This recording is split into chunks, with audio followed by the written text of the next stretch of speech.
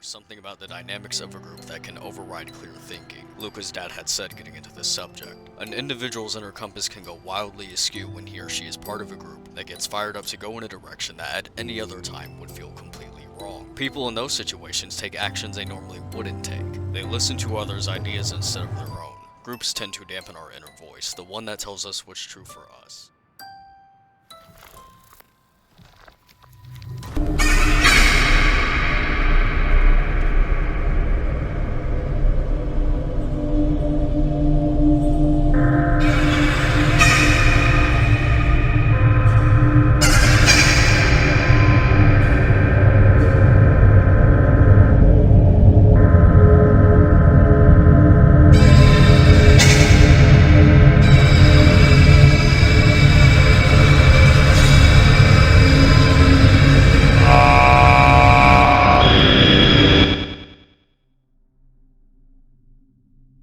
Well, this has been a long time coming. For those who don't know me, I'm Dr. Plague, and something I've done as a side hobby since I was 13 is solve FNaF lore, which is probably crazy sounding because there is a rhetoric that you can't solve it, that it's impossible, when that's just blatantly not true. Because I did it completely by accident, and I'm 19 now and haven't really had problems following along. FNaF is an amazing story that was unfortunately tarnished by its very own fandom, and subjected to one of the most craziest echo chambers I've ever seen, down to the littlest misinformation that is so easily disprovable. And when I was 13, I was very much part of the echo chamber because you see everyone saying the same thing. And if everyone's repeating the same thing, then there's no way that could be wrong, because then why would they be saying that? And of course, again and again, referring everyone to this certain source instead of looking into things for themselves, and relying on said source to tell them what to think. And I was part of that until, let's just say, a certain something happened and everyone just went along with it no matter how easily disprovable it was, but they took it as fact. And this made me have a realization about what was going on here. While I still believed FNaF was impossible to solve, and if no one else can solve it, well then I'm definitely not going to be able to, I started distancing myself from the actual story. And in doing so, I accidentally stumbled upon 3 key things that practically snapped everything in place. And undeniably so, because you shouldn't have been able to ignore it, as it's been right in your face and answers in places just about everything. But my time in this fandom, I learned very quickly that is what happens here. They make too much out of too little, and too little out of what they should be making a big deal about. Or, of course, something being so obvious about what it's saying, and yet they will manage to somehow completely misconstrue it for the sake of their own narrative and still be shocked it's not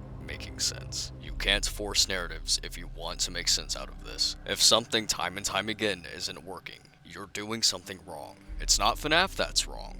It's you. I've attempted before to try and, I guess, help people understand the story, but more often than not, because it wasn't the story they've been told, I usually, for some reason, was met with insults, or attempting to gaslight me about what I'm seeing with my own 2 eyes, or, insanely enough, death threats. So, I just stayed in my own little circle, because at that point it really just felt like they wanted to believe what they believed, but they were still going to complain that nothing makes sense. But people that were open to what I found throughout the story have met me with the same response, and that is that I was able to make FNaF make sense.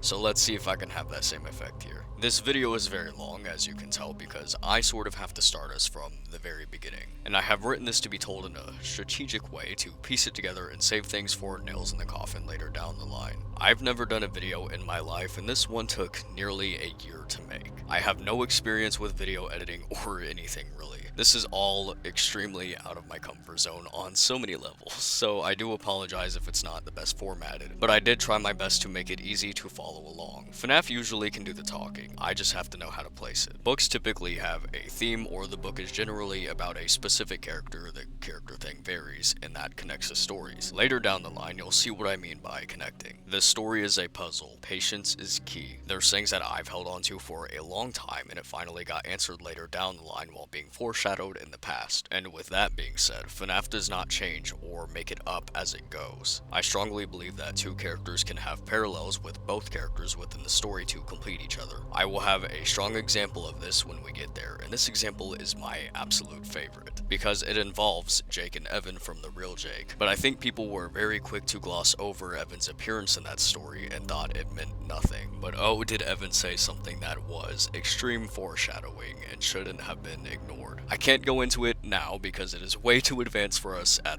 this time, but trust me, it is very exciting. Before we get started, just a few disclaimers. We had everything that could go wrong when making this, to the point that both of our microphones broke, and my computer, I had already done this video and had it like 50% done, but my computer broke and took my hard drive with it, so this is actually my second time doing this. The majority of this video was made very early on in this year, so the mic quality does end up getting better. I apologize for that. Also, Secret of the Mimic will not be gone over in this video. I think I referenced it maybe a few times, but I had written my script long before it came out, and as I said, I did place things carefully, so had I added Secret of the Mimic, it would have caused a lot of issues. And finally, more of just a personal thing. I apologize if my voice is not the most pleasant thing on the ears. I'm on a few different medications that have a side effect of drying out my vocal cords, so it's not really something I can control. I hope it's not as bad as it sounds in my head, because I almost didn't post this because I was so embarrassed. But anyway, let's not waste any more time, and by the end of this, I promise you, this story will make sense.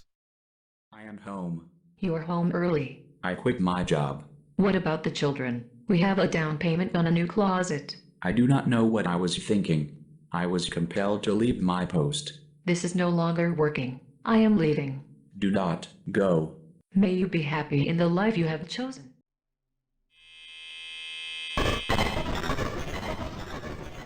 A theme we will see throughout the parallels we will be using is parental loss, be that by death or the parent leaving. Now that will be a different case with Bunny Call. Bunny Call has a sort of different surprise for us. Michael is very affected by the loss of Mrs. Afton. That is something we can see throughout the parallels we will be using.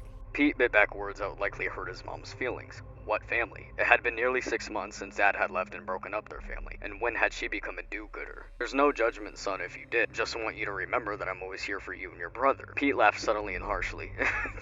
You keep saying that. I've barely seen you since the divorce. You're not here for me or Chuck. You and Mom expect me to take your place with him. Pete thought he would feel better after getting the truth out, but he just felt bad. There was a funny feeling in his chest, like someone putting a hand there and pushing hard. Dad's shoulders slumped. That's not true, Pete. I live across the town and you know I work odd hours. I'm doing the best I can. You and Chuck need to know that. I mean, I'll try harder. I love you both. Yeah, Pete heard that a lot from both of his parents, but words weren't enough anymore. If Pete wanted to, he could really just cry right now, but crying hurt even worse than getting mad, so he decided on the mad. He'd been benched from football for unnecessary roughness and having a bad attitude on multiple occasions. Hello, this was football, so he just quit altogether. The truth was, Pete never used to quit anything. He used to finish whatever he started, but after seeing his parents quit each other, finishing things didn't matter so much anymore. Plus, he didn't need any more grief from the coach. He got enough of that from his teachers and his mom. A kid could only handle so much griping. So there's Pete laying that out for us. Now this is when I reached the point of that thing I was talking about in the beginning about how two characters in a story will be paralleling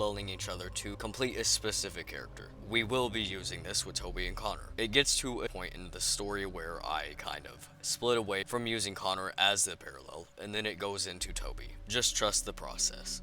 He ate almost nothing on Sunday and barely slept. He didn't talk to his dad or his brother. Dad knocked on the door to check on him, but he told him he was just tired. He heard them yelling at some game on the television. Dad, Connor, and Toby were pretty close, but Dad and Connor had this obsession with sports that they'd always shared. Dad was either working a lot or sleeping, but when he wasn't, he was hanging out with Connor watching sports, having a good old time. Since Toby wasn't that into sports, that didn't leave much room for Dad and Toby time.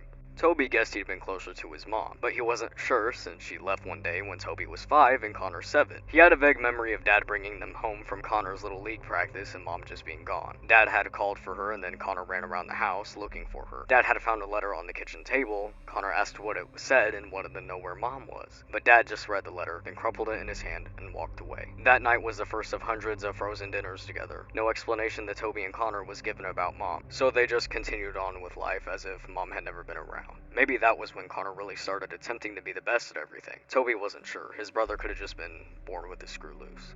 Now that we have Toby and Connor out of the way, there's someone else I have to bring in here that is probably going to make people mad. Devin and Kelsey. I'm sorry, but that story was not about William and Cassidy. Now, that's not to say that there isn't a character in there that is not paralleling William. There is, but is it Devin? No, it's actually someone closer to Kelsey. Devin wondered what it was like to have an adult male smiling at you. No, seriously, let's tell the truth here. He wondered what it was like to have an adult male say, like a dad around, period. The only memory he had of his dad was of an angry man who threw things at his mom. Devin was 3 when his dad took off. he and his mom had been alone ever since. He'd hated Kelsey more than he'd ever hated anyone or anything. He'd even hated Kelsey more than he hated his missing dad. Why am I so sure that story is about Michael and Evan and not Cassidy and William? There's a lot of reasons on why it's not William and Cassidy, but far too much right now. The most important part right now is that the fact of the matter, the new kid quite literally opened up with Devin referencing 83. Then he continued in what he hoped was an ominous tone. It's the kind of day when your mom makes you mow the lawn, but today isn't a mowing day. Today is a birthday party. Devin heard rustling in the classroom. Someone snickered, but he didn't look up from his papers. He kept his head bent, his long hair hanging like a protective shield between him and the class. Normally, he hated having to stand in front of the class for any reason, but today he was on a mission. If he had to read a stupid assignment for English class, he was going to make it work for him. Devin continued with his story, describing the birthday party scene for a pack of screaming 4-year-olds. He read about the balloons and the clowns and the bright-colored bounce house set up in the middle of the green lawn. But this isn't any ordinary bounce house, Devin read. No one knows that yet, but they're going to find out now. Devin paused for effect. He didn't hear anything. For all he knew, his teacher, Mrs. Patterson, and his classmates had disappeared. But he wasn't going to look up and see. Devin went on. Because little Haley is crawling into the bounce house. She's the first one in. Her twin sister, Hope, is right behind her. Was that a gasp Devin heard from the third row of desks? He thought it was. Good. He had her attention. He grinned as he kept reading. Haley makes it almost all of the... Devin stopped reading again. He was getting to the good part. But in a second, Hope is going to wish she didn't follow her sister. In just a second, she's looking down as she crawls in, but now she's in. She looks up and sees her sister's partially eaten body lying still on the red vinyl. No, wait. The vinyl isn't red. It's covered in blood. Was that a squeal Devin just heard? He kept reading. And the house isn't a house, it's a big mouth. And the mouth is chewing. And now it's opening wider. And Hope, now screaming, is sliding into... That's enough, Mrs. Patterson chatted. Devin blinked. He still didn't look up. He wasn't finished. With that out of the way, let's get back on topic with Pete. Regarding his parents' divorce and how he feels, affected by it. But his parents didn't care about any of that, obviously. After all, they never asked Pete if he had wanted them to split up in the first place. They just divorced, and that was that. None of it was fair. Pete had so many emotions inside of him that sometimes he just didn't know what to do with them. Sometimes he felt like a ticking bomb about to explode. Like the tension in his body was just under his skin, begging for release. For a while, football had helped.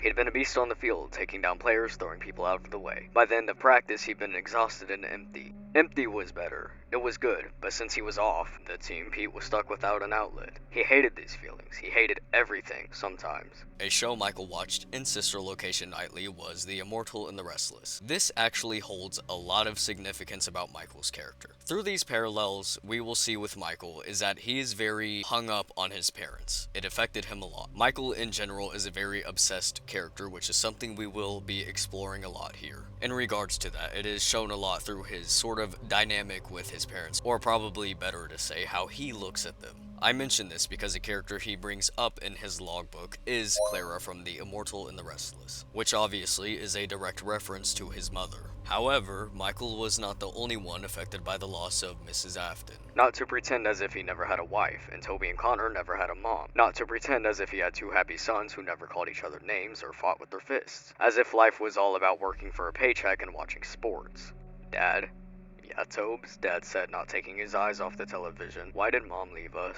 Dad didn't move his head from the screen. He didn't even flinch from the unexpected question. Toby wondered, when was the last time he ever saw his dad express any emotion, other than excitement or disgust from watching sports? His dad was pretty much the mellow type. Toby had never seen him get seriously angry other than to yell at the refs on television. When he told Connor or Toby something, it was all very calm and rational. Maybe it was a bonus to have a parent who didn't yell at you or scold you. A minute passed as he waited for an answer from his dad, then 2 minutes. After 5 minutes, he realized he wasn't going to get an answer. He didn't know if it was because his dad didn't have one, or if he didn't feel like Toby could handle the truth. Toby's dad ignoring him is very on par with William's character. If you read The Fourth Closet, then you know there's a lot of moments, probably more than him actually replying. William just outright ignores people. That's just what he does. There's also that aligning with William's demeanor of being very calm and collected. That's also how he was. If you read The Fourth Closet, then you know that's his character. For the most part anyway, he certainly had his moments. Going back to Pete, his dad also got very uncomfortable with the mention of a husband.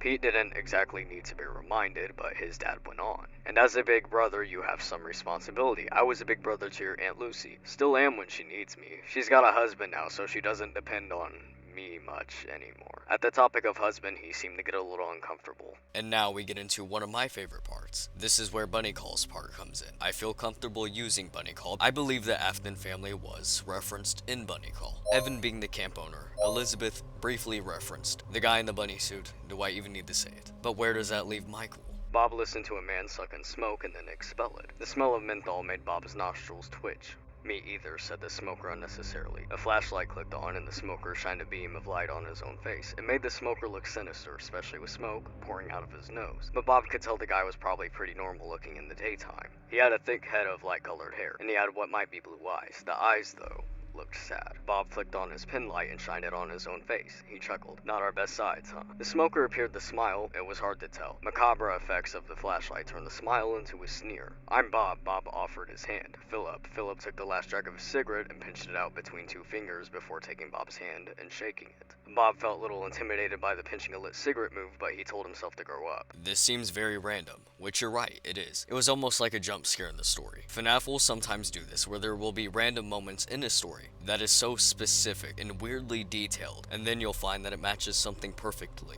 This was not added for no reason. And let's not forget that Philip looks exactly like Michael. Let's see what else Philip has to say. Philip coughed, cleared his throat, and said in a smoke-abraded voice, My mom died when I was 5. I hardly remember her, but I remember how my dad was before she died. He was a great dad. Taught me how to throw a ball, always showed me what he was working on when he fixed stuff, read me stories at night. But then after Mom died, my dad. Philip paused when a keening sound sliced through the camp and speared both men. Bob's muscles were taut with fear and dread. Bob didn't think Philip was going to finish his story, but suddenly Philip said, My dad got lost. He just got lost.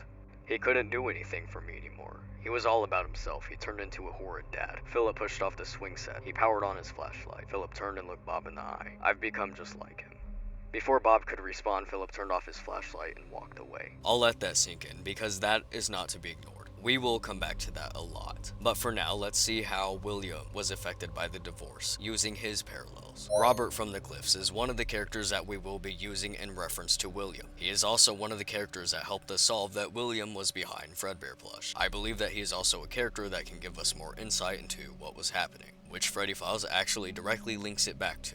Tag-along Freddy is a kid's and a parent's best pal. Freddy goes where your little one goes and sends you live updates on your tag-along time wristwatch included. So you'll know when your little one is happy and safe. You may have to be out of sight sometimes, but tag-along Freddy is the bear who is always there. Robert thought of all the times he had to tend to something in the kitchen or take an important phone call and leave Tyler unattended. It was amazing what could go wrong in just a few seconds. He recalled once when he left the living room long enough to stir a pot on the stove and returned to find Tyler scaling the bookcase like King Kong climbing the Empire State Building. He could see how this tag-along Freddy could come in handy, especially for a single parent like him. Being a single parent is already something that is showing through with the other parallels that this is a struggle for the parent. It affects the kids as well, obviously, but we're going to focus on the parent aspect of it for right now. In horror, Robert would look at his son and think, Kid, I'm all you have in this world. It was not a good way to start out in life, motherless and stuck with a father who couldn't eat, sleep, or go a full hour without crying. In his exhausted, grief-stricken state, there was only 2 facts Robert knew for sure. He was all Tyler had, he was not enough. There is something that Robert said that seems to align a lot with something William has also said. Now when I show this, I do think this was probably in a past tense of something that William wanted. I helped him create. The voice came from inside the mask, but it was not Dave's, not the pitiful, sour tone they would have recognized. The voice of the rabbit was smooth and rich, almost musical. It was confident, somehow reassuring. A voice that might convince you of almost anything. Dave cocked his head to the side, and the mask shifted so that only one of the bulbous eyes could peer through the sockets. We both wanted to love, he said in those melodious tones. Your father loved, and now I have loved. There isn't a way out anymore. All that's left is family. His round eyes reappeared through one of the sockets, glimmering in the light. I'm going to have to somewhat break this down. William later on explains that Dave was a character. You know, that's not how he actually acts. That wasn't necessarily what he actually thought. But the thing is here, this is when he stopped acting like Dave. He broke the character, and he started acting more like himself. That is why I think there's some truth to what he said. Bringing up the family and bringing up Henry in the same thing. Hold on to the jealousy aspect that he has about Henry. I do want to reiterate that what he was talking about I do think was in a past tense, before he lost himself in his experiments and before he lost himself in his greed. But let's get to what Robert said that was similar. There was something comforting about those messages, about the way they let Robert picture what Tyler was doing over the course of his day, and made him feel less isolated, like he was part of something. A family. He and Tyler may not have been the complete family that Robert had longed for, but they were still a family. Just like Miss Lauren had explained the idea of family to Tyler's class. They were people who loved each other, and that had to count for something. William is someone that could not care for Pity, which is something Robert also starts having a problem with. Miss Lauren smiled and looked at Tyler, who was cuddling Freddy against his chest. It would be obvious to anyone how happy the toy made him. Well, then I think we can make an exception in this case. Robert knew the teachers at the daycare cut Tyler some slack because he didn't have a mom. Just a sad but well-meaning dad who often seemed incompetent and overwhelmed. While on one hand he didn't like being looked at with pity, on the other hand he was happy to take all the breaks he could get. Miss Lauren smiled again. Oh, you'd be surprised what they notice. They don't miss much. Believe me, I told Noah and the rest of the class that not all kids have a mommy and daddy, but there are all different kinds of families, and I talked about what some of those families might look like. I said the only thing you need to have to make a family is people and love, so I guess you could say it turned into a teachable moment. Robert stiffened. He hated the thought of his and Tyler's broken little family being used as a teachable moment. And for what? So that other kids could feel sorry for Tyler instead of just making fun of him? He didn't want his son to be the object of ridicule, but he didn't want his son to be the object of pity either.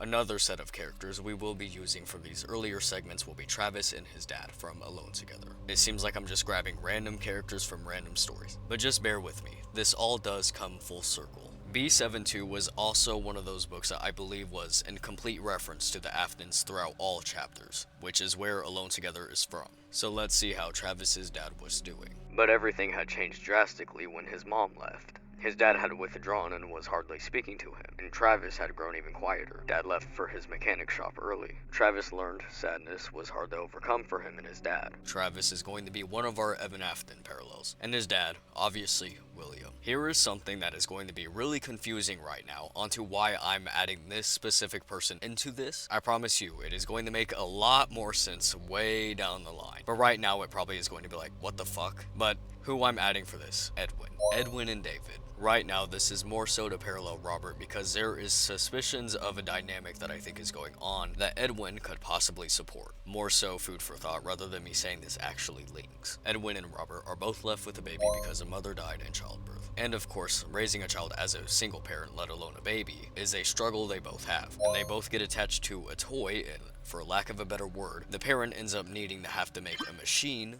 to entertain their kid while they try to work. If she'd survived giving birth to David, Edwin wouldn't have been derailed by grief, and he wouldn't have had to try to figure out how to invent his machines and take care of his infant son at the same time. With all of these parallels, struggling with the grief over their marriage, and of course being a single parent, I cannot imagine how much more stressful that would be for William when he does not have one, he does not have 2 kids, but he has 3. And based off Pete, it seems like William probably asked Michael for some help with Evan while he tried to go work, which is something Robert also struggled with, was balancing work and having his kid. Probably asking Michael for some help, Michael starts bullying Evan, so he can't use Michael as help anymore, which probably drove the idea of creating Fredbear plush, because now he has to somehow be in 2 places at once. Because now he has to console Evan somehow while he's either in a different part of the diner or Evan's at home, and William's probably at work. And Michael can't help with Evan because now Michael, when he's assigned to help Evan, Michael starts treating Evan like his outlet to get his own grief over his parents' divorce out on Evan, while also blaming Evan for like every problem in his life. I know we necessarily haven't gotten that far with Pete, but that is essentially what happens with Pete. But tying in the rest of the parallels, we can see that's probably painting the picture of what happened in the actual timeline.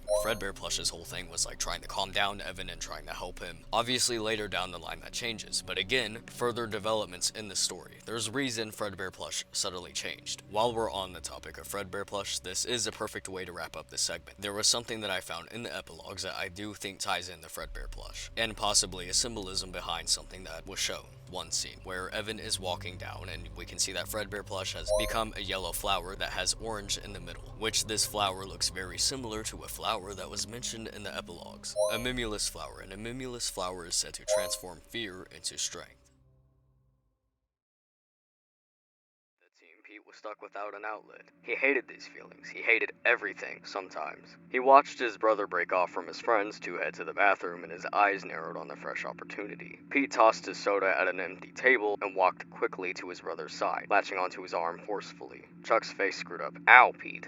"Shut up and walk," he muttered, then blew a bubble till it popped. "Why, where are we going?" "You'll see." With a quick look over his shoulder, Pete hustled his little brother down a long and darkened corridor. The floor was faded and old, and peeling posters of animatronics lined the walls. The place needed a serious upgrade. Pete had wandered down here before and discovered the large maintenance room. Now that he knew what was taking a vacation inside, he couldn't wait to take Chuck along for a little adventure, considering his brother had always been scared of a certain animatronic.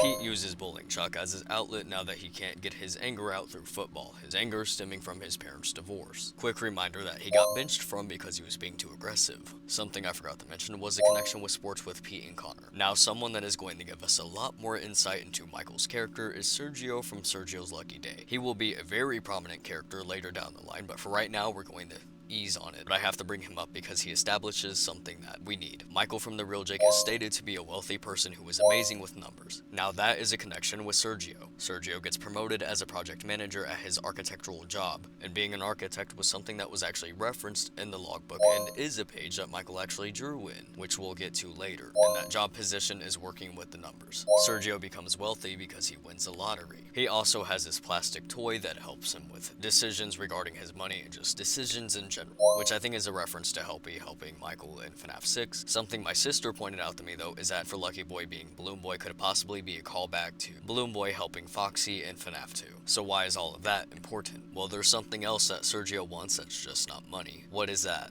Sergio made his excuses to get off the phone as fast as he could. He was asking himself why he called his parents to begin with. Well, he knew why he called them. He called them to get validation. He was trying to feel like he had finally gotten enough to have arrived. Why in the world did he think he'd get that validation from his father? Michael seems to want William's validation, which is creating this competition between him and Evan on top of the ongoing bullying. This is where I go back to that speculation I had regarding Edwin and Robert that could be playing a part in these dynamics and affecting them even more. It seems like FNaF is trying to allude to the idea that William possibly was left with Evan when he was a baby, which could explain maybe them having like a closer dynamic, and that is making Michael jealous, creating even more problem with the competition that Michael thinks is happening. I mentioned this because Pete said something that made me raise an eyebrow, and Evan actually does parallel Chuck a lot. I'm just not getting into it right now because that would be fun if I spoil everything. Pete's mom will not let Chuck be alone. Pete says this is because that Chuck was the baby, and his mom cannot stop thinking of Chuck that way. And this just brings me back to what Robert said. In horror, Robert would look at his son and think, "Kid, I'm all you have in this world." And of course, David and Tyler carrying around their favorite plush toy, which is what Evan also did. So was William left with Evan when Evan was a baby? I don't know. I'm just throwing it out there because I feel like FNaF is almost trying to allude to that. It's just something I've noticed, and I thought it could possibly explain a little bit further with dynamics. I've mentioned competition a few times now, but where did that come from? In Security Breach, if you find Michael's room, there is a Roxanne poster.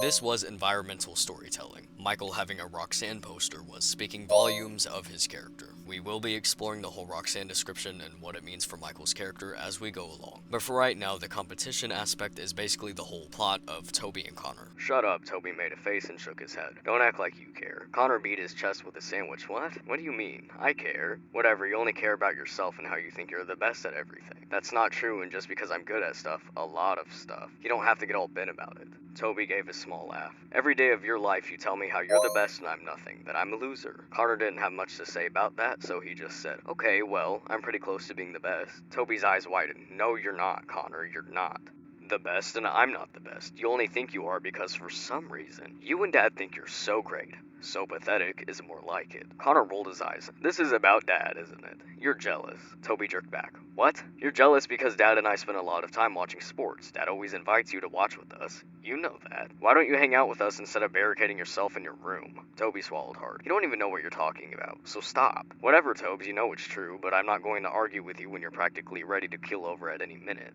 So there's the jealousy over Dad. But I do want to go over what Connor said and how that correlates with Roxanne, and that leading to Michael's poster in his room. "Whatever, you only care about yourself and how you think you're the best at everything." You think you're better than me? I'm the best! You are the best. Thank you. I am the best. Toby gave a small laugh. "Every day of your life you tell me how you're the best and I'm nothing, that I'm a loser." Nobody likes a loser. You think you're better than me? I'm the best! You are nothing! This jealousy they had mentioned is something we are going to see a lot throughout the characters, especially Devin and Kelsey. Maybe that was it. Kelsey talked to you like he actually cared about what you were into. Did he really care, or was it an act? Devin narrowed his eyes and studied Kelsey as Kelsey asked Mick about Mick's superhero watch. I saw the latest movie, Kelsey said. It was dope. Kelsey was starting to get on Devin's nerves. Wait a minute. What? Why? Devin frowned. Why was Kelsey bugging him? He should be glad that the new kid was hanging out with them. He was glad, but he was annoyed too. It just came so easily to Kelsey. Too easily. It wasn't fair. Feeling irritated in that life isn't fair is also something we're going to see with Pete in regards to Chuck. Irritation washed over Pete as he watched Maria walk away. This was all Chuck's fault, little brat. Everything was always about his little brother. Didn't matter what Pete wanted because nothing mattered when it came to Pete. Dad had left. Mom was in her own little world. They figured they'd just put Pete in charge of Chuck because they didn't have time to deal with him themselves. But Pete had never signed up to take over their responsibilities. He was a kid, and kids should be free, not worrying about stuff. They should be able to do what they wanted, like hanging out with other kids instead of watching little brothers. With talks of wanting to be the best, that is a huge part of Sergio's character. Out of everything else he wants in life, of course being impressive is one of the most important to him. He peered within the subdials within the main dial of the watch. His watch had 3 subdials, and he had no use for any of them, but they looked impressive, and things that looked impressive made him feel impressive. Above all, that was what Sergio wanted to be, impressive. Devin was also yearning for this, wanting to be impressive, wanting to fit in, wanting validation. He and Devin both used to deal with it in the same way, by ignoring everyone else and doing their own thing. Now, Devin seemed to want to try to fit in. Devin crunched a chip and said, "What? No. About Heather and how I can get in with her more." Dude, I'm still not sure you're getting in with her yet. Devin ignored Mick. "I need to find a way to impress her," he said. That does sound pretty great, and it did. Even though he resented how easily Kelsey was sliding into their class, he had to admit it would be awesome if being friends with Kelsey got them a ticket to the inner circle. If they helped build a hangout and Kelsey had parties, they'd be invited. When Chuck is trying to help Pete, Pete immediately thinks that Chuck is trying to be the winner. "No," he yelled. "Foxy is a damn robot. He's made out of metal and gears." He ripped out the page of the notebook and started to shred it. "This is all made up in your messed up gamer brain. It's fantasy, not real." "Pete, stop. Shut up. Just get out of my room." He shoved his brother and threw his notebook at him. Chuck stumbled back in shock, his face turning red. "I'm trying to help you." Pete jabbed a finger in the air toward Chuck. "No, you're trying to scare me for all the times I've scared you. It's always winning with you, right? Well, this isn't some game for you to win. I know that. I'm not trying to win. I'm trying to figure this out." And it goes back to Connor and Toby. His brother released him and shoved him to the side while Toby coughed. Shoulders heaving, Connor pointed a finger down at him. "I always beat you at everything, idiots. When are you going to get that through your thick head? I will always win, and you will always lose like the loser you were born to be." Connor left the room, leaving Toby on the floor. Toby just lay sprawled on the floor, breathing hard, staring at the ceiling. Now we're going to focus on Devin. Devin and Kelsey and Mick had started hanging out a lot, and they had agreed to turn Kelsey's dad's workshop into a hangout spot. However, when they were getting ready to leave, Kelsey had his neighbor come and get them. Heather and her friends suddenly show up. Instead of Mick and Devin getting into the truck like what was originally planned, it was Heather and her friends. And Kelsey, throughout the whole interaction, seemed really confused and he could not even get a word in. Pete had mentioned when he felt too much, he'd rather be empty. Devin during this seems to have the same reaction. Devin had felt like he was watching the scene unfold from inside a glass cocoon. He got what everyone was saying. He could hear the girls' annoying laughter, but it was all muted. Even though they were standing just a few feet from Devin, they felt very far away, almost like he was watching them on a movie screen. His other senses seemed to have been turned off. He could no longer smell the bus exhaust belching out as the bus accelerated away from the school. He couldn't feel the clothes on his body or the pavement under his feet. Now it felt like fog was rolling into his little cocoon, and it was seeping inside of him, putting his brain in murk that made thinking nearly impossible. George put his window down. "I'll be back for you boys." As soon as George started his 6.2-liter V8, whatever that meant, engine, Devin's cocoon collapsed. He actually felt his ears pop as the air around him seemed to adjust to real space and time again. His senses went on high alert too. The first thing he smelled was a grape soda and mixed go-cup. Then he got a whiff of gasoline as a big red truck drove away with Devin's short-lived optimism. He knew it was too good to be true. Billy, aka B7, also does this. Freddy was the one in charge. Billy liked the idea of being in charge. He liked the idea of being a big animatronic too. Animatronics were robots. They were strong and he knew they didn't feel bad things like real people did. It would be nice to not feel bad things. People tend to do this when they feel completely out of control with their own life. You know, they disconnect from themselves. This coupled with something else, we'll have that conversation later. But after those events, Devin starts acting really weird. The way Devin had been acting the night before made Mick wonder. Devin was becoming less and less of the friend Mick was used to. It was like something was nibbling on Devin from the inside. It was eating up his smiles and, well, his personality. You boys have fun today, Mrs. Mark said. Devin lifted his backpack and grinned. We will. Mick almost did a double take. Devin sounded downright enthusiastic about their hike. Was the old Devin back? Devin's mood made it seem possible, too. Devin had been pumped up all morning. He had this, what was it? Swag. It was swag. He was acting like he was all of that. It was loony. Mick had to admit, though, that he liked this Devin better than the one that had been making him nervous over the last few days. Yes, Devin was still obsessing over that girl Heather, but at least he was talking and smiling. He nudged Mick. I have a surprise for you. Did you bring dessert? Mick had eaten his packaged cupcakes already, and he was still hungry. Devin laughed. No dessert, sorry. But I did find us a new clubhouse. Mick sat up straight. Really? Where? That's part of the surprise. I did what Kelsey suggested. I looked for abandoned places near here, and I found one. I'll take you there on Monday after school. Why not today? Devin grinned in a sly way that made Mick's breath catch for a second. It's too far. We have to go east on the railway yard, instead of west toward our houses like we usually do. Okay. Why did Mick suddenly feel like Devin was hiding something? He opened his mouth to ask what it was, but then he closed his mouth. Maybe a more subtle approach was needed here. Whatever was going on with Devin, Mick thought it would be smarter to watch and wait instead of meeting it head on. Do you recall what was said about Connor? Toby wasn't sure. His brother could have just been born with his screw loose. Something not being right about Devin is also brought up in this specific scene, and them making a point of this during this scene and what they're talking about. Right now is also probably a good time to remind everyone. The new kid opened up with Devin referencing 83. What is justice? Mr. Gentry asked. No one raised their hands. I know a rhetorical question when I hear one, Mick thought. Every culture has its own concept of justice, Mr. Gentry continued. This concept is generally derived from many fields of study. Our system of justice, for example, comes from ethics, rational thought, the law, religion, and just general ideas about fairness. Underlying all of that, though, is usually some kind of gut feeling. Justice is, in most cases, intuitive. We know it when we feel it. He looked over the class. So what does justice mean to you? This wasn't a rhetorical question. Mick didn't even think about raising his hand, though. Raising his hand in class would require that he have a brain transplant or maybe get possessed or infected by an alien symbiont. Kelsey raised his hand and said, justice balances the scales. What does that mean? Mr. Gentry asked. It removes the downside so the downside can't outweigh the upside. Interesting perspective, Mr. Gentry said. Heather raised her hand. Mick frowned. Heather. What was it about Heather that fascinated Devin so much? Sure, she was pretty, but she seemed pretty shallow to Mick, and she wasn't that pretty. There was much prettier girls in their class. He thought Devin was a little crazy about Heather, though Devin seemed a little scrambled in general. Mick was beginning to think maybe Devin picked up a symbiont. There was something in his eyes, something not quite right. I think justice is payback, Heather said. Payback, Mr. Gentry repeated. Yeah, Heather said. Like someone disses you, so you have to diss them back. Payback seems a little vague, Mr. Gentry said. Perhaps it's too open to interpretation. What if payback goes too far? Heather shrugged. Accidents happen. She laughed, and the class laughed with her. Devin laughed the loudest. Mick noticed Kelsey wasn't laughing.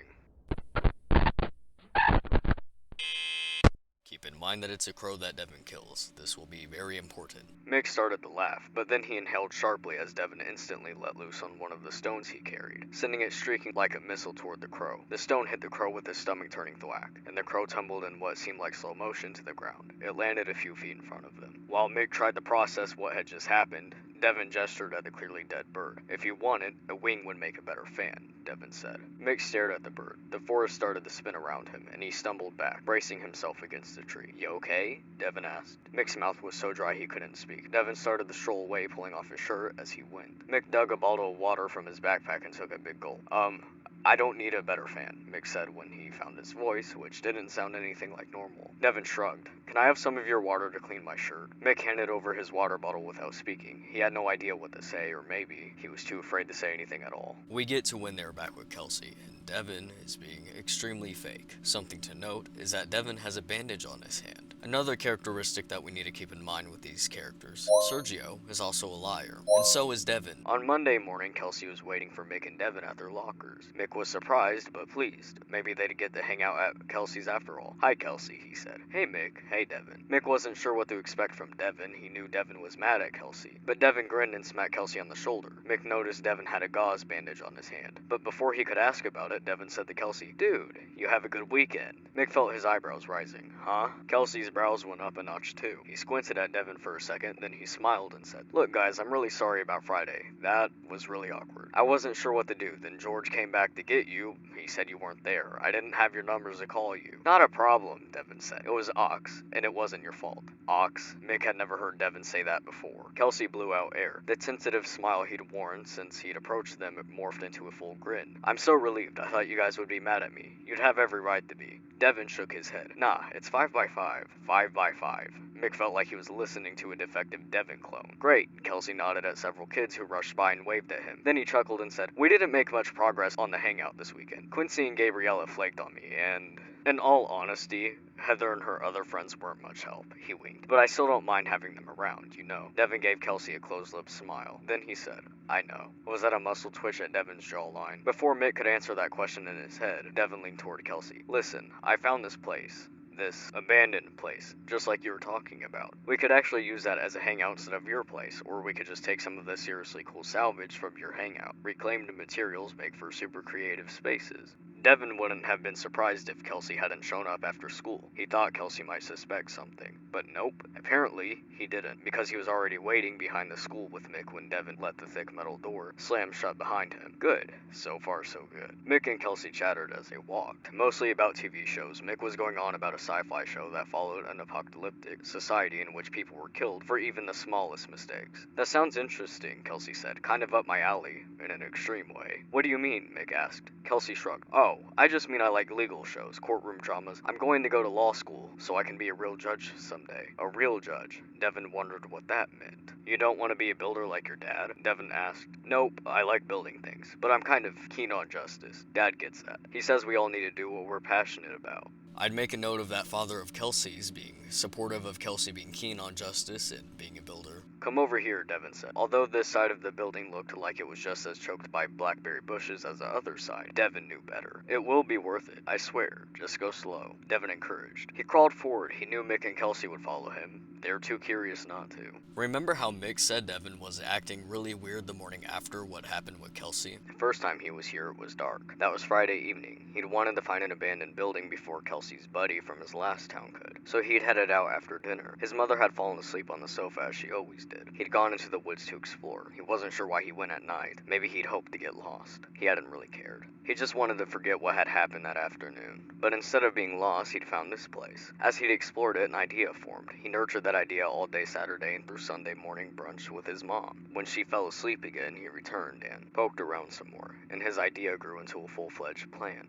Devin leads them to an abandoned Freddy Fazbear's pizzeria that he had found. "Come on." Kelsey walked toward the stage. Good. He was getting into it. Devin smiled. He and Mick followed Kelsey to the stage and looked at the figures closely. The figures seemed to be looking back at them, but of course, that wasn't possible. Devin had to admit that he was more comfortable being here today than he had been the day before. Yesterday, he'd been spooked. He'd only came back today because they're animatronic, Kelsey said. "Yeah," Devin said. "That's what I thought." Something interesting about Kelsey's father is that he knows how animatronics work. He worked with them, but not only that, he taught Kelsey how they work as well. "Animatronic, like robots?" Mick asked. "Sort of," Kelsey said. "Animatronics can be powered in different ways. Sometimes they use pneumatics or hydraulics, sometimes electricity, sometimes they're computer-driven." "How do you know all of that?" Devin asked in spite of himself. "Dad worked on an amusement park resort project once. They had animatronic birds." Think about this upcoming scene for a moment. Kelsey was a funny dude, Devin had to admit. Too bad he had to go in. Mick gasped. "Is that a hook?" To the left of the stage, a cave-like protrusion shrouded in a black heavy curtain announced itself to be Pirate's Cove. Devin hadn't looked behind that curtain. Something about that hook. And what's interesting about this is that Pete had a similar scene. Choppy music sounded through the air as the curtains opened fully. Pete stood frozen in front of a fractured Foxy animatronic that was glaring down at him. The yellow eyes glowed under red eyebrows, and an eye patch flipped up over his right eye. A jaw with sharp pointy teeth hung loosely as the big fox began to sing a disjointed song about becoming a pirate. One arm had a hook for a hand, and the other hand was stripped of fur, showing its robotic skeleton. Strange sounds of rolling gears screeched and seemed to echo in the quiet of the room. The robot's chest appeared ripped open, exposing more of his mechanical body. Foxy moved slowly,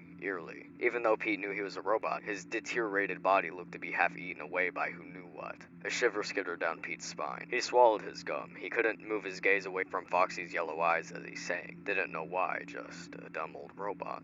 Going back to Kelsey knowing how animatronics work, he actually gets pretty excited about one of them. Devin looked at Kelsey. Kelsey's eyes were bright. He started poking around in the cabinets that lined the walls on either side of the door. "Look at all this stuff," he said. He pointed at bins of nails, screws, brackets, wires, and what looked like metal joints. He whirled and grinned at Devin. "You're a genius, Devin. I think I could salvage one of those suits and maybe build our own animatronic character for my hangout." Devin couldn't help but notice the use of the word "my." Last week, Kelsey had said "our." Remember that Kelsey's dad taught him how animatronics work. It seemed weird, fishing alone with his dad. It had probably been a couple of years since they'd been to the lake, and Chuck was usually tagging along, filling the silence with a bunch of questions for Dad. Chuck always had to know things, why something worked or how it worked or where things were made. Pete wasn't sure if Chuck really wanted the answers or the attention, but either way, he was used to it. Chuck liked to ask questions, and Pete didn't care to talk much. And of course, noting that Devin got jealous, and Pete thinking that Chuck was only doing that for attention. Now, Kelsey being excited about a project is something we can see throughout Evan parallels. Chuck knew Dad's leaving had changed everyone. Pete was angry all the time. Mom kept searching for new things to make her happy. As for himself, he just tried to keep busy. He liked to hang out with his friends, he liked to play online video games, and he was pretty interested in puzzles. Yeah, middle school sucked, but going to school was just a part of life he had to get through. Every once in a while, he felt challenged by a project. Then he'd complete it and get bored again until something else caught his interest. He got why Pete hated him half the time, because Mom made Pete watch over him so much. He tried not to be annoying, but everything that came out of his mouth seemed to annoy Pete. Maybe it was just like that with all brothers. Chuck didn't know because he didn't have another brother to compare to. Anyway, I know it's kind of silly. I was wondering if maybe you could help me out with it. His dad scratched his jaw. "It's doable," he murmured. "You've always been creative, Trav." Travis's eyes widened and his chest swelled up with pride. "Yeah, thanks, Dad, so you'll help me. I could really use the help. I don't know if I could get this finished by myself within 6 weeks." "Yep, it's doable," he said as he walked out of the room with the notebook in hand. They ate in silence as Travis watched his dad turn the pages of the notebook. Travis didn't have any more to say about school, so he just watched his dad's expressions. He was just glad his dad was ready to help him with the school project again. He didn't want to say anything to change his mind. Travis is also said to be shy, just like Evan was, and getting teased for it, just like Evan was. Back to Kelsey and Devin. Devin couldn't help but notice the use of the word "my." Last week, Kelsey had said "our." A sound similar to rushing water filled his ears. He was pretty sure it was blood racing through his veins in excitement. "Look over here," he gestured for Kelsey to follow him, and went to the back of the room to a small corner closet. His feet made raspy scuffs along the floor that sounded bizarrely menacing. Devin had found the closet when he was here the first time, partially hidden behind the costumes hung on the inner wall of the room. He'd seen the potential in it, and that had given him his idea. However, it was his second visit that had locked it down, so to speak. Kelsey glanced at Devin, then he grasped the closet's metal handle. Stepping back into the side, he slowly pulled the door open a few inches. Satisfied nothing was going to jump out at him, he opened the door the rest of the way. Devin's flashlight beam reflected off a pair of big round eyes. Kelsey reached for an arm of the human-sized yellow bear standing in front of them. Devin knew what he discovered. The arm was heavy. This wasn't just a furry suit like the ones hanging on the rods. This suit was. "It's an animatronic suit," Kelsey said. "It has animatronic, abilities, I guess. But it can be worn like a costume. I've read some cutting-edge stuff they're doing with these, where you get in and the suit reads your vital signs in response to your pulse and temperature and stuff. Some can even respond to specific commands, let the wearer speak in the voice of the character. I'm sure that's not what this is, though. It's too old. I wonder how it works." He pulled on the arm again. "Let's get it out in the open. I think it will take all three of us." "Sure," Devin said. "We can do it." This was going to be even better than he imagined. He thought he was going to have to talk Kelsey into this, but it looked like he was going to do it all on his own. It was like it was meant to be. "Let's drag it out in the main room so we can see it better," Devin suggested. "Yeah," Kelsey said. More grunting and sneezing got the yellow bear suit into the main part of the pizzeria. Once they had it in the middle of the floor, Devin knew it was time. I want to make it very clear that Devin lured Kelsey into this building specifically for something that he knows is a spring lock suit. I want to make a note of something that I will be referencing later with Step Closer. As soon as Mick left the room, Devin said to Kelsey, "That bear looks like you, huh? Well, not as cool, but his hair is sort of the same color, and he's smiling like you usually do. If you got this suit working, it could be like the mascot of your hangout." Devin urges Kelsey to put on the springlock suit. "Nope, I noticed that too." He nudged Kelsey and grinned. "Try it on." Kelsey studied the suit's neck opening, then shrugged. "Why not?" He sat down and started wiggling into this torso. Once in, he said, "This is pretty comfortable," he grinned. Now the head. Devin had just clipped on the head when Mick shuffled into the room dragging a stack of plastic bins. "No lids. I'm not sure how we're going to be able to take this stuff out." He stopped and stared at the bear on the floor. He looked around. "Where's Kelsey?" "I'm in here," Kelsey called out. Kelsey sat up and said, "I'm not sure how to stand in this thing, but hey, I could whack." He began throwing his arms around in elaborate dance moves. When he threw both arms straight out to his sides, an ear-stabbing metallic clap resounded off all four walls around them. The clap was followed by fingernails on a blackboard scraping sound. As abruptly as it started, the scraping sound ended with a loud slap. This triggered a cascade of snapping sounds, like dozens of steel animal traps springing into place one right after the other. Kelsey started shrieking with the first snap. And the sound wasn't the bad part. It was bad, yes, but the bad part, the really, really bad part, was the way the suit started jerking in a spastic, horrific dance. It looked like the moth-eaten, mildew-blotched gold bear was convulsing, but it wasn't the bear. Devin knew it wasn't the bear. It was Kelsey. What did I do? Devin thought. What's wrong with him? Mick yelled. Devin jumped. He'd been so mesmerized by Kelsey's suffering that he'd forgotten Mick was there. Kelsey's shriek stopped, like someone or something had severed his vocal cords, and the suit went still. That's when Devin noticed it was turning red. Deep, dark, wet red. Devin scooted even farther away. He groaned and dropped his head into his hands. This isn't what he meant to do. He'd planned to trap Kelsey in the bear suit and leave him like that for an hour or so to freak him out, as payback for what had happened, if he thought for a second that this is what would. He was angry, yes, jealous. Since Friday afternoon, and maybe even before, he'd hated Kelsey more than he'd ever hated anyone, or anything. He'd even hated Kelsey more than he hated his missing dad. He'd hated Kelsey because Kelsey had everything Devin wanted. Just when it was looking like he had a chance with Heather. Okay, maybe he'd been deluding himself about that, but still, he wasn't even given the opportunity to find out. Kelsey swept in and made friends with everyone in like 2 seconds. Devin had been trying for his whole life to make just one friend other than Mick. Kelsey had no right to have everything come so easily to him, but that didn't mean he deserved this. Devin brushed at the tears he didn't realize had formed in his eyes. He wiped his face and looked at Mick. Mick was sitting on the floor on the opposite side of the bleeding bear suit. Yeah, sure. Bleeding bear suit. Devin was still deluding himself. The bear suit wasn't bleeding. Kelsey was. Devin heard Mick hiccup and he realized Mick was crying. His dirty face was streaked with tears, giving him a strangely tribal look, like he had vertical stripes of war paint on his cheeks. Poor kid, Devin thought. Mick wasn't mature enough to handle something like this. And Devin was. He barked a laugh. Mick's gaze, which had been riveted on the bear suit and the flowing blood, whipped to Devin. Why are you laughing? His voice was high-pitched. Devin shook his head. Never mind. I think maybe it's shock. Mick stared at Devin for a few seconds, then he shifted his attention back to the suit. He flinched. Look at it. It's still moving. He's still alive. We have to get him out of there. Mick repeated. We have to get him out of there. We can't, Devin said. What do you mean? Mick, his mouth hanging open, tears still leaking, his nose running, continued to watch the occasionally trembling suit for how long? Devin wasn't sure. He didn't feel like he was really there anymore. Obviously he was, but he wasn't. He was in his past. He was watching his dad drive away the day he left and never came back. He was watching his tired mother make yet another meal of boxed macaroni and cheese. He was in school watching all the other kids laugh and joke with one another. He was hanging out with Mick in their gas station clubhouse. He was watching Heather, wishing she would notice him. He was relishing the moment when she said his name, when he was listening to her talk about justice in social studies class. He could see her in her red sweater, and he could hear her tinkling voice. I think justice is payback. Payback. That was all he intended to do. He'd wanted justice. Payback. Kelsey had hurt him. He'd made Devin feel like he might be part of something, and then he'd thrown Devin away. It stung, like being stabbed with a sharp object. He just wanted Kelsey to feel something similar, and maybe he'd wanted Kelsey to end up scarred, like Devin was scarred by every rejection he'd endured. But he hadn't wanted this. Not this. Accidents happen, Heather trilled in his mind. Devin yelped when Mick shook his shoulder. How did Mick get over here? Devin frowned and shook his cobweb-filled head. Why aren't you answering me? I keep asking you what you mean. What do you mean we can't get him out? Mick was close. Too close. Devin could see snot drying under Mick's nose. I mean, we can't because... Devin moaned. Mick studied him for several seconds, then he slowly scooted away from Devin. Did you do this on purpose?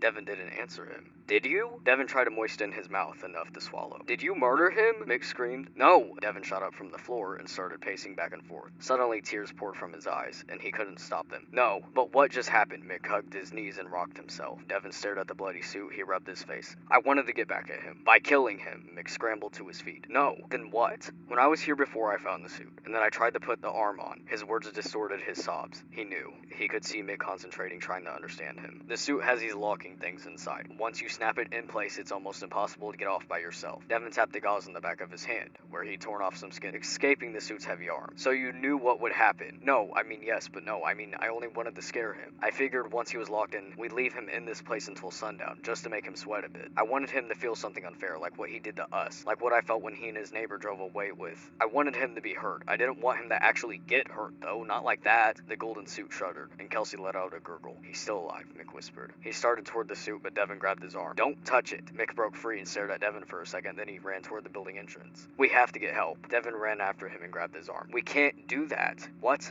Why? We'll go to jail. You'll go to jail. You want me to go to jail? No, of course not. Haven't we always been in it together? Well, yeah, we're in this together too. Devin turned and looked at Kelsey and the blood on the floor. The red rivulets weren't spreading as quickly, but they were still moving, crawling like an army of red soldiers across the linoleum. We can't possibly get him help fast enough. He's lost too much blood. If we try, we'll only get ourselves in trouble. Mick stared at Devin even harder. Are you even sorry this happened? Of course I am, Devin yelled. Mick held up his hands. Okay. He took a ragged breath. Okay. Devin realized he was shaking. He felt tremors in both of his legs. He had to concentrate to stay standing. He was a murderer. A chill skittered along his neck. He wasn't sure whether what he was feeling was because of what he'd done or because he was afraid he was going to get in trouble for what he'd done. He took a deep breath and squared his shoulders. Okay, this is what we're going to do. Mick rubbed his nose and looked up at Devin as if Devin was going to make everything better. Devin would never be able to make everything better. We can't undo what happened, he said. We, Mick objected. You make it sound like I was part of it. I wasn't part of it. Okay, me. I can't undo it. So from here we have a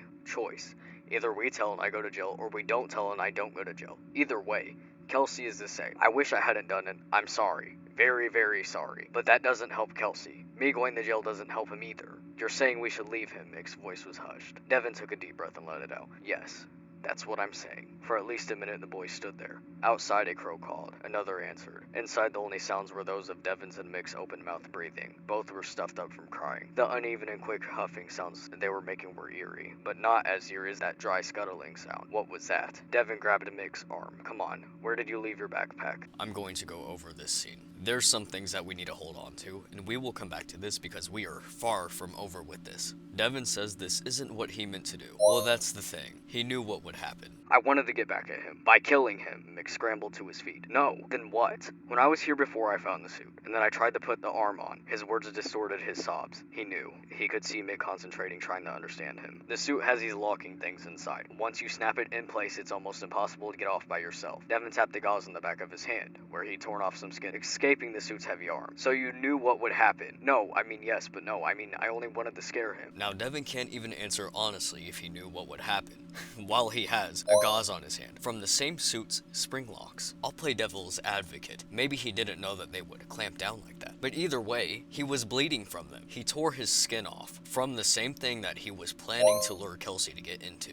Even afterwards, Devin can't even tell if he's sorry about what happened or now he's just scared what's going to happen to him because of what he did. There's an off comment that Devin made that I don't think someone would make, just trying to do a simple scare. Kelsey was a funny dude, Devin had to admit. Too bad he had to go in. That is a comment you typically hear someone say when they're about to kill someone. Let's remember that something is not right about Devin. During his loony behavior, out of his anger with what happened with Kelsey, he kills a crow, and he has no reaction to the death, or him killing an animal. The no reaction to death is very important. Then the crows after Kelsey's death. For at least a minute, the boys stood there. Outside, a crow called. Another answered. We will come back to this, with the mention of Devin knowing how spring locks work, and specifically picking a spring lock suit. Contrary to popular belief, I am inclined to believe that someone else also knew how spring locks work, because they've been taught since they were toddlers. She was sitting with Sammy in the restaurant before it opened for the day. They were under a window in a dusty beam of light, playing some invented game she could no longer remember, and their father came over grinning. He had something to show them. He held up a piece of twisted metal and showed them how it opened, then let it snap back in his hand. They both cried out in surprise and started giggling and clapping their hands. Their father did it again. I could snap off your nose, he said. And again they laughed, but quickly his face turned serious. I mean it, he said. This is a spring lock and I want you to know how it works because it's very dangerous, and I don't ever want you touching these. This is why we never put our hands in the animal costumes. It's very easy to trigger these if you don't know what you're doing, and you could get hurt. It's like touching the stove. Do we ever touch the stove? In the book the week before, we get more context into the Bite of 83 scene,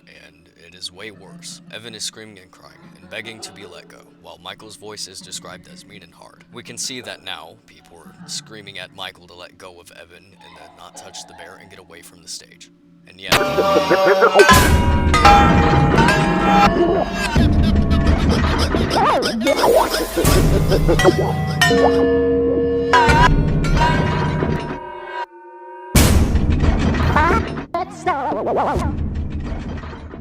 Edwin, as he streaked toward his son, tried to convince himself that what had just happened hadn't happened. He tried to tell himself David was fine, but he knew he was lying to himself. As he flew toward his son, Edwin knew he was running both towards something he'd never reach and away from something he'd never escape. Call 911, someone screamed. Edwin reached David's side. He bent over and tried to gather David into his arms, but another set of stronger arms pulled him back. Don't move him. a man's voice said. Edwin lashed out, fighting to free himself. Everything lost focus. Edwin could only see flashes of color, crimson red spreading across the expanse of black, bright blue pressing from overhead, snatches of white and orange and darker blue and yellow. Edwin opened his mouth and he heard a high-pitched keen. The sound he realized was coming from him. The arms that gripped him held on even tighter. Edwin's senses failed him.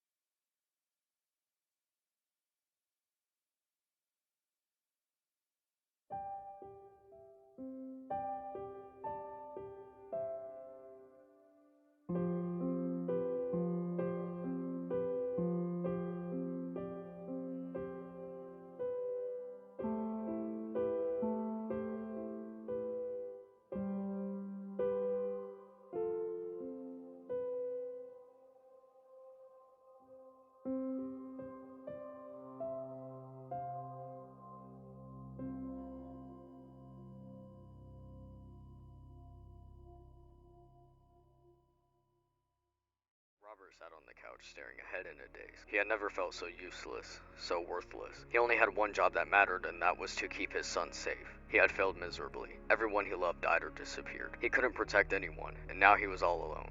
It probably served him right. Robert's wristwatch vibrated. He felt a sudden small flutter of hope. Maybe the watch had some information about Tyler's whereabouts. He tapped a message from Freddy. A text appeared. Why don't you go to the cliffs? Robert shivered as though the temperature in the room had dropped by 40 degrees. Jumper's Cliff. His own thoughts had been headed in that direction. Without Anna, without Tyler, what reason did he have to keep on living? Apparently, he was so worthless that even a child's toy thought he was a waste of good organs. Stop, Robert thought. Tyler hadn't been missing for 8 full hours. If he was still alive, Robert had to be there for him. He wasn't much, but he was all Tyler had. He would try to do better, try not to fail his son the next time. Once he was off the phone, Robert went into Tyler's room. He looked at Tyler's little toddler bed and thought about all the nights he had peeked into the room and seen Tyler there, sleeping in that deep, peaceful way that only small children can sleep. He would give anything to see Tyler lying there right now. Anything. He reached into the laundry hamper and pulled out the blue and white striped shirt Tyler had worn just the day before. When he held it up, it seemed impossibly small, like doll clothes. He held up the shirt to his nose and inhaled. Playground dirt, apple juice, a sweet hay-like aroma he thought of little boy's smell. His little boy's smell. Robert sat down on Tyler's bed, put his face in his hands and sobbed.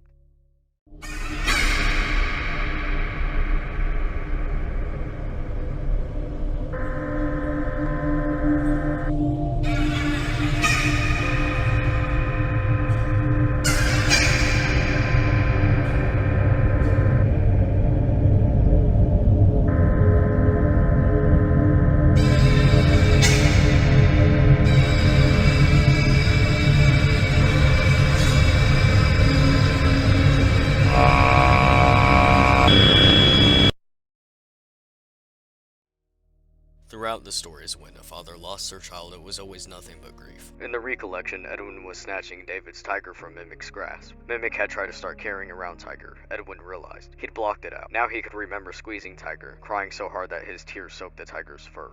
I know this is hard, Detective Ramirez said.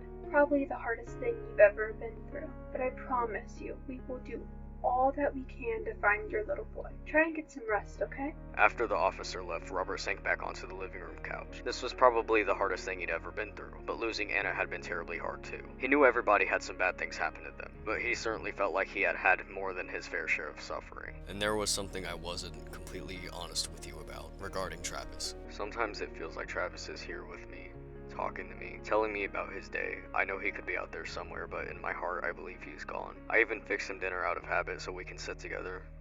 I know it's been 2 years, but I looked in his notes in his notebook. When Travis's dad was speaking, and it seemed like they were having a conversation. Travis's dad, in reality, was talking to no one. Travis had already passed away, and his dad was continuing on with life as if Travis was still there, pretending that he was still there. Travis had been working on a woodshop project that was this mechanical cabinet box. He got into it and it locked on him and he could not get out. Something we will see throughout the parallels with the fathers is that when they're in their grief, they end up losing themselves in their work. He barely had the energy to get to his work table. Dropping into his rolling chair, Edwin surveyed his current project. He'd been working on it, he realized, during the 2 weeks he couldn't remember living through. It was further along than it had been the day that David had died. Edwin had no memory of doing the work, and he had no desire to continue it now. But what choice did he have? His son was dead, but Edwin had obligations. Sighing, he bent over the work table and told himself to concentrate. And in their grief, rage is no exception. Rest. Detective Ramirez told him to get some rest. Instead of going to the couch, Robert walked down the hallway to his bedroom carrying the bear. He set the bear down on the bed looking at it. He felt such a surge of hatred for the toy that his stomach roiled. He ran to the bathroom and retched into the toilet, though not much came up. He hadn't eaten since breakfast. Breakfast seemed like years ago. Everything had still been normal at breakfast. Everything had been normal until he had brought that tag-along Freddy into the house. Back in the bedroom, Robert glared at the offending bear. He drew back his fist and punched it in the face again and again. It quickly became apparent that the punches weren't all that effective. The bear's face would cave in when Robert's fist made contact with it, but then it sprung right back into place. Robert wasn't doing it any harm, and the one thing he wanted, other than getting Tyler back home safely, was to harm the bear. Robert grabbed the tag-along Freddy by its ear and carried it downstairs. He went into the kitchen and retrieved the box of matches he kept on a high shelf in a cabinet out of Tyler's reach. He carried the Freddy outside to the trash can and threw him back in. He struck a match and held it to the bear, waiting for it to catch fire. The bear's foot smoldered a little, but refused to burst into flames. It was probably treated with some chemical, Robert thought. A safety feature. Well, he'd put a stop to that. He grabbed the bottle of lighter fluid he kept near the grill. Robert doused the bear with lighter fluid. Then he struck another match and threw it into the garbage can. Tag-along Freddy went up in a satisfying whoosh of flames. Robert watched it burn for a few minutes, then used his garden hose to extinguish the fire. He didn't want to accidentally burn the whole house down. Once the fire died out, he felt a small amount of relief. He knew it didn't make any logical sense, but he still felt as if destroying the bear would somehow help find Tyler. At the very least, there wouldn't be a voice that kept telling Robert to kill Miller. He lifted his arm and looked at the watch. A message from Freddy was flashing. With his shaking hand, he tapped the icon. Why don't you go to the cliffs? No, Robert yelled, clapping his hands over his ears. No, this isn't possible. The bear is practically ashes now. It can't still be telling me to kill myself. It can't be telling me anything. Robert ran outside and lifted the lid of the garbage can. The Freddy doll was charred, but it was still grinning. He reached inside the can and pulled it out. The bear stank of smoke and lighter fluid and was singed and blackened in some places, but it was still intact. Robert knew that he spent too much time without adult company since Anna died, and sometimes he felt so sad and lonely that he wondered if he should see a therapist. But now, it seemed he had moved beyond the need to just talk to a caring professional. The trauma of losing Tyler after losing Anna had caused him to lose something else, his mind. But he had destroyed the bear. He knew what he had seen. When Robert had first seen the bear in the store, he thought it was cute, a nice cuddly friend for his little boy. But now the bear's once charming smile looked malevolent, its black eyebrows seemed to slant downward in a classic cartoon depiction of evil. It was all clear now. Robert had brought the bear into the house and Tyler had disappeared. Tyler's disappearance was the bear's fault. The bear could not continue to exist. Robert fished his keys out of his pocket. He placed the bear in a driveway in the direct path of the car's left front tire, and then he got into the car and started it. He felt only slight resistance as he drove over the bear, then put the car in reverse and backed over it. He then ran it over one last time, leaving the bear's body trapped beneath the tire. Something I want to point out is that Robert mentions this. The trauma of losing Tyler after losing Anna had caused him to lose something else. His mind. Remember what Philip, one of our Michael parallels, said. But then after Mom died, my dad. Philip paused when a keening sound sliced through the camp and speared both men. Bob's muscles were taut with fear and dread. Bob didn't think Philip was going to finish his story, but suddenly Philip said, "My dad got lost. He just got lost." Hold on to that because we will be back to that. For now, we're going to continue on with them getting lost in their rage. He dropped his backpack from his hand and his mouth opened, but nothing came out. The mechanical Sunman was no longer nearly finished.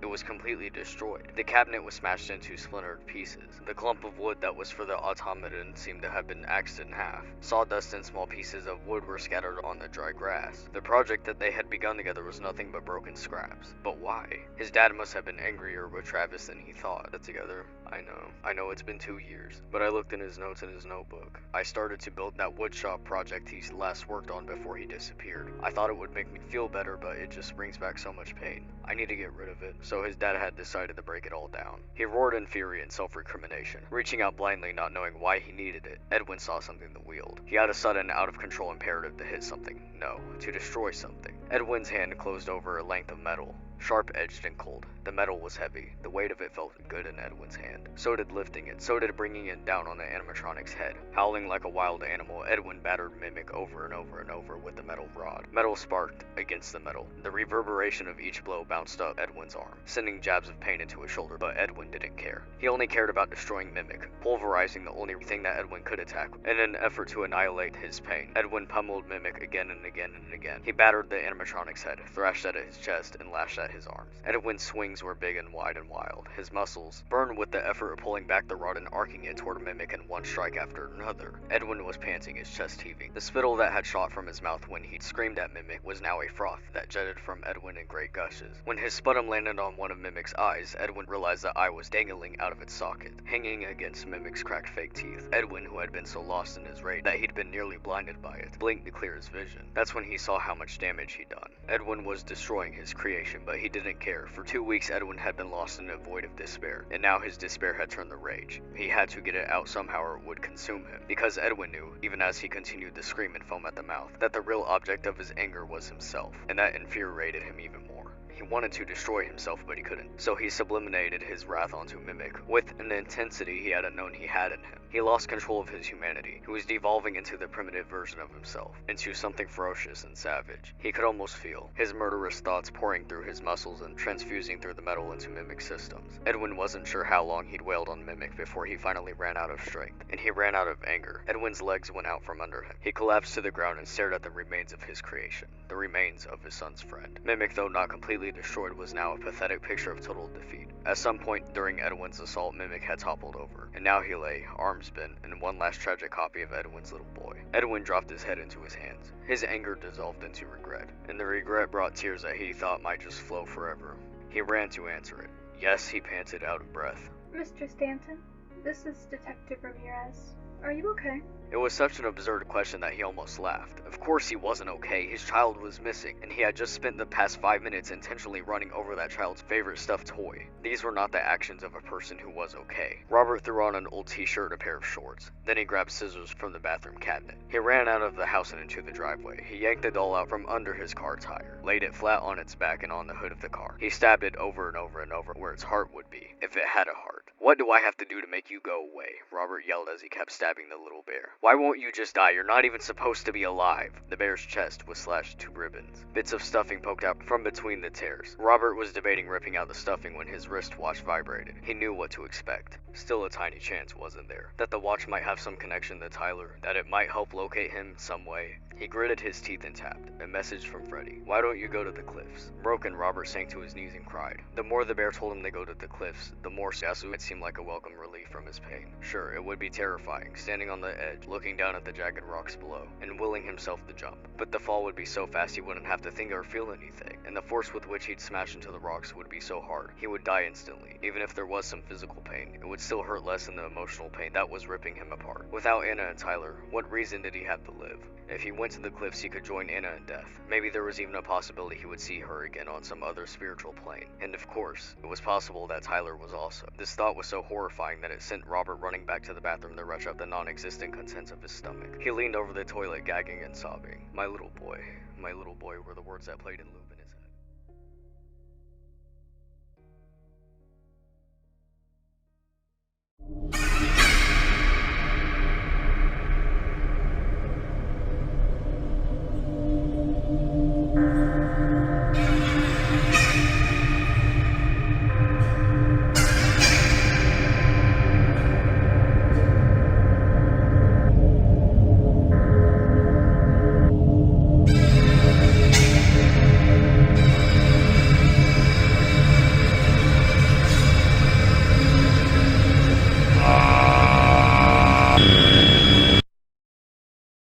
So when it came, she wasn't prepared, especially since it came from Michael. Margie, Michael said when she answered the phone. His flat, gruff voice was unmistakable. Hi, Michael. I have been notified that Evan's dead. Margie's legs failed her. If Jillian hadn't been in the kitchen with her, she would have whacked her head on the counter as she went down. Instead, she fell into Jillian, who, though sturdy, was a lot softer than the counter. Jillian immediately wrapped her arms around Margie and propped her up. Apparently an IED hit the vehicle he was in, Michael said. Margie gripped the phone and tried to breathe. She'd only met Michael the one time, and she knew the way he processed the world was very different from what was normal. But hearing the news this way was... You there? Michael asked. She tried to speak, couldn't. She cleared her throat. Here. I've got Evan's will here. He named you Jake's guardian, and he left you the house and some savings. I'm the executor. I'll follow the proper procedures and file what must be filed, and I'll bring you the papers to sign when they're ready. There's something very important that I've learned how to do over time. Do you know what that is?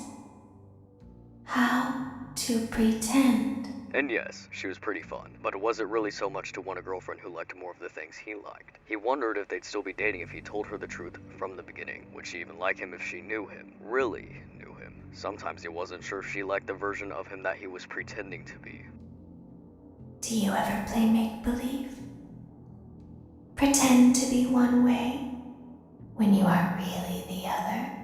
Sergio suppressed a smile and concentrated on his steak. The steak was the best part of this evening's celebration. He could have done without the forced camaraderie. Being friendly with other people was hard work, and he was tired tonight. He wanted to go home and stop trying just for a few hours. It's very important. But Laura never learns. But I do. They think there is something wrong on the inside. Michael is a serious dude. Evan had warned Jake and Margie as they traveled. He's a little different. He's intense about making money, and he's really good at it. But the way he is about it, and just the way he is, can make him seem like he's not human. So he's like a cyborg with bad programming, Jake had asked. Every child is different, Billy's mom was saying into the phone now. Billy, I'm not going to force him to see himself differently than he does, even if what he sees isn't normal. Toby wasn't sure. His brother could have just been born with a screw loose. He thought Devin was a little crazy about Heather, though Devin seemed a little scrambled in general. Mick was beginning to think maybe Devin picked up a symbiote. There was something in his eyes, something not quite right. The only thing that matters is knowing how to pretend. Michael's not who you thought he was. Margie said something interesting about Michael right after Evan died. Michael doesn't connect like us. He doesn't feel the way we do. They say this because he had no reaction to Evan dying, and this is referring to his empathy, or lack thereof. The placement of this is very important. Bringing up that Michael doesn't have empathy, he doesn't connect like us, right after Evan died, is very telling. It's good Michael will handle Evan's estate, Jillian cut into the lemon. The tart scent filled the room, and it lured Margie partway back into her body. I've never met Michael. He seemed a little, well, cool on the phone. He's a numbers genius, manages money for the wealthy people, and has made a killing doing it. She wiped her face. He's not a bad guy. He just doesn't know how to connect. He doesn't feel the way we do. I might envy him, Jillian said. Me too. And I know, Margie saying Michael isn't a bad guy. Well, Margie doesn't know Michael, she met him once, and Margie is a very optimistic character. I do not trust her judgment, and I want to make it very clear, I do not have any agenda against Michael. Michael and Sergio are one of my favorite characters. Michael is very unique for a main character, and that is what I love about it. Jake thinks Michael is like a robot with bad programming. This being said because he lacks human connection and emotion. Which brings me to that this is not the only Michael parallel that acts like a robot with bad programming and had no reaction to death. Billy from B7 is very insistent on this. Billy follows a robotic behavior, and Michael is known for looking a lot like William. They didn't recognize me at first, but then they thought I was you. Let's remember what Philip said. He couldn't do anything for me anymore. He was all about himself. He turned into a horrid dad. Philip pushed off the swing set. He powered on his flashlight. Philip turned and looked Bob in the eye. I've become just like him. Gazing at his reflection, Billy had seen what his mom meant, sort of. With brown hair that never wanted to lay down quite right, small brown eyes, a round nose, cheeks, and a wide mouth. Billy did look like a shrunken down version of his dad. He didn't look at all like his pretty blonde mom. He just looked like his dad. You look and act more and more like your father every year. Like father, like son, Billy's mom went on. You two are like peas in a pod. Billy decides he's a robot and that he will just act human around other people. Every child is different, Billy's mom was saying into the phone now. Billy, I'm not going to force him to see himself differently than he does, even if what he sees isn't normal. Billy wasn't animatronic, so he didn't feel, but when his mom spoke, he experienced a sensation that might have been similar to an emotion. He felt an unusual warmth in the area of his heart. You think I don't know all that? Billy's mom said. I know, but he's my son. Billy always felt a boost of energy through his systems when he heard his mom say, "He's my son." It confirmed that he was still properly fulfilling his function as an animatronic, designed to be a son. And of course, the emotion he will feel is that of validation, in true Michael fashion. In Sergio, he looks for validation in a parent. Sergio's father would like Claire, Sergio decided as he sat with her at a conference table in her real estate office. Not only was Claire small and slender, but she was dark-haired too. She looked Italian. He didn't know if she was, but she looked it. That would be good enough for Tony.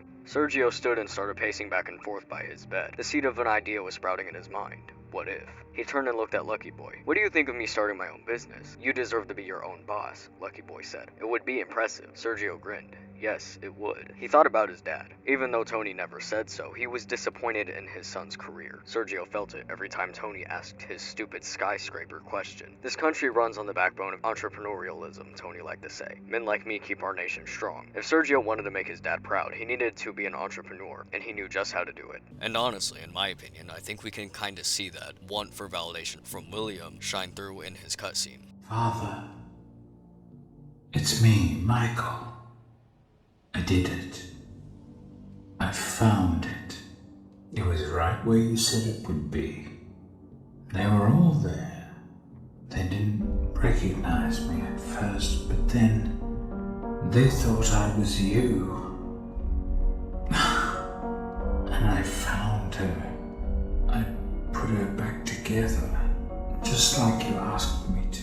Let's get back to that mention I had made about the no reaction to death. Billy did a quick run through a system assigned to unusual occurrences. These systems included subfolders filled with information on emergencies. Billy had gotten information from several books. After shifting through his databanks, Billy concluded he had to enter the bathroom. His mom might need his help. Billy lifted a sturdy hand and knocked on the door again. When he received no response, he opened it. As soon as Billy opened the bathroom door, his sensors were overwhelmed with a variety of input. Although part of the information was normal, his olfactory sensors reported that the room had a lavender scent, which it always did after his mom was in the room. Most of what his sensors recorded were things that he'd never encountered before. All this new information came through his visual sensors. Billy's visual sensors informed Billy that the gleaming white bathtub was filled with water, almost to the brim. Billy's mom was in the water, or more accurately, she was under the water. Billy could see his mom's face just beneath the surface of the still clear water. His mom's blonde hair waved around her head, partially obscuring her staring eyes. Her body, unclothed, something Billy had never seen before, was limp. Billy's extensive reading had installed in his database what he needed to conclude that his mom was dead, but why? Billy had learned that humans always wanted to know why a person had died. Billy turned away from his mom's corpse and looked at the rest of the room. He noted the open medicine cabinet. Billy reached a conclusion and filed the information in the appropriate file. He then did what his database told him was the right thing to do in this situation. He left the bathroom and went to the phone to dial 911. B7 not having a reaction when his mother died. Devin not having a reaction when he killed a crow, and Michael from The Real Jake not having a reaction when Evan died. I don't think I need to say what's going on here. Revisiting that Roxanne poster that was found in Michael's room in Security Breach, let's get into the whole description of Roxanne. Roxanne was self-centered and competitive. She loved to admire herself in the mirror and frequently asked others how she looked. Edwin had never really liked her personality, but it was what Fazbear execs had wanted for the character.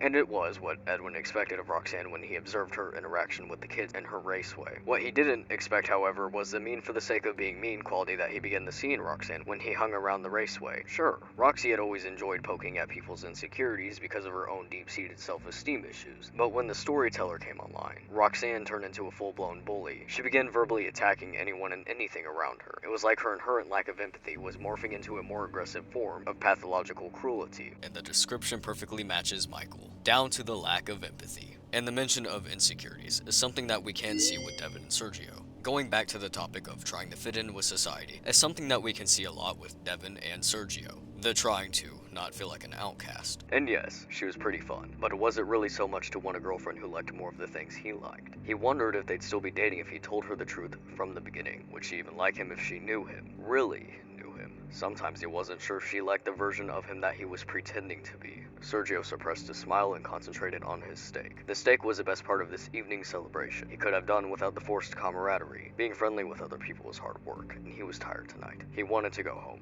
and stop trying just for a few hours. Circus Baby actually brings us up to Michael, the pretending. Do you ever play make-believe? Pretend to be one way when you are really the other? It's very important. They think there is something wrong on the inside.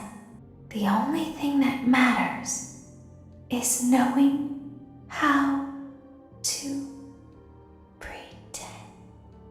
Connecting this back to that talk of fitting into society, pretending to be friendly with other people. Because, said by Sergio, being friendly with other people is hard work. There is an old lady who checks up on Sergio frequently, and he says that she is tormenting him.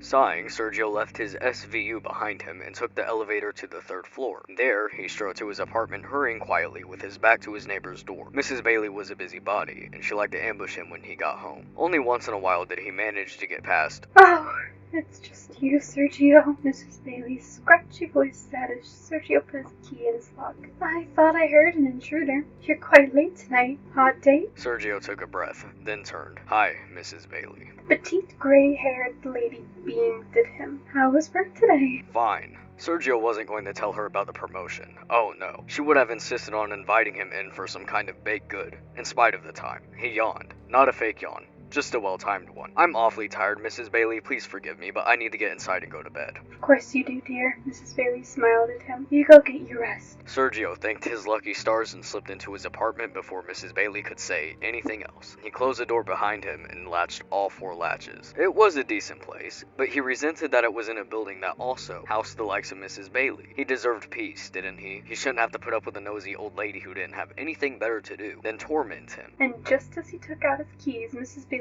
threw her door open behind him and sang out, I just made oatmeal raisin cookies. Sergio rolled around and yelled, I hate raisins. Mrs. Bailey, a plastic-wrapped covered plate of cookies extended out in front of her, drew back, her face bunched up in the middle like someone pulled on a drawstring attached to her skin. Her lower lip quivered. Well, why have you never said so? I was being polite, Sergio shouted, but I don't feel like being polite right now. In fact, I don't feel like being pure right now. I just want to be left alone. Mrs. Bailey's eyes moistened. She nodded her head and quickly retreated into her apartment. Sergio felt like a jerk, but he also felt exhilarated. Saying what he wanted was freeing. Mrs. Bailey closed the door before he walked down the hall. Lucky Boy giggled. Mrs. Bailey hadn't bothered Sergio since his raisin outburst. He was hoping her hurt feelings, or whatever was keeping her inside her own walls, would hold until he moved into his new place. Something I would like to point out. Margie started babysitting Jake because his mother had been killed, and a year later is when they found out he had a brain tumor that was probably going to kill him. Now, I have a really hard time believing that did not get run by Michael once, especially given that they're driving long hours to go see him now that he's finally in the States, which, by the way, is his first time ever meeting Jake. And Jake, outside of Evan, is their only living family member left. Jake had a candy bar on their way there to Michael's hotel. When they're finally there, Jake goes to hug him, and Michael immediately backs away because of the chocolate on his fingers. This necessarily wouldn't be an issue if we didn't have the other context of this interaction. Michael pulls away from Jake trying to hug him because of his fingers and says, you must exercise caution because you would get my suit dirty and that would be very, very bad. He won't hug his nephew who he's never met and will probably die, and this is probably going to be the only time he ever meets him because of his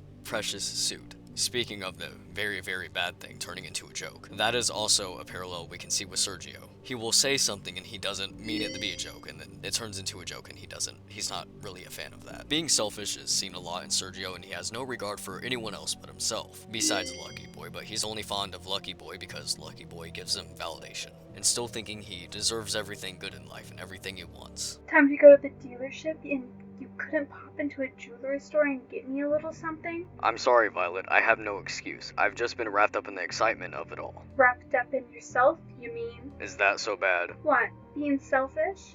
Yeah, that's bad. Sergio glared at her. If it's selfish to be wrapped up in yourself, then you're kind of the pot calling the kettle black, aren't you? What? What kind of insult is that? You've never heard the idiom the pot calling the kettle black? Sure, but she raised her eyebrows. Are you calling me selfish? If the shoe fits. Well, screw you and your stupid idioms. Before Sergio could say anything else, Violet stormed out of his office. For several seconds, Sergio stared after her. Then he shrugged and went back to work. Think, he told himself. Surely he could come up with a good reason he didn't buy her anything. Violet stood and threw down her napkin. Take me home right now. Sergio didn't argue, he didn't have the energy, and he realized he didn't care that she was angry. He just took her home. There, Violet got out of the car and started to walk away. Then she turned back and said, you'd better have something for me tomorrow. She marched off, her hips swaying empathetically in her wake. Sergio didn't give Violet a thought after he left her apartment building. He was feeling too good to be bothered by her tantrum. When he got home, Sergio showed his watch to Lucky Boy. What do you think, he asked. Lucky Boy giggled. You look impressive. You deserve to be happy, Lucky Boy said. I agree, Sergio said, but he sat down on the edge of his bed. Violet doesn't make me happy. This was a little bit of a revelation. Huh, Sergio said. He thought back over his year with Violet. Had she ever made him happy? Not exactly. Not really. No, not at all. Having a girlfriend made him feel good. He never had one in high school or college. All he'd done was pine for the out-of-reach Sophia in high school and in college. He never had time for dating. He'd gone out a few times since then, but Violet was his first steady girl. And that's why he dated her. Not because she made him happy, but because she kept going out with him. Having a steady girlfriend made him feel impressive. What should I do about Violet? Sergio asked Lucky Boy again. If it's broken, fix it, or get rid of it, Lucky Boy said. That seemed like good advice. Did Sergio want to fix things with Violet? No.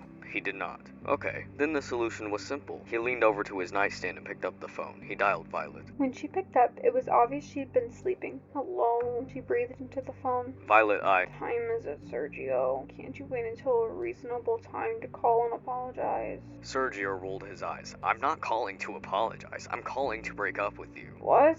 It sounded like you just said... Break up with you. That is what I said. I don't want to go out with you anymore. Violet was silent, but she was still on the phone. I should have realized it when I didn't buy you anything. If I loved you and really wanted to be with you, buying you something should have been a no-brainer. But Forget you, Sergio, Violet said. You're not good enough for me anyway. You're a funny-looking little man, and I'm too much of a catch for you. Violet slammed down her phone, and the line went dead. Sergio sat for a second to see if he felt bad.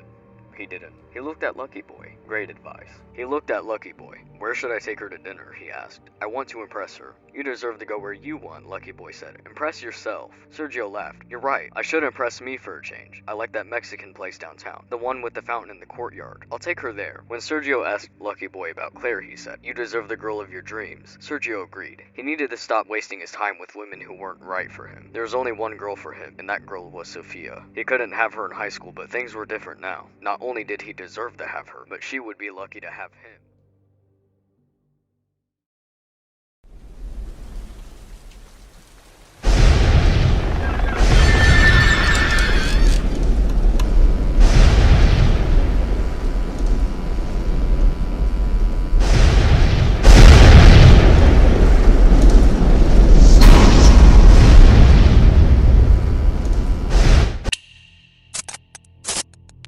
The trauma of losing Tyler after losing Anna had caused him to lose something else. His mind. Robert was empty. He was a shell. Like a house that had burned so that all of its insides were destroyed. It might not look so bad from the outside, but really, there was nothing left to save. Before him stood someone who had spent so much of his life fighting like a cornered rat that he had taken on the mantle of bitter sadism as an integral part of himself. He would strike out against others and revel in their pain, feeling righteously that the world owed him his cruel pleasures. Robert knew the man meant well, but really, let me know if you need anything, was an absurd thing to say to someone in Robert's situation. I need my son back, Robert thought. But since the universe is too cruel to let me have that.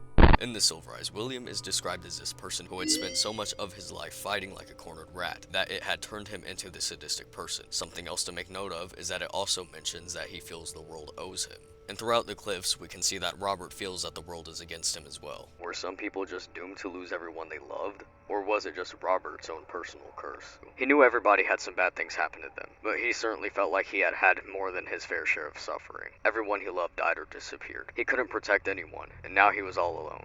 It probably served him right. I'm sure he's fine, the man said, which Robert knew was a lie. How could this man be so sure when the police didn't even have any information? Let me know if you need anything. Robert knew the man meant well, but really, let me know if you need anything, was an absurd thing to say to someone in Robert's situation. I need my son back, Robert thought. But since the universe is too cruel to let me have that, I need to jump off the cliffs. If you can't help me with either of these things, then you are of no use to me. Goodbye. It takes me back to what William said in The Silver Eyes. We both wanted to love, he said in those melodious tones. Your father loved, and now I have loved. There isn't a way out anymore. All that's left is family. William again was irrationally jealous of Henry. Taking into consideration that William has jealousy problems, which I'm assuming he probably always had. He works in Fredbear's, which I imagine is already a problem, probably already messing with him. But what does he see daily? Birthday parties. His son was killed on his own birthday. William, who already has extreme jealousy problems and bringing up family when talking about Henry, wanting a family to love, I find it hard to believe that William is not going to feel some sort of way.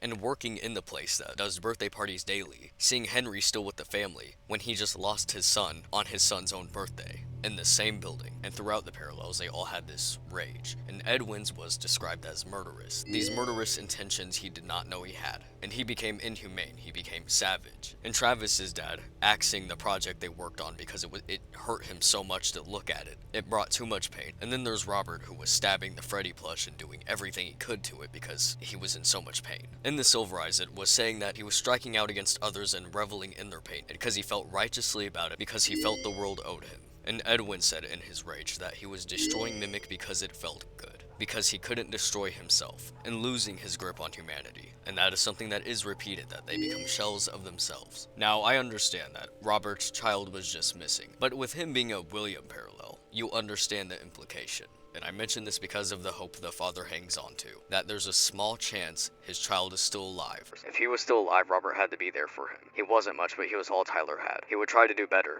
try not to fail his son the next time. Anna had wanted to live. Tyler, please let him still be alive. Robert thought, wanted to live. The two of them would want Robert to live too. The truth was that most of the time he and Tyler spent together was great. He wouldn't trade it for anything. If there was just one small chance he could hear his little boy's voice again. I'm incompetent.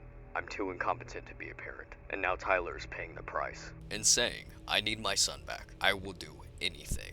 I need my son back, Robert thought. But since the universe is too cruel to let me have that, he would give anything to see Tyler lying there right now. Anything.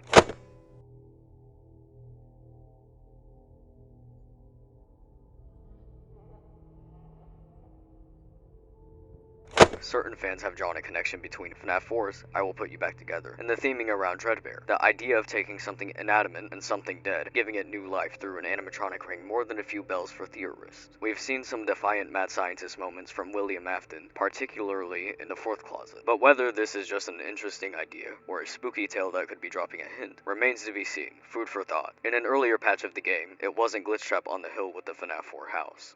It was Dreadbear. A scientist I'm going to bring up who is going to make a lot more sense way down the line is Dr. Talbert. Now he says this. Talbert sighed. Remnant is, he paused. In non-scientific terms, it's like the metal is haunted. It's more complicated than that, of course, but it's similar to the way that water conducts electricity. Remnant is the mixing of the tangible with the intangible, of memory with the present. The people and the things that are lost, it makes them almost real again. Talbert had a sad, faraway look in his eyes. You know, when Renelle was a little girl, she was sick. She was in and out of the hospital on an almost constant basis. I was scared, terrified really, that she would die. I stayed up nights trying to think of ways to protect her. I made this little pendant for her out of Remnant. That way I figured I could never lose her entirely. He mentions his daughter was in and out of the hospital. What's interesting about that is that in FNaF 4 in the bedroom, you can see medical equipment sometimes. And in Security Breach, it seems that the bed might have been a hospital bed at some point. So he discovered Remnant to keep his child alive. I see the connection between him and William, and there's gonna be a lot more. Remember William being jealous of Henry.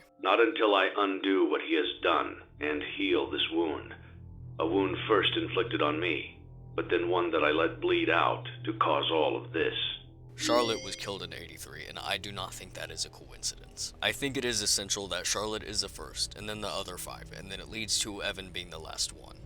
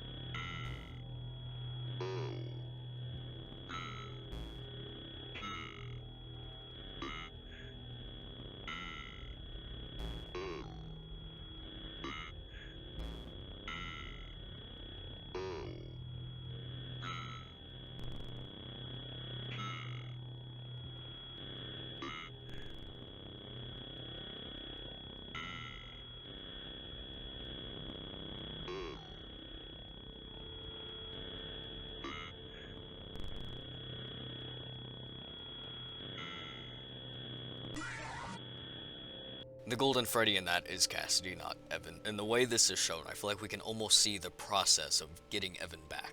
Dr. Talbert had a moment that was odd. I'm afraid I still don't understand, Larson said. If it's haunted, then haunted by what? Talbot didn't meet Larson's eyes. He held out the pendant. Here. Why don't you take it? Larson was confused. Me? Yes, Talbot said. Take it. Do what you want with it. I honestly can't even bear to look at it anymore. From what I've learned with FNaF over the years is that when a character doesn't answer a question, that's because they're hiding something. We know what Remnant is made out of. Children being killed. It seems like it's alluding to that Dr. Talbot was killing kids for the sake of his own child's life. Was Dr. Talbot killing kids? The truth is, I don't have an answer for that. Maybe he somehow got access to William's old supply. But either way, you can see the connection. In the way Dreadbear is positioned with the tombstones, we can see that symbolism. Dreadbear representing Evan, and the tombstones. He was put together by the other's remnant. Now, going back to William's rage, Michael is going to get his fair share. Remember what Kelsey said about his father? You don't want to be a builder like your dad? Devin asked. Nope, I like building things, but I'm kind of keen on justice. Dad gets that. He says we all need to do what we're passionate about.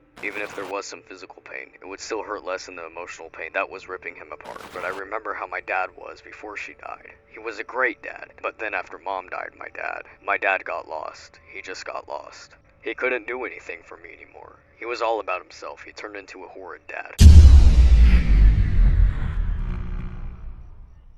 He held up a small disc in his hand and clicked it on. The blank doll on the floor suddenly looked as it had a moment ago, with the bloody duplicate William Afton stuffed inside the rabbit suit. Time changes all things, he went on, clicking the disc off again, as does pain. When I called myself Springtrap, I was ecstatic with power, delirious over my newfound strength. But pain changes all things, as does time. William mentioning pain changes all things while he's holding an illusion disc, and I'm sure Michael and his bond is not the best anymore considering 83. I'm sure he did become a horrid dad. As William said, time and pain changes all things. It is interesting to me that he mentions that as he's holding an illusion disc, and as we know, the nightmares are illusion discs. I believe the nightmares were created to get back at Michael for what he did to Evan, and for all the times that Michael and his friends scared him. I think Michael was placed in a room that is a replica of Evan's. I believe that experiment room was created so that Michael can live through what he put Evan through. With Dittophobia, it is up for debate on whether he ran the experiments on other kids before making Michael deal with it. But either way, Michael dealt with it. The logbook mentioned recent dreams, and Michael drew Nightmare Fredbear. I think Dittophobia was weirdly in Fazbear's Frights timeline because it did not match up with the game. Funtime Freddy and Baby are not seen in Dittophobia, which can be explained because Funtime Freddy would be in Millie's grandfather's shed, and Baby is Eleanor, so she would not be there. But with Dittophobia, we did learn that fear gas was being used. Michael would know of Evan's plushies being his friends. The illusion discs and the fear gas make it seem as if the plushies had turned into nightmare animatronics, as if Evan and his friends were going to bully and scare Michael, the way Michael and his friends bullied and scared him. But if the plushies all have their respective nightmare illusions, then who does that leave Evan as?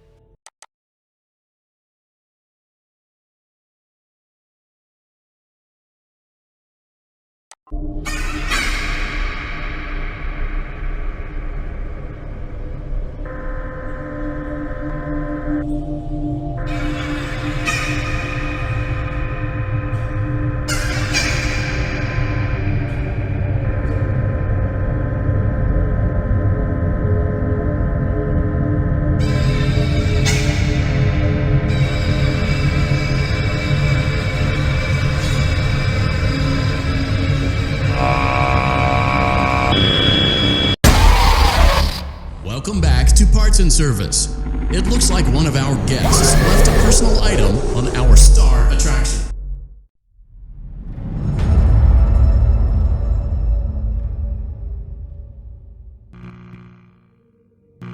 It leaves Evan Afton as Shadow Freddy. That is not a theory. That is not a debate. That is fact. Evan Afton is Shadow Freddy, and Shadow Freddy is Nightmare. In FNaF 4's files, if you scroll down to Shadow Freddy and you click on it, it takes you to an image, and in that image, it says one thing. Nightmare.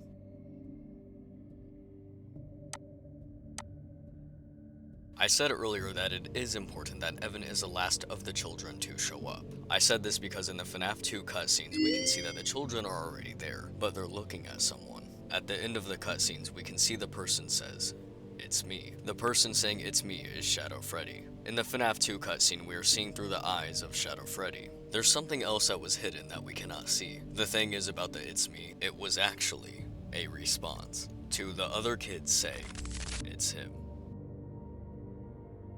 This is only found in the decompiled version of the game. That is because it is a hidden text, but it's there, and it has always been there. We know that the purple robot and the purple phone in FNaF 4 are Evan's toys. Cassidy in the logbook directly asking this question, was your favorite childhood toy a purple plastic telephone? Now why is this important? What does that have to do with Shadow Freddy? Earlier I had said that FNaF had shoved an answer in your face to a years-long question, to where you shouldn't have been able to miss it. Let's go to Help Wanted.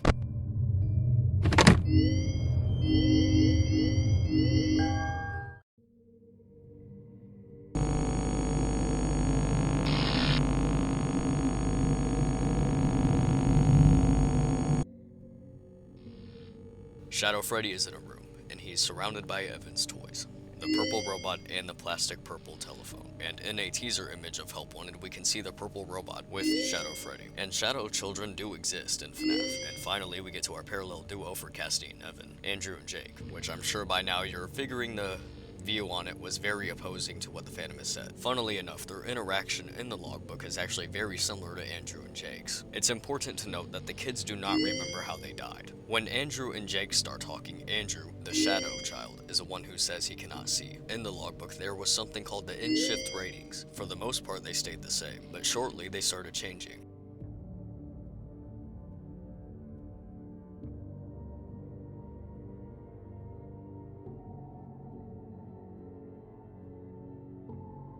And now on this page, I can't see is there. Who is talking here is Evan. There was another response that was weird. It was for me, Evan says. What was Evan responding to? Well, let's make one thing clear. Jake can go into memories, mainly other people's. What's interesting about this? Throughout the logbook, Cassidy was asking Evan questions she would only know if she went in his memories. What's your favorite ride at the carousel? Do you miss them? Does he still talk to you? The party was for you. Was your favorite childhood toy a plastic purple telephone? With Evan being Shadow Freddy and Shadow Freddy being Nightmare, it goes to prove that FNaF 4 was never Evan and it was always Michael. But to add on to that, it is physically impossible for Evan to ever be in FNaF 4. Do you know why that is? The Bite of 87 victim lost their frontal lobe. When you remove the frontal lobe from the brain, it no longer feels fear. This seems inconsistent with our apparent gameplay as the bitten child. After 83, Evan can't feel fear. But wait, didn't he tell Cassidy? Cassidy and Evan are perfect examples about what I was talking about when I said that sometimes two characters will parallel each other. As we know with Jake, he also paralleled Evan while his father, Evan, also being an Evan parallel. Evan and the real Jake had used the same method that William had used for Evan, speaking to his son without his son knowing it's him through a toy, and Jake, like Evan, dying from a brain complication. But as we transfer to their afterlives, Evan starts paralleling Andrew, while Cassidy Jake, and Jake was also in the middle of the Book of Shadows. I do want to be clear that this doesn't mean that Evan isn't part of Golden Freddy or Fredbear. He is, but as a shadow, he's like an extension. But what do shadows do?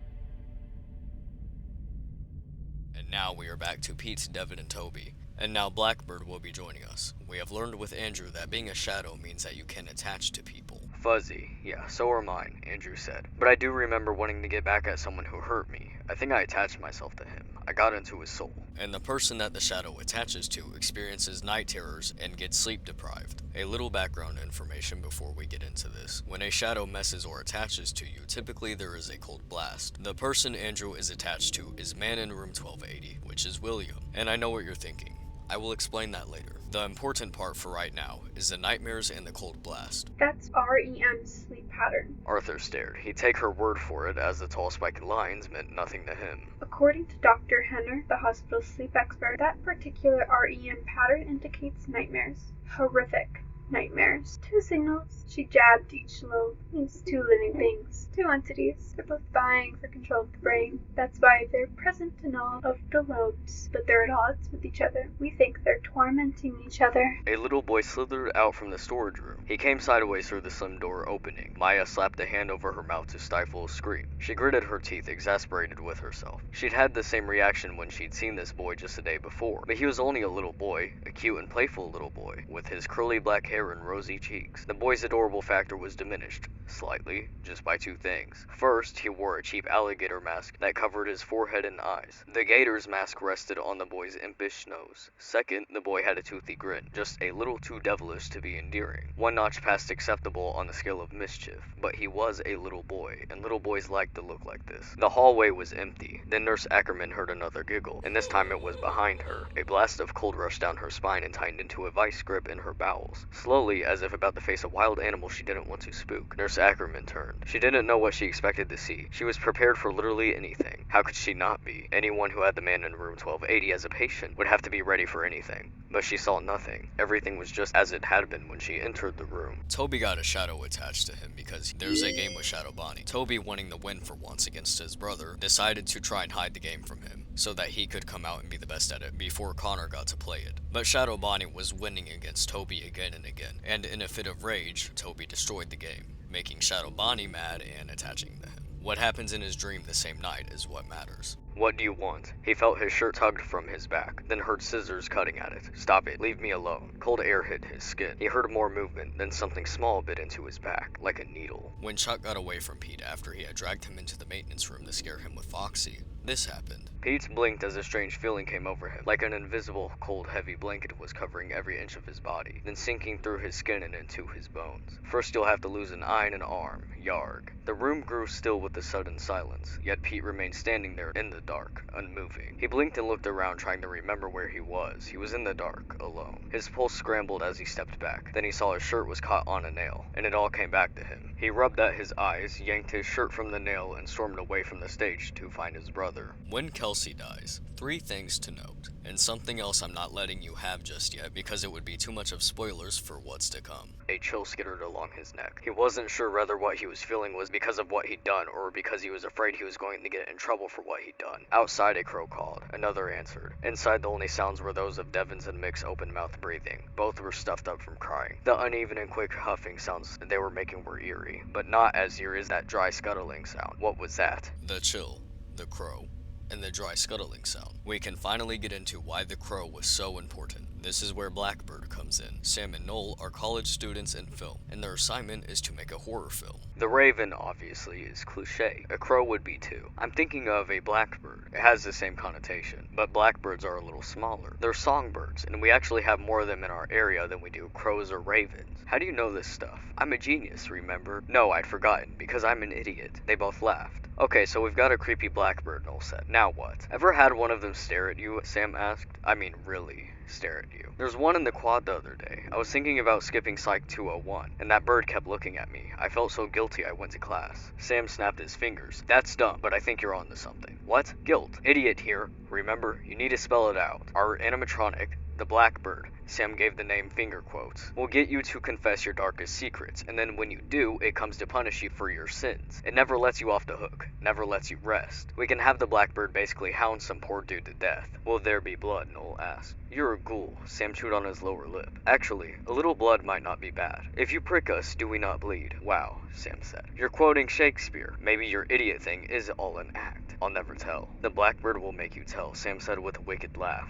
They decide on a blackbird for the film. Not a crow, but as I said, the same connotation. Sam is going to play the blackbird, as well as creating a fake room, similar to how Nightmare haunted the fake room that Michael was in. When Sam showed Noel a picture of his blackbird costume, this happened. When Noel arrived in the shooting studio, Sam immediately showed him a picture of the Blackbird suit. Noel was glad Sam wasn't looking at him when Noel first saw the picture. He was pretty sure he went pale. It felt like he'd gone pale. He'd suddenly gotten cold and weak and shaky. Moments after this, Noel confesses something to Sam. So, I'm not proud of this, Noel said, but was that true? Might it be possible if he was really telling the truth about his dark secret, that he was a little proud of it? If it's a dark secret, I don't know why you would be proud of it, Sam said. Okay, whatever. So when I was in junior high, I would have been maybe 12 or so, I guess. I was a bully. Sam turned around and gave Noel a long look. What do you mean? Sam asked. You know, a bully. Noel chuckled. A pretty ruthless bully, actually. Give me an example, Sam said. What was wrong with Sam's voice? It sounded stiff. Noel looked up at the ceiling and thought back. Well, you know, the usual. Basically, I called him as I saw him. Sam leaned against the wall and stared at Noel. I still don't get it. Noel sat up in the bed. Okay, so there was this really awkward fat girl. She had all these weirdo habits. Like, she wouldn't look you in the eye, and she was always squeezing her hands together. And she had trouble talking. She didn't stutter, but she seemed to have trouble figuring out how to talk. She was just weird. She had funny facial expressions. And she wore the stupidest clothes I've ever seen. I mean, it looked like she did all her shopping at thrift stores, not the cool ones. Her clothes never matched and stuff, so I started calling her secondhand, SH for short. And when she'd walk down the hallway, I'd go, shh. It caught on. And pretty soon everyone was doing it, and Noel laughed. That was a riot, stuff like that. Oh, and then one time she came to school wearing these high water pants. I mean, she looked so stupid. So my friends and I threw water in her face. Get it? High water. Noel laughed. And she wore these thick glasses and always looked like she was squinting to find her way, so I put a dead mole in her locker and asked if she was grieving her best friend. Noel guffawed. Sometimes he just cracked himself up. He looked at Sam. Sam wasn't laughing. Sam pulled out the chair they'd placed in front of the desk in Floyd's room. You really think that stuff is funny? Sam asked. Well, yeah, Noel said. Don't you? You have to admit it's clever stuff, right? Like there was this time I got like a bucket full of burrs. That took a while to do too. It's not easy gathering burrs. But see, this girl's name was Christine Wilbur. I remember her name because of the burr thing. And she had this long stringy hair she never washed enough. So I figured I'd do burrs for Christine Wilbur. Get it? Burrs for Wilbur. It was actually an experiment. I wanted to see if burrs would stick to greasy hair. Of course, I had to have control, so when I threw the burrs, I also threw them at her friend Valerie. Valerie had frizzy hair that I was pretty sure she'd washed too much. And sure enough, the burrs stuck better on Valerie than they did on Christine. I'll never forget them standing there outside the school like a couple of monkeys picking lice off each other, trying to get the burrs out of their hair. Now that was funny, Noel laughed. Sam shook his head. That's not funny. Noel raised an eyebrow but didn't stop laughing. Seriously. Picture it, they're like two little monkeys. He pretended to be a monkey picking lice off another monkey. Sam frowned, stood up, and started pacing around the fake room. Noel leaned back on the bed again. He pulled out a pillow from under the bedspread and plumped it up. I just made that bed, Sam snapped. Chill, I'll fix it when I get up. Sam kept pacing, then abruptly stopped. Unless you're blind, you have to have noticed I'm not a normal-looking guy, right? Noel tilted his head. You're tall, but so are a lot of my frat brothers. They're tall and athletic, Sam said. I'm just tall, okay? So when I was in junior high, I was already way too tall for my age, and my legs looked even longer than they do now, because I was so skinny. So guess what happened to me? Noel figured Sam was bullied, but he decided to wait and let Sam tell his story. Noel knew he could be an idiot, but he wasn't stupid. I was bullied basically from the time I entered first grade until I got to my freshman year in high school. Then that year, well, that year it stopped. But I can tell you that those jokes you think are so funny, they're not funny to the people on the receiving end of them. Sam crossed his arms and glared at Noel. Noel got off the bed. Still grinning, he remade the bed. Maybe not as neatly as Sam had done it, but it was made. And who said Floyd was compulsive about his bed anyway? Are you okay, dude? Noel asked. Sam was keeping his back to Noel. I'm good. Sam turned around and surveyed the room, not looking at Noel. I think we're done here. How about if we call it good for now, and I'll bring my costume from home tomorrow, we can start filming. When they separate hours later, it appeared that Sam had gotten hit by a train. The Blackbird's feathers are there, but the cops say that the body is missing. Once Noel started walking away from the scene at the tracks, he couldn't stop. He just couldn't process what had just happened. How could Sam be dead? Was it my fault? What? Why'd he think that? He didn't do anything. But that isn't true, is it? He kind of did do something. He'd been a bit of a jackass the day before, and Sam had been upset. He tried to hide it, but Noel could tell Sam was pissed when he left the studio. So what if being upset had made him careless? But it happened this morning, not last night, he told himself. Sam wouldn't have still been upset this morning, right? Noel wasn't convincing himself. Why did he have to be such a jerk sometimes? And immediately after this. But his gaze as he brought his arm forward landed on a large black shape just at the edge of the trees. Noel let go of the ball and it flopped all over the place before landing 50 feet short of its target. Wuss, Noel's friend called out. Noel ignored him. What had he just seen? Noel continued to ignore his friend who was now shouting denigrating comments about Noel's throwing ability. Noel hadn't seen what he thought he'd seen, had he? The Blackbird is stalking Noel. As the story carries on, throughout the corner of his eyes, he will see flashes that are the Blackbird, and hear noises that are from the Blackbird. He knew what was going on here, and it wasn't reasonable at all. It was very unreasonable. It was unreasonable, but sure it was true. Noel was seeing Sam in the Blackbird costume, and Sam was stalking Noel. Why was Sam stalking Noel? It was obvious, wasn't it? Sam was stalking Noel because he was now the Blackbird, and the Blackbird tortured those who confessed their dirty secrets. So first Sam was going to toy with Noel in the same way a bully toyed with his victim, and then Sam was going to kill Noel for being such a horrible person. Noel was sure of it, and the worst part was that Noel deserved it. Noel, Devin, Toby, and Pete are all having nightmares after they had encountered the cold blast. Another parallel that they're all having, save for Devin of course, is that they're all waking up and they look sick. Toby, however, something I need to point out. As we have seen, again and again, stalked by a shadow. Nervous and bruised, Toby dressed, avoiding the mirror. He left his room and went to the kitchen. The feeling that someone was at his back wouldn't go away. It was like he was being watched. He felt stalked, trapped. Michael drew something interesting in his logbook. Michael is well aware he's being watched, and I'm sure he knows by who, because he drew what looks like a Shadow Freddy. Another thing I believe was a hint for connections was this. Noel was cool. Sam seemed to go out of his way to not be cool, so screamed his military haircut, his crisply ironed shirts, thanks to Molly, and that legal briefcase he usually carried instead of a backpack. As soon as Noel closed his eyes, the high-pitched caterwauling sound started again. He tried to cover his ears, but again he was paralyzed. Every time he tried to writhe against whatever force held him down, he had to push through the horror that still played in his head.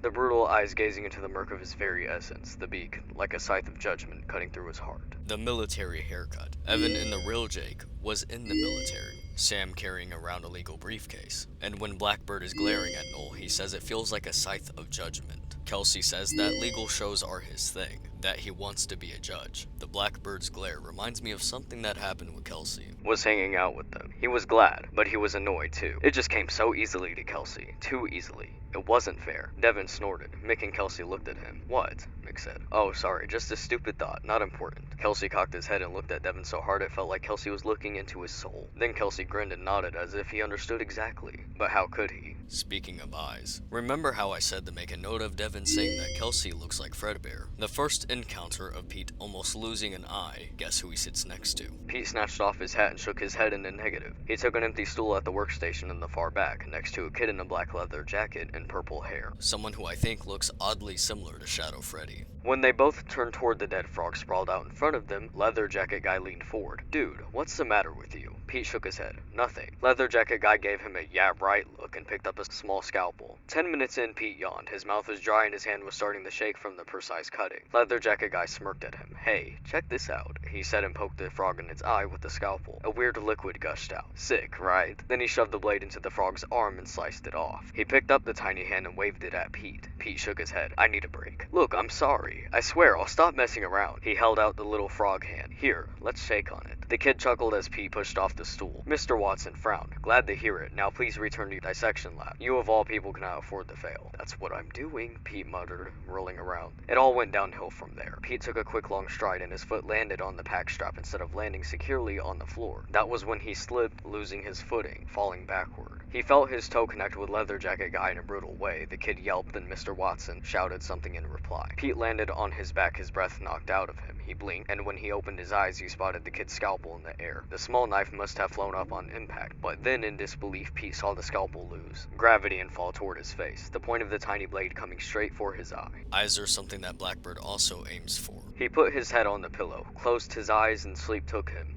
Right into hell. The second Noel's brain waves slowed, the Blackbird appeared in a dissonant din of keening and buzzing that was so intense it felt like a physical invasion boring into Noel's ear canal. Diabolical wings leaned over Noel menacingly. Aiming its beak directly at Noel's right eye, the Blackbird bent even closer. Noel knew his eye was closed when he was asleep, but in the dream world, his eyes were open to see the beak move lower and lower. At the same time, the weight ramming down on him got heavier and heavier. The noise that is described that comes from Blackbird is very similar to what we hear from Nightmare.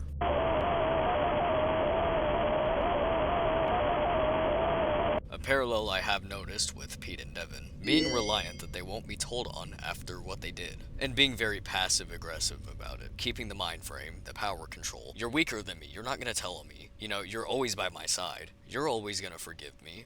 And it's never about actually wanting to, reconcile what they did, to make up for what they did. It's always about control, and not wanting to get in trouble for what he did. They are manipulative to any extent that they need to be, to get what they want and not suffer the consequences. We're gonna stick with the new kid for a second to get it out of the way. Even after everything that has happened, Devin has this thought. Devin was still surprised Kelsey had even apologized to them on Monday. He thought it would be much harder than that to lure Kelsey to. Accidents happen. Does that not seem off to anyone? Devin and Mick get into talks about helping Kelsey, but when they're talking about this, Devin of course is like, well, I'll talk to him and make sure he doesn't tell anyone if he's still alive. But then Devin has an inner thought that is strange. Devin looked at his innocent friend. Mick had no clue. Obviously, that could just be talking about Mick's innocence and hoping that Kelsey is still alive, but I am firm on that Devin is a character that you really need to read between the lines of. I don't trust him, and I think he's an unreliable narrator. He has had way too many off comments, this sort of back and forth with himself that you never see with any of the other characters. Devin is a very sneaky person, and when he says something, I think there's a different meaning to what he says, which is something we're actually gonna see with Michael himself later down the line. Devin goes to help Kelsey. Now, I'm not gonna read all of this, but I will put it on the screen if you want to. I'm just gonna go over what we need to.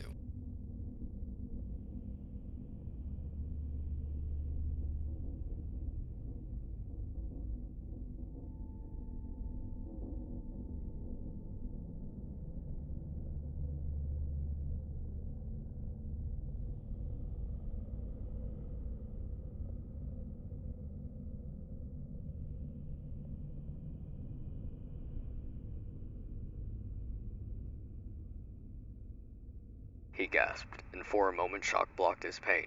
Down low past his arm, Devin could see a body. A dead body, just like he thought he'd find when he came here to check. But it wasn't exactly like he thought he'd find. The body he thought he'd find didn't have blonde hair. This one had curly black hair. The body in the suit wasn't Kelsey. Saying he wasn't planning on actually helping Kelsey. He only went to make sure that Kelsey is dead, so that he'll be able to sleep at night. You know, Clarence for himself. Something interesting that does happen though. When Devin does look into the suit, what does he think of? His story that he told in the beginning that was similar to 83. And at this exact moment, when he starts thinking about that, that is when those weird sounds come back. The scuttling. When he reaches his arm inside, something in the building calls out to him. Then the suit clamps down on his arm. You can be a pirate, but first you'll have to lose an eye and an arm, yarg. While Devin is struggling with his arm stuck, he mentions how he wasn't really planning on helping Kelsey. That could just be because he thought Kelsey was dead. But I have my doubts about his true intentions, especially given who Kelsey is and what Kelsey does. Devin gets a glimpse inside the suit. Kelsey leaned against a column in the rotunda of his new school. He watched other kids and smiled or nodded at everyone who passed him, saying hey when someone said hello. His gaze kept returning to a couple of boys who lingered outside the front doors of the school. One of the boys wore all black, the other wore ragged jeans and a faded t-shirt. Other kids coming into the school ignored the boys or gave them scathing looks. Both boys occasionally snickered at the passing kids. Kelsey pushed off the column and strolled toward the boys as they finally sauntered into the school. He stopped in front of them and said, hey, I'm Kelsey, I'm new here. Both boys eyed him, brows raised. He gave them each a big friendly grin. So, Kelsey said, any cool places to hang out around here? Sure, Devin said, not at all sure Kelsey would actually want to sit with them. Kelsey grinned. I appreciate the invite. Devin raised an eyebrow and scanned Kelsey's wavy blonde hair, blue eyes, straight teeth, broad shoulders, cool ripped jeans, and faded black t-shirt. Sure, he repeated.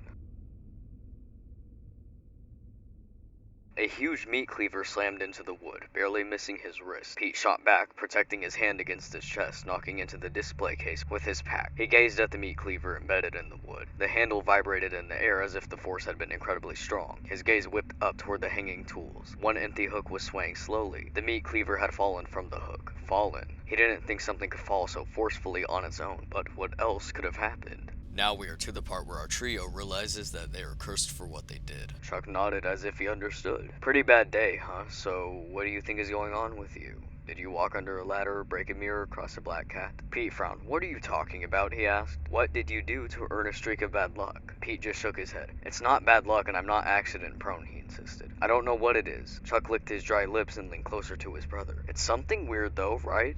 First you were sick and Mom filled me in about the weird accident with the construction site, and now this fishing thing. Chuck had been thinking about all the weird stuff that had piled up in his brother's life. It had all the markings of a really good puzzle. This all started when you tried to scare me at Freddy Fazbear's Pizza, he pointed out. Pete tried to scowl, but he winced as the gesture hurt his face. What? Now you're trying to say this is something like karma? Bull. No way. I don't believe in that stuff. Chuck shrugged. You can't deny it's weird. Yeah, crazy close. I mean, if I believed in weird stuff, I'd think something was up, but I don't believe in anything like curses. Pete frowned. Get real, Chuck. Chuck sighed. Why did he have to have such a stubborn brother? What else can explain this? 4 times? It's gotta be something. Come on, Pete. Whatever it was, I'm done with it. Pete cleared his throat. Just in case it's because of, you know, dragging you to see Foxy. He stuck his hand out toward Chuck. Chuck's eyes widened as he looked at it. Pete lifted his eyebrows. Well, Shake. Might as well, Chuck thought. Hesitantly, he took his brother's hand and shook it. Pete took his hand back and even apologized. I'm sorry about trying to scare you. It was dumb. Let's call it a truce between us, okay? Chuck smiled. Okay, truce. Thanks, Pete. If all these freak accidents had been some weird karma thing, he'd apologized to Chuck, hadn't he? So that meant he should be free and clear of whatever it was. But he still had a feeling that lingered in his gut like a sickness. He worried that everything might not be over, that it might never be. He knew what was going on here, and it wasn't reasonable at all. It was very unreasonable. It was unreasonable, but sure it was true. Noel was seeing Sam in the Blackbird costume, and Sam was stalking Noel. Why was Sam stalking Noel? It was obvious, wasn't it? Sam was stalking Noel because he was now the Blackbird, and the Blackbird tortured those who confessed their dirty secrets. So first Sam was going to toy with Noel in the same way a bully toyed with his victim, and then Sam was going to kill Noel for being such a horrible person. Noel was sure of it, and the worst part was that Noel deserved it. He might have been running for his life. Something was torturing him relentlessly. How could he escape it? For now, he'd run. Noel turned to look behind him, and his shoe caught on a tree root. He tumbled off the path into the bushes. Lying on his back, holding a twisted ankle and wincing at the sharp pain that suggested he'd skinned his knees and elbows, Noel threw his head back and shouted, "Enough!" He closed his eyes and the horrendous sound started again. The chilling, feathered entity loomed over him. Noel opened his eyes, and of course, he was alone. Noel fought his way out of the bushes, thrashing to his feet, ignoring the throbbing pain in too many places to catalog. Noel said, "Sam, I'm sorry." Turning in a circle, Noel said it again and again, almost like a ritual. "Sam, I'm sorry," quarter turn. "Sam, I'm sorry," quarter turn. "Sam, I'm sorry." Closing his eyes for a fraction of a second, Noel confirmed what he suspected, that his apologies weren't accomplishing anything at all. But he tried one more time. He threw his arms up to the sky and bellowed, "Sam, I'm sorry." This got a response. It got him a blinding flashlight. The cop lowered the flashlight beam. Noel couldn't see the cop's face very well, but he didn't look much older than Noel himself. He was much taller than Noel, though, and the way he loomed over the scene reminded Noel of. "Stop it," he commanded himself. "Why were you yelling?" the cop asked. "I was trying to get something out of my system." The cop whipped the light back into Noel's eyes. "Drugs? No, I'm not high, I'm not drunk. He hesitated. "I did something to piss off a friend and he's mad at me. I don't know." The campus cop lowered the flashlight again. For a few minutes, they stood in silence. Noel noticed crickets chirping, which he hadn't heard while he was running. Then the campus cop surprised him. He said, "I get that. You want to say you're sorry, but you're a little pissed that he's so pissed. So you're yelling that you're sorry to get that anger out of your system." Noel lifted an eyebrow. Not bad for a campus cop. "That's exactly right," he said. Maybe the shadow had attached to him so easily because he'd been in a bad place emotionally. He'd been wrapped up in some crazy competition with his brother all these years. Nothing Connor or anyone did made him a loser. It had been his own sense of competition and messed up beliefs. True, jealousy of Connor and Dad's relationship had made him think of himself as an outcast, like he didn't belong even in his own home. But if he was being honest, he was the one who had slowly separated himself further and further from his dad and brother because he wanted to win. All these years, he wanted to be a winner just like Connor. But none of that seemed to matter compared to the torture he'd endured with the shadow for the past few days. He raised his gaze to the shadows and took a cue from his brother. "Okay," he said. "You win. You beat me. I give up. Whatever. I don't care anymore." And it finally draws back to Michael's jealousy over William. All these parallels are cursed by a shadow because of their actions, and it follows a pattern of them losing an eye or arm, save for Toby. And just like all the other shadow parallels, Kelsey was targeting bullies, which explains why Devin said that it felt like Kelsey could see right through him. Kelsey and Blackbird obviously have that justice connection, going back to why Devin killing a crow was so important, and them cawing after Kelsey died. Here is a parallel with Noel and Pete. He did it because his advisor said psychology was helpful for all writers and filmmakers. He hadn't been prepared for how much it forced him to examine his own actions and motives. But since he didn't want to close his eyes yet, why not ask the hard questions? He'd known Sam was getting pissed off yesterday, but he kept needling him. Why? And even more important, why had he enjoyed bullying Christine so much in junior high? What was it about her that brought out that level of cruelty? Because there was no doubt about it, he'd been cruel, both in junior high and the day before. What did he get from that? Did it make him feel better about himself? He tried to remember something useful from his Psych 201 lectures. Was it mirroring? No. That was when you acted like someone else. Was it projecting? No. Wasn't that putting your feelings off on someone else? Displacement? Getting closer. That was taking out your frustrations and impulses on someone or something less threatening than what's bothering you. He might be onto something. Using others and bullying them to get your frustrations out because something else is bothering you. I'm sure by now it makes sense why it's called the Curse of Dreadbear, but the question is, how did Michael respond to his curse?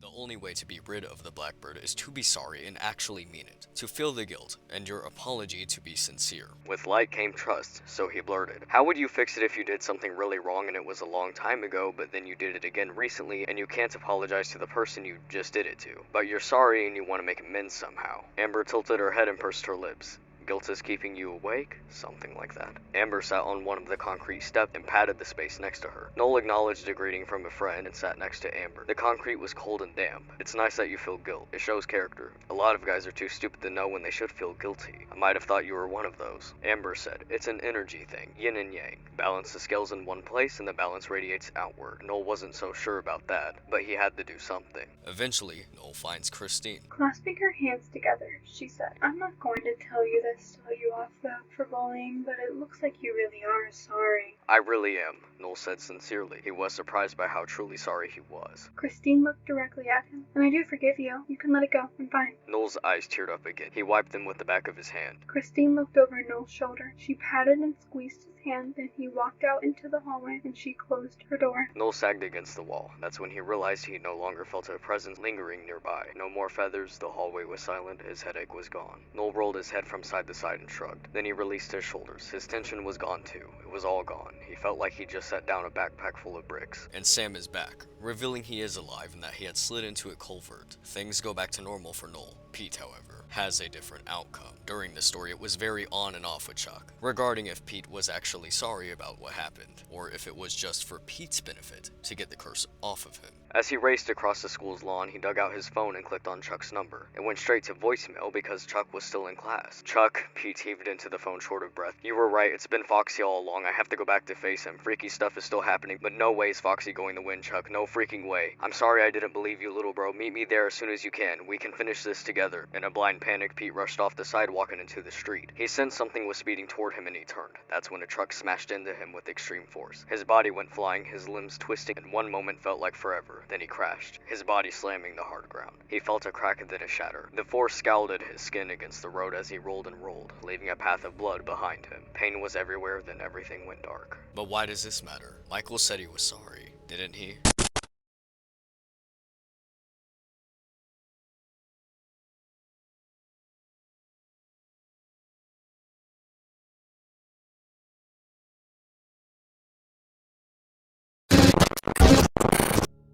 He tripped and fell on Freddy's teeth, not our fault. Do you really think FNaF had Michael write that for no reason? Michael did not write a lot in the logbook, but they choose that specifically for him to be responding to. That was not answering a simple work question. On a story sense, that had a different meaning. Deliberately choosing to implement that, and that being something Michael responds to, and that being his response. Remember that FNaF is a puzzle. Details like that are not random. And looking at this with the bigger picture of Michael's story, again, different meaning. There was something about Devin that I kept from you. Remember the story that he told in the beginning that was similar to 83? But today, he existed, and Heather saw him. Triumph. He grinned at her and gave her a thumbs up as he sauntered toward the classroom door. Heather rolled her eyes and said, "Geez, Devin, that was sick." Devin grinned wider and stood tall as he nodded at her and then strode out of the classroom like he was heading to an important meeting instead of to the principal's office. He'd done it. Even though Heather never noticed Devin, he'd made a careful study of Heather. He watched her, he listened to her, he wanted to know everything about her. The previous week, while Mick was going on about his latest superhero obsession, Devin was listening to Heather talk to her girlfriends. She was complaining about her 4-year-old twin sisters, Haley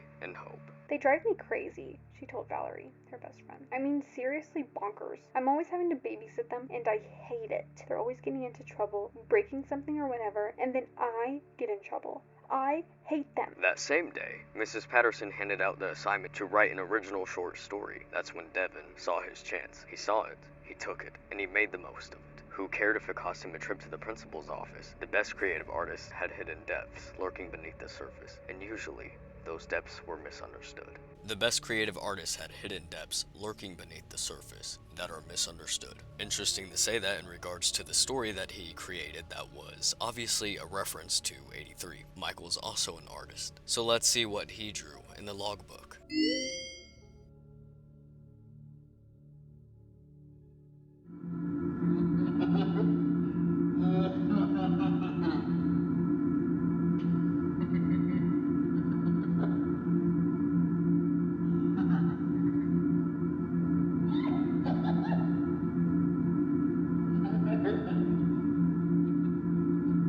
team, Pete was stuck without an outlet. He hated these feelings. He hated everything, sometimes. He watched his brother break off from his friends to head to the bathroom, and his eyes narrowed on the fresh opportunity. Pete tossed his soda at an empty table and walked quickly to his brother's side, latching onto his arm forcefully. Chuck's face screwed up. "Ow, Pete. Shut up and walk," he muttered, then blew a bubble till it popped. "Why, where are we going?" "You'll see." With a quick look over his shoulder, Pete hustled his little brother down a long and darkened corridor. The floor was faded and old, and peeling posters of animatronics lined the walls. The place needed a serious upgrade. Pete had wandered down here before and discovered the large maintenance room. Now that he knew what was taking a vacation inside, he couldn't wait to take Chuck along for a little adventure, considering his brother had always been scared of a certain animatronic.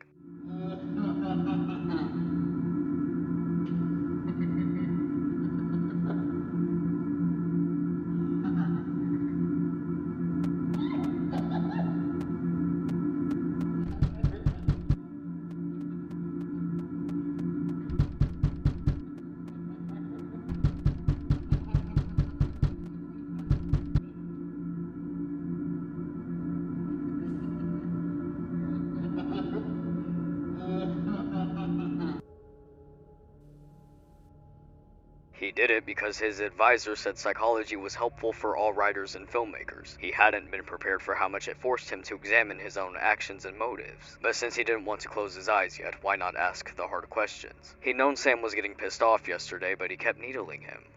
Why? And even more important, why had he enjoyed bullying Christine so much in junior high? What was it about her that brought out that level of cruelty? Because there was no doubt about it, he'd been cruel, both in junior high and the day before. What did he get from that? Did it make him feel better about himself? He tried to remember something useful from his Psych 201 lectures. Was it mirroring? No. That was when you acted like someone else. Was it projecting? No. Wasn't that putting your feelings off on someone else? Displacement? Getting closer. That was taking out your frustrations and impulses on someone or something less threatening than what's bothering you. He might be onto something. But his parents didn't care about any of that, obviously. After all, they never asked Pete if he had wanted them to split up in the first place. They just divorced, and that was that. None of it was fair. Pete had so many emotions inside of him that sometimes he just didn't know what to do with them. Sometimes he felt like a ticking bomb about to explode. Like the tension in his body was just under his skin, begging for release. For a while, football had helped. He'd been a beast on the field, taking down players, throwing people out of the way. By the end of practice, he'd been exhausted and empty. Empty was better. It was good, but since he was off the team, Pete was stuck without an outlet. He hated these feelings. He hated everything, sometimes. He watched his brother break off from his friends to head to the bathroom, and his eyes narrowed on the fresh opportunity. Irritation washed over Pete as he watched Maria walk away. This was all Chuck's fault, little brat. Everything was always about his little brother. Didn't matter what Pete wanted because nothing mattered when it came to Pete. Dad had left. Mom was in her own little world. They figured they'd just put Pete in charge of Chuck because they didn't have time to deal with him themselves. But Pete had never signed up to take over their responsibilities. He was a kid, and kids should be free, not worrying about stuff. They should be able to do what they wanted, like hanging out with other kids instead of watching little brothers.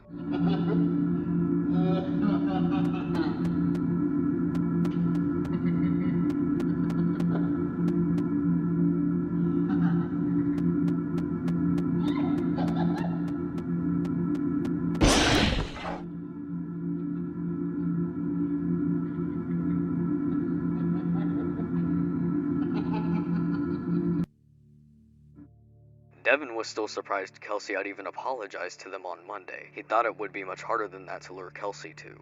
Accidents happen. Sure, she was pretty, but she seemed pretty shallow to Mick, and she wasn't that pretty. There was much prettier girls in their class. He thought Devin was a little crazy about Heather, though Devin seemed a little scrambled in general. Mick was beginning to think maybe Devin picked up a symbiote. There was something in his eyes, something not quite right. I think justice is payback, Heather said. Payback, Mr. Gentry repeated. Yeah, Heather said. Like someone disses you, so you have to diss them back. Payback seems a little vague, Mr. Gentry said. Perhaps it's too open to interpretation. What if payback goes too far? Heather shrugged. Accidents happen. She laughed, and the class laughed with her. Devin laughed the loudest. Mick noticed Kelsey wasn't laughing. I think justice is payback. Payback. That was all he intended to do. He'd wanted justice. Payback. Kelsey had hurt him. He'd made Devin feel like he might be part of something, and then he'd thrown Devin away. It stung, like being stabbed with a sharp object. He just wanted Kelsey to feel something similar, and maybe he'd wanted Kelsey to end up scarred, like Devin was scarred by every rejection he'd endured.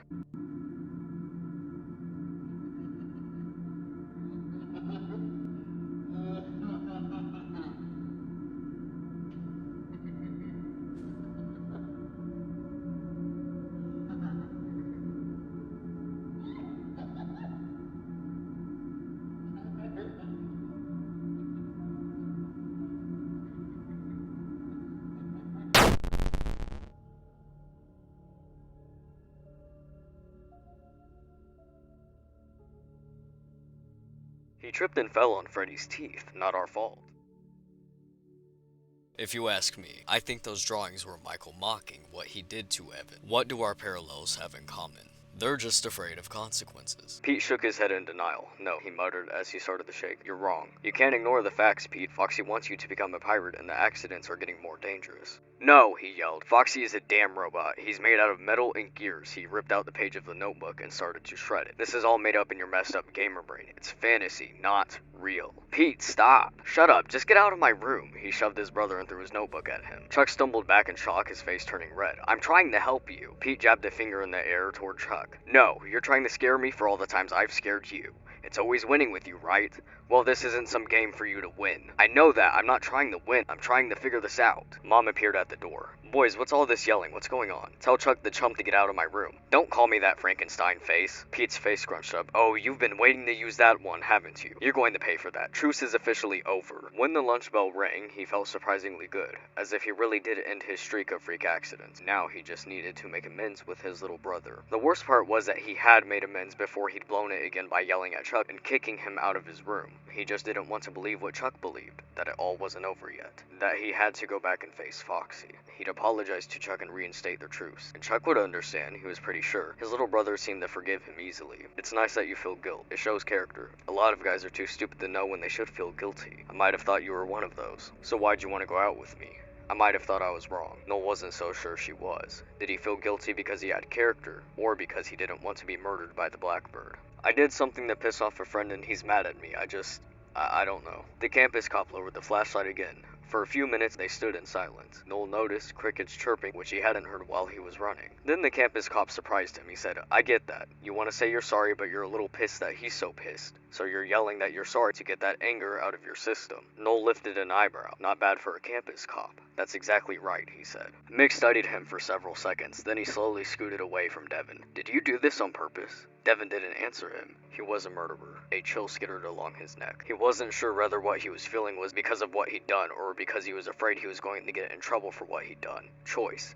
Either we tell and I go to jail, or we don't tell and I don't go to jail. Either way, Kelsey is the same. I wish I hadn't done it. I'm sorry. Very, very sorry. But that doesn't help Kelsey. Me going to jail doesn't help him either. What if he didn't go back at all and just told Mick he'd gone back and found Kelsey dead? No, he couldn't do it. Even though he'd slept well Monday night, every night since then, he'd had nightmares. And every nightmare, Kelsey was a zombie, stalking Devin no matter where he went. No, he had to go back and be sure. He closed the door, still tense. He wondered if the officer believed him. It didn't sound like it. It sounded like he thought Toby did it. He wondered if he was going to get caught. Toby scrubbed a hand down his face. He had too many things to focus on. He was trying his best to figure out how to be free of the shadow. He also had to worry if he was going to get caught for breaking hide and seek. One thing at a time, please. Pete says this moments before dying. Too much has happened to me. Pete just shook his head. Too much. How could he begin to explain? I just want to help, Mr. Burke said. What's your name? No, you can't help me. No one can. He's after me and he's never going to stop. I believe him now. I thought I could fix it all by apologizing. Pete laughed bitterly. Yeah, funny, huh? Like sorry ever fixes anything. But I had to try, right?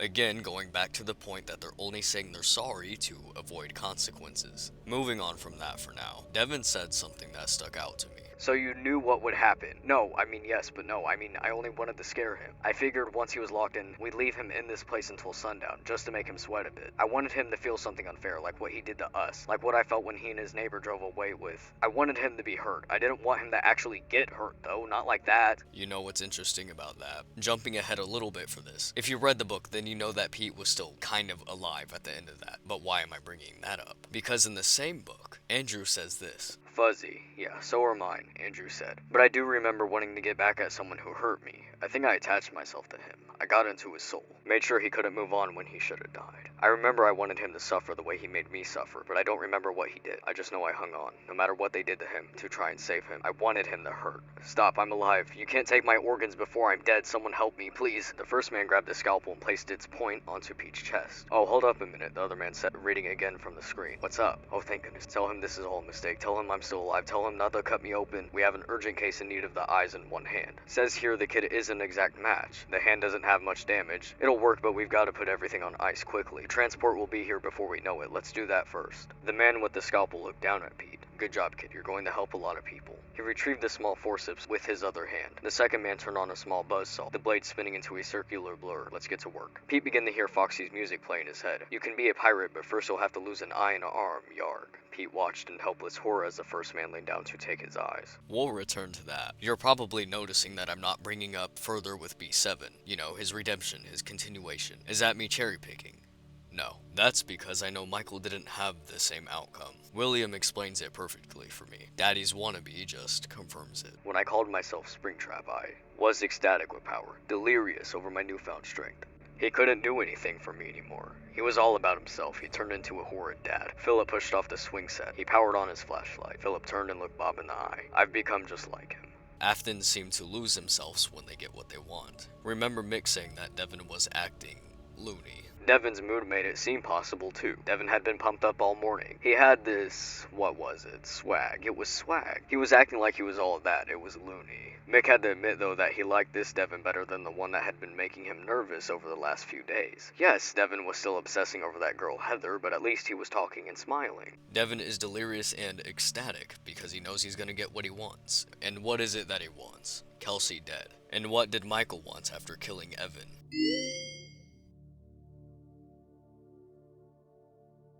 And Sergio follows suit. Sergio gets so wrapped up in the money that he just loses it, not caring for others and thinking and needing to be the best, though the loony part of him took a turn. He mutilated himself. He added his new tools to his collection on the bed. He looked at Lucky Boy. What do you think? Do I have everything? The right tools for the right jobs. Sergio felt a rush of excitement. This was going to be awesome. He was finally going to fix himself up so he'd be as eye-catching as he was successful. Sergio did a moonwalk along the foot of the bed. He spun in a circle and looked at his assembled tools. Where to begin? Sergio's class reunion was being held in a grand ballroom of the oldest hotel in town. He was excited about that because the ballroom was impressive, with gilded ornate ceilings and carved panel walls, filled with crystal chandeliers and fine artwork. The room was exactly the kind of room that would make a great backdrop for Sergio's new and impressive look. He was going to drop some jaws this evening, that was, for sure. He decided to arrive late so he had the biggest audience possible for his grand entrance. Thankful to have a big truck to get him to the festivities, Sergio drove up to the hotel in gleeful anticipation. This was going to be so much fun. Inside the hotel, most of Sergio's classmates were already in full party mode. Squealed greetings, warm hugs, and fond laughter joined in with the 80s hits played by the Rockets band. Even though the room was already fancy, the reunion planner had topped off the room with streamers and a big welcome class of 85 banner that hung high on the wall. Reunion attendees talked and joked and danced under a floating cloud of helium balloons. When the ballroom doors opened to let in the latest arrival, all eyes turned to see who was coming in now. In unison, all those eyes widened in horror. Talking ceased entirely. The entire room went completely silent.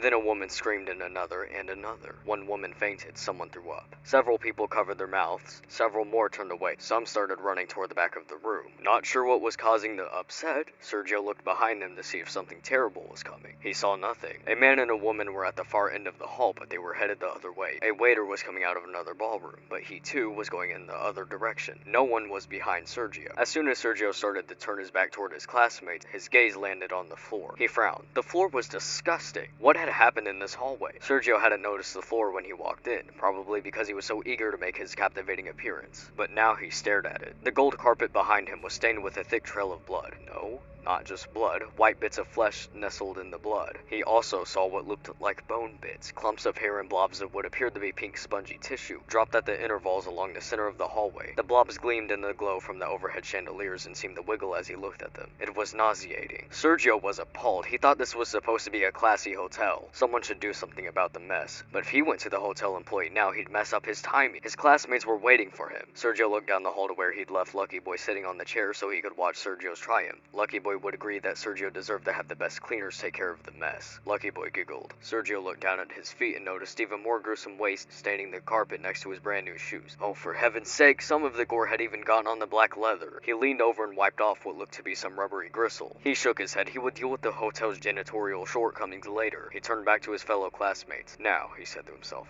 where's Sophia? Okay, you know what? I'm gonna pause with the seriousness for a second. Anyone who's read Sergio's Lucky Day and now this paired with the characteristics that we know about Michael. You know, the feeling empty, the wanting to fit in, the wanting to be impressive, the greediness, the moonwalking, the complaining about CDs, being a businessman, a fictional psychopath. Did it, remind anyone of someone? Just wondering. And of course, throughout the story, Sergio was obsessed with a woman that he knew in high school, just like Devin was. And I'm not ignoring that it said she was as graceful as a ballerina. We all know what that's in reference to. Probably a parallel for both William and Michael. But the thing about Sergio is that he was choosing women that he thought his dad would like. So, I don't know what to make of that. Loony behavior because of money. Even though they already had something clearly wrong with them mentally, this just set it off. I'm not ignoring when it said that Philip's eyes looked sad. Well, these are just miserable people no matter what. I don't think that's a run about Michael being depressed about his actions, because Sergio was also said to be upset. They could have anything they want in the world, and it's never going to be good enough, because they're miserable people. In the fourth closet, William also repeated a lot that he's miserable. So, if Michael's so horrible, then why did he go to find Elizabeth? The answer is simple. What did Sergio want even through his selfishness? Sergio's father would like Claire, Sergio decided as he sat with her at a conference table in her real estate office. Not only was Claire small and slender, but she was dark-haired too. She looked Italian. He didn't know if she was, but she looked it. That would be good enough for Tony. Sergio stood and started pacing back and forth by his bed. The seed of an idea was sprouting in his mind. What if? He turned and looked at Lucky Boy. What do you think of me starting my own business? You deserve to be your own boss, Lucky Boy said. It would be impressive. Sergio grinned. Yes, it would. He thought about his dad. Even though Tony never said so, he was disappointed in his son's career. Sergio felt it every time Tony asked his stupid skyscraper question. This country runs on the backbone of entrepreneurialism, Tony liked to say. Men like me keep our nation strong. If Sergio wanted to make his dad proud, he needed to be an entrepreneur, and he knew just how to do it. Sergio made his excuses to get off the phone as fast as he could. He was asking himself why he called his parents to begin with. Well, he knew why he called them. He called them to get validation. He was trying to feel like he had finally gotten enough to have arrived. Why in the world did he think he'd get that validation from his father? They thought I was you. And I found her. I put her back together, just like you asked me to. But Michael was helping in Pizzeria Simulator. Okay, first of all, where did that come from? When we have an ending deliberately disproving that. I have to call them all back, all of them, together in one place. Congratulations! You went somewhere you weren't supposed to go, saw something you weren't supposed to see, and prevented a tidy resolution to a messy problem. Needless to say, you're fired. But before you go, take this certificate of insanity. We're giving it to you to ensure that no one believes you, and to ensure that we can promptly replace you without incident. There is a truck waiting for you outside. Take care. So, I don't know how Michael's helping with something he didn't know about, and if he does find out, he gets sent away. Moving on, let's remember, Devin said that it felt that Kelsey was looking directly into his soul. Was hanging out with them. He was glad, but he was annoyed too. It just came so easily to Kelsey. Too easily. It wasn't fair. Devin snorted. Mick and Kelsey looked at him. What? Mick said. Oh, sorry, just a stupid thought, not important. Kelsey cocked his head and looked at Devin so hard it felt like Kelsey was looking into his soul. Then Kelsey grinned and nodded as if he understood exactly. But how could he? What's in Devin's eyes? Though Devin seemed a little scrambled in general. Mick was beginning to think maybe Devin picked up a symbiote. There was something in his eyes. Something not quite right. What does Kelsey do? His gaze kept returning to a couple of boys who lingered outside the front doors of the school. One of the boys wore all black, the other wore ragged jeans and a faded t-shirt. Other kids coming into the school ignored the boys or gave them scathing looks. Both boys occasionally snickered at the passing kids. And what is it that Kelsey didn't laugh at? Payback seems a little vague, Mr. Gentry said. Perhaps it's too open to interpretation. What if payback goes too far? Heather shrugged. Accidents happen. She laughed, and the class laughed with her. Devin laughed the loudest. Mick noticed Kelsey wasn't laughing. Where did Devin's mind keep going after murdering Kelsey? Devin was still surprised Kelsey had even apologized to them on Monday. He thought it would be much harder than that to lure Kelsey to. Accidents happen.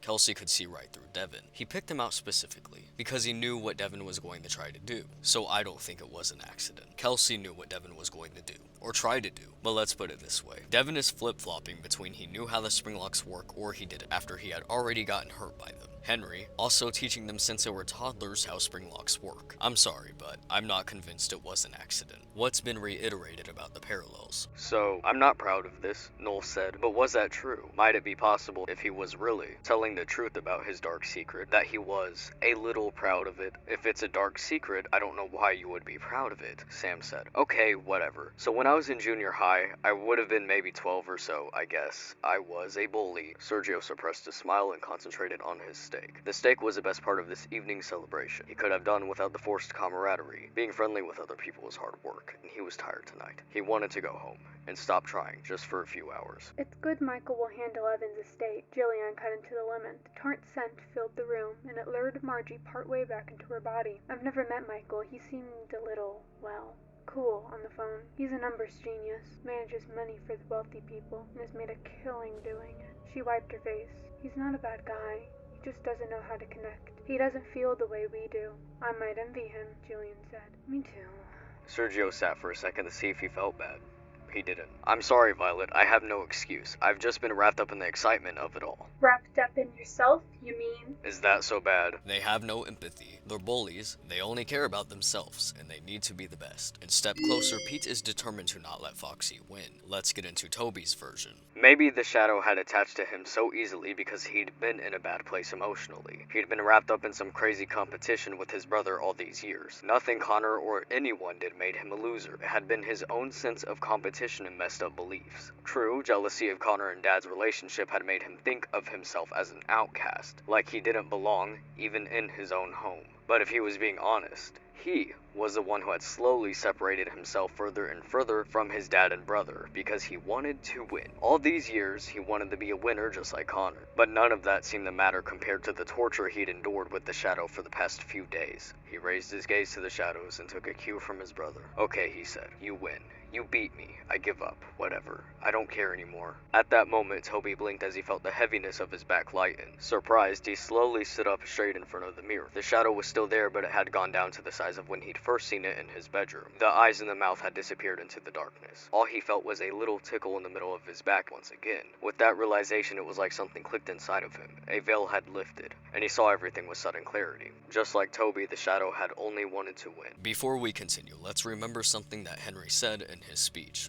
And to you, my brave volunteer, who somehow found this job listing not intended for you.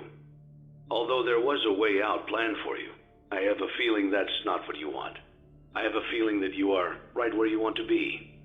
Toby clicked off the call, then turned off his phone. It was time to go back to Freddy Fazbear's Pizza and Games. It was time to finish hide and seek. Toby walked into Freddy Fazbear's Pizza and Games with a cool determination. A deadly calm had come over him. He finally knew what he had to do to finish this. It had come to him suddenly. How he cheated hide and seek and then the Shadow Rabbit had followed him home. How the technician said the game was still in play. It wouldn't reboot because Toby had to finish the game. The darkness had wanted him to concede because Toby had cheated. It was all clear to him now. He'd been so fixated on the fact that the shadow was on him that he hadn't focused on the endgame. This wasn't like Ultimate Battle Warrior where you beat each other senseless. This was a strategy game, the toughest one he had ever played in his life. Taking a breath, Toby went to the control box and turned on the power. Instrumental music blared through the speakers. After it completely booted up, Toby saw his name still in play. Toby dug out a peppermint toothpick from his pocket and slipped it into his mouth. He adjusted the beanie on his head. A voice bellowed from the speakers. Are you ready to continue or do you forfeit the game? Toby's finger hovered over the forfeit button. Once he pushed the bottom, he knew everything would go back to normal. The shadow would be gone and the rabbit would return to hide and seek. He could go back to his life of being in control of his own body, and he'd be free. Toby bit his bottom lip as a familiar feeling spread over him. You see, he couldn't really get over the fact that the shadow had attached to him, that the shadow had played the ultimate cheat on Toby by making him hurt himself, by making him believe he was going crazy just so he could win the freaking game. The shadow had wanted the win, and Toby had let it. Toby shut his eyes, trembling with anger. You thought you could beat me, he said. You thought you could turn my own cheating back on me. Well, I got a surprise for you. I'm not a loser. You're the loser. He opened his eyes, punched down on the continue button with heated determination, then turned his back to the park wall. He felt the shadow's anger slam over him. Jaw tight, Toby rushed backward toward the pegs where the tree was supposed to hang and rammed himself onto the sticks. The pegs stabbed through his back. Toby's body stiffened as he gasped. His toothpick dropped from his mouth. He felt the shadow release. The dark energy faded away from him as if it never existed. I won, he whispered as blood dripped from his mouth. He smiled right before his eyes gently closed. Even though he is aware that this has all happened because of a competition with his brother, to which he drifted himself apart and caused his own jealousy, because he wanted to win, as Michael would, instead of just feeling guilty and being sorry, making things right. No, Michael needs to be the winner till the end, so he'd rather die than just be sorry. Can't blame a man who can't feel empathy, can you? What did Kelsey say about his dad again? You don't want to be a builder like your dad? Devin asked. Nope, I like building things, but I'm kind of keen on justice. Dad gets that. He says we all need to do what we're passionate about. You are the one who must live with your shame. You know what they say, cheaters don't win. But those who might try make the purple man grin. What did Kelsey say he was going to be? Kelsey shrugged. Oh, I just mean I like legal shows, courtroom dramas. I'm going to go to law school, so I can be a real judge someday. A real judge? Devin wondered what that meant. Noel was cool. Sam seemed to go out of his way to not be cool. So screamed his military haircut, his crisply ironed shirts, thanks to Molly, and that legal briefcase he usually carried instead of a backpack. As soon as Noel closed his eyes, the high-pitched caterwauling sound started again. He tried to cover his ears, but again he was paralyzed. Every time he tried to writhe against whatever force held him down, he had to push through the horror that still played in his head. The brutal eyes gazing into the murk of his very essence, the beak, like a scythe of judgment, cutting through his heart. Mick started to laugh, but then he inhaled sharply as Devin instantly let loose on one of the stones he carried, sending it streaking like a missile toward the crow. The stone hit the crow with a stomach-turning thwack, and the crow tumbled in what seemed like slow motion to the ground. It landed a few feet in front of them. While Mick tried to process what had just happened, Devin gestured at the clearly dead bird. If you wanted, a wing would make a better fan, Devin said.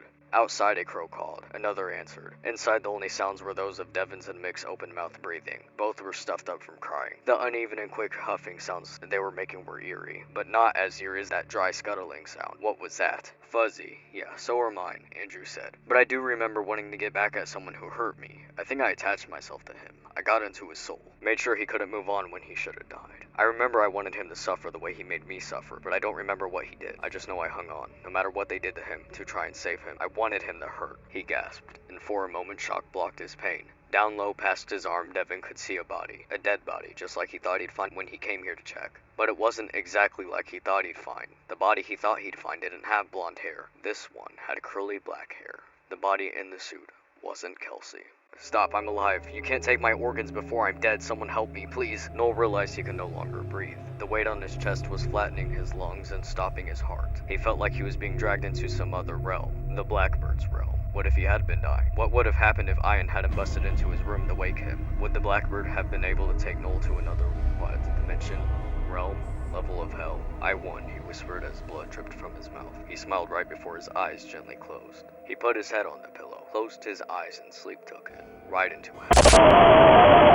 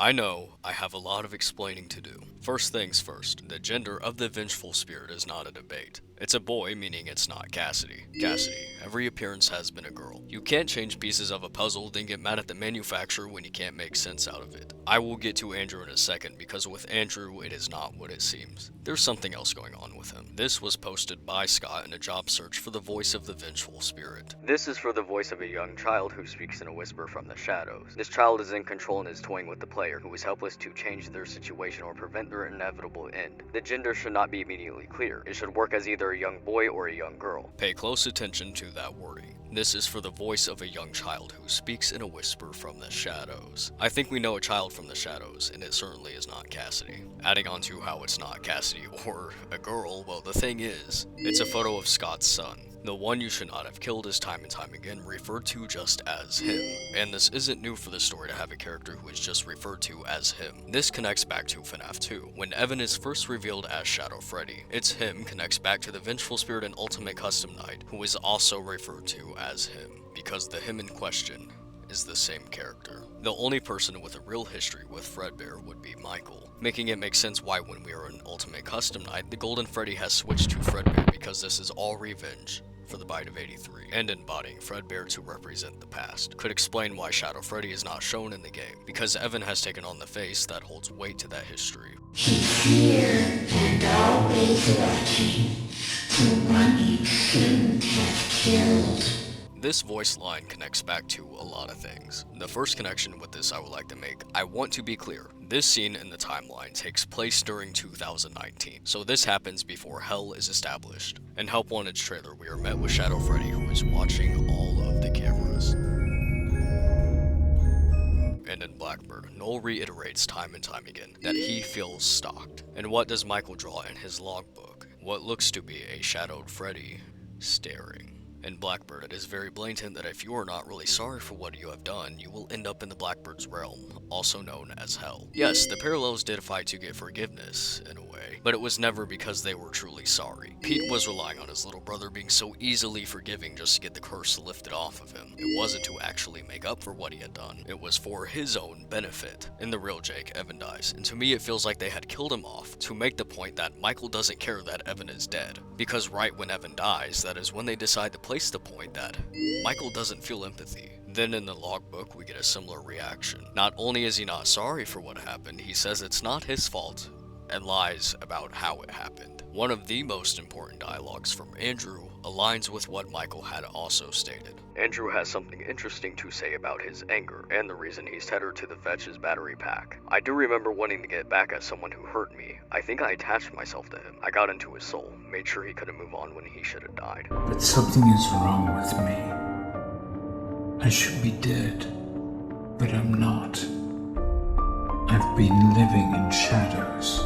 Obviously, these are a bit of a different situation, but I think you can get the connotation, especially the I've been living in shadows, when it's Andrew, a shadow child, who is the one that did that. A huge part of Ultimate Custom Night is the saying of tearing you apart and building you back together. The only character in Ultimate Custom Night that gets torn apart into pieces and gets rebuilt is Foxy, the character that represents Michael. Let me put you back together, then take you apart all over again. Let's see how many times you can be pulled apart. Rockstar Foxy is also the only person in Ultimate Custom Night who helps us. Remember that Blackbird, the character who takes people to hell, is the parallel of Nightmare, who represents Evan in FNaF 4. The trailer music for FNaF 4 is called Lucifer. There are a lot more details that solidifies this, but I think it's about time we get into what and who Andrew really was, before we can go further. Understandable if you are still weary, but rest assured I do have my nails in the coffin. Golden Freddy's last intermission is a possible homage to the first appearance of Golden Freddy / Evan to Michael in FNaF 1, the first instance of the rivalry to the viewer coming full circle.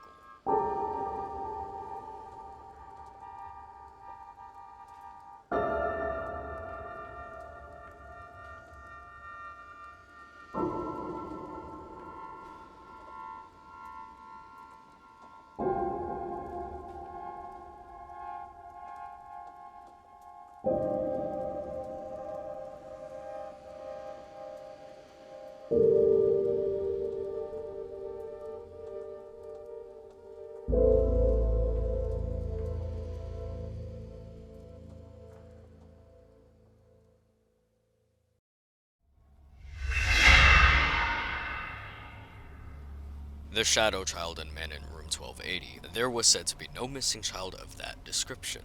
The police had been called in to find the boy and figure out where he belonged, but none of the officers ever spotted him. Every time the boy was seen and officers rushed to the location reported, the boy was gone before the officers arrived. Meanwhile, patients and staff had seen the boy in locations all over the hospital. Apparently, a janitor even saw him in the hospital's basement near the backup generators. As far as the hospital administration and the police could determine, no one was missing a child who matched his description. Andrew had this signature wink he would do. That child always looked like he was up to no good, and he usually was. So why did this boy make Maya want to scream? Before she could answer her own question, the boy winked at her and scampered down the hall. And the nurses are convinced that whatever is attached to William is just pure evil. You felt it, didn't you? Nurse Ackerman was back. Felt what? Arthur asked. You know what? Arthur ignored the nurse and sat down in the vinyl chair. He couldn't look at the man again quite yet, so he looked at Nurse Ackerman. We'd be remiss if we didn't warn you, she said. We? Myself, Nurse Thomas, and Nurse Colton. We've worked in the hospice the longest. We know what she wrinkled her nose at the word, what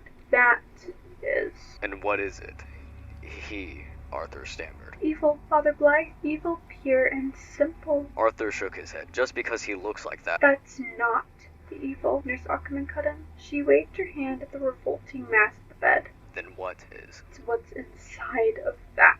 Inside? As in under the bones and the organs? Nurse Ackerman flickered her hand as if Arthur was asking stupid questions. Who cares? It's in there. She shook her head aside. I knew you wouldn't believe me. Andrew was said to have infected a lot of objects. Jake then goes and rounds them up. Speaking of Andrew infecting things, before that they had this conversation. I just want to scare people, okay? Like, you know, give them a zap. The zap is killing them. Well, that's not what I wanted. Okay, Jake thought for a second. So if what you're doing isn't doing what you want, maybe it's doing something someone else wants. Maybe something else is here with us. And this thing you mean? Yeah, like a hitchhiker or like a flea on a dog. That's stupid, Andrew said. You were a hitchhiker on the man who killed you. Why can't someone else hitchhike with us? Andrew was silent for a second, then he said, it just sounds dumb. William at the end of Man in Room 1280 had exploded, and Andrew took his soul with him. Once Jake had gathered everything, that's when William comes back. Larson watched gears, hinges, and tangles of wires drop from the bag.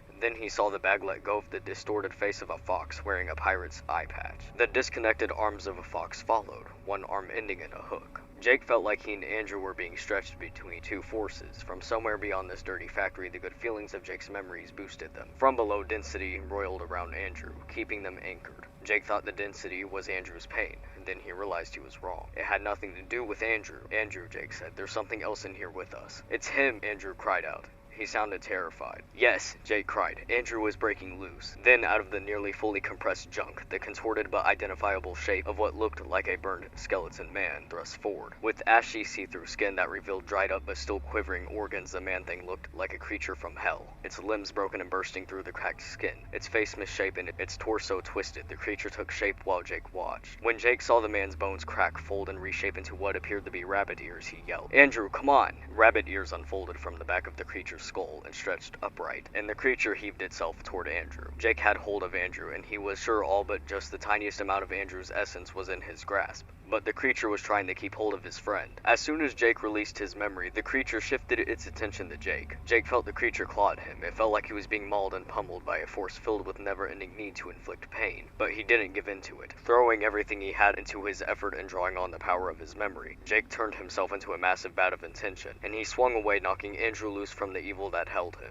Andrew, suddenly free, was sucked away, and he vanished. Jake, however, couldn't untangle himself from the relentless rabbit creature. He fell back into the seething junk and was engulfed in blackness. Andrew was gone, and he is never seen again. The infected objects get crushed, and William rebuilds himself. He'd managed to hold back a few arms and legs and joints and screws, but suddenly he felt the resistance of mangled metallic skeletal remains. Something was fighting against him. It wanted to be absorbed by the whole. Jake managed to keep himself planted as he turned to see what had enough self-awareness that it could choose to join the bulging trash being. For a few seconds, the debris roiling around him remained locked in a chaotic movement, but then he spied a battered, rusting, vaguely female-shaped endoskeleton with a long neck crawling away from the other rubbish. Jake immediately tried to reach whatever was controlling the girl endoskeleton. Let me save you, he called to her with his mind. At first, he got no response, but then his mind was filled with the sound of a high-pitched laughter. It was a creepy crackling that skittered through his whole being. Before Jake could react to the sound and whatever it meant, the girl endoskeleton's crawl turned into a disturbingly quick slither. Scraping across the floor, the girl endoskeleton shot toward Jake. Jake's inner resources were a little played out, given that he was still fighting the tug of the trash monster, so he could do little to resist when the girl endoskeleton suddenly sprang off the ground and hit him full on, knocking him to the ground.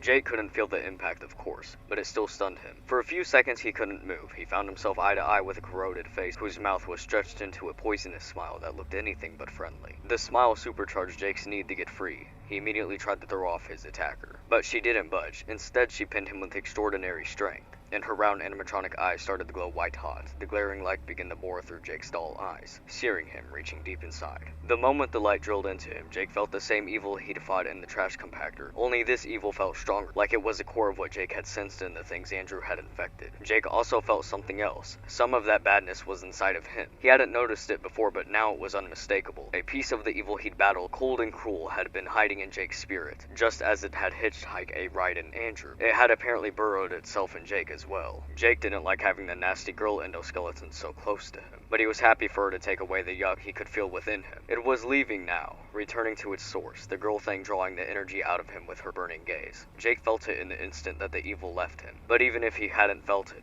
he'd have known. The girl endoskeleton looked somehow brighter now, less rusty. Taking back that part of her had made her stronger. As if acknowledging Jake's awareness, the girl thing cocked her metal skull and winked at him. It was a slow motion wink, filled with what looked like gleeful triumph. Then the girl endoskeleton let go of Jake and flew backward, allowing herself to be absorbed into the horrid metal giant. Larson and William get into a fight, and during this fight, there is something I need to explain. Larson hefted the bag of parts he'd been carrying around. He started to tuck the bag onto the floorboards by his feet, but suddenly, its contents started moving. For a moment, Larson forgot all about the trash rabbit because not only was the bag moving, but voices were coming from inside of it too. Holding his breath, Larson gingerly opened the bag. As soon as the bag opened, the voices got louder. Larson gasped and jerked his hand back. The last thing Larson had put in this bag was a mask. The mask was cracked and muddied, but its features were clear, with rosy red cheeks and purple stripes that stretched from the bottom of its hollow black eyes to the top of its wide open mouth. Red lipstick highlighting an amplified pucker. The mask could have been amusing, but it wasn't. Especially now, because now the mask had come alive. Its mouth was wide open and it was wailing something unintelligible. Larson didn't need to understand its cries, though. Disturbingly, he could hear the mask's intent in his head. He felt like he was receiving the download of a single thought. Take me to him. Not far away, a crash resounded. It spurred Larson into action. Grabbing the bag, Larson hung it on the forklift's prongs. Then he got back into the driver's seat and started up the forklift's engine. The sounds of Afton's amalgamation were getting closer. Larson put the forklift in gear and drove it into the wall, shearing through the metal and impaling Afton in his hip-shaped gut. The bag containing the mask led the way. When the forklift impacted Afton, Larson saw the bag open. He got a glimpse of black and white stripes. But Larson didn't care about the bag now. He cared about driving Afton into the lake. The tilt cylinder, the wheels, the overhead guard, they went in quick succession, followed by the fork's prongs. Everything was being absorbed into Afton's merger of metal, plastic, and wire. Larson watched in fright and awe when even the evidence he'd hung on the front of the forklift got slurped into Afton's continually evolving construction. He thought he saw one black and white striped arm get siphoned up into Afton's left leg. Larson hadn't had time to examine all of Afton's behemoth when he got up close and personal with Afton's jigsaw puzzle face. So Larson hadn't noticed then whether the totality of Afton's junk had been part of the mutant stage show he'd glimpsed. But now he could see that every animatronic part crammed into Afton's warped configuration was doing its best to sing and dance. All over Afton, the animatronic arms and legs and hands and feet and fingers and toes were swaying and bopping to the music the mouse were attempting to perform. Goosebumps erupted on Larson's skin. He covered his ears, then disgusted with himself for letting the creep show unnerve him. He groaned and got up on one knee. Then he pushed himself into an upright standing position. He faced Afton. "Enough!" Larson shouted. The voices stopped. The animatronic parts went still. Larson closed his eyes and took a deep breath. He was preparing himself for what he thought might be his final battle. Jake had caught up with the rabbit-shaped trash monster, just as the detective had attacked it with the forklift.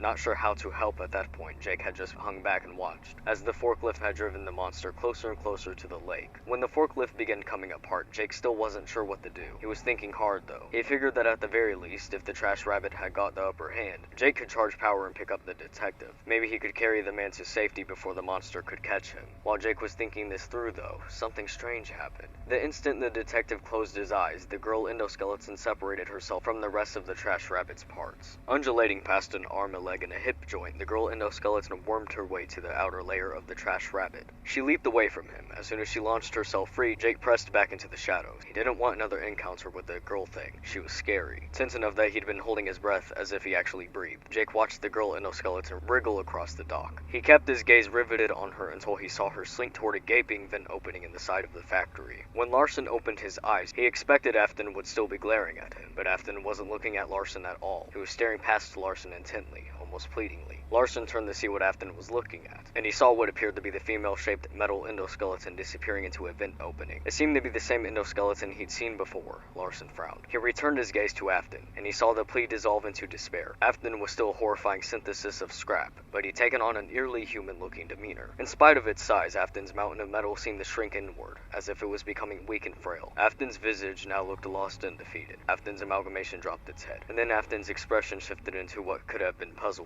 Larson refocused, and he immediately could see what Afton was looking at. Afton was staring at his right side, where the purple striped mask from the bag was congealed to the animatronic parts. The mask was no longer wailing as it had been when Larson had last seen it. Its white face now looked satisfied, victorious. Larson watched, amazed as Afton's amalgamation started to pull itself apart, or at least that's what appeared to be happening. The destruction started with an arm embedded in the animated junk heap's shoulder. The arm reached out and grabbed a gear-shaped cheekbone, wrenching the cheekbone from the face. The arm moved on to the ear made from a jaw. Another arm came loose from what was a thigh. It reached for the gear that made up a kneecap. It unscrewed it and then flung it into the lake. Now another two arms reached out. One grabbed the piston-constructed lips. The other removed an ear-shaped elbow. And more arms began to move. They seemed to spout from every part of Afton's metal jumble like oil gushers shoving through the Earth's surface. Every arm that came out grabbed something. One piece after the other was plucked by reaching fingers. It took only a minute before Afton's amalgamation was a roiling lump of body parts and connective pieces. Then unidentifiable fluids began spilling from the deconstructing trash. As they flowed, Afton stumbled backward one short step from the end of the dock. Larson's legs gave out. He dropped to the dock and sat with both hands pressed to his lower stomach. His eyes widened, staring as blood started pouring from the trash rabbit's mouth. The blood sluiced over the plastic, metal, bone, and wire, and it mixed with other fluids to flow like a hot tar into the warped planks of the dock. The once identifiable, though grotesque, rabbit was becoming a decomposing trash heap, a frail pile of disparate bits, weak and struggling. When the last piece fell onto the pyramid of waste, Afton screamed, and the entire tower of worthlessness fell back off the dock. Anyone catch what just happened?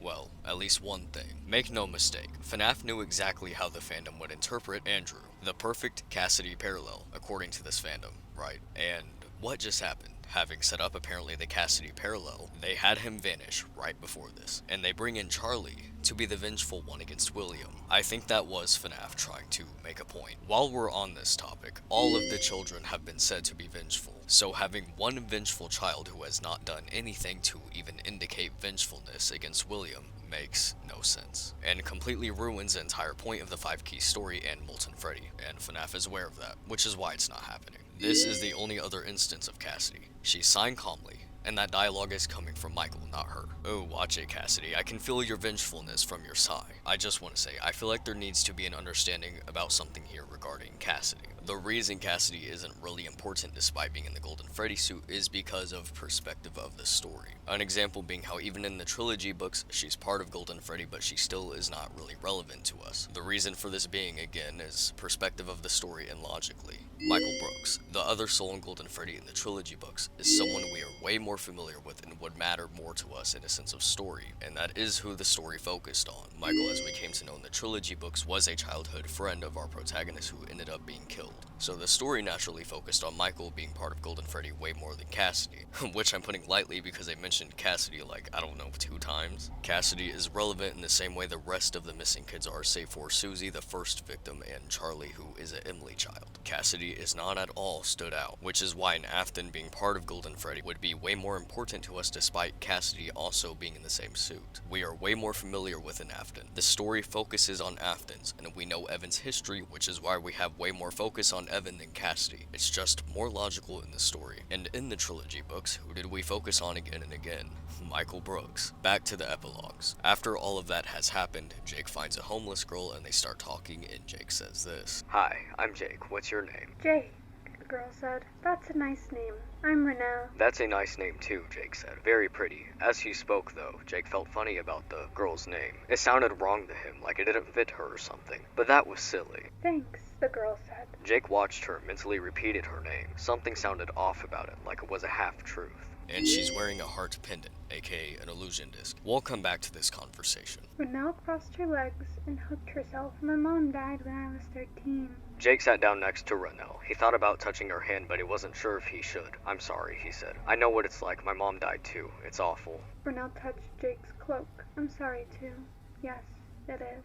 Her gaze drifted off past Jake's shoulder. That was just 2 years ago, but it feels like forever. I was really close to my mom, and when she died, I was a mess, and no one was there for me. What about your dad? Jake asked. Renelle shook her head. He was all wrapped up in his own grief.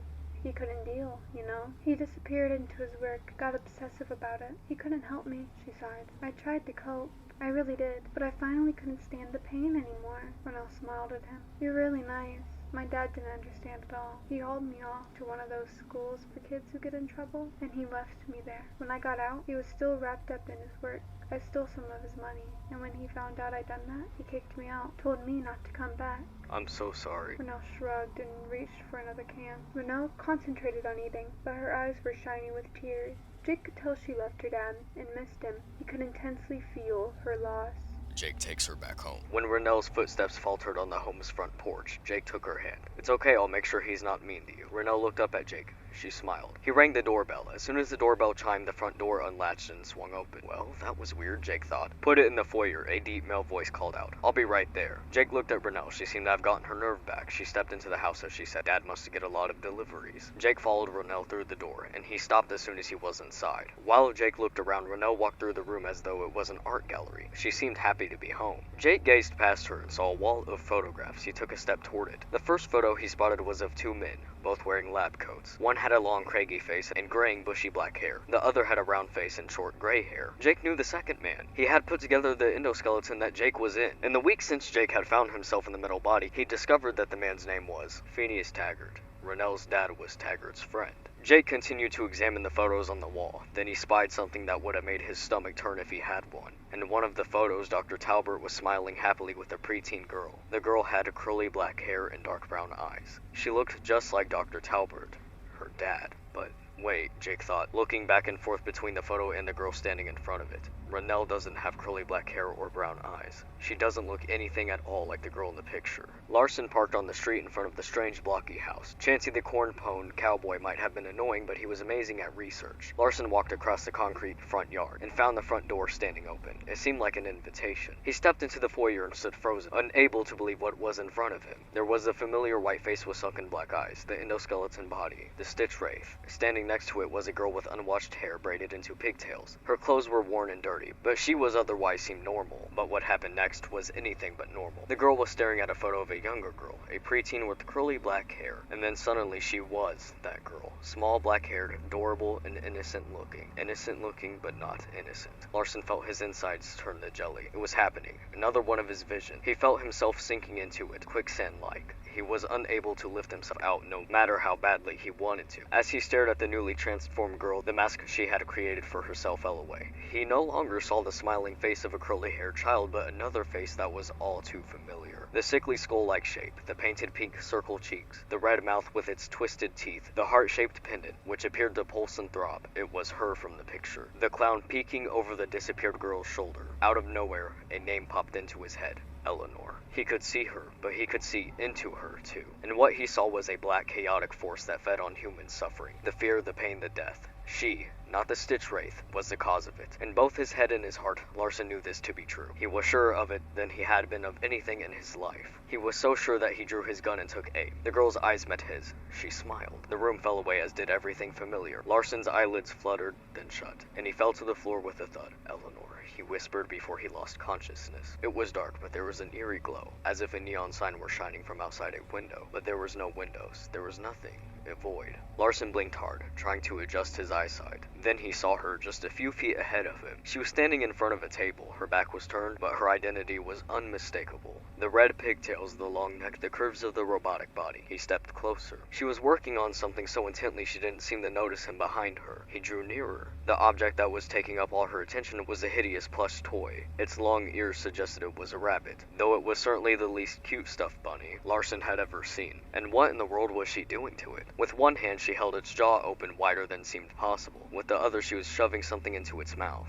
something that made an unpleasant squishy sound as she pressed it down. Stepping a bit closer, Larson saw it was a tooth, one in a row of bloody human teeth that occupied the thing's lower jaw. Its eyes, Larson noticed, were wet looking, their whites streaked with red blood vessels. Human eyes. It felt like they were staring at him. The clown girl laughed, turned around to face him, then was gone. Larson felt the floor upturned beneath him. It tilted so far that he started sliding backward. He struggled to find his balance. Once he got his footing and the floor beneath him felt level again, he looked around to see that he was in a room, though an unfamiliar one. He looked around trying to orient himself. The digital clock on the stove in the kitchen announced the time as 1:35 a.m. There was a sound, a frantic scratching like there was an animal trapped behind the closed door of the other room. A little apprehensive, Larson opened it to let out the cat or dog, but there was no cat or dog, and the scratching continued insistently from inside the room. Larson stood in the doorway and peeked inside. The scratching was coming from outside the window. Framed in the window was a clown-like face with a circled cheeks and red grin. She was clawing at the window with her metal fingertip. In the bed, a young woman sat up clutching the covers, her eyes wide with terror. Now here's where I need you to remember how I was putting an emphasis on Pete being kept alive. You need to get out of here, Larson said to the woman. You're in danger. She didn't look in his direction, didn't seem to be able to see or hear him. Instead, she looked around frantically without stopping to rest her gaze on either Larson or the murderous creature in the window, muttering, "It's the doll, it's the doll." The floor rose up again, the bedroom fell away, and Larson felt himself falling too. He was standing in the doorway of an operating room. Two men in surgical scrubs stood over a table on which a motionless young boy was strapped. His eyes were open wide, and stayed open even after one of the surgeons tried to close them. Behind the boy's head, holding him down by the shoulders, was a smiling clown girl. One of the surgeons turned on a small buzzsaw that whirred menacingly. Somehow Larson knew that the surgery wasn't going to save the boy. Instead, it was something the boy needed saving from. It was Eleanor who was putting him in danger. Larson burst into the room, prepared to save the boy if he could. But when Larson reached the operating table, the boy wasn't there. The surgeons were gone, and on the table was a man.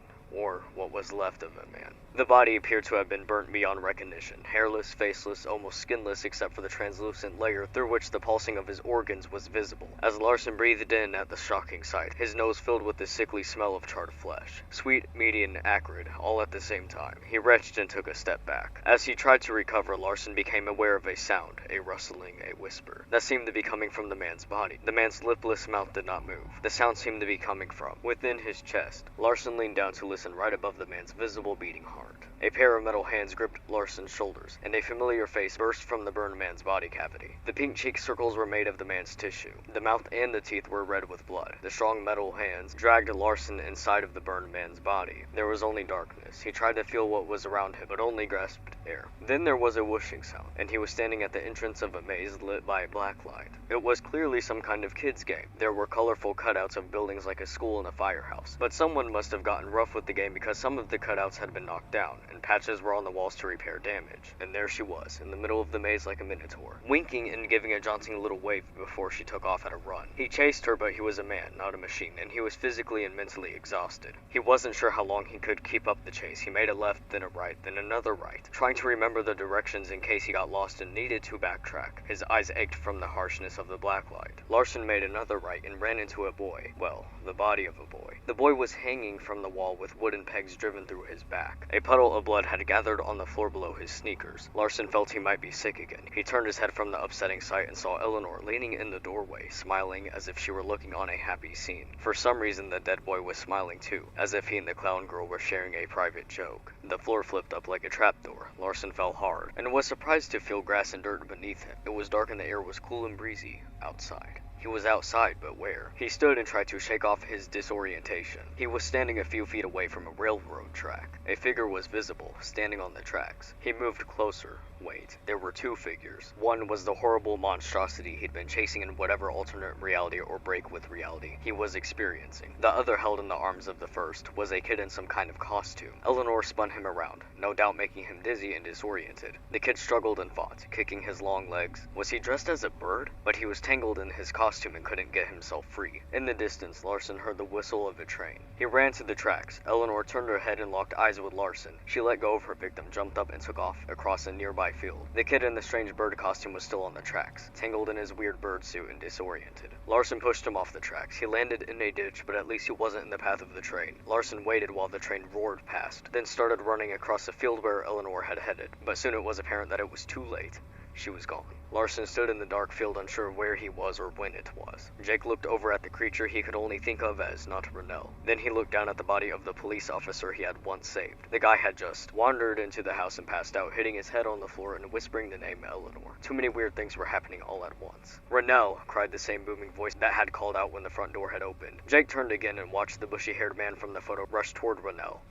Not Renell. Dr. Talbot wrapped his arms around his fake daughter and squeezed her hard. Tears streamed down his lined face. "I'm so happy you're home. I thought I lost you forever." The doctor was so focused on the girl in his arms that he didn't even look at Jake, but the girl did. Not Renell looked directly at Jake, and she winked. "Eleanor," Jake said. Eleanor grinned. The grin was even more triumphant than the wink. Jake didn't hesitate. He launched himself at Eleanor and knocked her back into a wall of shelves. As the metal contents of the shelves cascaded down on Jake and Eleanor, Jake thought about the last time he'd seen the thing that had pretended to be Renell. The last time he'd seen her, she'd been freeing herself from the trash rabbit. She was the thing that had disappeared into the vent opening. He could still hear her horrible cackle in his mind. Jake knew now that he'd been right. This thing, Eleanor, not the man named Afton, had been the thing powering the giant monster. Afton, while unimaginably evil, had been too weak at the time. Eleanor had given him his last burst of strength, but he failed and she escaped. And now she tricked Jake into bringing her here for some reason. What did she want from him? Whatever her reasons for bringing him here, they couldn't be good. Jake figured if he attacked her before she saw it coming, he might be able to stop whatever it was she was planning, but he hadn't counted on how clever and manipulative she was. Jake had done nothing but knock Eleanor into the shelves. However, when she screamed and tore away from him, she had a stab wound in her belly. It was bleeding heavily. Jake knew he hadn't stabbed Eleanor. He looked down and checked to be sure some part of him hadn't done it accidentally. He looked for sharp edges, for evidence that he'd done damage. Nope. He had no blood on him at all. She'd done it to herself. And it had the effect Jake was sure she'd planned. Dr. Talbot cried out in rage, reached into a desk drawer, and grabbed something Jake couldn't see. That something turned out to be a gun. As Jake discovered when Dr. Talbot fired 3 shots at him. 2 of the shots pinged harmlessly off Jake's metal, but the 3rd shot hit him in his endoskeleton's battery. Jake crumbled to the floor, the energy sucked out of him. As soon as Jake was down, Dr. Talbot rushed to his daughter. "I'll be right back, Renell," he said. He left the room and quickly reappeared, pushing a rolling metal table. He picked her up effortlessly and laid her on it. "Hang on, Renell," he said. "I can save you. Remnant will save you." Jake couldn't move, but he could hear and see. He wanted, with all of his will, to say, "That's not your daughter," but he couldn't speak. As soon as Dr. Talbot said Remnant, Eleanor smiled. She wanted Remnant. That was why she tricked Jake into bringing her here. But what was Remnant, and why did she want it? Flashes of the memories he felt when he was near her gave him glimpses into its nature. He couldn't hear her thoughts exactly, but he could feel the words. Power, life, eternal. The doctor put a pillow under Eleanor's head and said, "Just relax, I'll be right back." He ran from the room, then returned with a rolling metal tray containing beakers of bubbling thick silver liquid. He pulled the tray up next to the table, while Eleanor looked at the liquid and smiled widely. Dr. Talbot took out his phone and punched in a number. "Security. I've had a break-in." "Thank you. Yes. Now." Dr. Talbot glanced at Jake. He hadn't seemed to notice the unconscious man on the floor. Eleanor gazed at the bubbling liquid as if it were the most precious thing in the world. Jake couldn't move. All he could do was watch as Dr. Talbot began hooking up tubing to the containers of the liquid substance. Dr. Talbot glanced at Jake one more time. Then he prepared an IV to transfer the liquid into the thing that he thought was his daughter. Jake tried to will himself to move, but will without physical power was useless. The detective's eyelids fluttered and he mumbled something incoherent, but he did not regain consciousness. Eleanor locked eyes with Jake.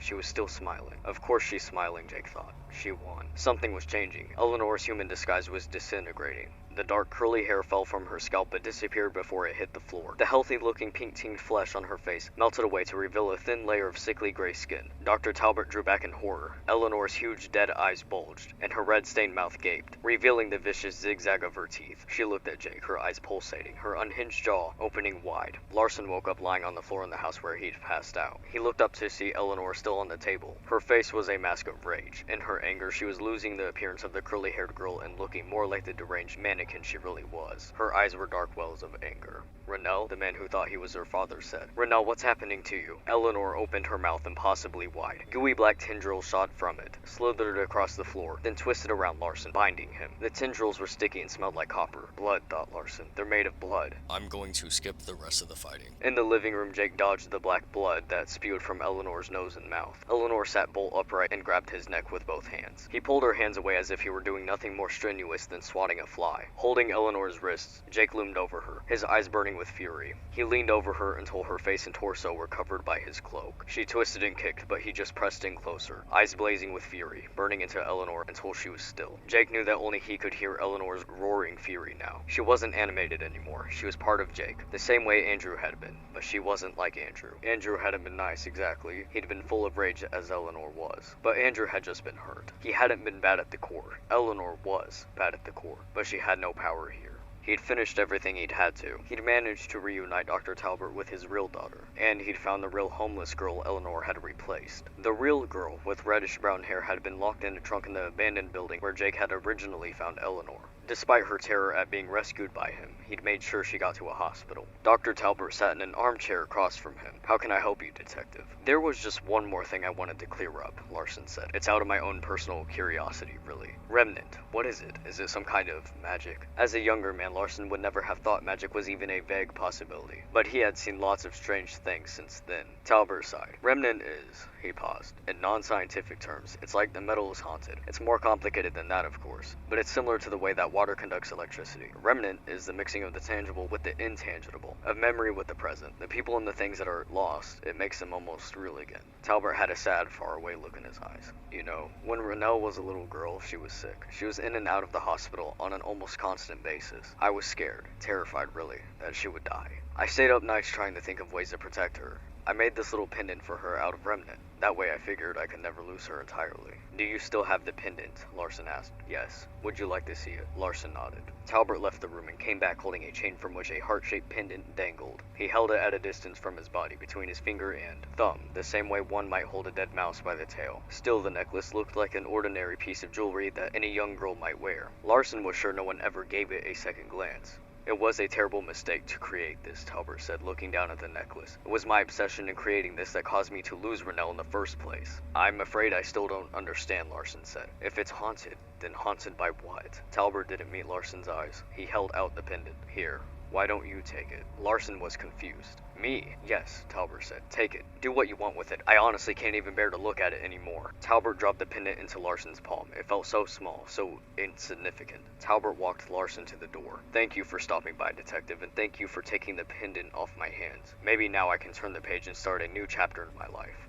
With my real daughter." Now, if I'm here to explain Andrew to you, why did I just read through all of that? Because you need all of that context for what I'm about to say to make sense. What did Andrew look like again? But he was only a little boy, a cute and playful little boy, with his curly black hair and rosy cheeks. The boy's adorable factor was diminished, slightly, just by two things. First, he wore a cheap alligator mask that covered his forehead and eyes. The gator's mask rested on the boy's impish nose. Second, the boy had a toothy grin, just a little too devilish to be endearing. One notch past acceptable on the scale of mischief. But he was a little boy, and little boys like to look like this. What did the police say again? As far as the hospital administration and the police could determine, no one was missing a child who matched his description. I haven't been entirely truthful about what all was said between Jake and Andrew. Sorry, Jake said.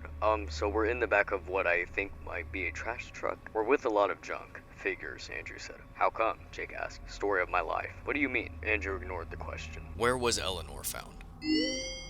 A junkyard. As I said before, do not trust FNaF characters when they don't answer questions. And right before that... Sorry, I'm Andrew. The child's voice was rough. He didn't sound like he was saying his name. It sounded like he was throwing down a challenge. Hi, I'm Jake. What's your name? Jake, the girl said. That's a nice name. I'm Renell. That's a nice name too, Jake said. Very pretty. As he spoke, though, Jake felt funny about the girl's name. It sounded wrong to him, like it didn't fit her or something. But that was silly. Thanks, the girl said. Jake watched her, mentally repeated her name. Something sounded off about it, like it was a half-truth.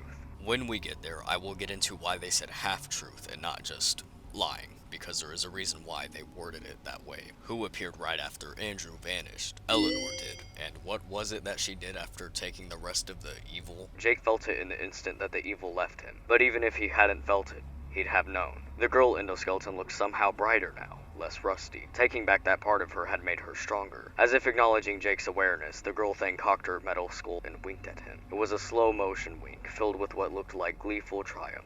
That child always looked like he was up to no good, and he usually was. So why did this boy make Maya want to scream? Before she could answer her own question, the boy winked at her and scampered down the hall. Jake continued to examine the photos on the wall. Then he spied something that would have made his stomach turn if he had one. In one of the photos, Dr. Talbert was smiling happily with a preteen girl. The girl had curly black hair and dark brown eyes. She looked just like Dr. Talbert, her dad. But wait, Jake thought, looking back and forth between the photo and the girl standing in front of it. Renelle doesn't have curly black hair or brown eyes. She doesn't look anything at all like the girl in the picture. But what happened next was anything but normal. The girl was staring at a photo of a younger girl, a preteen with curly black hair, and then suddenly she was that girl. Small, black-haired, adorable, and innocent looking. Innocent looking, but not innocent. But he was only a little boy, a cute and playful little boy, with his curly black hair and rosy cheeks. The boy's adorable factor was diminished, slightly, just by two things. "Renelle!" cried the same booming voice that had called out when the front door had opened. Jake turned again and watched the bushy-haired man from the photo rush toward Renelle. Not Renelle. Dr. Talbot wrapped his arms around his fake daughter and squeezed her hard. Tears streamed down his lined face. "I'm so happy you're home. I thought I lost you forever." The doctor was so focused on the girl in his arms that he didn't even look at Jake, but the girl did. Not Renelle looked directly at Jake, and she winked. "Eleanor," Jake said. Eleanor grinned. The grin was even more triumphant than the wink. Before she could answer her own question, the boy winked at her and scampered down the hall. The reason there wasn't a missing child that matched Andrew's description was because she wasn't missing. Renelle smiled at him. "You're really nice."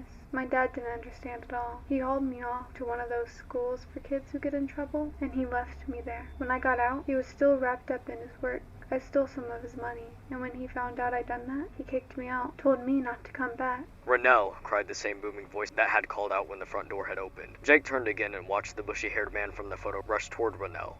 Not Renelle. Dr. Talbot wrapped his arms around his fake daughter and squeezed her hard. Tears streamed down his lined face. "I'm so happy you're home. I thought I lost you forever." He'd finished everything he'd had to. He'd managed to reunite Dr. Talbot with his real daughter. Talbot walked Larson to the door. "Thank you for stopping by, Detective, and thank you for taking the pendant off my hands. Maybe now I can turn the page and start a new chapter in my life. With my real daughter."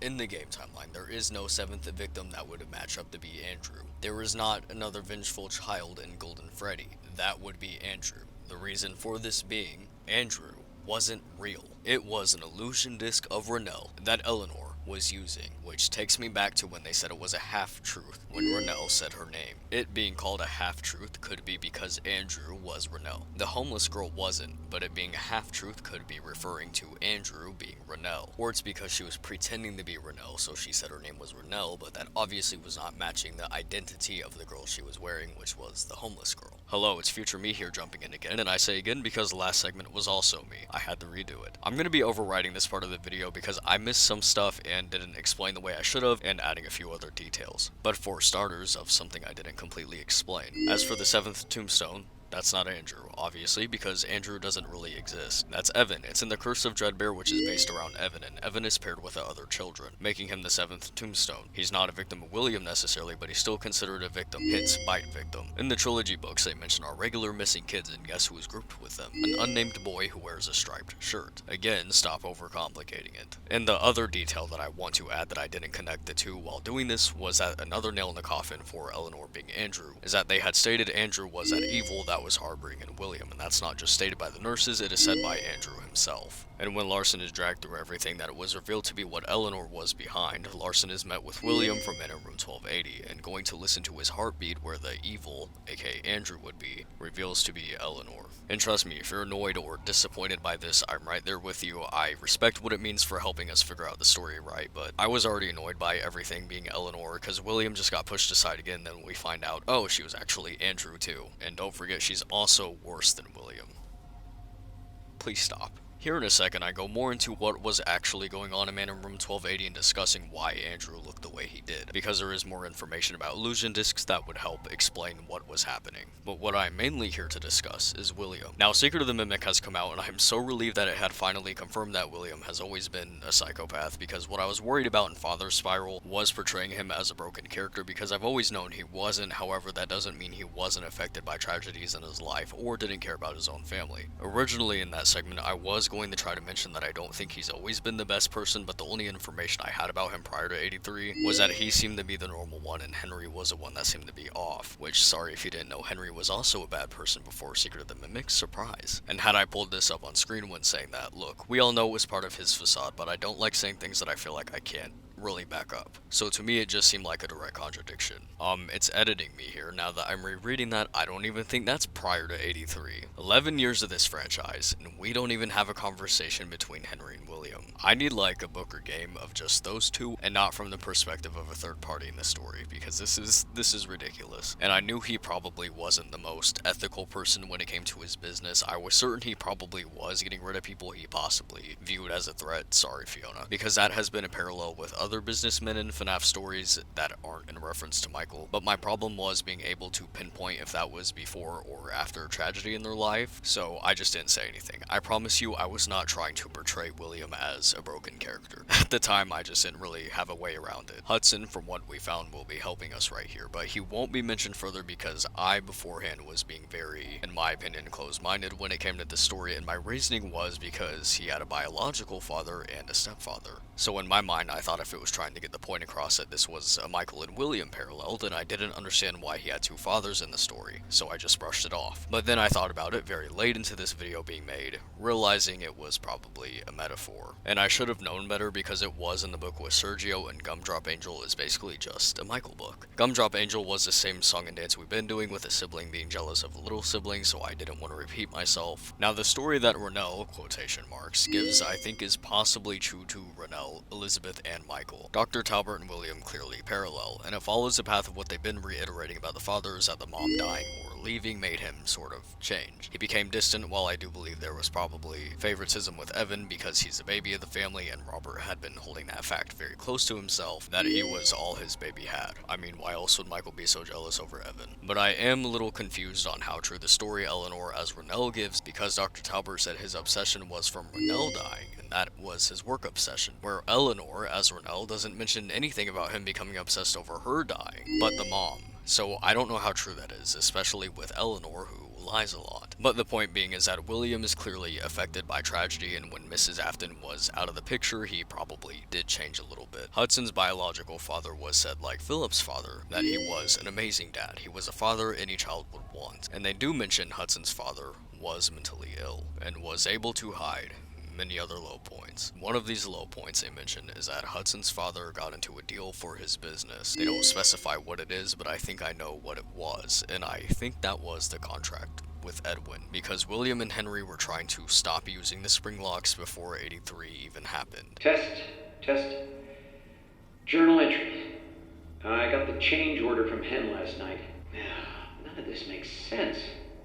I'm almost done. Why change it now? It would be so much easier to keep using the spring locks. Just hire some teens to wear the suits like we always do.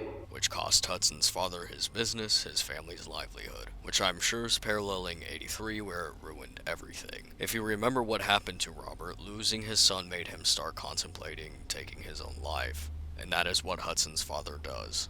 Much like Robert, Hudson's father was also believed to be cursed with bad luck. Hudson's father was trying to hide his invisible low points within his mental illness, and this is where I think the metaphor comes in with the stepfather. Time and time again, they make it clear that the tragedy changes the father. The death of their child makes them lose their mind and sends them into these spirals. So whatever mask William was wearing to guard his children from his mental illness, I think completely slipped. In the parallels of the father, it always mentions how they are unrecognizable after the death, and that is why I think Hudson has a stepfather. I believe it is to be a metaphor for William not being the father they once knew after Evan's death. The William they knew also died with Evan, because as William said, pain changes all things. during when the father is sort of transitioning into this person they just don't recognize anymore. They are wrapping themselves in fits of rage and obsessing over work to distract themselves from their grief, while also becoming a worse person with murderous tendencies. Even though I'm sure William killed before this, it likely just wasn't kids yet. This part might be a little convoluted because it is kind of difficult to explain, but I will explain it to the best of my abilities. For Eleanor to exist, Charlotte has to be dead, because Eleanor is a fourth Charlotte, so therefore 83 has to have already happened. Dr. Talbot is being alluded to have also killed children for the sake of getting his own back via Remnant, a pattern we saw. I would give anything to have my son back. I need my son back. I won't fail him the next time. If there's one small chance to hear my little boy's voice again, and this is where the obsession gets brought up again. He got so obsessed with trying to keep Renelle alive. This is where I need a split to happen with parallels and viewing this whole scenario. Eleanor, Elizabeth, Renelle, and Evan are all going to parallel here. The obsession is going to be viewed with Eleanor, Renelle, and Evan, because William lost himself in his obsession with Eleanor, and game timeline it would in place be getting Evan back alive. We see this with Dreadbear. And Renelle, the I guess version that wasn't being experimented on, is going to be where we will see the neglect that starts happening, because this also happens to Elizabeth. Due to William's obsession with Eleanor, again game timeline would be Evan. This is when William starts becoming abusive, the horrid dad and stepfather. I don't think William was as abusive with Elizabeth during his time of trying to get Evan back and obsessing over it, compared to the abuse that he inflicted on Michael, but Elizabeth and Michael aren't exactly in the same boat, are they? Hudson's stepfather Lewis abused him to an extreme, and for the fun of it, and if we remember the description of William in the Silver Eyes, it aligns. Everything will be on screen. I won't be reading them out because I don't know how well that's going to go over with YouTube, and I don't want to get age restricted, because it's pretty bad. Not to say I feel bad for Michael, because I don't, but it is pretty bad. Now, in the beginning of what we found, Hudson's grandmother is said to participate in voodoo because she liked using them to mete out justice to unpleasant people. The justice theme again, and remember what Kelsey's dad said. He supports the Evan parallel, Kelsey being keen on justice. Throughout the story, Hudson starts hallucinating that suddenly he's being attacked verbally and or physically, mainly by the hands of Springtrap. And Springtrap is paralleling or being hallucinated as Hudson's stepfather. But there are times Hudson will hurt himself, like a voodoo doll, thinking it was his stepfather or Springtrap. Knowing that Hudson is a Michael parallel, that changes the perspective of this story, because the theme being justice against unpleasant people really puts into place what's going on here when we hear Hudson talking about how suddenly his life just fell apart when his father died and he starts getting bullied in school, all the while his stepfather is screaming at him that he's nothing and beating him. Because Hudson's story is viewing a payback, justice for what he did to Evan. Just like FNaF 4, he's going to live through what he put Evan through. And we know Michael being viewed as nothing was a huge insecurity and something he was extremely sensitive about. To which Lewis, his stepfather, constantly screamed at him that that is what he is, nothing. He's less than nothing, while beating him. And of course, Hudson also sees Springtrap expressing the same thing towards him. And another thing that parallels William putting Michael through what Michael put Evan through being shown in the story is the fact that Hudson's stepfather lined up Hudson's toys as a barrier to his door. And Hudson says earlier in the story that he knows from horrific experience that toys could turn from fun to instruments of torture in a heartbeat. Like how Evan's plushies in FNaF 4 turn into nightmare animatronics that torments Michael.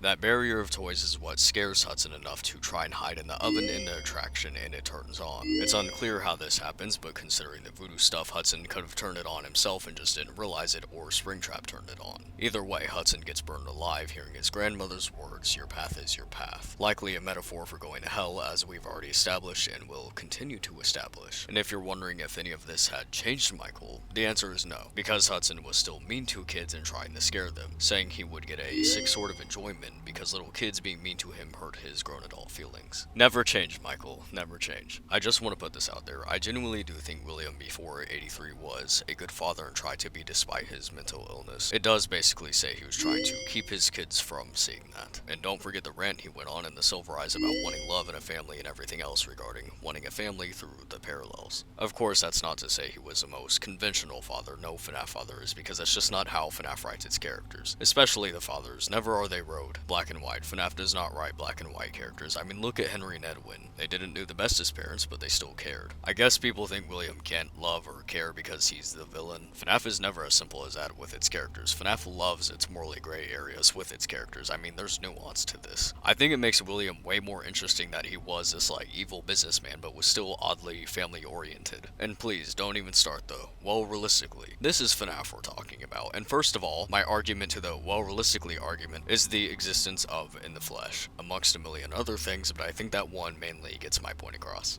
I do not want to hear it, and I'm saying all this as someone who fully believed he did not care before I started reading the books. Since this conversation will shift back to being around Elizabeth/Eleanor, there's one more thing I want to add in because I got curious about it. I think it's very obvious William didn't want Elizabeth to die and didn't want her to get attacked by Circus Baby. Daddy, why won't you let me play with her? Daddy, you let the other children go see her. Why won't you let me go? Daddy, just once let me go play with her. She's so pretty and shiny.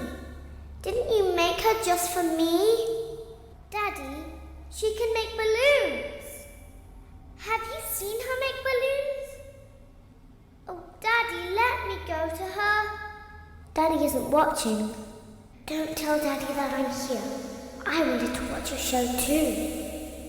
I don't know why he won't let me come see you. You're wonderful. Where did the other children go? He's not allowing her to go see Circus Baby because he doesn't want her to die. I always see the argument is that he only was holding Elizabeth back from getting attacked by Circus Baby because of the face of the business, but that argument literally never makes sense to me, because regardless, as you just heard Elizabeth say, what happened to the other children, but being his own child or not, children are still going missing, so what difference does that make? I mean, is it really so hard to believe that maybe he just cares about his own kid? Even in the book timeline, it implies he would have stopped this from happening had he known Elizabeth went to Circus Baby. However, I don't think he had the same reaction with Elizabeth's death compared to how he did with Evan, because he's already in this other mentality and of course has discovered Remnant. Now, we don't really know how he reacted to her being killed by Circus Baby, but I think it's safe to say he probably hadn't really mourned anything, because at this point he would have known she's not technically dead, so I don't know if there was really a grieving process, and I also think he was probably just too far gone at that rate. And William had already known, as he says, the spirit follows the flesh, so I don't think he viewed it as a death. He does address it briefly in the fourth closet, and he did seem to have the reaction of it being about it's a transformation, because he refers to it as the most terrible accidents bear the most beautiful fruits. Sorry for the long derail, but now you will be returning back to half a year ago me. Now going back to Andrew,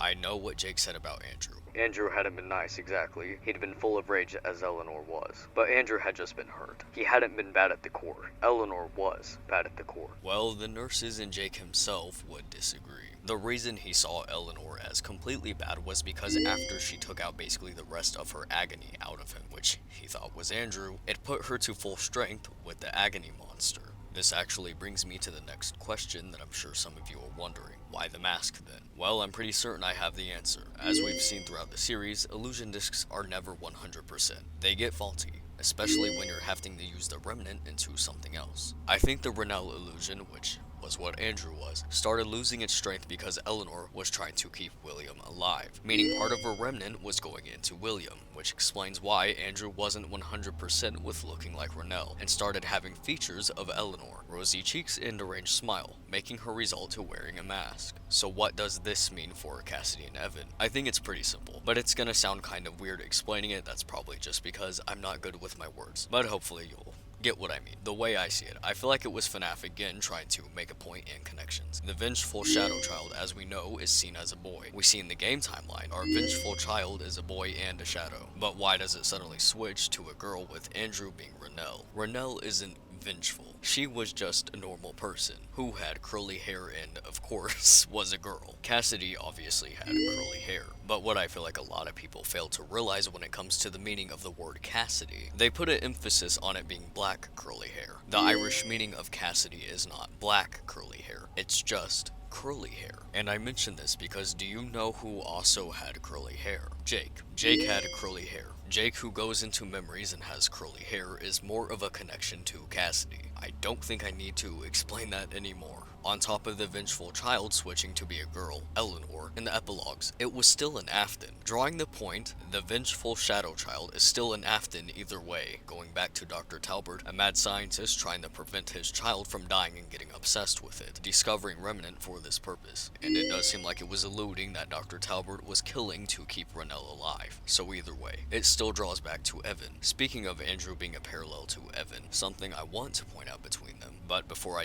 do want to make it clear that when there's two souls in an animatronic, they can switch who is in control. So the giggling that Andrew would do in the week before, I'm assuming it's Evan in control of Golden Freddy, because 83 was being referenced a lot, and the giggling was happening again. To be fair, all the children were laughing, so maybe I'm just thinking too deeply into it. I'm just throwing it out there. Finally getting to the William thing and what was happening with the Shadow Child, it's probably a little bit confusing considering everything we just went over, and I might have the answer to that. I don't think that causing nightmares was intentional. I think it is just something that is inevitable to happen when you have a shadow attached to you, which Eleanor/Andrew was, but I really don't think it was to hurt him seeing as they were working together. What I think happened was because William was so weak, he clearly was about to die, the agony being a last-ditch effort to keep him somewhat stable. As we've seen throughout other parallels, when a shadow is attached, nightmares are going to happen, and they were waiting to get William to the distribution center so they could either infect things to gather them to create the agony monster, to keep him alive, which is why the Renell illusion disc that was Andrew was becoming faulty. While she was at the hospital, she was powering the illusion disc, she also was trying to keep William alive with the same remnant, making her illusion of Andrew/Renell faulty. Eleanor, the liar she's proven to be, when she was speaking as Andrew and talking about how she wanted to hurt William, wasn't letting him die because she wanted to hurt him, wanted him to suffer. That wasn't true. When the nurses were trying to kill him, she was defending him because she was protecting him. And it brings me back to Pete and Michael. As you can see, the parallels that I was drawing were not random. Pete, Sam, and Toby all connected via Eleanor, an Afton, and a Shadow. The reason she's going after bullies was because her and Evan are used to complete each other for their respective timelines. As they said in reference to Evan, the secret ingredient is him. Now, Pete and Michael. You won't die, but you'll wish you could. I think and I am positive that this is in reference to Evan and Michael, using Pete as the one who ends up not dying when he's clearly dead, and he's one of our stronger Michael parallels, makes me think that they were trying to allude to this with William. So when that reveal happened that Eleanor was actually working with William, and what she was saying was a lie, we would realize the Shadow Child was paralleling this with someone else, Michael and Evan, especially since they kept making sure that we knew Foxy was involved with Andrew and Golden Freddy at the end of the New Kid. And again, I just want to remind you, that line from Andrew came from the same book with Pete.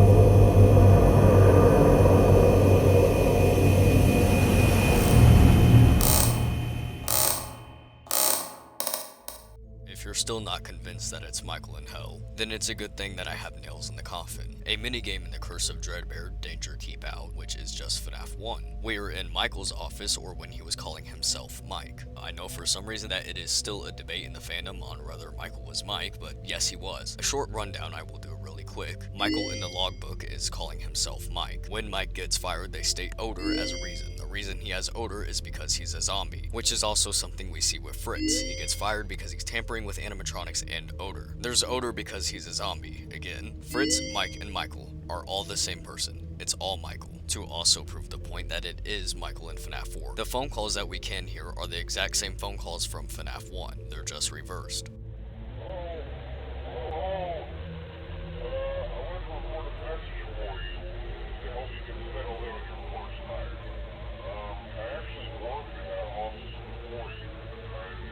But what does that have to do with anything? In Danger Keep Out, you can hear a special someone. Listen very carefully.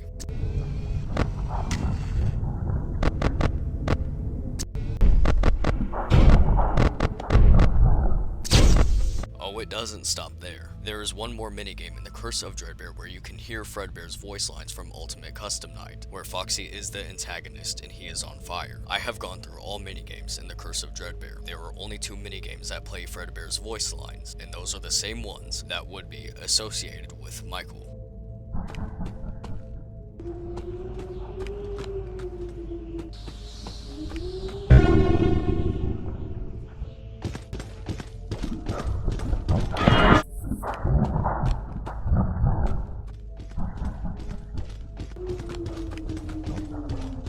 Remember Blackbird and the crow Devin killed. Throughout the maze, many statues of this can be found. I know what Henry said in FNaF 6 in regards to William. A portal to hell has come to swallow you whole. I know, but the thing is about Henry's fire. It is stated that Henry's fire did not work as intended, and there was something else or someone else that Henry didn't know about in that building.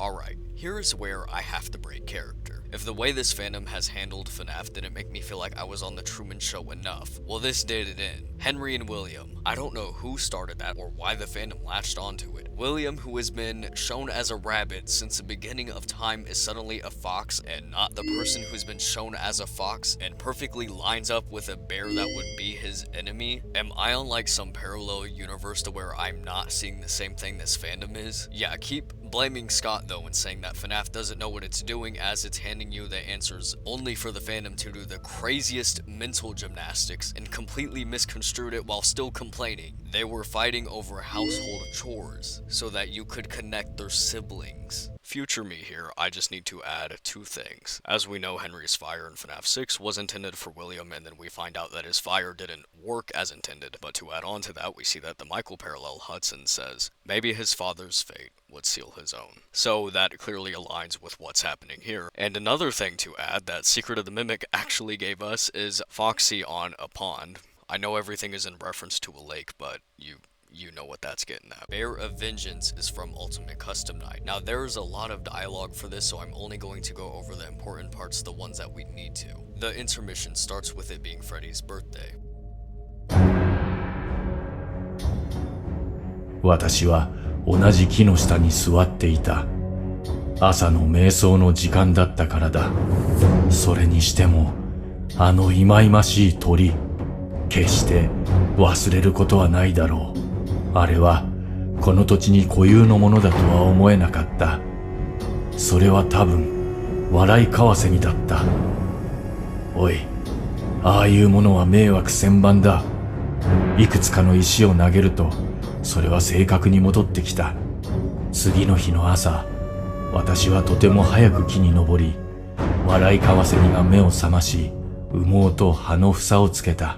私は大きな笑いカワセミのように見えた。とても素晴らしかった。バカな鳥が来て私の横に止まっていたが、それだけで私は計画が終わったとは思っていなかった。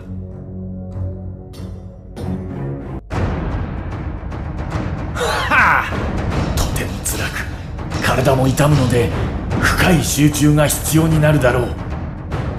私はそれが嫌だ。私は毛布が欲しい。だから私は毛布を取る。私は誰が言っているか気にしない。もし私と一緒に毛布を持っていたいなら、私は自分自身を誰かいないか、私はどうしてもトイレに行かなきゃいけないんだ。氷の上のブリトーのように振り回すことができる。それが私がやることだ。私はしばしば昼寝するだけだが、私はまだそこで仲介することができる。彼はあまりにも多くのものを持っていた。それは本当だが、それは彼がとても悪臭を目覚めさせた理由ではない。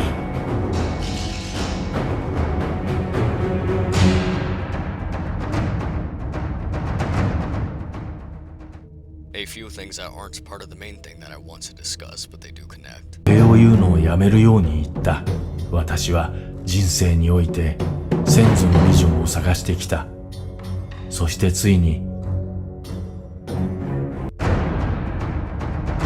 私は実際に久々に馬小屋から集めていた紙を使ってアルパカの衣装を痛烈に作った。私は実際にはもともとかの窓の外でいくつかの厄介な音作りを計画していたが、その後彼は飲酒の谷に落ちた。そしてそれは私の誕生日のようだった。誰かいないか、私はどうしてもトイレに行かなきゃいけないんだ。だからもちろん私は彼をトラックから引きずり出し、しばらくの間アルパカの糞で彼を巻き込んだ。とても楽しい。私は写真をオンラインで投稿したが、最初に友人に見せてもらう必要がある。誰にでもあんたの写真を見せることができる。そこにはたくさんの変人がいる。The favorite television show, obviously a reference to Michael. This one I'm just going to kill two birds with one stone here. The wanting to humiliate him is something that we can see with Pete, and I feel like this showcases that need for control, wanting power over someone. And the paragraph I have on screen right now is also aligning with something Foxy said in The Bear of Vengeance, making Freddy, or Chuck, learn a lesson. Here is something that I will speculate on. The flute that Freddy mentions, I'm not sure if maybe this is possibly a reference to the fear gas being used on Michael for the nightmares, because the fear gas in Didophobia was putting Rory in this like sort of tired state so that he would go to sleep, and obviously the nightmares. それは暗闇があるまで私を運んだ。目が覚めるとこれは死後のビジョンであると思えた。私は何が来るのかを見ていた。私の祖先が前に行った場所を見た。しかし私の周りの人は言った。いや、私はちょうどあまりにも多くの道場のジュースを持っていたと言った。そして窓の下で、そして Too much has happened to me. Pete just shook his head. Too much. How could he begin to explain? I just want to help, Mr. Burke said. What's your name? No, you can't help me. No one can. He's after me and he's never going to stop. I believe him now. I thought I could fix it all by apologizing. Pete laughed bitterly. Yeah, funny, huh? Like sorry ever fixes anything. But I had to try, right? Now the dialogue that was repeated every intermission. I have been anticipating this night. The trap is set. He should have learned his lesson. This night marks the end of the bear and his clan. He will remember this night, the night he was shown no mercy. Still seemed like it was an accident, especially when the opening was about it being Freddy's birthday. It's been referred to as a trap a few times now. This coupled with almost every instance of a William parallel being said to teach his kids how animatronics work, or mechanical stuff that he works with, and Henry also being shown that he taught them how specifically spring locks work, and then Michael when he's older is tampering with animatronics. And not even that, who in their right mind grabs a child and puts their head into the jaws of an animatronic. Machinery. Michael knew better, and the final thing for Michael being in hell, which we will end this segment with because we will not need to return after this. The reason I spent so long explaining Andrew and all of that good stuff is so we could get to this, and this makes sense. When we were going over the new kid, I said that there was a detail that I wasn't letting you have yet because it was too much of spoilers. The only reason Devin could see it was that Kelsey's blood was moving. It had formed an amoeba-like puddle that seemed to be crawling away from the now saturated bear suit. Devin stared at the moving blood. It looked like it was a living thing, a thinking red liquid lake stretching out, seeking. Old Man Consequences originally came from FNaF World, and the bear we play as is heavily implied to be Evan, because this is how FNaF World starts.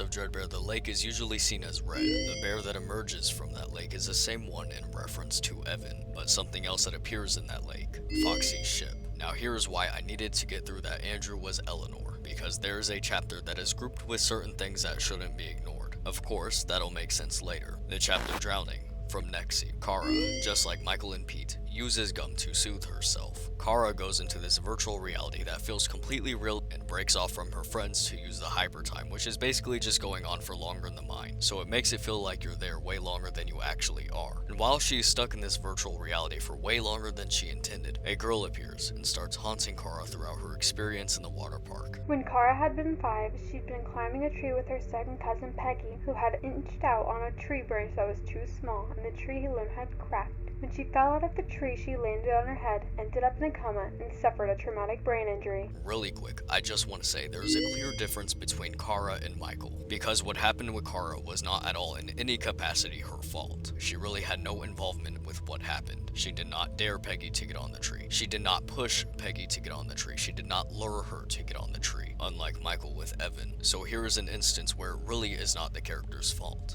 Though I can't say the same for Michael, obviously. Let's remember that Michael deliberately grabbed Evan and forced him into the jaws of an animatronic bear, and it being heavily implied that Michael did know how it worked. With further context that the week before it gave us, it is way worse for Michael's case because people were screaming at him to let go of Evan and do not touch Fredbear. The context surrounding Michael is completely different, especially when it keeps alluding that it was a trap. The important part is a brain injury. The girl's black hair drifted around her. She wore some kind of grayish fabric that covered her arms and legs instead of a bathing suit. Her eyes were closed. Her body seemed unmoving as her arms drifted in the water. She looked dead. I have to help her. Frightened, Kara pinched her nose and dove headfirst into the pool, swimming to the bottom. She grabbed the girl's arm that was floating in the water. The girl's eyes popped open, her dark eyes staring directly at Kara. Kara jerked back in shock, her mouth opening in a scream. Water gushed down Kara's throat as she waved her arms around, trying to swim to the surface. She needed air. A hand gripped her lower leg and Kara's eyes widened. No! She kicked out, trying to get loose, but it felt like she was being pulled deeper to the bottom. She swam awkwardly and pulled herself up, sucking in air. On her hands and knees, she gagged out water and nearly threw up. Her shoulders moved up and down with heavy breaths. Her body trembled. She blinked water out of her eyes as she got her breathing under control and peered down at the small pool. The girl was still at the bottom, and she was looking straight at Kara with a piercing, dark glare. Think, Kara, think. It seemed she couldn't even sit down to rest. Well, then she would have to keep going, because if she let her guard down, the creepy girl would somehow lure her into the water. Her hands tightened into fists as she took a few more calming breaths. She had to keep moving until the game ended. She had to. After the scene of Peggy falling off the tree and hurting her head, this happens. Suddenly the ground under Peggy began to seep with water. Kara's eyes widened. The water covered Peggy. Her black hair waved out of the pigtails. What's happening? Kara cried out. Mom! Dad! Help! The water rose higher up the tree trunk, reaching Kara's legs. Kara had suddenly grown into her teenager self, no longer a little girl. Peggy was still at the bottom of the water, and her eyes opened as she turned and swam upward with the rising water. Her face shifted from Peggy to the girl at the bottom of the pool, with the dark eyes, then back to Peggy again. Peggy, or the drowned girl, reached up toward Kara as the water inched closer. Kara started to climb the tree to try and get away from the water and the girl. Her heart pounded, her stomach tightened, but the water kept rising higher and higher. A pale hand broke out of the water, latching onto Kara's ankle, digging into her skin, squeezing. Kara kicked out, shouting, "No! Mom! Dad!" The hand yanked Kara so hard she fell from the tree and splashed into the water. The hand pulled her deeper down to the depths. Kara screamed into the water, bubbles floating up from her mouth as the tree appeared further and further away. Kara awoke with a jolt, breathing hard. She looked around, disoriented. She was soaked with sweat. Where was she? Was she still in VR? Laying before her was the girl from the pool. She had crawled halfway onto the pavement. Kara scurried back against the rock as far as she could go. The girl no longer looked at peace or serene. In fact, it looked like she was deteriorating. Her black hair was twisted like vines in the rocky alcove. There was a few bare spots on her white scalp. Her dark eyes stared up at Kara. Her skin was discolored, with faint green veins lining her face. Her pale lips parted. Her gray garments were tattered and frayed. Her hands were pale, but the nails were smeared with black grime. "Don't leave me alone," a voice sounded in Kara's head. Kara felt her body slide toward the pool, toward the girl. "No!" Kara gasped as she tried to dig her feet into the rocky floor to stop her movement. When that didn't work, she sprang up. "Leave me alone!" She leaned as far away from the girl as she could, shimmying away from her. The girl reached out for her with her pale hand. Kara barely avoided her. Kara ran away as fast as she could. "Don't leave me alone," the voice kept replaying in Kara's mind. She had come across a pirate ship that was anchored onto some big rocks by a pool that resembled a lagoon. She stood on the port and gazed around her, looking across multiple pools and slides, the constant rushing of the water echoing across the walls and made an ache throb in her head. "Don't leave me alone." Not to mention the stupid voice that wouldn't shut up. "Will you stop already?" she yelled out. "Don't leave me alone. Don't leave me alone. Don't leave me alone." The Force thoughts are also something that we've seen Golden Freddy can do. This continues and we have a full circle moment with the parallels of Michael. "Don't leave me alone. Just shut up already. You're not going to win," Kara yelled out. "I'm going to get out of here, and you will be all alone. Forever. I'm not staying here with you." Continuing on, Kara finds a door and it leads to an old house, which I believe is in reference to the FNaF 4 house being perched on a hill in the Curse of Dreadbear. Things were not normal here, she realized. Rules did not seem to apply. Finally, she noticed a door in a tiled wall that looked different. Everything so far had been immaculate, perfect, even if it was creepy. This door's paint was faded and chipped. The handle was rusted and discolored. Curious, Kara twisted it and pushed open the door. The hinges sighed with a long, creaking sound. She stood in the doorway of an old house. While going through the house, Kara starts to have a realization. "Kara, I need help. Help me." Kara froze. It was the girl's voice again in her head. Or was it Peggy's? She wondered. The voices were eerily starting to sound the same. Walking into the girl's room inside the house, she finds this. Kara walked further into the room, looking for the music box. She stepped up to a moldy dresser to see a carousel horse inside of a music box, shifting up and down. Kara closed the lid and the music stopped. She turned to walk out and the music started again. Kara whirled around. The box was back open and the music grew louder, piercing her eardrums. Kara rushed to the door and slammed it closed at her back. The music faded. "Creepy," she shuddered before continuing down the hallway. So they parallel Evan's favorite ride, the carousel. Going through the house, Kara finds this next. A small picture frame floated in the water toward Kara, and she picked it up. The picture was faded, but she could see there was a girl with black hair sitting with two parents. However, all their features were bloated out with white as if their faces had been rubbed off. The woman had black hair and the man had brown. The picture seemed to be old and the clothes appeared to be from a different time period. The house is from a different time period, bringing me back that I'm pretty sure that this is a reference to the FNaF 4 house being in the Curse of Dreadbear. "Don't leave me alone. I'm going to save you, and we'll both Be free, Kara told her through chattering teeth. She slowly reached down into the water. The girl lifted her hand to meet Kara's. Kara gripped the cold hand and tried to pull her out. The girl pulled back harder. Kara's eyes widened. Stop, she whispered. She dug her feet into the wet floor. Her feet slipped in the water. She gripped the edge of the tub, trying to break free of the girl's fierce grasp. Stop, Kara cried out, struggling. Let go of me! But the girl was too strong. Kara lost her grip on the edge. Her breath backed up in her lungs as she was swiftly pulled into the tub. Underwater, Kara struggled with the girl. She wasn't in a tub anymore now, but a large expanse of water. The girl's eyes squinted. Her pale face scrunched up in anger. The green veins that speared off in her face were darker now, thicker. She bared her blackened teeth as she held Kara's arms in her tight grip. Kara pulled back from her, trying to break free. She fought with all she had in her. She would survive. She had to. She kicked out with her feet, trying to shove the girl away from her. I am free, she thought. I am free. Kara broke away from the girl, shoving her away with her feet. Kara swam upward. She discovered that she was in a huge pool. The water had warmed, but the surface seemed miles away. She kept swimming upward. Her lungs felt as if they would burst. She needed to open her mouth to breathe. She struggled toward the top. Nearly there, but it was still so far.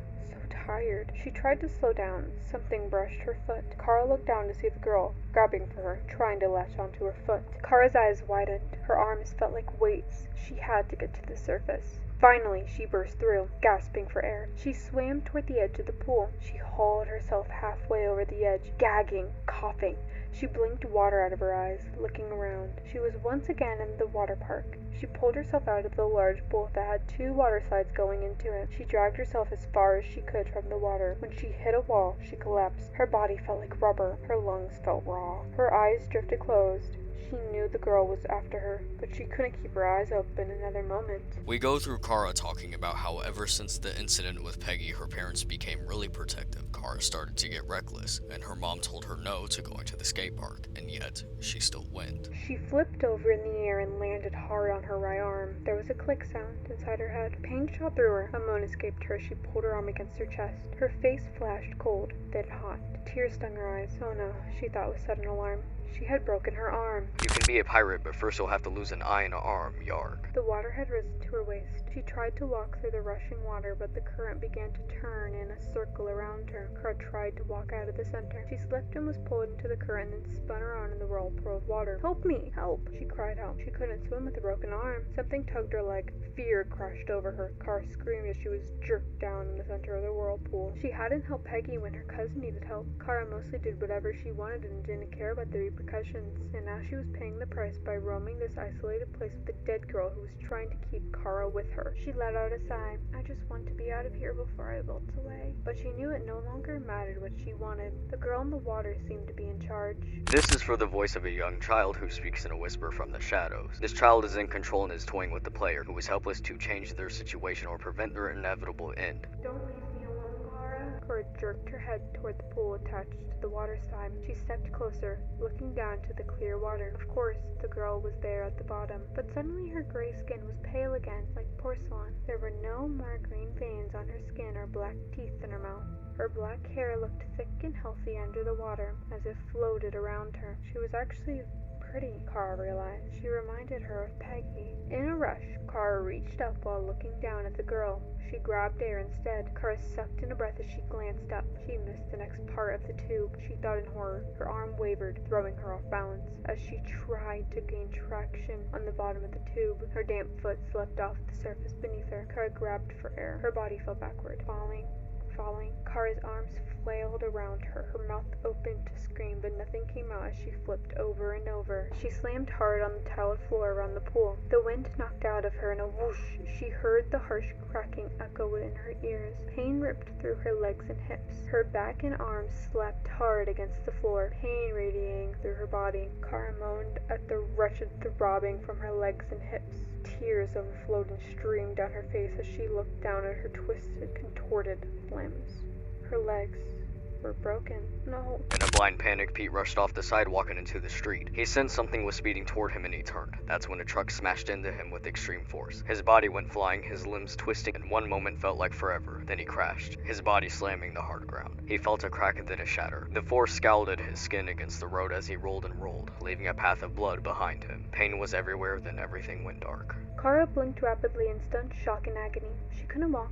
She couldn't climb the structure. She didn't even think she could move. Kara shook her head in denial. The girl from the pool reached out of the water, pulling herself up onto the edge. The pretty version had disappeared. The creepy girl with the twisted black hair, green veins lining her face, and piercing dark eyes came to get her. No! Kara screamed at her. Please don't take me. I don't belong here. Please, I just want to go home. I'm begging you to let me go. The girl kept coming, crawling toward her. Kara grabbed at the slippery tiles around her, trying to pull herself away, but she slid against the smooth surface as if an invisible force pulled her against her will. No! The girl grabbed onto Kara's ankle and then the other. Excruciating pain shot through Kara's legs as she screamed out, and the girl dragged Kara toward the pool. Stop! Stop! Let go of me! Kara screamed. You're hurting me! The girl jerked Kara into the pool and deep into the watery depths.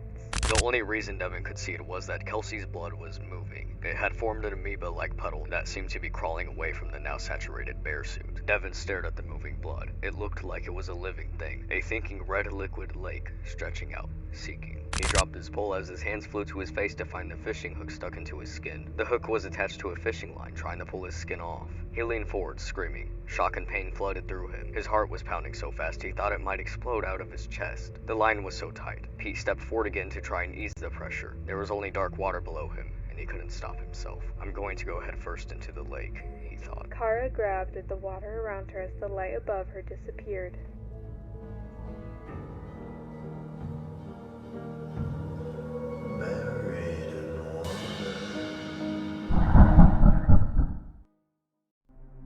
But if it's Michael in hell, then what happened to William?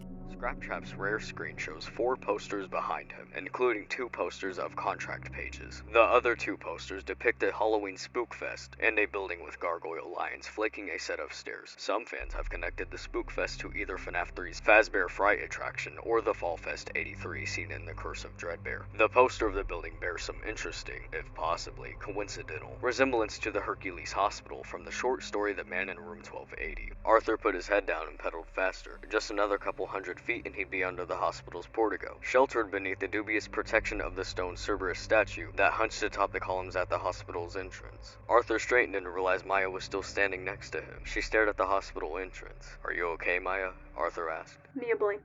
What? Me? Sure. I mean, I will be. I hope. Well, yes. I'm better than I was. She stopped and turned. Why is the dog that guards Hades up there? She pointed at the porticio ceiling. Arthur frowned. He wasn't sure of that himself. In Greek mythology, Cerberus was tasked with preventing the dead from leaving the underworld. Arthur didn't know whether the Cerberus statue was meant to suggest it was going to keep the dead from entering the hospital, or whether it was going to keep the people who died in the hospital from moving on. The symbolism was made even murkier by the hospital's name. Hercules, the son of Zeus and Alcmene, was a mythological hero. One of his 12 labors was capturing Cerberus. The hospital's name in the statuary left Arthur wondering if he was in a place of good or evil. Either way, he had a job to do. I'm not exactly sure, Arthur said, but it's just a statue. Maya didn't seem convinced.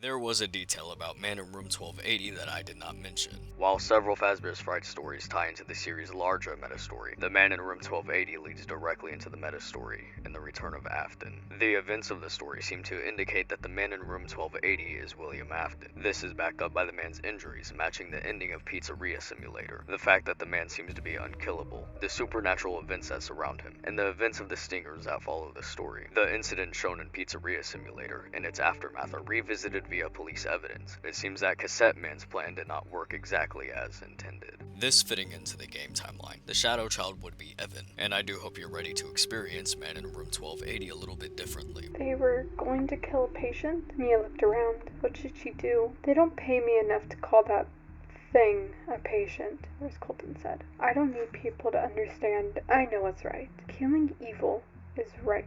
Nurse Colton must have been standing close to the door because her body odor nearly blotted out the smells of bleach and wood polish that usually emanated from the storage room. Mia hoped she didn't have any telltale odors or scents herself. She caught the end of her ponytail and inhaled, but only got a faint whiff of fur conditioner. Absolutely, Nurse Thomas continued. Mia dropped her ponytail and returned to listening. Then we're agreed, Nurse Ackerman said. The women must have been nodding because they went silent. I'll be the one who does it. I'm head nurse. It's my responsibility, Nurse Ackerman declared. We'll do whatever you need us to do, Nurse Colton offered. I'll need morphine, Nurse Ackerman said. I can fudge the tracking, said Nurse Colton. We can take a little here and a little there from the other patients, Nurse Thomas added. We have to hurry, Nurse Ackerman said. We don't know how quickly that priest will move. He's determined enough to get the hospital to cave. We have to get this done before that thing in room 1280 can leave. The nurses must have nodded again, and now Mia could hear the faint rustles from inside the storage room. She decided she better go. Pushing off the wall, Mia took a step, and that's when she saw what she'd been trying to convince herself she hadn't seen before. A little boy slithered out from the storage room. He came sideways through the slim door opening. Putting her shoulders back, Nurse Ackerman entered the room. She even considered closing the door, but she couldn't do it. None of the nurses had ever closed themselves inside room 1280. Quite frankly, they were afraid to. She only needed a minute anyway. Crossing to the loathsome thing in the bed, Nurse Ackerman took out her first glass vial of morphine and thrust it onto the needle end of her syringe. She ignored the flutters of excitement that danced over her skin. It wasn't that she was eager to kill. It was just that it would be such a relief to rid her hospice wing, her hospital, her world of this stain upon mankind. With a steady hand, Nurse Ackerman injected the first of the morphine into the man's IV port. She watched the heart monitor. Its rhythm didn't falter. She had suspected this would happen. Smoothly, she pulled out the second vial. That's when she heard the giggle. Nurse Ackerman pivoted toward the door, but no one was there. Stepping away from the bed, she went to the door and looked down into the hallway. Had Nurse Vermont finished her lunch? The hallway was empty. Then Nurse Ackerman heard another giggle, and this time it was behind her. A blast of cold rushed down her spine and tightened into a vice grip in her bowels. Slowly, as if about to face a wild animal she didn't want to spook, Nurse Ackerman turned. She didn't know what she expected to see. She was prepared for literally anything. How could she not be? Anyone who had the man in room 1280 as a patient would have to be ready for anything. She saw nothing. Everything was just as it had been when she had entered the room. Even so, she stood next to the man for several moments to be sure, watching him to see if she could discern a change. She couldn't. Well, that wasn't true. She did notice one change. The smell in the room was worse now than it had been when she first came in. It had intensified, as if someone had been fiddling with the hospital's thermostat and had allowed the room to heat significantly. The odor was ghastly. She better get on with it. Nurse Ackerman still held the second vial of morphine, so she quickly inserted the syringe and emptied it onto the IV port. And again, she watched. And again, nothing. Nurse Ackerman straightened her spine and pulled the rest of the morphine vials from her pocket. 11 more. She laid them on the edge of the bed in a tidy row. She'd inject them all if she had to, one right after the other. She wasn't going to wait for a result. Reaching for the third vial, she heard the giggle again. Her hand stopped in midair. The giggle came from right next to her. A little black-haired boy stood by her side, looking up. He was grinning a grin so feral that it acted like a siphon, extracting the strength from Nurse Ackerman's limbs. She felt herself start to crumple toward the floor, and she caught herself on the edge of the bed just in time. He was just a little boy. Why was she so afraid? He ran out of the room, and Nurse Ackerman tried to steady her racing heart rate. She needed to get herself under control so she could return to what she needed to do. But her mind, her memories, wouldn't let her find calm. Instead, she was transported, wholly against her will, into her past. She was deposited next to the bed of her dying son, the one who had left this world and had been taken with him every smile Nurse Ackerman might have ever smiled, feeling the agony as if she was living it. Nurse Ackerman experienced for the millionth time the moment when her son's death had reached into her heart and torn it apart. She hadn't always been this shell of a woman, but Elijah's death had carved her out, leaving a barely functioning person to find a place among the living beings, tortured her with reminders of the life she once shared with her son. Even though her heart was frozen, she'd become a hospice nurse to help others who would walk in her shoes. Stop this right now, she admonished herself. She didn't have time for this misery. Nurse Ackerman pushed aside her past, along with the question of who the little boy was and why he was here. She also boxed up the puzzle of why he was so terrifying. One thing at a time, she told herself. Once again, she reached her vial. Before her fingers could close around it, though, a child-sized shadow flashed in front of her. As it streaked by, all the vials flew off the bed and hurtled toward the floor, where they shattered on impact. Morphine puddled innocuously on the tiles. Considering what book and what chapter this is, that placement about Nurse Ackerman and her son son I find very interesting, becoming broken in a shell of a person because of her son's death. And of course, that's something that we've seen reiterated throughout William parallels in regards to his grief over Evan's death, becoming a shell of a person. I also find it interesting that they had the Shadow Child make her relive that, almost like it connects to him, especially after she was trying to kill his dad. Now, I'm not gonna sit here and repeat everything we already know. Point is, you get the notion. Nurse Thomas looked over her shoulder. She was alone. Just because she was doing this to help didn't mean she wanted to be seen doing it. No one besides Nurse Ackerman and Nurse Colton seemed to understand. Pausing to say a short prayer outside the room of 1280, Nurse Thomas hugged the pillow and then opened the door. She ducked her head as soon as she was in the room. She always did this in room 1280. It was a way of seeing well enough to do what she needed to do without having to look too closely at what was in the bed. She didn't want to look what was in the bed because it was the most grotesque thing she'd ever seen. A macabre of conglomeration of withering slime and fire-branded dross. The man-shaped moss of bone and tissue in the bed, literally. Morphine hadn't worked, that was for sure. Nurse Thomas and her fellow nurses had spent an hour the night before discussing the little boy Nurse Ackerman had seen. Both Nurse Thomas and Nurse Colton had seen him too. They even got Nurse Vermont to admit that she'd spotted him. Nurse Thomas didn't think Nurse Vermont had told them everything about what she'd seen, but she told them enough.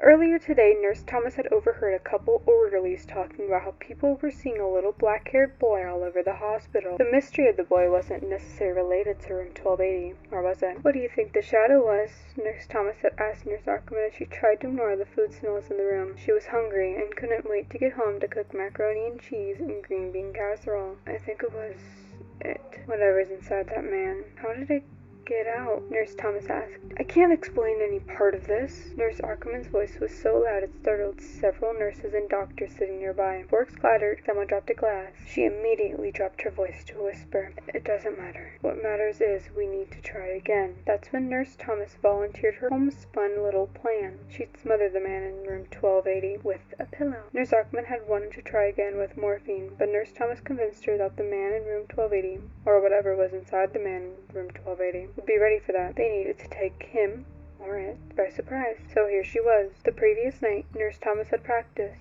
She'd done a bit of research, and she discovered it took about 3 minutes to suffocate someone with the pillow. She had to find out if she could hold a pillow forcefully over something for that long, or even longer. Learning from Nurse Ackerman's experience, Nurse Thomas figured that if normally lethal doses of morphine didn't kill the thing, suffocation would take extra effort as well. Nurse Thomas looked pillowy herself, but she wasn't. Hours of cooking, cleaning, gardening, and needlework had given her unexpected upper body strength. The strength came in handy when she did her pillow experiment on a doll she bought for her niece. She had no problems holding a pillow over the doll for 7 minutes, although her muscles were burning a little bit by the time she was done. She received the strength she needed now, she was sure. Nurse Thomas took a step toward the bed. She paused and listened. There was no giggling of the kind Nurse Ackerman had described. Apparently the boy wasn't around. Tightening her grip on the pillow, Nurse Thomas marched to the bed and shoved it hard over the man's face, or at least where his face should have been. Nurse Thomas' muscles tense, poised, ready for anything. Yet nothing happened at first. Then the pillow started filling with blood. It came through the middle of the pillow and soon began spreading outward, seeping exorbitantly toward Nurse Thomas's fingers. But she didn't let go. She was focused on the end result. After 6.5 minutes, the monitor picked up its pace. Then, glory be, after another minute, it shifted to the sustained tone of a flat line. She was doing it. Just a few more seconds should be enough. The pillow was almost fully saturated with blood, and now Nurse Thomas noticed a sickly green fluid was coming through the pillow as well. She gagged, but kept pressing. That's when a shadow darted in front of Nurse Thomas and tore the pillow from her grasp. Before she could even think about trying to retrieve it, the pillow ruptured, its contents injecting into the room and all over her. Sticky, odysseous blood went into her mouth and up her nose. Putrid slime flew into her eyes, and bits of cloth and foam stuck to the fluids that sluiced over her skin and congregated into her hair. Nurse Thomas didn't make a sound, but the monitors did. They shifted from a steady flatline tone back to a stable, even rhythm. Nurse Thomas fainted in the middle of the sickening mess on the floor. In a final attempt, Nurse Colton had a plan she was sure was better than those in Nurse Ackerman and Nurse Thomas. It had the advantage of being both simple and sophisticated, and it should also be lethal, she expected, assuming she wasn't thwarted by the mysterious shadow that derailed the actions of her fellow conspirators. But unlike Nurse Ackerman and Nurse Thomas, Nurse Colton expected the shadow to intervene. She had a plan to stop it. What was the shadow? That was the discussion the 3 women had at Nurse Thomas's house the previous evening. They decided it was an extension of the thing in the bed, or what was inside the thing in the bed. This was why Nurse Colton thought she knew what to do about it. She had some experience with this sort of thing, and she felt pretty good about her plan. At the door of room 1280, Nurse Colton stopped and set down her tote bag she carried. Looking back down the hall, she pulled out eucalyptus oil combined with the carrier oil. She put a dab of the oil mixture above her upper lip. Strong aroma, she hoped, blocked out the contemptible stink in the room. After one more look down the hall, Nurse Colton pulled out a plain white pillar candle out of her tote.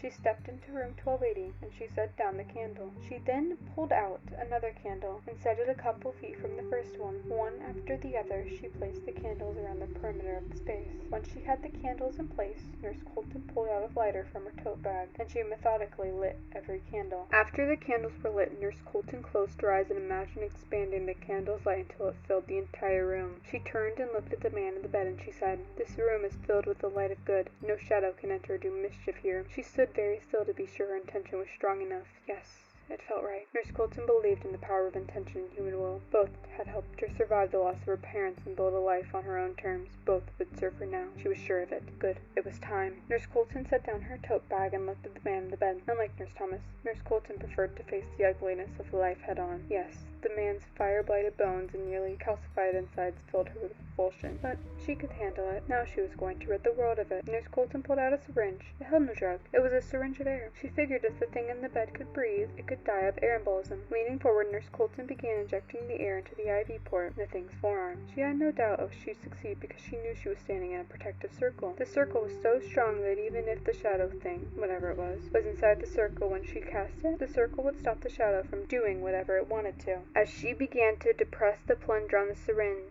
her protection circle failed. Lacerating the air in front of Nurse Colton, a shadow swept across the syringe. The syringe leaped from her hand, spinning just once before shooting like an arrow toward Nurse Colton's throat, stabbing deep into her skin, just above the collarbone. It vibrated, sending jitters through her neck. Nurse Colton knew if she didn't grab the syringe immediately, the air in the syringe was going to kill her. So she reacted instantly, jerking the syringe from her neck, only to have it snatched from her again. This time, she held up her hands in a surrender. The syringe fell to the floor and snapped in half. Then, a hot, musty blast of air rushed through the room and extinguished every candle flame. The candles flew back and smacked against the walls. Nurse Colton had never had her intention so violently defied, and she was rattled, but she wasn't going to show it. She looked at the vile mass in the bed. "We'll find a way," she said. A giggle came outside the hallway. Nurse Colton rushed to the door and she ran into Nurse Vermont, who stood like a statue, staring down the hall. After these failed attempts to kill William, Arthur finally returns to transport him to the distribution center. But as Arthur is entering the hospital, he sees this. Arthur was relieved when he glanced up and saw he was almost to the portico, but then his feet fumbled with Ruby's petals. Had he seen what he thought he'd seen? Glancing up at the portico, taking in the majesty of the building's vine-covered facade and its intricate statuary, he was sure he'd just seen a child's head peek out from behind the stone Cerberus. Arthur braked, wiped his eyes, and stared through the gauzy rain curtain separating him from the hospital. He squinted, focusing as intently as he could on Cerberus and the top of the columns flanking the portico. No, nothing was there. He must have imagined what he'd seen. All that talk about the little boy had put the idea in his head, but he didn't think he imagined it. Arthur tried to get a last look, but the rain curtains turned into solid walls of water pounding the earth, as if Mother Nature was trying to obliterate an enemy. Now, the reason their guesses became murkier about the symbolism regarding the Cerberus statue was because they had it right the first time. He's guarding Hades. Hades in this case would be William, and Cerberus, the Shadow Child. William is finally transported to the distribution center and allows himself to die. Arthur leaned over the wheelchair just as a man collapsed into a mound of bone and an indescribable mass of fried human parts. At a loss, Arthur began to pray silently. But before Arthur could get through 2 words of his prayer, the man's remains heaved. Then they burst like a nightmarish egg blowing open to disgorge new life, expelling a rank-smelling, sticky black blood and a tar-like substance and a frightful spray all over Arthur and the building's smooth concrete floor. The explosion of bone and veins and organs happened in an instant. In that instant, Arthur saw a void in the remains gape like a portal to hell itself. Then he was frantically wiping nauseating fluids and slimy body bits from his face. As he did this, he saw the man's body tumble from the wheelchair, and Arthur knew the man was dead. Instinctively, Arthur began praying again, but as he prayed, he heard something that wiped even the thought of prayer from his mind. He heard a rush of pattering footsteps, little sprightly footsteps capering toward the shelving area of the building. What was that? Arthur wiped his eyes again and looked around. At first, all he saw saw was a man's remains. For the first time since Arthur had gathered the courage to look at the man, all the exposed insides were still. Then Arthur's gaze landed on a trail of tiny footsteps that were stamped in the man's charred blood and fluids. He followed the trail and saw the footsteps continue away from the man, etching the floor in the man's blood like fearful hieroglyphs marking the way. The way to where? The man had moved on. But something hadn't. Father, is everything okay? A man's voice, pitched high in shock, asked Arthur. Arthur turned. He stared at the floor, his face blanched, his eyes wide. Actually, no. I don't think everything is okay, Arthur said. For the first time in his life, he was sure of it. William is terrified of dying. He would live through any amount of pain if it meant he wouldn't die. So what was different now? Why did he just allow himself to die? And yes, that part where he turns away the devil. Case in point. Let's recap on something. William knew that FNaF 6 was a trap. What a deceptive calling. I knew it was a lie the moment I heard it, obviously. But it is intriguing nonetheless. Again the question, why would he do that? Who did William still have contact with? Evan. Evan was also in the FNaF 6 building without anyone's knowledge besides probably William and Cassidy's. However, for Cassidy, it does seem like Evan attacked her. And this wouldn't be the first time that Evan is a traitor to the other children when working with William. And I highly doubt that that is going to be the last time. Back on topic. William is not going to allow himself to die without a plan. Now the Shadow Child in the man in room 1280, we know later that he was carrying William's soul around with him. There is clearly trust between Evan and William, which is not at all surprising to me because every parallel of them, they've been really close. I mean, even with Kelsey, they're very, adamant on this. Mick made, an off comment about Kelsey's dad. He wasn't even meaning to be, insulting or anything, and they even say that. And Kelsey still, it made his veil slip for a second because he just got irritated over Mick just saying one thing that it could even be taken slightly as bad about his dad. And I'm assuming in place of William. We'll get into this later. Shadow Freddy in his office has a Bonnie plush in his drawer. I think I know why these two are more close compared to William's dynamic with his other kids, but I can't say right now. Taking into account all of this, we know what Eleanor did with William's soul, but this is a different timeline. So what did Evan do with William's soul?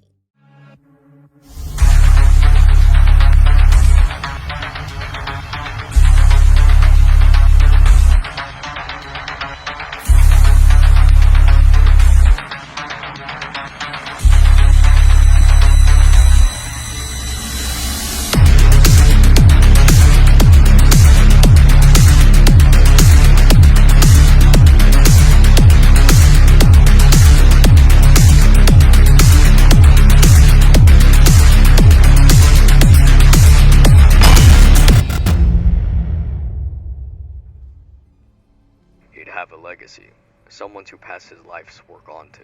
Careful what you wish for, Edwin. In GGY, we are introduced to Dr. Rabbit, aka Rab. He's going to be Dr. Rabbit, Boots said, pointing to the last of the three amigos. Tony looked at Dr. Rabbit and lifted an eyebrow. Why Dr. Rabbit? You can call me Rab for short, Rab said. Who is Rab, and what does he look like? He shrugged. The name just came to me. He grinned as he ran a hand through his unruly brown hair. He'd admitted the week before that he cut it himself. It looked it. In contrast to Boots, Rab was one of the smallest boys in their class. He too was skinny, and because his skin was paler than Boots' dusky skin, Rab could appear a little weak and frail. He had really big brown eyes, and those made him look like a wide-eyed little kid sometimes. Oh, that's not why he appears as a little kid. Edwin looked down, expecting to see the badly cut thatch of David's fine brown hair. He shrugged. The name just came to me. He grinned as he ran a hand through his unruly brown hair. He'd admitted the week before that he cut it himself. It looked it. The boy's dark brown eyes blinked twice. Then David's severely arched brows bunched. He buried his face in his tiger and started to cry. Rab could appear a little weak and frail. He had really big brown eyes, and those made him look like a wide-eyed little kid sometimes. David, remarkably big for his age, in spite of having two short parents, wasn't an easy carry. He weighed close to 50 pounds, and he was 3.5 feet tall. In contrast to Boots, Rab was one of the smallest boys in their class. Any more details about Rab? Rab was a relatively new friend, spotting the unfamiliar kid who looked a little lost at the start of the school year a couple months before. Tony had introduced himself just to be friendly. He and the new guy had hit it off, and Tony had invited him to work with him, and Boots, when they'd gotten their first creative writing assignment. Oh, he's the new kid? Boots sidestepped a couple of 8th graders, one of whom deliberately bumped Rab as he passed. Rab's eyes narrowed as he gave the jerk a hard stare. And he doesn't like bullies. say it isn't so. Remember when I said the connection between David and Evan, and how Evan and Eleanor parallel each other. Eleanor stole identities and used them as illusion discs. Rab and David have the exact same description because it is Evan using David as an illusion disc and calling himself Gregory. Now, something to note, when we get to Old Man Consequences, the bear drowns himself in the Red Lake.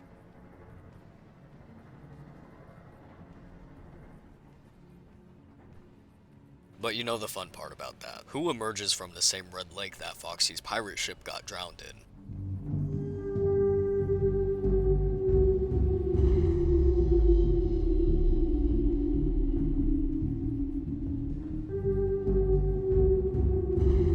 Dreadbear emerges from the lake as Foxy drowns in it. So what I think happened here is that Ultimate Custom Night was intended for William, clearly, but Evan got in the way of this, and I'm assuming that Old Man Consequences was still under the assumption that it was William that was in hell. So when the bear drowned himself, he assumed everything would be over. Evan likely wanted it to seem that way. Dreadbear emerging from the lake and Foxy going down in it is symbolism. Michael was sent to hell in place of William, and Evan made it seem like he drowned himself, to make it appear that everything was over finally. As for the Dr. Rabbit part, that is because he's taking after William. We saw Eleanor do this, pretending that she was Spring Bonnie. And speaking of that, do you know what we can see in Dream Giant? Pieces of a ball pit. Okay, really quick. I think it's safe to derail a little bit here. I already know people are going to ask me about Midnight Motorist. Well, the truth is, I don't really have an answer. My number one rule when it comes to lore keeping, when I am not understanding something in FNaF, it is always because I'm doing something wrong,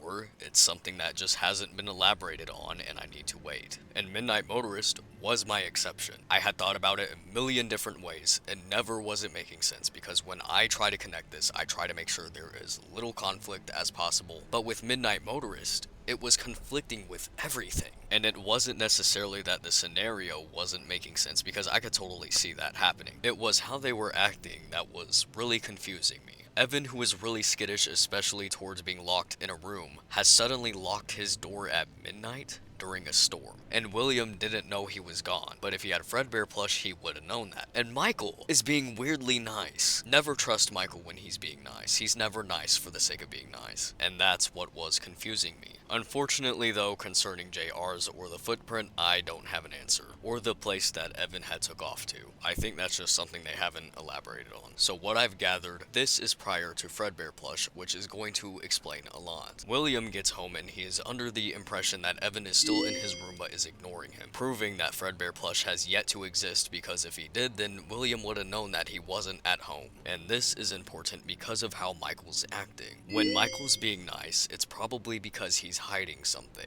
We've learned this throughout the parallels. Okay, so Evan, who is terrified of doors being locked on him, has suddenly locked his door. Who was the one who has continuously been locking Evan in rooms, even his own? Michael. And now Michael's sitting there acting nice because he probably wants to seem like he has nothing to do with Evan freaking out. And that is all I can provide regarding Midnight Motorist. Other small connections though I can provide right now, you know, they're nothing really big. In this story, VIP Pig, we have Ike and Devin. They are a parallel to Michael and Evan. If you thought I was kidding that the divorce made Michael act out like this, I was not. Because the reason that they have a normal sibling relationship in VIP Pig is because their parents are still together. I was not kidding that the divorce was a downfall. Ike, who is basically just the Evan parallel, was said that he would have to be put on child leashes because he'd run off. So Evan running away in Midnight Motorist obviously is not something new. I mean, we do see that a lot throughout the parallels, is that Evan usually just takes off and does his own thing. Luckily, he comes back, adding on to why Fredbear plush had to exist. Now, William, based on himself in parallels, I believe to be a car enthusiast. I briefly referenced Chris, but he's not someone we are really going to get into.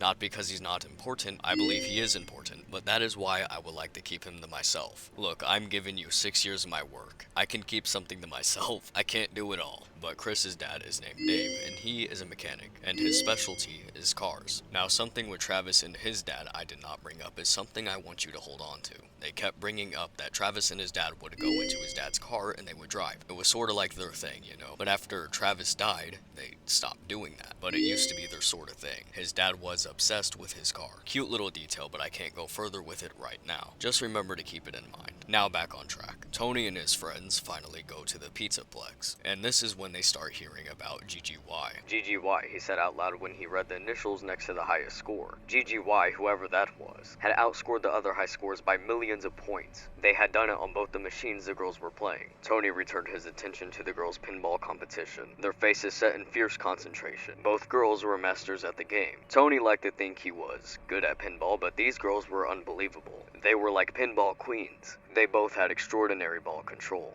And they both obviously were familiar with the tilt sensitivity of their game machines. Both the girls nudged their machines frequently and got away with it. Evan, still overseas, was Simon. Jake started getting sleepy while Simon was talking about pinball machines, but he wanted to hear what Simon said. You know the secret to being really good at pinball? What? Jake asked.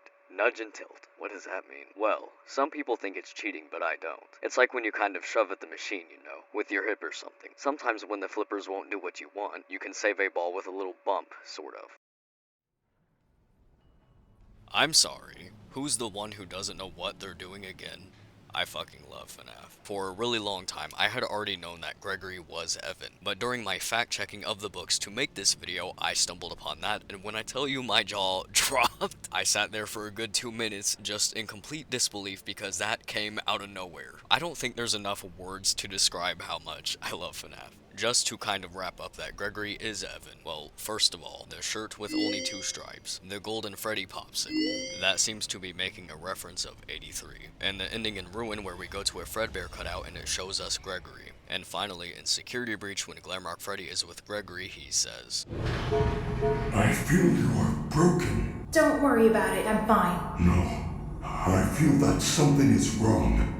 This one I'm not really sure was intentional. When they brought up the pinball cheat, they were referencing like soldier or military a lot. I don't know if that was intentional, but I certainly noticed it. Anyway, back to the actual story. Tony starts seeing on some of the arcade games that GGY holds the top for the ones he did play, making it nearly impossible for the other players to outdo him. GGY hadn't played that many games here, but the ones they'd played, they dominated. Whenever GGY was on the high scores roster, their scores blew all the other ones out of the water. Tony gets curious, and his need for a mystery and part of his school project, he decides he wants more information on GGY. He goes back to the pinball queens, assuming they had to know something. So you don't know who GGY is? He asked. The redhead shrugged. No idea. You should ask Axel. Who's Axel? Tony asked. The black-haired girl let out a guffaw. ABC, she said. Baffled by the introduction to the alphabet, Tony said. Huh?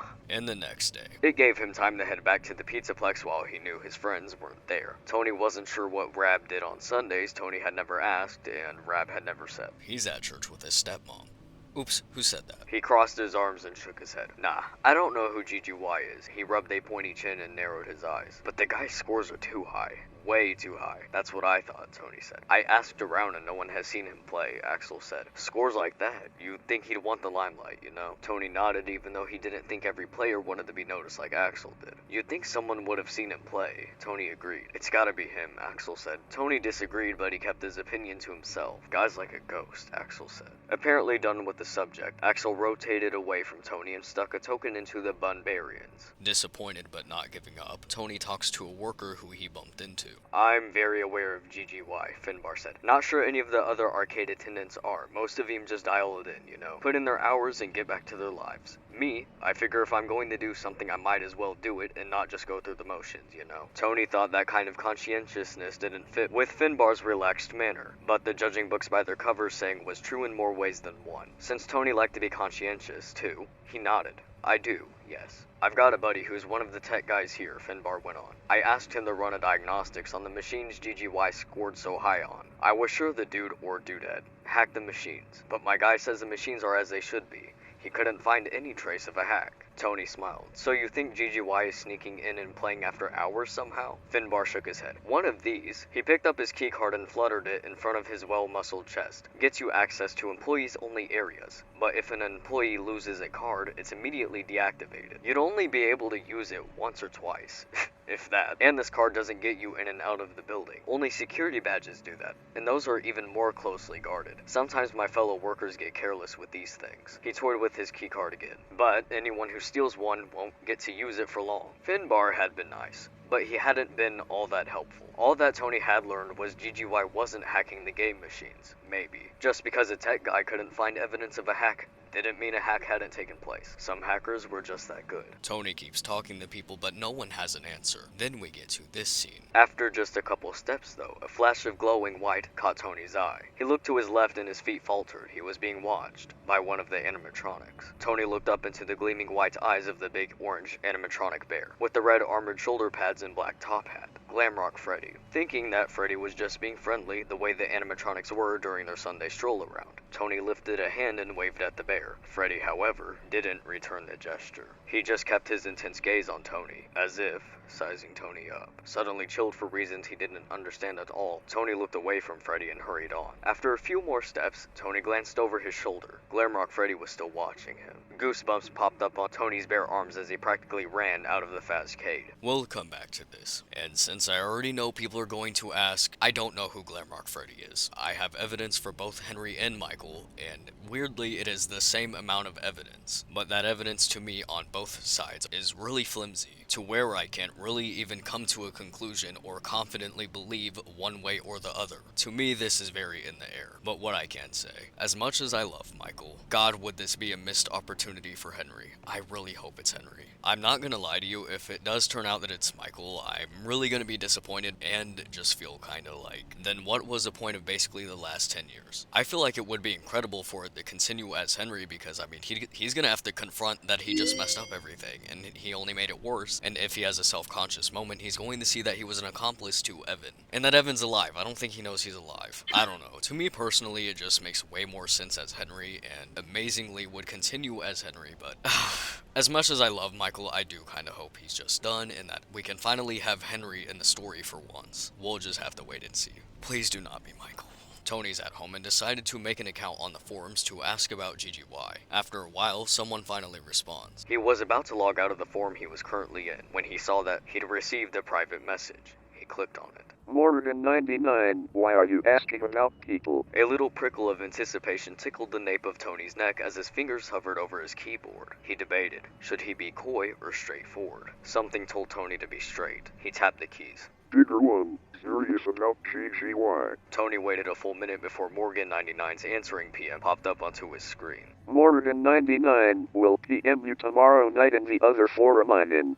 Same time. Tony typed quickly. Figure 1, what do you know? Tony waited again. This time, Morgan 99 didn't respond. While we wait for tomorrow's 10 p.m., Tony has the idea to steal a keycard from one of the Pizzaplex employees to get into the tech room to see if he can find any record of GGY. He gets his keycard and sneaks in. Tony squatted down below the level of the windows, and he started tapping on the keyboard's keys quickly, poking around the Pizzaplex records. Following the plan that he'd come up with the night before, Tony rapidly scrolled through the databases, looking for GGY. He didn't know which database, if any, might contain a record of GGY, so he had to try several of them. Again, he got lucky. He found GGY in the 5th database he tried. Tony sucked in his breath when he spotted GGY on a list of issued Pizzaplex play passes. Clicking on the play pass in question, Tony frowned. Tony wasn't a hacker, but he was reasonably good on the computer. Because of that, he was able to easily spot that the play pass issued to GGY had been modified. Although play passes were supposed to be designed to simply give frequent players access to all games without the need of tokens, this one had been modified into more of a security badge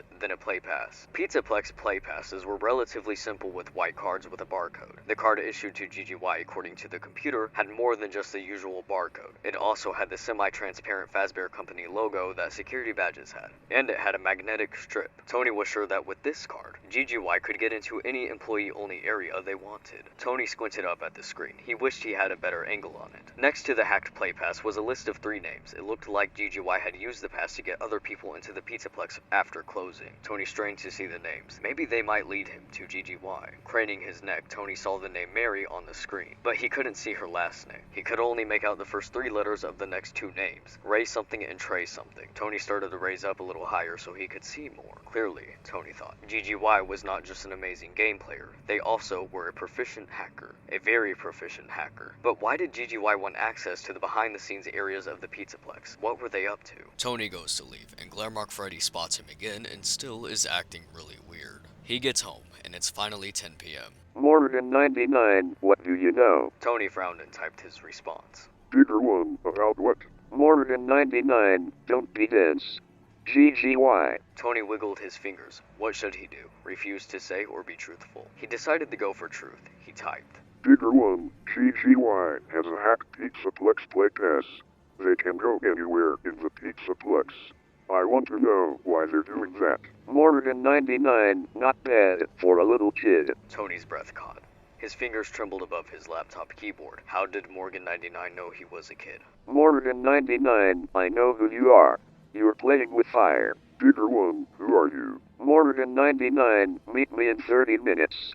Under the south side bleachers at the high school. Tony started to type a response, but Morgan 99 logged out of the form. Tony stared at his screen. Then he too logged out and closed his laptop. It's you, Tony said. He felt like an idiot as soon as the words were out of his mouth. He tried to recover. Crystal, right? You talked to Axel, Crystal said. You never told us your name. Tony blurted out before he could remember he was supposed to use his nom de plume. Okay, Tony, Crystal said. Rain trickled down from Crystal's parka hood and coursed over her pretty face. She didn't wipe it away. How did you know it was me in the form? Tony asked. You're not as stealthy as you think. You're literally the only person going around asking about GGY. Why'd you meet me? Tony realized he still had a death grip on his baseball bat. He relaxed his hands and let the bat hang at his side. Crystal glanced at the bat and smirked.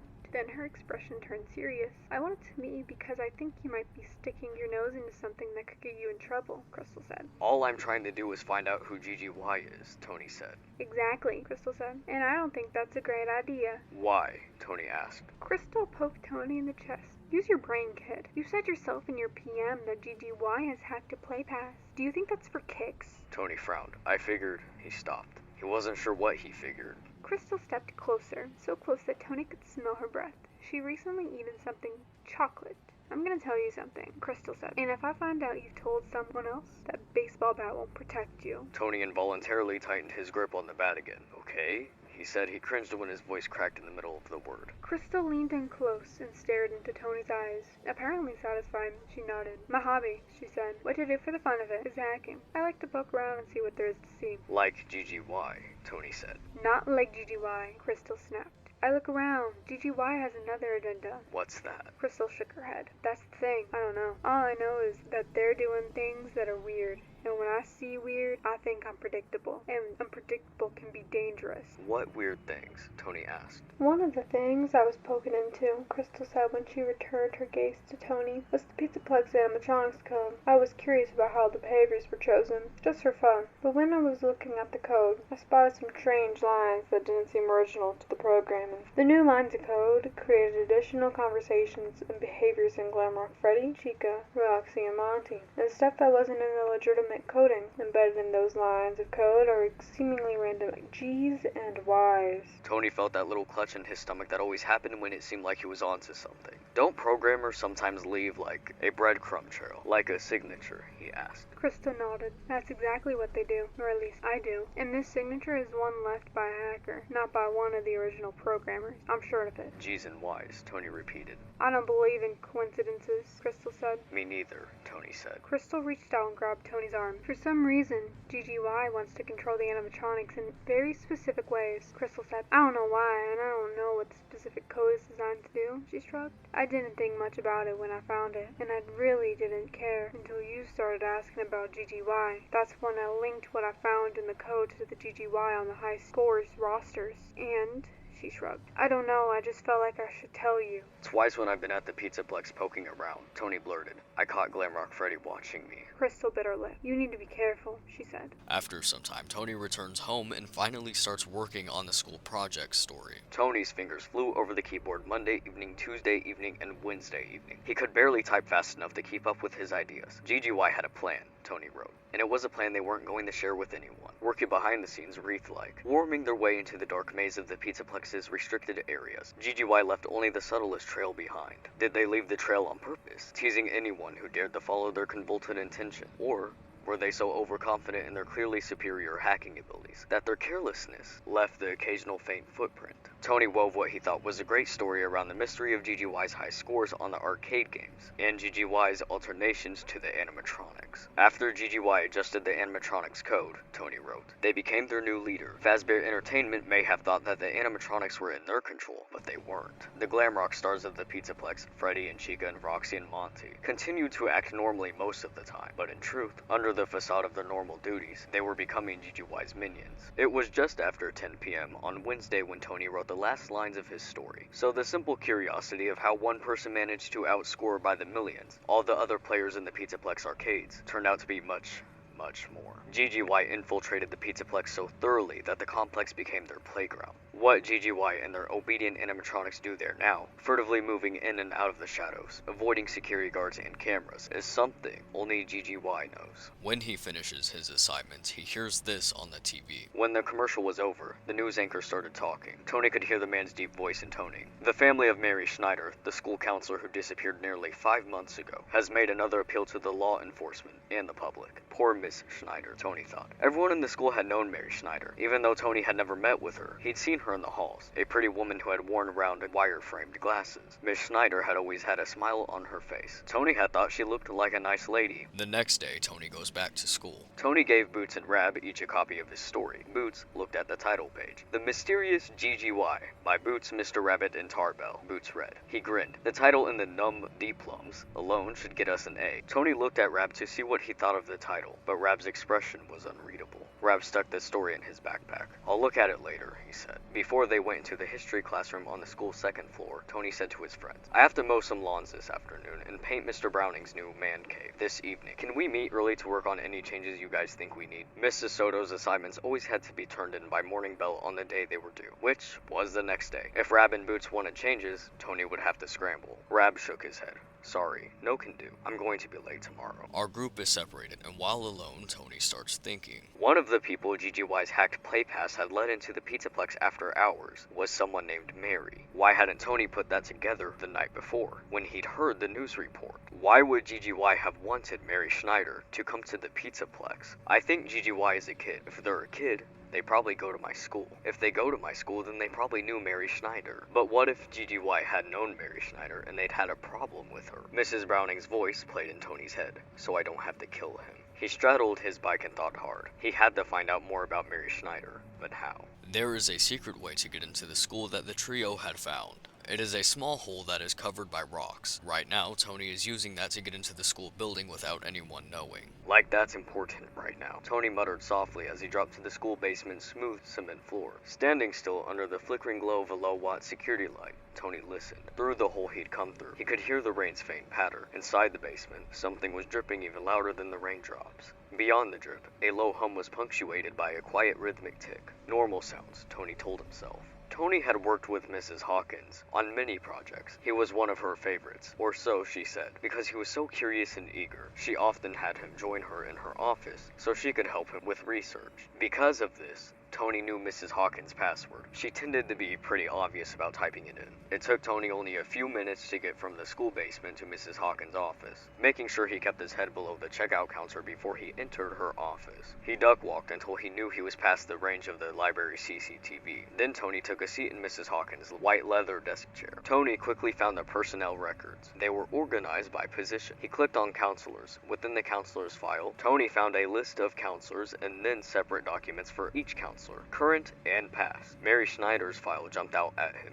immediately, but before he could click on it, his gaze landed on the counselor list. His hand froze on the mouse. Tony leaned toward the computer screen. The counselor list was long, but each name had a date to indicate the counselor's tenure at the school. Only 4 of the names had dates within the last couple of years. Tony figured those were the only ones that were relevant. The Pizzaplex wasn't even around before then. The first name on the list for the dates in question was Mary Schneider's. After her came Raylan Lawrence, Ann Trina Welch, then Georgia Lowe. She was the current counselor. Next to each name, 2 dates noted the time that the counselors worked at the school. Mary Schneider had worked there the longest. She'd started 3 years before she disappeared. Raylan Lawrence had replaced Mary Schneider, and she'd only worked there a month. Trina Welch had been the next counselor, and she'd lasted just 7 weeks. The school had been without a counselor for a few weeks. Georgia Lowe had started just a month before. He sucked in his breath. Raylan's reason for exit was identical to Mary's. She was missing too. Why hadn't Tony known that? Had it been on the news and he'd missed it? That's so not a coincidence, Tony whispered. Tony quickly brought up Trina Welch's file. His heart rate was picking up speed. Tony opened Trina's summary page. He sucked in his breath. Trina was missing too. Tony blinked as a memory that had been nagging at him finally revealed itself. Tony's mind suddenly provided him with a mental snapshot of what he'd seen on the Pizzaplex's kiosk computer. His mental freeze frame showed him the first 3 letters of the other 2 people. GGY's play pass had let into the Pizzaplex after hours. Those letters had been Ray and Tree, Raylan and Trina. But why would GGY have done anything to the 3 women? That's easy, Tony thought. The counselors must have met with GGY and maybe, one by one, they'd caught on to whatever GGY was doing at the Pizzaplex, and maybe other places too. Who knew what GGY was capable of? Clearly, they were brilliant. Brilliance could be used for good and bad. Tony asked himself one of his favorite questions. What if? And what if they'd known they were onto them? And what if they'd lured them, somehow, to the Pizzaplex to do away with them? Couldn't a brilliant kid who was doing something illegal possibly kill to cover what he was doing? Tony leaves and we get to the next morning. Last night, Tony began. We added some stuff to the story, Boots interrupted. Tony closed his mouth and scowled at the sheaf of papers Boots held out to him. Like what? Tony asked. Go ahead and read it, Boots said. He glanced at his watch. You have about 15 minutes before we need to hand it in. Tony quickly began to scan the opening of the story. He found the first page near the bottom of page 1. GGY was the wizard's most favored apprentice? Tony yelped when he read the line that had replaced Tony's description of GGY's high arcade game scores. Cool, huh? Boots said. Rab came up with that. Keep going, it gets better. After reading the second page of the story, which described the corporate conspiracy that somehow reached another planet where the wizard resided, Tony's head began to throb. When he saw his description of GGY's control over the animatronics had turned into an animatronic supervillain who went into battle with a tentacled monster. What game are you playing? Pete asked Chuck from his bedroom doorway. Just an indie adventure game. Want to check it out? Pete shrugged and sat cross-legged from his brother on the floor. Chuck's room was a lot different than Pete's. First of all, Chuck actually used his hamper instead of dropping his clothes all over the floor. His bed was made, his desk was clear of extra paper. He had a bookshelf with books on aliens and conspiracy theories. A couple of gamer posters were pinned neatly on the wall. Chuck explained the game. You see, I'm the mage, and I have to look for all the hidden ingredients to make a potion to stop an evil wizard. He has my village under a spell, and I need to help to break the curse with the potion and release the village before it's too late. What happens if you're too late? Then I lose them forever. They remain under the control of the evil wizard, and that is not happening. Pete smirked. You like to be the hero, don't you? It's the only way to win. Want to play with me? Sure. Chuck's eyes lit up as he grabbed the other controller. You can be my apprentice. Why am I the apprentice? Why can't I be the mage and you be the sidekick? Chuck shook his head. You have a lot to learn. Seems like he's possessed, right? Well, just remember, he's a mage and a liar, and most importantly, an Afton. Tony separates from his group, and while he's walking, he gets called down to the principal's office. Tony did as he was told. It has come to my attention, Mr. Atkins said as Tony sat down, that you snuck into Mrs. Hawkins' office last night. Tony's eyes widened. How? The question was one he was asking himself, but he said it out loud. How did I find out? Mr. Atkins asked. Tony nodded. You were caught on camera, Mr. Atkins said. He's lying, Tony thought. Tony knew where the cameras were. He'd stayed clear of them, but he couldn't say that, obviously. All he could do was hang his head and mumble, sorry. But if Tony wasn't caught on camera, how had he been seen? Had someone else been in the school? Tony had a very weird feeling that he hadn't been alone in the school last night. The thought made his stomach lurch. When Tony looked at Mr. Atkins' narrow-eyed expression, Tony's weird feeling turned into certainty. Tony had been watched, and his watcher had ratted him out. But who was it? What in the world did you think you were doing? Mr. Atkins asked. That wasn't a question Tony was going to answer, so he mumbled again. It was just a stupid dare.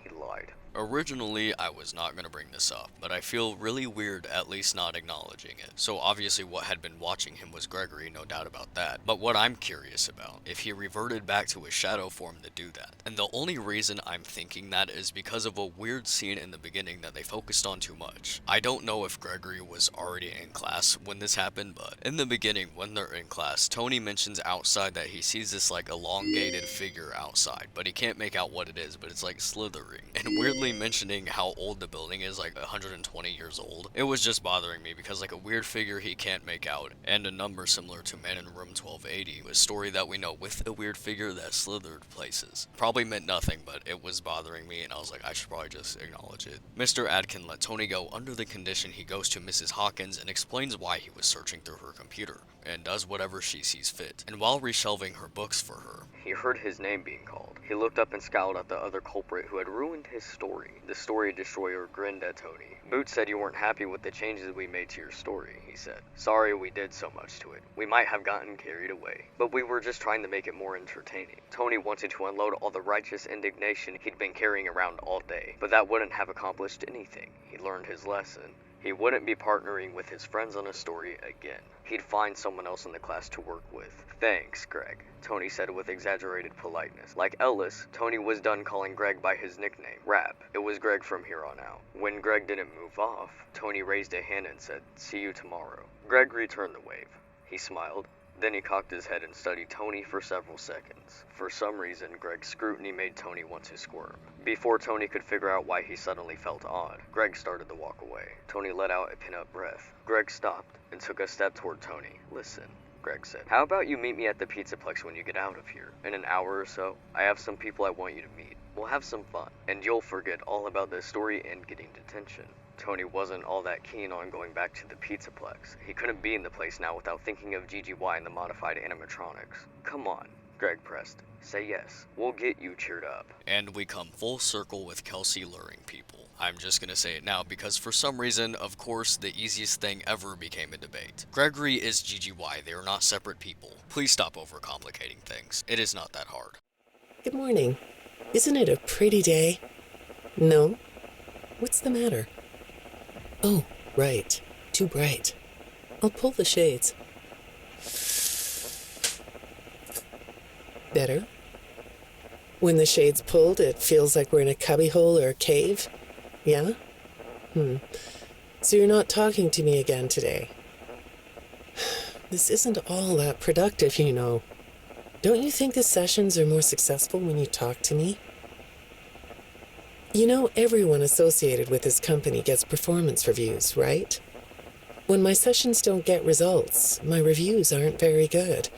If you don't want to talk for your own sake, how about for mine? You don't want me to get in trouble, do you?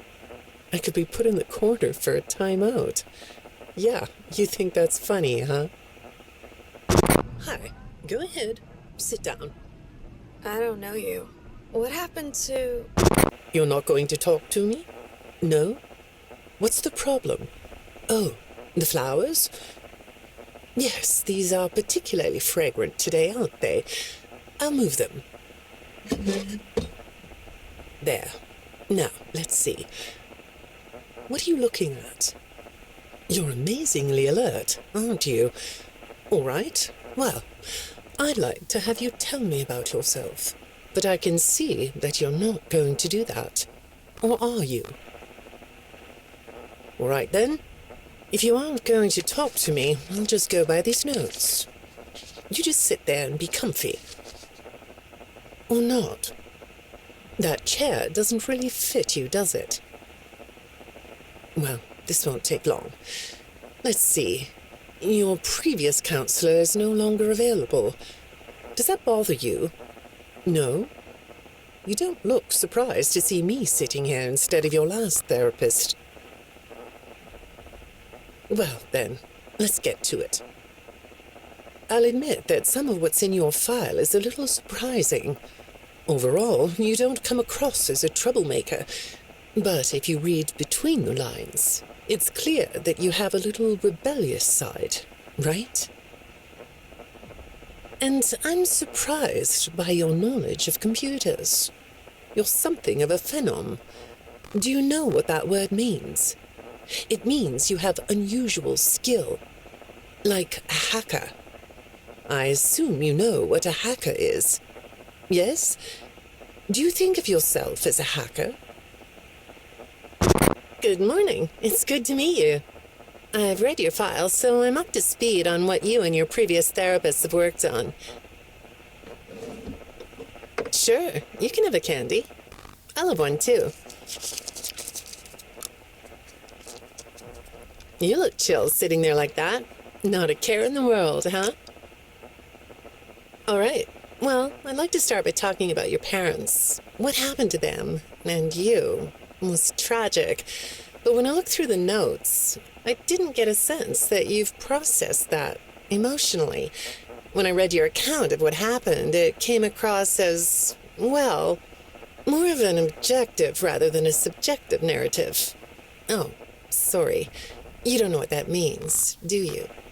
What I mean is that the way you told the story is more like you were reading something from a book than you were talking about your own past. That makes me think you've cut yourself off from it. Is that right? Not sure? Well, I see in your file that you spend a lot of time by yourself and are good at self-dialogue. You know what I mean? Asking yourself questions and getting answers. So maybe you should ask yourself how you really feel about your past. Maybe you should give yourself a chance to really look at what happened and let yourself be upset about it, so you can let it go. Gregory is not telling the truth about his past. While knowing his actual identity, it is obviously a lie he came up with, hence why they said he's reading off a script. This isn't a matter of him being cut off from his past. Have you thought more about what we talked about? In our last session, you told me you were sad and scared about what happened to you. I have my doubts about that one. I suggested you write down exactly what made you so sad and scared. Did you do that? You know, I work with people of all ages, from little kids to the very elderly, and everyone reacts to tragedy differently. Tragedy always leads to a feeling of loss. It's a hole that feels funny, right? Yeah. So, if you could process those feelings, how do you think it would affect your fantasies? Would you keep them in the way they are? When I'm getting to know a new client, I like to start by finding out directly from them what they like to do. How do you spend all the time you have? Nothing. Well, how do you feel about sports? You like sports? Yeah? No? Oh, I get it. You like to watch them, but not play them. You like being inside, don't you? I get that. Lots of weird stuff outdoors, isn't there? Yeah, I understand. Well, I hate to do this right off the bat, but I've been directed to ask you about this. Apparently, I'm the 4th therapist you've had. And apparently, all 3 of your former therapists have gone missing. Or 2 of them are missing. I don't want to scare you, but I have to tell you that one of them was found dead. That doesn't seem to upset you. Well, then I guess I'll go ahead and tell you that the woman's body was pretty messed up. It looked like it was mangled by machinery. That doesn't bother you either? It's all pretty strange, I think. I'm not clear on the circumstances. Apparently the police don't have any evidence. How does all of this make you feel? Maybe I should be watching my back. Yeah, that's funny, isn't it? Okay, shall we move on to something lighter? Do you know a place called Freddy Fazbear's Mega Pizzaplex? I'll take your silence as a yes. And besides, I know you know it, because the technicians who work for Pizzaplex know you. Or rather, I guess it would be better to say that they think they do. They report that they've caught you on camera, or at least it appears to be you. Nothing to say about that? Well, the techs are convinced that you've hacked into their system many times. Although, I'll admit I don't see any proof here. Seems like they have more of a gut feeling than fact. but apparently the hacks are causing all kinds of problems.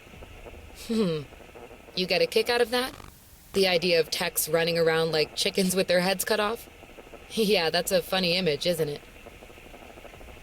But seriously, I have to say that I think it's weird that you'd spend so much time in such a busy, social place. You seem like more of a loner to me. Lots of time by yourself instead of with friends. Lots of time talking to yourself. Right? Is it the electronics you like? I saw in your file that you have developed software programs that talk to you in repeat phrases, right? The program asks you questions and prompts you for responses. It's kind of like your own self-therapy, isn't it? Another way of talking to yourself to work things out, right? When I saw some of your recent encrypted conversation logs, that's what I thought I was looking at. It felt like I was watching someone go back and forth in their own head. But the text found something that's different than that. When I read what they found, at first, I thought I was looking at more examples of you just talking with yourself. Then I realized it was different. When I study this, it sounds like there is someone else responding to you. Who is it? I saw some ink blot test results in your file. I like ink blot tests. You want to do one? Yes? Okay. How about this one? What do you see? What? You want to hold it? Okay.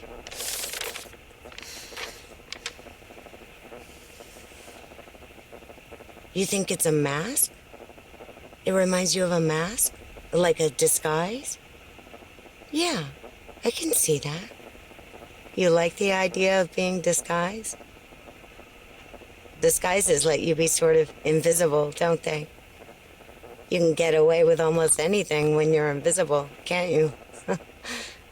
Yeah, you like that idea, huh? In the It's Him FNaF 2 scene, Shadow Freddy's mask is, of course, labeled as a mask, and the Shadow Child in Man in Room 1280 wearing a mask, while he's also an illusion disc, much like Evan is wearing David as an illusion disc, being a disguise. Well, okay, moving on. I have another report we need to talk about. Apparently, the techs were reviewing communications going in and out of this building, and they came across some interesting things. They say you were in communication with someone, or maybe something. Pretty strange. What do you think about that? Nothing? Well, the techs say it looked to them like it was an attempt to manipulate you, or maybe to lure you somewhere.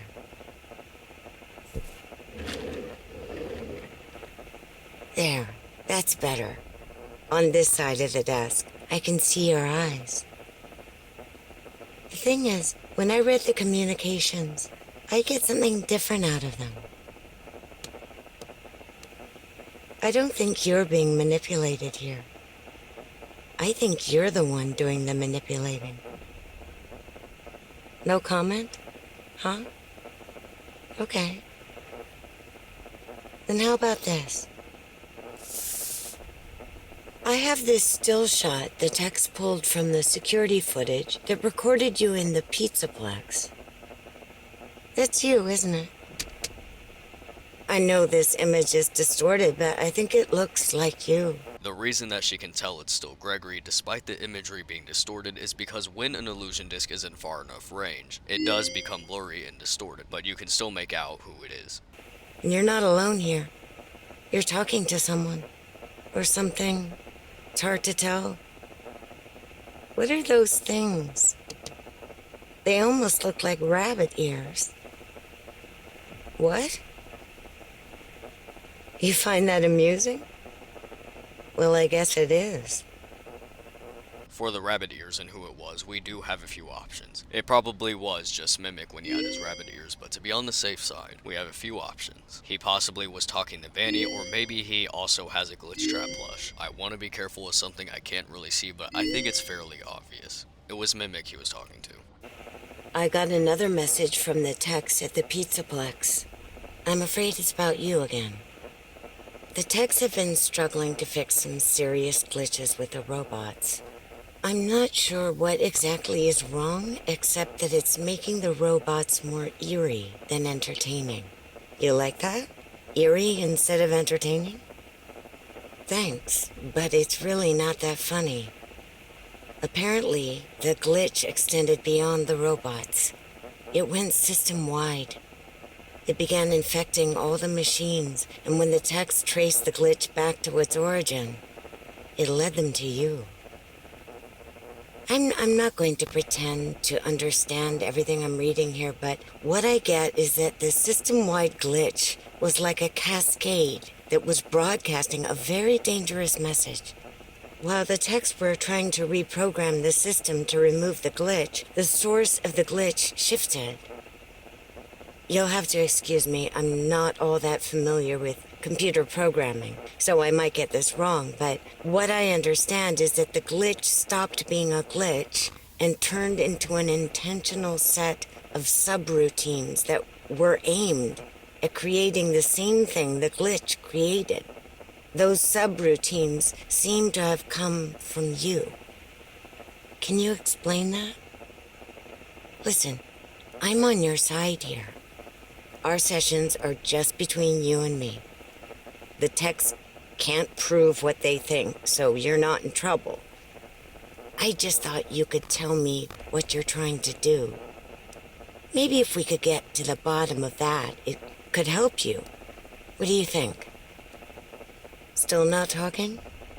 All right. Well, then let's do this. Why don't we talk about the research I did in your past, shall we? Some therapists think they should only focus on information they get from their clients, but some therapists, like me, think it's helpful to find out about clients from other sources. Want to guess what I found out when I looked into the tragedy of your past? All that stuff about your parents? You aren't even going to look at me? Fine. You can look at the floor all you want. But it won't change the fact that none of what you said in your file about your parents was true. The truth is, you had great parents, a great childhood. Why did you lie? Look at me. Tell me why you lied. You... Well, I can understand why you might feel angry about the way I just confronted you. Why don't we come back to this another day? You're shaking your head as though that's not going to happen. A lot to go over and solve. Luckily, I know just how we're gonna do it. But before we do, I want to make something blatantly clear. Gregory is not possessed. He wants you to think that, but he is not. Future me here. I need to add something extremely important here that I somehow glossed over when reading out my script. Gregory is clearly not Gregory's name, well, obviously, because it's Evan and the appearance is an illusion disc of David. Who are you? I'm Gregory. And this is where that record of Gregory comes into play, because there's a previous history, and if we are just going off the illusion disc in Evan, it doesn't explain that. But that's fine, because I can't explain it. Let's remember that they said it sounded like Gregory was reading off a script when reciting his past. Well, I'd like to start by talking about your parents. What happened to them, and you, was tragic. But when I looked through the notes, I didn't get a sense that you've processed that emotionally. When I read your account of what happened, it came across as, well, more of an objective rather than a subjective narrative. Oh, sorry. You don't know what that means, do you? What I mean is that the way you told the story is more like you were reading something from a book than you were talking about your own past. Then we find out that's not even his past, he made it up. Well, then let's do this. Why don't we talk about the research I did in your past, shall we? Some therapists think they should only focus on information they get from their clients, but some therapists, like me, think it's helpful to find out about clients from other sources. Want to guess what I found out when I looked into the tragedy of your past? All that stuff about your parents? You aren't even going to look at me? Fine. You can look at the floor all you want. But it won't change the fact that none of what you said in your file about your parents was true. The truth is, you had great parents, a great childhood. Why did you lie? Look at me. Tell me why you lied. So what's the answer here? The answer is that it's following the same formula of what Eleanor did. She's using a completely different identity for an illusion disc, but is using someone else's name for the identity she's presenting as. She did this when she was wearing the appearance of the homeless girl, but was using the name Ronell because those are two different people. And now Evan's doing the same thing with wearing the appearance of David and has the name of Gregory. So what this means is that there was an existing Gregory, but I don't think Evan anticipated that he had a file, which could explain why it sounded like he was reading off a script, because he probably did not know there was already a record of the Gregory kid he just stole the name identity of. And Eleanor would also mess up like this, where she was wearing the appearance of other people, but claiming a different name, she would mess up the history. It's the same thing happening. Now what we're going to focus on out of the therapist tapes for now. I saw in your file that you have developed software programs that talk to you in repeat phrases, right? The program asks you questions and prompts you for responses. It's kind of like your own self-therapy, isn't it? Another way of talking to yourself to work things out, right? When I saw some of your recent encrypted conversation logs, that's what I thought I was looking at. It felt like I was watching someone go back and forth in their own head. But the text found something that's different than that. When I read what they found, at first, I thought I was looking at more examples of you just talking with yourself. Then I realized it was different.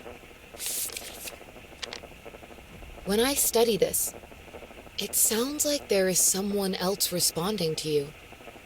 Who is it? Apparently, the techs were reviewing communications going in and out of this building, and they came across some interesting things. They say you were in communication with someone, or maybe something. Pretty strange. What do you think about that? Nothing? Well, the texts say it looked to them like it was an attempt to manipulate you, or maybe to lure you somewhere. The techs have been struggling to fix some serious glitches with the robots. I'm not sure what exactly is wrong, except that it's making the robots more eerie than entertaining. You like that? Eerie instead of entertaining? Thanks, but it's really not that funny. Apparently, the glitch extended beyond the robots. It went system-wide.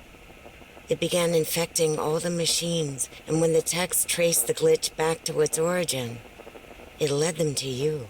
At the end of GGY, they are calling Gregory Greg. In the teaser image for Fetch, Greg was drastically changed, and he looks a lot like Gregory. And this can be excused by saying that the artwork never really looks like how they do in the books, but he looks alarmingly like Gregory. And when we go through this and you see the connections, I hope you can see where I'm coming from. That I think that was supposed to mean something. Fetch is also the only one that originated from Fazbear's Frights to make an appearance in Security Breach, and I said originated. Plush Trap and Ella did not originate from Fazbear's Frights. Now before we get into this, let's establish something. Mimic's programming is horrifyingly easy to change. Gil found a small switch. He pressed it and the robot's jaw shifted forward with a faint whir. The jaw clicked into a full open position, revealing a mass of circuits, chips, and wires within the skull. Gil probed the wires and found the one that had a power coupler. He gently pulled it out and connected it with his laptop. As soon as the animatronic was linked to Gil's computer, its specs and operating system's code scrolled down the laptop screen. Gil leaned in forward and scanned the code. When he saw what he was looking for, he reached out and tapped a few keys. Cleanup protocol? Check. Gil's gaze shifted from his laptop to the robot and back again to the screen. After a few seconds, the screen prompted. Protocol uploaded. With a rumbling chirr, the robot turned its head and looked directly at Gil. The square metal tooth mouth emitted a metallic rasp as it hinged open. Awaiting instructions, the robot said in a flat, deep voice. Gil turned back to his new robot. He leaned in and looked at the robot in its radiant eyes. I want you to break the limbs and heads off the endoskeletons in this place and pile them up over there. He pointed toward the pile of animatronic parts by the exit door. Easy peasy. Got it? The robot's internals mechanisms crackled and groaned. The robot's mouth creaked as it opened again. Break off the limbs and heads. Pile them up. Easy peasy. Got it. The robot looked directly at Gil for several seconds, but there was no need for concern. The new robot was under Gil's control. Greg and Fetch says that he felt drawn to the abandoned pizzeria. Once there, Greg enlisted them to go to the pizzeria. For days he'd known he'd had to do this. It was like he was being drawn to this place. And in this building he meets Fetch. Let me see. Greg plucked the booklet from Cyril's grasp. Hey! Cyril squeaked. Greg ignored his protest. This could be it. Putting Fetch back on the counter, he pulled the booklet from the plastic and scanned through the instructions. Hadi read over his shoulder. Cyril stuck his head between Greg's chest and the booklet, forcing Greg to hold the booklet farther out so they could read it all together. Fetch, the instructions explained, was an animatronic dog designed to sync up with your phone and retrieve information and other things for you. How long has this place been empty? Greg asked. Fetch looks like he's older than my dad, but smartphones haven't been around that long. Hadi shrugged. Greg finally did too, and he began poking around Fetch to find the control panel. Hadi and Cyril lost interest. It isn't going to work, it's older tech, it won't be compatible with our phones, Cyril said, cringing when the wind surged against the building again. Greg felt a chill slither down his spine, whether it was related to the building's eerie onslaught or something else. He wasn't sure. Greg returned his attention to Fetch. He wanted to see if he could get the dog thing to do whatever it was supposed to do. He had a hunch this might be what he'd felt in the field, what had called him here. Cyril's pessimism about Fetch didn't surprise Greg. He wouldn't know an opportunity if it thumped him between the eyes. He picked up his journal and the book on the 0-point field he needed to check. He glanced over at his plants before he started reading. They were the key to this, weren't they? They made the exchange he just had with Hadi more than just a silly game. Well, they were at least the catalyst. Learning about Cleve Baxter's experiments is what had launched him down the road he was on, but the plants wouldn't help him tonight. He needed to review what he knew about random event generators, or regs. He flipped through his book. Yes, there it was. Machines and consciousness. Cause and effect. He put the book down and skimmed his last journal entry. He hadn't misinterpreted what he'd gotten, had he? No, he didn't think so. He was either on the right track, or he wasn't. And if he wasn't, he didn't think he wanted to know what track he was on. The way he'd been drawn to that place couldn't have been a coincidence. Evan Afton clearly loves his experiments. As Chuck had mentioned, he loves doing projects, always needing to know how something worked, and now science experiments, hence Dr. Rabbit. Gregory and Evan actually mentioned something I didn't bring up, and I'll argue later down the line that it is crucial to the story, even if it's a simple phrase. But the best creative ideas can't be pushed out, Rab said. They need to sprout from the fertile soil of distraction. Plants, as we know with the storyteller and Tiger Rock and now Fetch, are very important. What was found in Evan's room in the real Jake? Hardcover classics, nonfiction in dozens of genres, and how-to books revealing the ins and outs of doing everything from rebuilding a car engine to planting a garden. Obviously, Jake had gotten his insatiable desire for knowledge from his dad. Jake's not the only one. How-to books in Evan's room on how to plant a garden. And I did say earlier to make a note of William's enthusiasm about cars. That also got passed down to Evan. Greg is in an advanced science class being taught by a college professor with only 12 students. Greg loved science. All science, not just tech. And his passion had earned him the title of teacher's pet. He loved the smell of the fertilizer that fed the hybrid plants growing in the back of the room. It made him think of science and learning. Running a hand through his unruly red hair, Mr. Jacoby began. In quantum physics, there is something known as the 0-point field. This field is scientific proof that there is no such thing as a vacuum, no such thing as nothingness. If you empty all space of matter and energy, you still find in subatomic terms a bunch of activity. This constant activity is a field of energy that is always in motion. Subatomic matter constantly interacting with other subatomic matter. Mr. Jacoby rubbed a freckled nose. Are you all with me? Greg nodded enthusiastically. Hadi, who sat next to him at the 3-person lab table, nudged him. Hey, this is your shtick. Greg ignored him. Good. Mr. Jacoby continued. So this energy is called the 0-point field because fluctuations in the field are still found in temperatures of absolute zero. Absolute zero is the lowest possible energy state, where everything's been removed and there should be nothing remaining to make any motion. Makes sense? Greg nodded again. Great. So the energy should be zero, but when they measure the energy, mathematically it never reaches zero. There's always some remaining vibration due to the continued practical exchange. Still with me? Greg nodded enthusiastically. He'd had no idea Mr. Jacoby was going to talk about this today. What were the odds? He grinned. There were no odds. It was the field. He was so excited that he missed the next few minutes of Mr. Jacoby's lecture. It didn't matter. He knew this stuff. As we saw, Greg and Fetch doesn't just specialize in plants, but also tech. Why is this important? Well, because Gregory is an advanced programmer. And I'm surprised by your knowledge of computers. You're something of a phenom. Do you know what that word means? It means you have unusual skill, like a hacker. I assume you know what a hacker is. Yes? Do you think of yourself as a hacker? I saw in your file that you have developed software programs. Quantum physics is something that we will return to later. A connection. I saw in your file that you have developed software programs that talk to you in repeat phrases, right? The program asks you questions and prompts you for responses. It's kind of like your own self-therapy, isn't it? Another way of talking to yourself to work things out, right? When I saw some of your recent encrypted conversation logs, that's what I thought I was looking at. It felt like I was watching someone go back and forth in their own head. But the text found something that's different than that.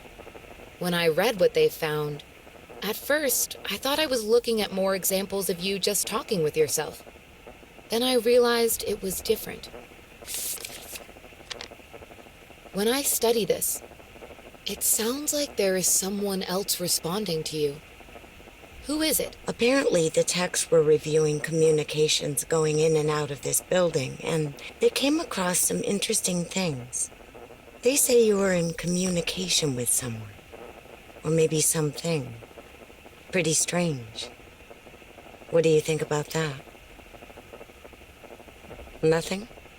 Well, the techs say it looked to them like it was an attempt to manipulate you, or maybe to lure you somewhere. The thing is, when I read the communications, I get something different out of them.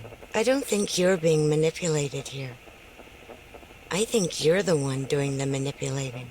And this brings us to the next part in Fetch. The logs that Gregory has that are mentioned, talking and going back and forth with something, and it's answering his questions while also prompting him for questions and answers. Hello, Greg. How are you? The phone number wasn't familiar. Greg looked around. Who was texting him? He entered. I'm fine. Who's this? Then he watched his screen. Touch. Oh, very funny, Hottie, Greg muttered. He texted what he said. The reply wasn't what he expected. Question for you. What's your question? Greg texted. Why'd you leave? Greg rolled his eyes and entered. You're hilarious. Thank you. You answer. And right after this, Greg felt a tap on the shoulder. You're going to be late for Spanish, amigo, Hottie said. Greg whipped around. Hottie raised an eyebrow. And C-Roll, who stood next to him, took a step back. Why are you texting me if you're right here? Greg asked Hottie. Dude, you whacked? Do I look like I'm texting you? What was the group's name that Gregory was a part of? He's going to be Dr. Rabbit, Boot said, pointing to the last of the three amigos. Fetch puts a big emphasis on knowing another language, which is something we will get into later. The logs might read as Mimic trying to manipulate Gregory because Mimic might be as insistent as Fetch is. I wish we could see the logs. Actually no. Hottie's phone was nowhere in sight. Greg looked back at his phone. Whoever was texting him had repeated. You answer. By the next day, he was thinking about it. Hard. In that time, he'd received a dozen texts from Fetch. By now, he realized that the texts had to be from the animatronic. They couldn't be from anyone else because no one else could know everything Fetch was texting about. Obviously, Fetch was dialed into Greg, so to speak. It quickly became clear that Fetch was synced with Greg's phone, and he was trying to live up to his name. When Greg told C-Roll he needed more time to do some homework, Fetch sent Greg a link to a time management article, and a clock app appeared on Greg's phone. When Greg looked up Regs online, he received a link from Fetch to an article about the latest research into attention and regs. When Greg finished the article, Fetch texted. 011011011101110101110111011. This baffled Greg until he thought about the article he just read. The article talked about the experiments being done to the regs to measure whether a person could think hard enough to have an effect on an outcome in the physical world. Greg knew regs generated random ones and zeros. Ones and zeros, Greg thought. Was it possible? Greg copied Fetch's text into a binary to text converter, and sure enough, Fetch had texted, okay, in binary code. Greg shivered as he texted back. Okay. He wasn't sure if it was okay at all. It was more spooky than okay. Then things got stranger, as if getting text from an old animatronic dog wasn't bizarre to begin with. One day, Greg told his mom on the phone that he was craving chocolate. She said what she always said when he mentioned candy. Not good for you. Have an apple. Later that day, when she got home from shopping, she pulled a chocolate bar out of the bag. How'd this get here? She said in annoyance, tucking her chin-length blonde hair behind her ear. I didn't buy this. She checked her receipt and discovered the chocolate bar was on the order she placed online. Must be a glitch, she said. I'll have to email them. When she caught Greg watching her, she said, well, it's your lucky day. She tossed him the bar. As he caught the candy bar, he was pretty sure he couldn't eat it yet. He was too excited. If he was right, Fetch had just fetched him a candy bar. What else could the animatronic dog do? And how was he doing it? Greg could accept barely that Fetch was synced with his phone, but Fetch wasn't synced with his mom's phone, was he? Clearly, Fetch can do a lot more than just text and retrieve things. He can get into digital systems, which brings me to the virus, finally. I got another message from the techs at the Pizzaplex. I'm afraid it's about you again. The techs have been struggling to fix some serious glitches with the robots. I'm not sure what exactly is wrong, except that it's making the robots more eerie than entertaining. You like that? Eerie instead of entertaining? Thanks, but it's really not that funny.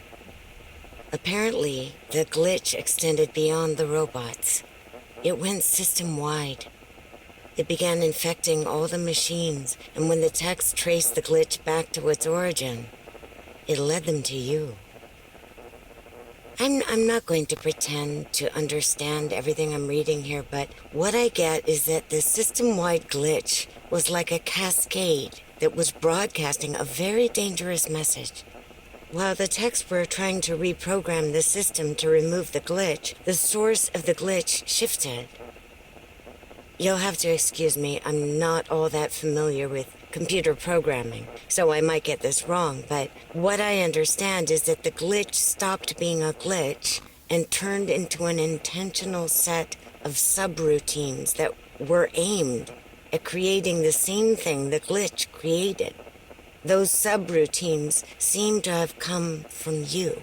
I'm just gonna say it now. This is Gregory's virus. This is not Mimic's, because Mimic's virus is Gregory's virus. Gregory either installed it in him or possibly manipulated a pre-existing virus that Mimic already had, which is why it keeps leading back to Gregory, specifically the origin, not because, in quotations, he's possessed. One of the things I was poking into, Crystal said when she returned her gaze to Tony, was the Pizzaplex animatronics code. I was curious about how the behaviors were chosen, just for fun, but when I was looking at the code, I spotted some strange lines that didn't seem original to the programming. The new lines of code created additional conversations and behaviors in Glamrock Freddy, Chica, Roxy, and Monty. And stuff that wasn't in the legitimate coding. Embedded in those lines of code are seemingly random G's and Y's. Twice when I've been at the Pizzaplex poking around, Tony blurted, "I caught Glamrock Freddy watching me." Let's remember, Glamrock Freddy's eye color was different, and this is important.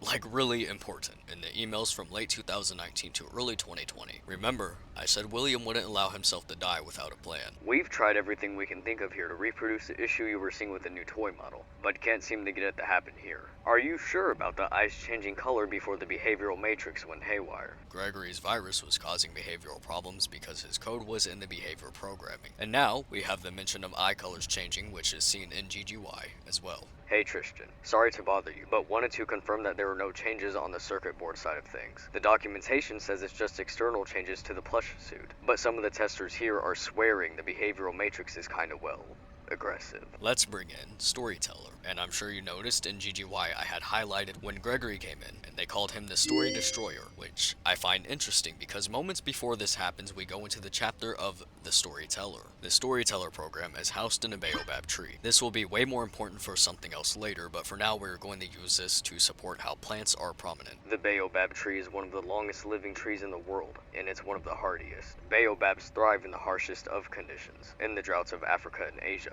They're bizarre looking. Their trunks can be over 30 feet in diameter. The width of the baobab trunk would suit our purposes perfectly, allowing plenty of room for all the hardware needed to sustain the Storyteller. On the topic of fetch, machines having cause and effect, your emotions affecting the machine like a reg, which the Storyteller is eerily similar. I can't really say if they are the same thing. It almost seems like it, if not similar enough. We'd use the same principles to create a computer program that would combine various tropes and characters to come up with an endless variety of stories. Mr. Bro snapped his fingers again. We could call the program the Storyteller. The next day, he got his first experiments result. In advanced scientific theory, Mr. Jacob B started his lecture with. So now that we understand the 0-point field, let's see if we can figure out what it means for the real world. To this end, we're going to talk about regs. Awesome.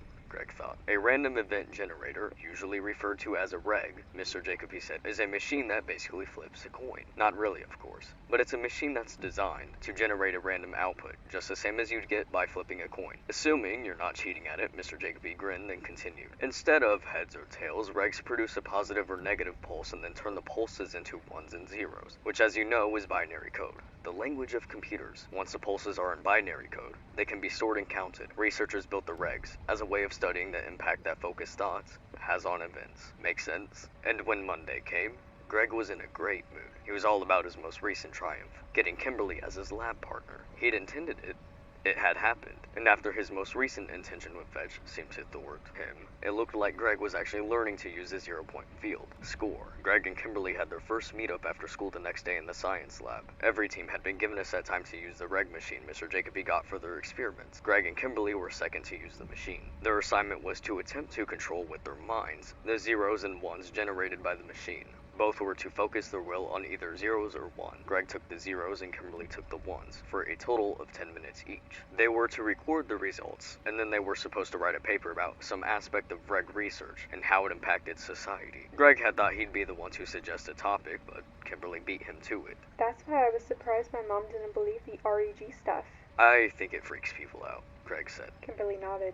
So is there more about this polygraph guy? Yeah, so Baxter experimented with the plant's reaction to his actions. Like, he burned a plant and got a reaction, but not just in the burned plant. Nearby plants reacted too, and then he just thought about burning the plants. And the second he had that thought, the polygraph recorded a reaction in all the plants, like the plants had read his mind. Whoa! Greg nodded so hard he felt like a bobblehead doll. Yeah, I know, he grinned. Most people didn't believe Baxter when he published his results, but he kept experimenting, not only with the plants but with human cells. And he proved that cells can sense our thoughts. They have a consciousness. Kimberly twirled a lock of her shiny hair with an index finger. So if cells have consciousness, then why is it such a leap to think our brains can influence a machine? Exactly. Well, I read about the field over the summer, and when I read it, I got really excited. I read that researchers are saying this field could explain lots of stuff no one could explain before. Stuff like high-end telepathy and other psychic abilities. In simple terms, it's basically just manifesting. Edwin seems to have the same thought. He idly wondered how it might be possible to channel human joy into a machine.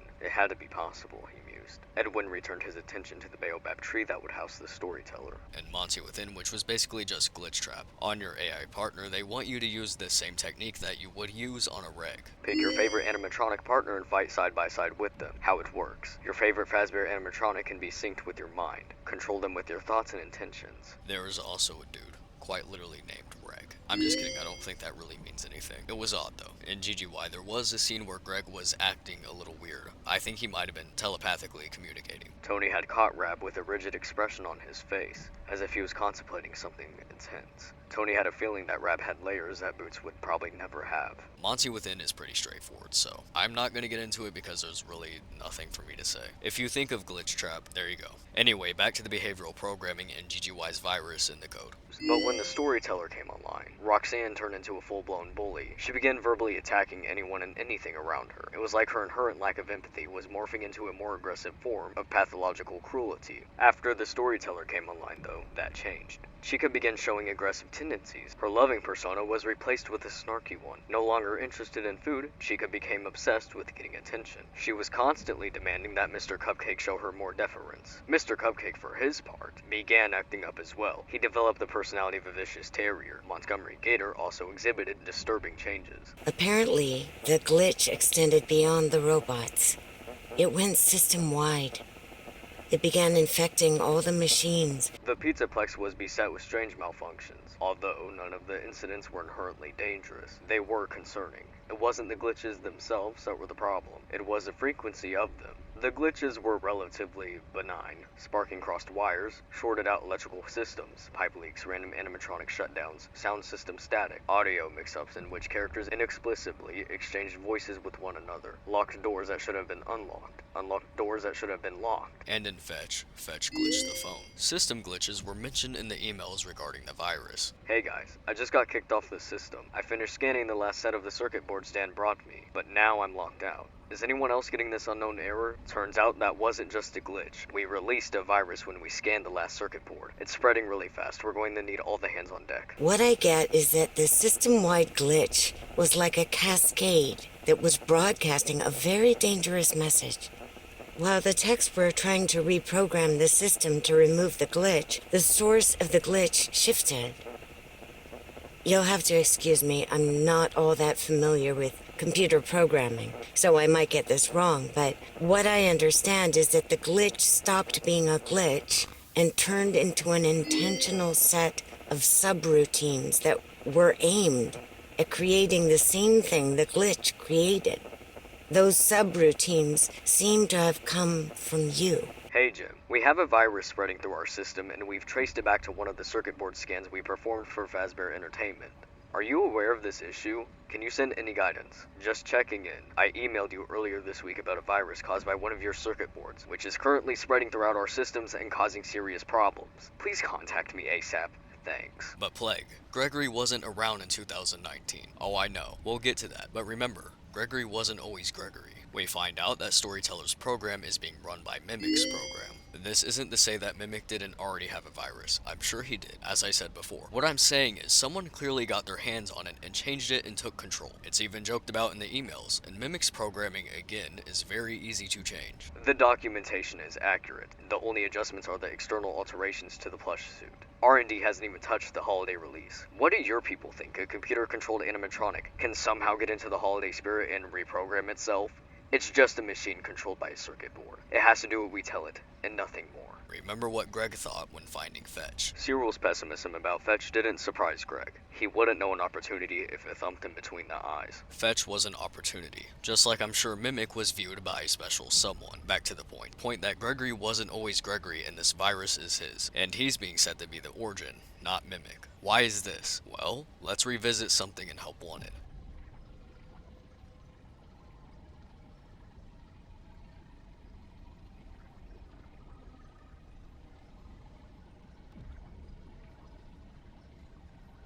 Did you catch that? In Shadow Freddy, you can see the virus running through his body. The same virus that you can see in Glitch Trap. However, Glitch Trap's is more erratic. And if you ask me, based off the teaser trailer for Help Wanted, it does seem like Shadow Freddy is in more control of what's going on. In the therapist tapes, they mentioned that the virus was a cascade. What I get is that the system-wide glitch was like a cascade. In Ruin, Cassie goes through a virtual server room, and in that room she can find this.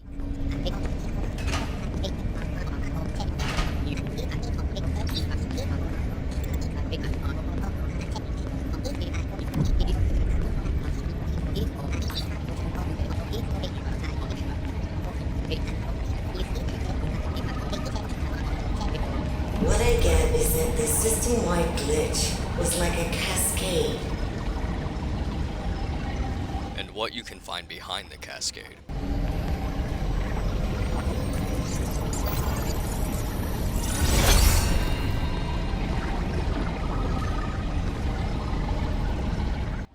Golden Freddy is the main figure in the room, and we know who used to be Golden Freddy, who this virus also keeps leading back to, returning to Fetch. The text messages continue day after day. Sometimes Greg responded just because, sometimes not. Either way, he kept a log in his journal. This was going to give him important feedback for his project. A lot of exchanges with Fetch made no sense. Like the day Fetch texted, "Don't do anything stupid." "Why would I do anything stupid?" Greg responded, "Dunno." Sometimes the texts were clear. One day Greg texted Cyril that he was having trouble with the Spanish homework, and he needed the translation for, "I don't know how to make banana bread without eggs or flour." Cyril didn't respond, but Fetch texted, "Noes, si mobiliser pandi b altanos in unos ni herena." Cyril didn't text back until late in the evening. When he did, his translation was the same as Fetch's. Was it time for Greg to tell his friends what was going on? He decided to wait, but then came the spider. As we know with Tiger Rock, he can speak any language. Jake, 4 years old, loved the picnic, but he wasn't keen on the huge rubber spider that lurked near the edge of the picnic table. He was so agitated that Greg suggested they put the picnic on hold. He got out 2 spatulas and made a big production of scooping up the spider and putting it in a sealed plastic bag. That wasn't enough for Jake. Out, he demanded, pointing a chubby finger toward the door. So, Greg put on his rain jacket and went out in the rain, while Dare and Jake supervised from under the shelter of the house. Greg had dug a hole in the mud and buried the rubber spider. A couple days before Christmas, Greg and Hottie were talking on the phone about Trent. He's such a jerk, Greg said. He laid on his bed watching his plants, sending specific thoughts to them, like one might send to a reg, just like in Cleve Baxter's experiments. His plants seemed to be responding well to his latest intentions. I don't really pay attention to him, Hottie said, but I know he freaks out Cyril. Yeah, he needs to be pranked, Hottie said. I was thinking spiders. I overheard him the other day telling Zach he's afraid of spiders. Greg laughed. Seriously. I've got a rubber one buried in my backyard. Maybe if the rain stops, I'll dig it up before I come over. Yeah, do that. Ho ho ho. It'd make a nice surprise in his stocking. Greg waited a few hours, but the rain didn't let up. It thrummed relentlessly on the roof. If Greg hadn't promised Hottie he'd go over to wrap presents, he wouldn't have left the house. But he promised. So he geared up for the rain and stepped outside. He almost screamed when he looked down and saw a huge spider covering the well of welcome friends on his mother's doormat. Jumping back, he stared at the spider, realizing now what it was. Greg felt his pulse accelerate. This was not possible, but there it was. It was the rubber spider he'd buried, still in its now muddied plastic bag. No one except Dare and Jake knew where that spider was. Jake and his family had gone to Hawaii for Christmas, and Dare was on a ski trip with his friends. Wish you could be here for our white Christmas, boyo. Dare had said on the phone the night before, leaning over and picking up the plastic bag by the corner as if it was a deadly creature in and of itself. Greg held the bag in front of his face. Were those teeth marks along the bottom edge? He dropped the bag. His phone buzzed. He sucked in a breath and fumbled for his phone. Merry Christmas. Merry Christmas to you, too, Fetch. Greg entered while trying to ignore the fact that his fingers were trembling. Now this, I don't know if it was intentional, but I have never seen Hawaii mentioned anywhere else in FNaF. But Kai, the protagonist of Tiger Rock, is Hawaiian. And in Fetch, they're mentioning Hawaii. And with the way the stories connect, I can't help but feel a little weird about it. But honestly, it probably was just a really weird coincidence. Greg calls his friends over to tell them what's going on with Fetch. It must have synced with your phone, dude, Hottie said. Greg nodded. Yeah, except... Well, wait, Cyril said. I'm not a techie, but I don't see how something as old as that animatronic dog could sync up with a modern smartphone. That's just not possible. Obviously it is, though, Hottie said. It's not just syncing. Greg reached for a muddy plastic bag containing the spider and held it up. He felt like he should say Exhibit A, but didn't. What's that? Cyril shifted away so fast he fell off the bed with a thud. Greg suppressed a laugh while Cyril jumped up. Sorry, Greg said. It's not real. He told them the story of the picnic and then the appearance of the unearthed bag on his doorstep. They keep reiterating how Fetch is an older animatronic. He's older technology. They also kept making that point about Mimic. He's an older animatronic. He's older technology. Just like they did Fetch. Cyril gaped at him, then looked from Hottie to Greg and back to Hottie.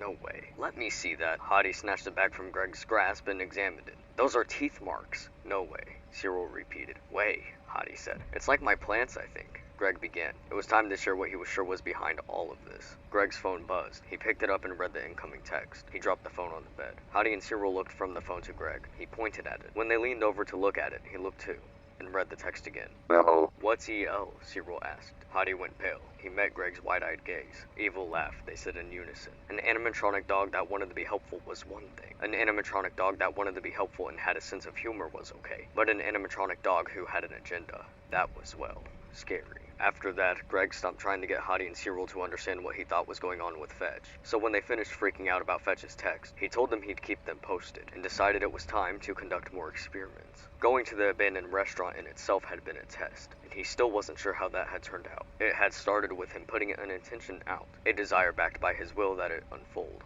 that had led to an impulse to act. The impulse had taken him to the restaurant, where he found Fetch. But how did Fetch play into the grand scheme of things? He had to figure it out. Greg held his breath. Will it work? He only had to wait through 2 pairings to find out. Greg and Kimberly, Mr. Jacoby said.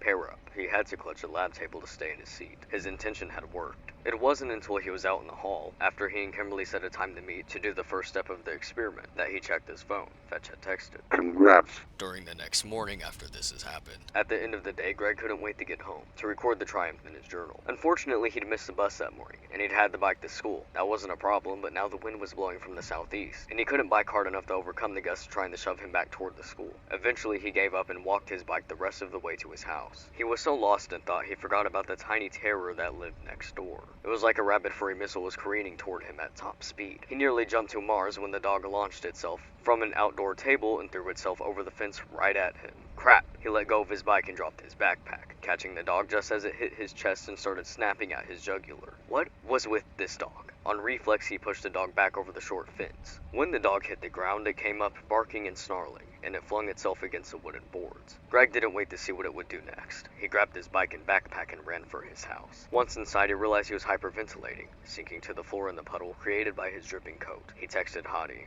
Devil dog just tried to slash my throat. Scared the hell out of me. You okay? Shaken, not stirred. Lol. Greg threw on his rain jacket and grabbed his backpack, and went out the door and down the steps. That's where he came to a stop so abrupt. He lost his balance and had to grab the stair railing. His eyes widened. His pulse rate flew into overdrive, and his stomach clenched. This couldn't be happening. And once again, he had to confront what he didn't want to look at. This time he made himself look. Really look. The neighbor's dog lay dead against the back wheel of Greg's bike tire, its throat torn open, its belly gutted, intestines flopping onto the concrete. It was stiff and its eyes were wide open, as if staring in fear, maybe for the first time. In the last time of its life. Greg forced himself to examine the dog's fatal wounds. Yeah, it's just what his subconscious mind told him in his first glance. The dog hadn't been killed with a knife or some other sharp object. It had been ferociously ripped by teeth and claws. It had been attacked by another animal. Greg gagged and swallowed down another dry heave. Breathing through his mouth, he opened the plastic bag and put it down over the dog. Once he had it covered, he slipped the bag under the animal and used the plastic to scoop up the entrails. When he had it all, he carried the bag to the bushes between his and his neighbor's house, and emptied it into the bushes. The dog fell with a sickening splat onto the ground. Greg looked up to his house to be sure neither of his parents were looking out the window. Nope, all good. The neighbor's house was one story. They couldn't see into his yard, and this part of the yard was sheltered from the street. No one was watching him. Even so, this probably wasn't the best plan in the world, but it was the best he had. If the dog was human, forensics would point to Greg in a nanosecond, but the corpse was a dog. He didn't figure there'd be much of an investigation when the body was found. It looked like the nasty little thing had been mauled by a coyote, but it hadn't. As much as he'd love to convince himself that's what happened, Greg knew no coyote would kill a dog and then pose it next to Greg's bike, because a dog had clearly been posed. Although a little blood from the dog's neck and intestines stained the concrete next to Greg's bike, it wasn't nearly enough blood for the savagery of the dog's wounds. The dog must have been killed someplace else. No, coyotes had nothing to do with the dog's death. Greg realized he was frozen in place by the bush. He wadded up the plastic bag, trotted to the trash bin under his house, and stuffed it inside one of the bags of kitchen trash. He closed the lid. That's when his phone buzzed. He didn't want to look at it, but he had to. The incoming text was, as Greg knew it would be, from Fetch. You're welcome. Greg spent the day paying very little attention to what was going on around him. Every chance he got, he pulled out his phone and scrolled back to delete old text messages. The spider had spooked him, but the dead dog had terrified him. Fetch had killed the dog to help Greg. What other help would Fetch try to offer? It didn't take long after finding the dog for Greg to conclude that Fetch could do all kinds of nasty things with what Greg had said he wanted. So he tried to find any text in which he'd suggested he wanted or needed something. But the problem was, Fetch seemed to be doing more than accessing old messages or conversations. Fetch seemed to be listening into Greg's life. How? Right after he texted Manuel, he realized Fetch might have interpreted that text as an instruction to retrieve Manuel, given what Fetch had done to the neighbor's dog. Greg was afraid Fetch might punish Manuel for not being available to help Greg, or worse, Fetch might kill Manuel and drag his body to Greg's house. There was no telling what the animatronic beast was capable of. Apparently, I'm the 4th therapist you've had. And apparently, all 3 of your former therapists have gone missing. Or 2 of them are missing. I don't want to scare you, but I have to tell you that one of them was found dead. That doesn't seem to upset you. Well, then I guess I'll go ahead and tell you that the woman's body was pretty messed up. It looked like it was mangled by machinery. That doesn't bother you either? Fetch might have been like a reg machine, and that he seemed to be reacting to Greg's thoughts, but he wasn't a reg machine. Was he? Greg didn't understand what was going on, but he thought that Fetch was responding to more than just his text. Somehow Fetch was observing Greg's actions and maybe was even reading his thoughts, the way Greg's plants did. Fetch wasn't the 0-point field, but he was part of it. He seemed to be acting like he was a field's dog or something, getting whatever the field thought Greg wanted. But what intrigued him about the game was the idea of working with an AI partner that followed his instructions. And this is where we're going to stop with Fetch, because I'm sure you understand what's happening now. Fetch is a reg. I'm not sure why throughout the story Greg seemed conflicted about that, but Fetch is. He says it himself. After Greg got home from school, he texted Hottie and Cyril, asking them to come over. While he waited, he looked at the latest text from Fetch. Too easy. What's too easy? All of the above. All of the above what?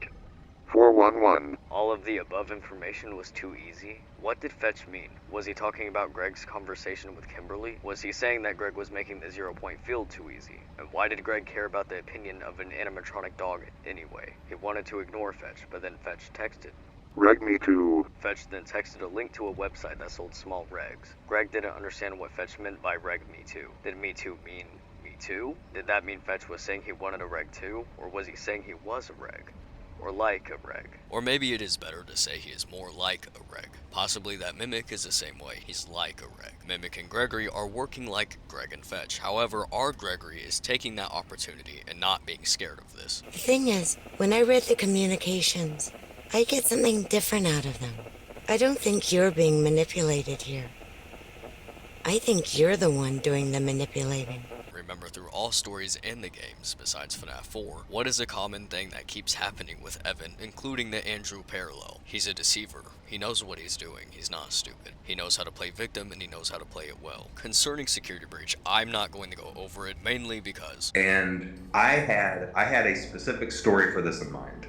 Okay, for Security Breach, I really did. I had a very specific story in mind, and it is very different than the one that got in the game. And I think a part of that is the way that I conveyed that to Steel Wool, because what I was trying to do was I was trying to tell Steel Wool to do specific things throughout the game, put specific items in specific places, have specific characters do certain things, meanwhile not telling them what the story plot was. Because in my head, I was thinking, okay, when people find this, they will connect this to this to this, and it will all be revealed. And I thought I could do that without telling Steel Wool the story plot. That didn't work out very well, because they got all of these pieces, and they thought it was their job to connect them in a way that made sense. And so really what you ended up having were the same pieces, but telling completely different stories. And since I was trying to kind of tell a specific story with mine that went a certain direction, they were taking pieces I didn't fully understand and trying to craft a story out of them. And again, I don't blame them for that. I blame myself for that, because I guess what I should have done is just said, hey, here's the story. Here's why these pieces are here. Here's how they're supposed to connect.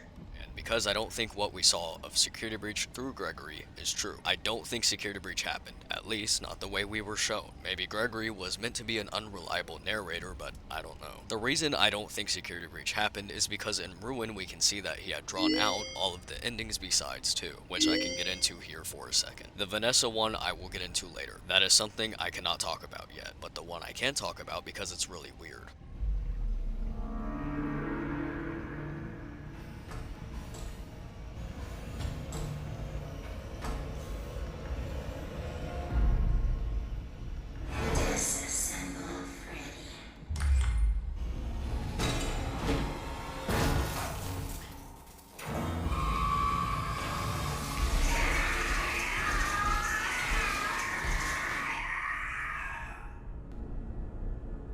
This ending is the one that makes me think that there is some truth to what we saw, but the story we are given is not conveying what actually happened. And I'm not saying this had anything to do with Steel Wool. I think this was going to happen either way, and considering it's a fully rendered one, I know the Glamrock Freddy in Ruin is not the same one, but a part of me feels like there was some truth to what was going on here, because just like the Vanessa ending, it wasn't one of the endings that Gregory drew. In the Vanessa ending, we can see that they took his head, and the prototype in Ruin is also missing it. I don't know if that's alluding to something, but I feel like it is. What was said in GGY doesn't align with what happened in Security Breach, like for example having to get all the passes, but Gregory obviously has his own that was modified. I honestly think Gregory did something, because before we get to Glamrock Freddy in Ruin,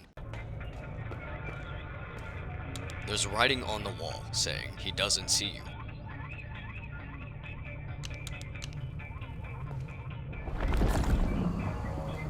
But if you get closer, the doesn't gets covered by a blotch and it says he sees you. Going back to the phrase in reference to Shadow Freddy / Evan, he's always watching. Before we enter the room with the he sees you, there is a vent that we crawl through to get to the room, and in that vent, there is purple bears drawn with question marks through them and X's, and being called Bad Bear. On top of all this, I noticed something in Ruin. When we enter the theater, that is when we get a clip of Vanny chasing Gregory. It's Gregory! Hey! She's wearing my mask! To me, me, I feel like that was saying it was all a play. At the end of Ruin, I think it's obvious Mimic, Glitchtrap, and Gregory are all working together. Gregory obviously is not dead. Both of them were talking, I just don't know which one said what. I know it says he's missing, I'm not sure what that's about. I think maybe he got stuck somewhere if it has something to do with the earthquake. And possibly explaining why Mimic is doing most of the work because they probably had to rely on him for now. Something else I would like to point out in regards to the he's always watching, which was very prominent in Ruin, considering that eyeballs were following Cassie around. Eyeballs? Really? When we are being chased by Mimic, Gregory says something that makes no sense if he's not watching. He says, It's right behind you! How would Gregory know that unless he was watching? Just throwing out an idea. But bottom line, he's clearly alive. Poor choice of words because of who he is, but I digress. People have said that there are implications that Mimic had seen William killing the kids, and that's why Mimic has taken the form of Spring Bonnie. I have read through everything involving Mimic, and I have to say, not once did that ever come across that had happened. With the secret of Mimic coming out, that might change, but as of right now, I have not seen anything implying that. But what I have seen is a different route to this. Future me here. Secret of the Mimic has come out, it didn't change this. But there was a possible extension to an explanation that doesn't necessarily exclude what we're going to be talking about here in a second. I forgot to add it into my script until I was talking to a friend who will also be doing his own theory involving this. So definitely go check out Technofur. He also makes real-life Springlock suits, so he's just entirely on a different level. The basis of Help Wanted is that it plays a parody of the rumors around Fazbear Entertainment that we know aren't really rumors, but whatever. Within those rumors, you would need the star, the Spring Bonnie Man, which is what Glitchtrap's suit is called in the files. Now, I have a hard time believing that Fazbear Entertainment didn't add some sort of reference to the Spring Bonnie thing, adding on to that it seems as though we might have two different Glitchtraps. One that appears as if he actually belongs in the game and functions as if he has some sort of implement that Fazbear Entertainment themselves created to reference to Spring Bonnie rumor, and then the green one that seems as if he's not supposed to be there. And the pizza party ending of Help Wanted seems as if it's an actual ending in the game that it is supposed to have if we are pretending that we are in this universe with them. That the Help Wanted team created that ending for the game, which could explain why Glitchtrap is called Spring Bonnie Man in the files. And Fazbear Entertainment seems as if they are more than aware of his existence, which if he wasn't supposed to exist, then I don't think they would have recognized or acknowledged the mascot. What I'm getting at is that I think it's a possibility is that Mimic was doing what he does, mimicking. I think the Glitchtrap mascot was pre-existing in the game and that it was an NPC that Fazbear Entertainment created for the pizza party ending that Mimic picked up on and or was told by Evan/Shadow Freddy to mimic, and here we are. The Evan part, we're gonna get into that now. Remember when I said earlier that I had to bring up drowning for another reason because of the chapters it was lumped in with? Well, I was specifically talking about Nexie. She is with the Mimic and drowning, and remember I have said stories that are together are likely connected, and we can see with GGY in the storyteller and Bobby Dots, but honestly Bobby Dots didn't have much for me to talk about either. It was practically the same thing we've been talking about, the program taking control of the place, a digital version and an animatronic version. The digital version is more awful than the animatronic, and the protagonist who had the Bobby Dots as servants was sneaking in and out of the Pizzaplex and used to practically live there, was a good programmer, and was even able to reprogram and was faking names. See, I'm just repeating myself. Point is, they clearly are trying to tell you something with the stories they are put with. GGY has actually made it known about this. So why is Nexie important? Well, I think it can answer why Glitchtrap is who he is. The Mimic, self-explanatory. And David, considering everything, I think is safe to use as an Evan parallel. And Peggy, another parallel to Evan, so I think that means Astrid is going to be along the lines following the theme of being a parallel. Which brings me back to drowning. I said earlier that Shadow Freddy, it seems that he is more in control of what was happening. The atmosphere in drowning seemed to be in reference to Dreadbear, which is in Help Wanted, the digital reality where Glitchtrap came from. Peggy in drowning is the one to be said to be in charge, going back to Gregory. Gregory is the one doing all of this, and I think he created Glitchtrap. Nexie is actually connected to Tiger Rock and the Storyteller, because in Nexie and Tiger Rock, the Storyteller was running. Remember what GGY said. During a scene where Kai breaks free from the AR booth that had him trapped with Tiger Rock, he sees Astrid. Who is Astrid, and what does she do that our parallels do? She programs. Astrid wants a Bunnytronic, and is on the way to get one. You can create them to look anyway. How does Astrid want hers to look? Okay, Karen said, gesturing at the machine screen. Is this what you had in mind? Astrid looked up at the screen. She clapped her hands. That's perfect, she said. said. The image on the screen looked like a doll version of Astrid's mother. It really was perfect. She's beautiful, Astrid said. I'm going to call her Lexi. Because of the storyteller having its issues, the machine building the Bunnytronic malfunctions and practically creates a monster. Astrid pressed her lips together and she blinked several times. I won't cry, she told herself, but she wanted to. Her beautiful Buddytronic. She thought about the way her Buddytronic would look for weeks. Every time she looked at her mother's photo, she imagined seeing those features on her own Buddytronic. It was going to be like having her mother back with her again. Only this time her mother would want to be with her because Buddytronics were designed to be loyal to their owners. But this wasn't anything like her mother. Buddytronics being loyal follows a pattern of Fetch and the Bobby Dots. In Nexie's case of having parental issues, that is not something we are seeing with Evan and William, because as I've said before, Evan is the favorite Afton child. And don't worry, the favoritism is most definitely rooted in narcissism. And Evan being the youngest might be playing a part, but I can't really say. As for it being rooted in narcissism, that is because Evan is the most William Afton child there is. I mean, Evan's basically William Jr. William and Evan are very similar. Now, the difference with Evan that Elizabeth and Michael lack, that would be very important to William, is a love for science. Evan is the only Afton child that is into science. William and Evan also have basically the same attitude towards things. They come at things with a very similar mindset, if not the same one. Now, the reason I went so hard on Michael compared to what I've said about William is because I don't need to tell you that William's a bad person. We all know that, but almost no one knows that about Michael. That is horrifically overlooked with Michael, and not understanding that with Michael's character causes a lot of conflict with understanding the story. And now that we have a clear view on Evan's character, I would like to say, all of the Aftons are narcissistic psychopaths. You really think Michael's gonna be any different? This Buddytronic was supposed to be like Astrid's mom. In addition to all the physical problems, the machine had messed up the doll's name too, but that didn't matter. As soon as the doll spoke, Astrid's hesitation about the doll disappeared entirely. She felt an instant connection with Nexie, as if they'd been friends forever. Then, Nexie widened her tiny mouth until it was probably meant to be a smile, but looked more like a grimace. Astrid, Nexie repeated in a flat, robotic voice that didn't sound at all like a girl's voice.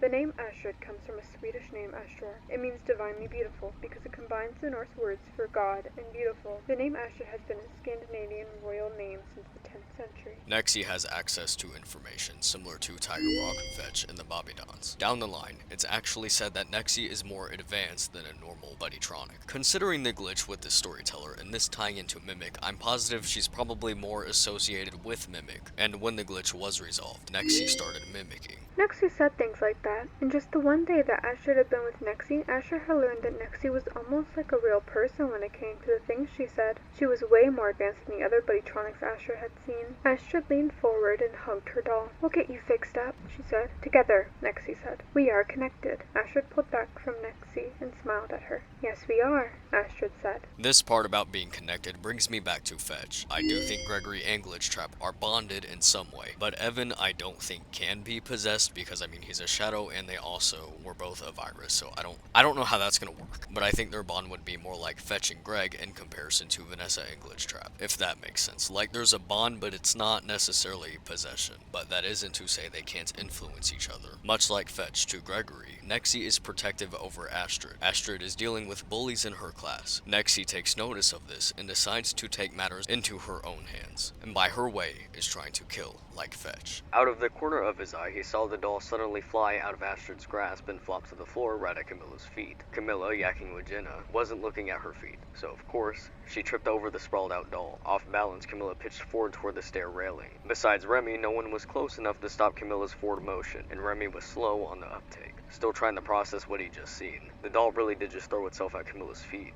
right? Camilla's stomach hit the railing, and she started to flip over the rail head first. Remy's brain finally kicked in. He lunged to his left and managed to grab Camilla's legs as they started to go over the railing. Time seemed to compress as Remy hung onto Camilla's legs with both hands. As if from far away, he could hear Camilla screaming. Pointing at Astrid and wrapping a protective arm around Camilla, Gina screeched at Astrid. "You did that on purpose!" Astrid retrieved her doll from the floor, which had shrunk to the far side of the stairs. Astrid's face was stark white. Her eyes looked glassy. She looked extremely guilty, and she didn't protest when Gina started screaming at her. "You threw your doll at Camilla's feet to trip her!" Gina shrieked. If Nexie did trip Camilla, she had done it for Astrid, obviously. Nexie was a good friend. She wanted to protect Astrid, and Camilla had been mean to Astrid at lunch. Nexie was just a doll, and she didn't understand the way the world worked. She didn't know that you couldn't react to mean words by trying to physically hurt someone. Nexie was just being protective in a not so good way. There is another scene where another kid is bullying Astrid and is pushing her around and she drops Nexie. When Nexie falls, she hides behind the cars and waits until the bully is in close enough range until eventually she latches onto their leg and her bite is to the bone. She tore off skin from the bone. Back to my point that Evan probably hijacked Mimic's programming and created Glitchtrap. Astrid says this. Astrid was responsible for Nexie. She'd created her, kind of, and brought her home. They were connected. And this parallel to fetch. Nexie stretched her lips into her version of a smile. Everything I want to do is for you, she said. Remember the therapist saying that the body they found of the previous therapist was found with her body mangled by what looked like machinery. Astrid gets another Buddytronic, and Nexie wasn't too happy about that. Astrid wanted to rush to the new doll's rescue, but she couldn't move. She couldn't believe what she was seeing. The new Buddytronic's blue eyeballs rolled across the bed and dropped silently onto the floor. The doll's small white teeth flew out of its now bare metal face. They sprinkled onto Astrid's quill as Nexie grabbed the doll's braids and ripped them into little pieces that looked like tufts of fur. The blonde fur caught in the room's air currents, flew up around Astrid's bed, and scattered over to the teeth. One final thing I'm going to use to just kind of wrap up these connections with Nexie because I'm sure you get the point. Then she quickly dragged Nexie behind a row of pinball machines. What are you doing? Nexie asked. The restrooms are the other way. Astrid bent down and whispered to Nexie. I'm going to steal a key card so we can get into the animatronics repair place. Now, I want to get back into talks about the whole timeline of Glitchtrap. The emails about Glitchtrap started in 2019, before Springtrap is even awake, so Glitchtrap has existed before Springtrap awoke. And this matters because of Evan. Evan already had Glitchtrap ready before the fire Henry started happened, going back to my point that William wouldn't allow himself to die without a plan. But I think there was a different reasoning for Glitchtrap existing initially rather than it just being a future plan. I think Glitchtrap was supposed to be in replacement of William for Evan, because throughout the parallels we've seen that they were really close, and I know Evan does all this craziness, but at the end of the day, Evan's still a child, and William's really all he's known. The parental loss he felt could be drawn back to Astrid and how she created Nexie to kind of cope with that, to have her mom back. So Glitchtrap essentially would be his Nexie, to deal with William not being there because he was spring-locked. Now the reason I'm so sure of it being Evan/Gregory's doing, onto why Glitchtrap is who he is partly to do with one of my absolute favorite books in the series. This book I consider one of the hearts to the lore. It's next to Blackbird for me, and the connections this book has is also very important. We will be coming back to Lally's game a lot. Cade is one of the protagonists to Lally's game, and you could consider him both a parallel to William and Mimic. You will see what I mean when Cade and his fiancée move into their new house. A couple seconds later, Bailey stepped into the house with a big brown streamer trunk propped on his shoulder. Selena scowled at the dirty and scarred old trunk with the aged leather straps and tarnished and dented brass clasps, lock, and edging. She wrinkled her nose at the trunk's musty odor, which she could smell from even several feet away. Cade popped through the door moments after Bailey was out of sight. They're almost finished with. Cade stopped when he saw Selena in front of the trunk. His face flushed and his jaw tightened. "What are you doing?" he snapped. Selena cringed at the edge in his voice. His tone was sharp, and it was wrapped in what almost sounded like a snarl. Cade had never lashed out at her like that before. He never looked this upset before, either. Cade's face smoothed back into its normal placid lines. He took a breath. "Sorry, I didn't mean to be short with you." He gave her his trademark lopsided grin. "What we agreed to bring was our best stuff and our memorabilia. I'm pretty sure a lot of your boxes are filled with photos and keepsakes from your childhood." Selena made a face. Can't you store your keepsakes in something more, I don't know, modern? "I thought you liked antiques, miss. I have to have that vintage dress." Selena smiled. He had a point. Okay, so not modern. How about just prettier? Less creepy? That thing looks like it belongs in a haunted house or something. Cade already lying about what's in it, and is really protective over it, so what's really in it? Selena is at Cade's mom's house, and Selena had found a photo album in his room. Selena and Cade's mom are going through it. The next picture in the album was yet another shot of Cade pointing happily at the Lally game sign. Janice tapped the sign and smiled. "Oh my, I have such fond memories of that place." Freddy's Pizzaplex? Well, yes, but especially Lally's. Janice ran her index finger over the picture. It was Cade's favorite game. We couldn't get him out of the place. I think if he could have lived there, he would, she chuckled. Selena didn't laugh. Her unsettled feeling deepened as she looked at the photo of Cade with what, at first glance, appeared to be an unfriendly version of the famous friendly ghost. But at a second glance, was clearly a robot. "That was Lally," Janice said, poking at the robot's round white face just above its soulless black eyes. Selena rubbed the back of her neck. It felt like ants were crawling out of her hair. Lally was there to be a playmate for the kids who didn't have a friend to play with, Janice said. Cade's best friends didn't like the game as much as he did, so he was usually in the arena by himself. Selena flinched when Janice turned to the next page in the album. Selena had forgotten Janice was even there. Janice didn't notice Selena's slight movement. She pointed at the next picture, in which Lally and Cade stood together. The robot was positioned so it appeared to be looking at Cade with an expression Selena thought was vaguely hostile. No, not hostile. Possessive. Going back to the theme, Lally is possessive over Cade, but Lally was said to be stolen one day, and Cade for some reason was scared. To save us time, this is because he claimed he started seeing Lally everywhere. Selena finds Cade and attempts to confront him about Lally. Why didn't you ever tell me about Freddy's Pizzaplex? Selena asked. Cade was gazing at her affectionately when Selena started to speak, but by the end of her question, he looked away from her. The easy smile on his face disappeared for an instant. When the smile returned, it wasn't as easy. Whatever I thought you were going to say, Cade chuckled. It wasn't that. His chuckle was just a bit strained. Well, why didn't you ever mention Freddy's? I looked at one of your photo albums this afternoon, and it was full of shots taken there. Your mom said you loved the place, especially this freaky attraction called Lally's Game. A muscle twitched at the corner of Cade's eye. He compressed his lips. You never said anything at all about Lally, Selena pushed. And clearly you liked the thing because it was in a bunch of photos. Cade shrugged. He narrowed his eyes. Have you told me about everything you liked when you were a kid? She crossed her arms. I might have forgotten a few little things, but yeah, I mostly told you about my favorite things. And you've talked about your childhood a lot, but you've never mentioned Freddy's or Lally's. Your mom said Lally's was your favorite game and they had a hard time getting you out of the place. That's a pretty big deal for a kid. It's strange you haven't mentioned it. Cade looked over Selena's shoulder. Cade? Selena prompted. What's going on? You're acting bizarre. Cade stood. I just have some bad memories from that time, okay? Someone got hurt. I don't like to talk about it. Without waiting for Selena's response, Cade turned and headed back inside the house. As he went through the door, he called to Janice, warmly, without a trace of the coldness that had hardened the words he'd just thrown at Selena. Want some help with those, Mom?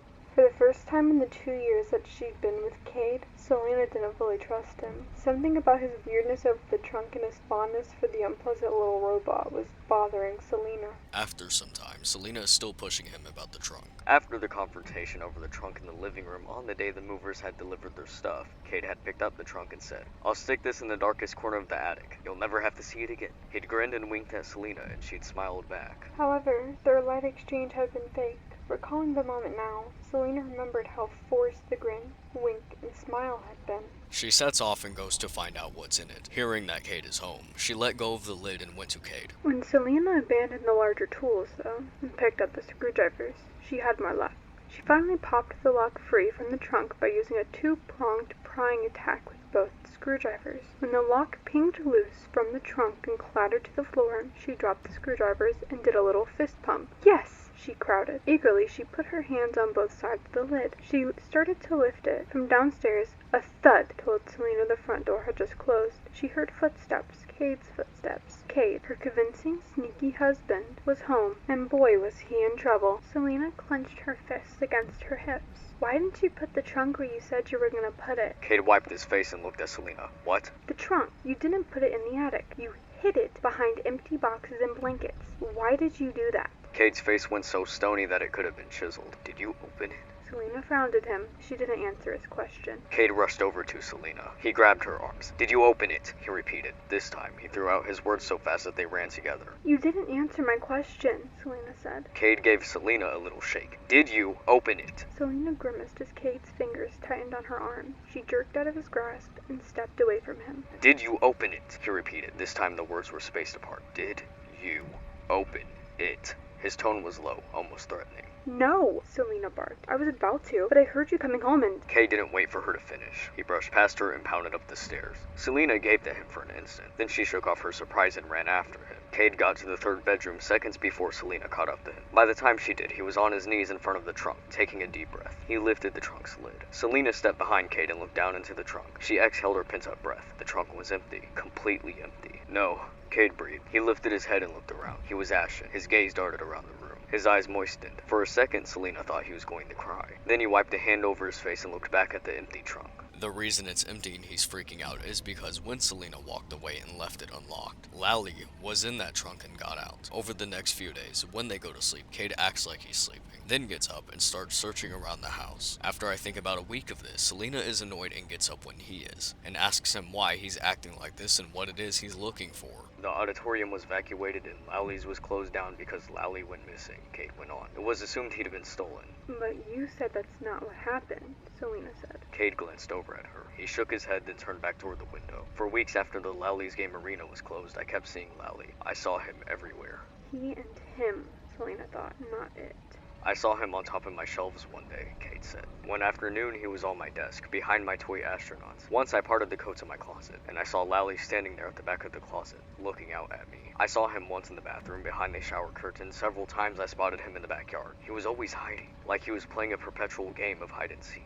I highlight the hide and seek part because that is something Mimic is often brought up with. Selena doesn't believe Cade, and in her mind tries to be reasonable and thinks he's imagining things. Cade started shaking his head in the middle of Selena's story. By the end, he was shaking his head so hard that his hair was whipping into his eyes. Lally isn't an imaginary purple monster. He's real, and he was in that trunk before you unlocked it. Selena, after this, starts becoming paranoid herself. She begins actually seeing Lally now chasing her around, but she can't tell if it's real. It is. She decides to pay a visit to Cade's mom. I do know that Cade didn't want to share Lally with anyone. What do you mean? Selena asked. Oh, I'm just remembering how upset Cade got one day when another little boy, a boy he knew from school named Daniel, snuck into the game. My oh my was Cade angry. He was furious. His little face was all screwed up and red when he got home that day. The game was only for 2, he said to me over and over. You would have thought that Daniel had done something unforgivably egregious, instead of just the relatively benign action of sneaking into Lally's game with Cade. Janice sighed. Daniel was a sweet little boy, adorable freckles across his nose. I knew his mother. It was so tragic that he died in a horrible accident. Selena goes back home, and this is when Cade starts acting really robotic. Before Selena could get a grip on the rolling pin or see what was behind her, a hand clamped over her mouth. Selena's heart went into overdrive. She tried to scream, but the hand stifled the noise.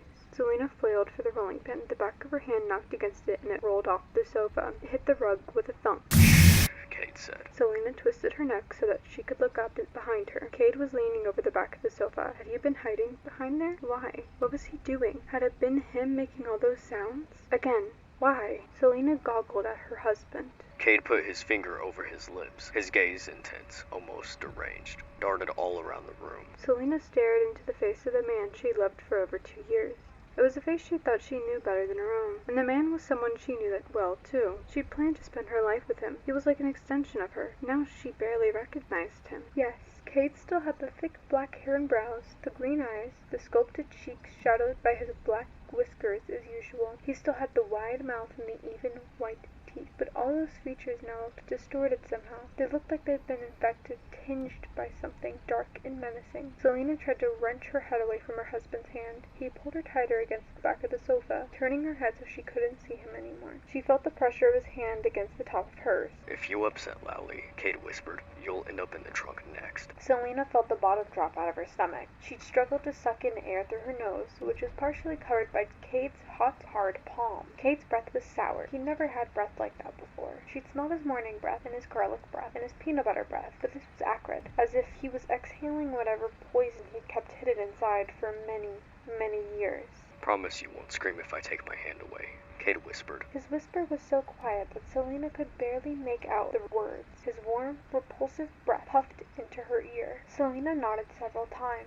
Why bother screaming? No one but Cade would hear her anyway. Promise, Cade whispered. Selena nodded again. Cade took his hand away from Selena's mouth. She turned and opened her mouth. Cade made another shushing gesture. He leaned even closer to her. Don't speak. You really don't want to upset Lally, Cade whispered. Selena used every ounce of willpower she had to keep her expression blank. She didn't move or make a sound. Cade hurried around the sofa and sat down next to Selena. She didn't look at him again. She couldn't. She stared straight ahead, and she stayed silent. Inside her mind, however, Selena was screaming her head off. She was tearing toward the door. She was coming to grips with the only logical conclusion presented by the facts. Her husband was insane. Selena looked toward the entryway. Could she make it to the front door before Cade caught her? She glanced at Cade. He cocked his head at her. Then he too looked toward the front door. He shook his head. silly ones. He returned to scanning the room. You killed Daniel, didn't you? Selena whispered. She didn't know she was going to ask the question until it was out of her mouth. She hadn't let herself consciously think about the conclusion she reached when Janice had told her about the boy who had died. But clearly, Selena had known. Why else had she raced home to pack? Why else had she planned to leave the man she loved? Cade turned to stare at her. He shook his head. No, he whispered. He shook his head again. It was Lally. He turned and looked behind them. He craned his neck to look up the stairs. He shook his head a third time. The game is only for two. Prickles of horror cascaded through Selena's nervous system. Her throat closed, and she fought to breathe. Somehow, though, she was able to keep her expression tranquil. Selena dropped her gaze, looking for the rolling pin. Her shoulders slumped. The rolling pin had slung over the rug when it hit. It was now under the coffee table. Selena would never be able to reach it before Cade reacted. Turning toward Cade, Selena tried to look loving and concerned. Knowing what Lally did must have been terrible for you, she whispered. Cade looked at Selena as if he had no idea what she was talking about. Cade, honey, if Lally's in here, we need to leave. Why don't we leave? Cade frowned. He turned and looked toward the front door. He shook his head. Selena didn't think. She just acted. Leaping off the sofa, Selena lunged for the brass lamp on the nearest end table. She yanked its cord free of the plug set in the floor. Cade started to stand and reach for Selena. Before he could, she gripped the lamp by its neck, crunching its drum shade. Then she swung the lamp like a baseball bat. She bashed its base against the side of Cade's head. Selena, now that Cade has passed out, she runs upstairs to hide. Selena was starting to get control of herself when the clothing draped around her swished, and then a whisper came out of the darkness. The whispered message was short, but it was filled with meaning. Hi. Selena screamed louder than she'd ever screamed in her life. Cade eventually wakes up and runs upstairs because he remembers Selena. Taking a deep breath, Cade opened the trunk. No, Cade cried out. Cade felt his face contort in horror. Tears filled his eyes. He clapped a hand over his mouth so he couldn't be sick. He wanted to look away from the grisly contents of the trunk, but he couldn't. As he continued to stare into the trunk, Cade's shoulders convulsed, his chest heaved. Finally, he couldn't look any longer. He fell back. He dropped his head into his hands. Cade's head whipped up, though, when a whisper came from above the trunk. It came from the empty shelf above the hanging rod in the closet. The whisper contained 5 familiar words. The game is only for two. The hissed words drifted down to Cade like a spray of a toxic mist. They engulfed him, and then they left him in silence. Evidently, Lally has control over Cade, and as a shadow does, it seems Evan may have infected Mimic. Selena had mentioned that the infection in Cade was like a physical thing. When the agony stabbed Larson, there was a physical reaction. I don't know if this is a coincidence, but this is also the same time that we learn that the agony amalgamation was being powered by Eleanor, the thing that is said to be worse than Afton. Okay, well, here's the deal. Originally, this is where this segment was supposed to end, because remind you, my script was wrote in January. Another book came out, and I feel obligated to go over it because I don't want you to think I'm ignoring it, so this gets extended even further. Shout out to my poor sister who had to voice most of it because we were not at all prepared for this, so let's keep it going, I guess. I'm gonna have a heart attack before this is over. Sorry, changes. I had to move this into a completely different project file because the last one, there was too much going on with it to where it was glitching like crazy, so going back to what I said about how there was a bond, but it's not necessarily possession, but influence, while Gregory/Evan is still really the one behind everything. It reminds me of how throughout the epilogues with Eleanor, when she pretended to be someone else, she often was acting as if she was a victim of the situation. Then it would turn out she was really the one behind everything. And Evan being our game timeline's Eleanor, that ties in. In the therapist tapes, they do say that Gregory is someone that we have to read between the lines of. Overall, you don't come across as a troublemaker. But if you read between the lines, it's clear that you have a little rebellious side. Whereas with Vanessa, who would be in the same situation as him, we do not hear anything like that on her end. Good morning, Vanessa. Let's jump right in, shall we? I got a message last night about you, and I have to be honest, it was upsetting. Apparently, the IT department has put together a pretty lengthy report chronicling non-job-related communications that have been coming to your computer. The fact that you're still doing something obviously not work-related on the job is disturbing enough. But what bothers me about what I read is that the messages you're getting seem very manipulative in nature. Do you know who I'm talking about? I get a lot of messages from friends. I like when Lewis writes to me. He's funny. I'm not talking about Lewis. You know who I'm talking about. Why won't you open up about it? With Vanessa's therapist tapes, it is drastically different compared to Gregory's. They don't suspect she's manipulating, and that she's the one being manipulated, or behind anything, or that she's trying to deceive them, but with Gregory, they are extremely suspicious of him, and know he's responsible for what's going on, and again, he's the one manipulating. And the person in the text conversations that both Gregory and Vanessa have, with Vanessa, they say she's being manipulated, and they do not at all think she's trying to manipulate. However, when it comes to Gregory, they do not think that. We have transcripts, and I've read them, but it's not clear what you're talking about in these conversations. I can't make sense of it. You must be getting something from these that I'm not getting, right? Who are you talking to in these? But what bothers me about what I read is that the messages you're getting seem very manipulative in nature. When I saw some of your recent encrypted conversation logs, that's what I thought I was looking at. It felt like I was watching someone go back and forth in their own head.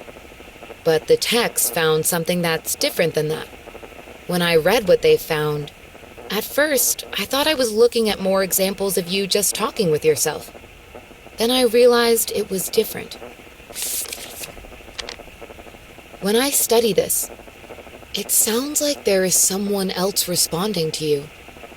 Who is it? They say you were in communication with someone. Or maybe something. Pretty strange. What do you think about that? Nothing? Well, the texts say it looked to them like it was an attempt to manipulate you. Or maybe to lure you somewhere. The thing is, when I read the communications, I get something different out of them. I don't think you're being manipulated here. I think you're the one doing the manipulating. So if Glitchtrap had a hold of both of them, their situations would be the same, but they are not. Despite who is in control of who, Gregory and Glitchtrap go hand in hand with influencing each other. That's a point of Mimic, he's influenced by everything around him, so he's going to copy. However, with Evan and William's dynamic, it is very hard to tell who started what with the antics they get up to. And of course, when Mimic is mimicking actions between two characters that already piggybacked off each other, and everyone involved here are manipulative, it becomes even more tricky with being able to pinpoint where that action was learned. Evan and William are already very similar, and they have a history of often copying each other. I'm going to use voice lines as a quick reference because if I went through everything, that would add like another hour. Speaking of them copying each other through voice lines. I can't talk about this. He said he would always be watching. He's here and always watching. VIP Pig is a parallel to Glitchtrap. As I said before, I suspect there's something like a reg going on with Mimic, and VIP Pig says something similar to what Fetch does. I am programmed to anticipate what people want. Tiger Rock had mentioned that he knew how to play hide and seek. He learned it a long time ago. And again, this is something they brought up with Mimic, and VIP Pig, who is in reference to Glitchtrap and Ike, the Evan parallel, were playing hide and seek. Escape the Pizzaplex was a story involving Cassie and Gregory. They would hide out in the Pizzaplex every night until it was just them and they were playing hide and seek, because Gregory would change the animatronics programming to start the game. Gregory grins. Freddy is taking the night off. Tonight, I program Monty to play with us. We'll hide and he'll seek. And of course, in Lally's game, where it would be referencing Mimic and Evan, Lally was the one playing hide and seek. Normally, I would say this probably means that Mimic learned this from Gregory, but I do think that's a little far-fetched, considering Mimic's been around since the 70s, so I find it hard to believe he wouldn't have seen that before Evan somehow got him in his grasp. Kind of going back to my point that I think they are just feeding off of each other. Now throughout Escape the Pizzaplex, Gregory was pranking Cassie throughout all nights. He kept playing tricks on her, which Glitchtrap and Prankster was pranking Jeremy. VIP and Ike also did this to Devin, where they lured him somewhere, and this is when we see VIP influencing Ike. Ike and VIP reminded me a lot of Nexi, Fredbear Plush, and Fetch. Just how the therapist had mentioned, Gregory made those software programs that he could talk to. Obviously, VIP Pig was manipulating Ike, but when you take into the rest of the context surrounding these characters, it's different, showing us that a Glitchtrap parallel did have association with an Evan character. Ike and the gamepad are inseparable for several days. He's constantly whispering to it. Then one night, Ike really does run away. You know he must have gone back to the Mega Pizzaplex, but you can't prove it. Speaking of that, I think we need to take into account characters that parallel Evan, like Kelsey for example, where they will know someone's trying to manipulate them, but they allow the person to think they are doing it, but really it is the Evan parallel, or Evan himself, that is the one leading them astray. In the therapist tapes, he was attempting to do that with the fake story stories and acting as if he was a victim to what was happening, but they caught on to him trying to fool them. Gregory, and escaped the Pizzaplex, even fakes death like Kelsey did. You don't understand. I saw Freddy kill you. No, says Gregory. You only thought you did. There's something not right about Kelsey. He survives being trapped inside the springlock suit and seems to entrap multiple kids to similar fates. So who is he, and what does he want? Why don't we talk about the research I did in your past, shall we?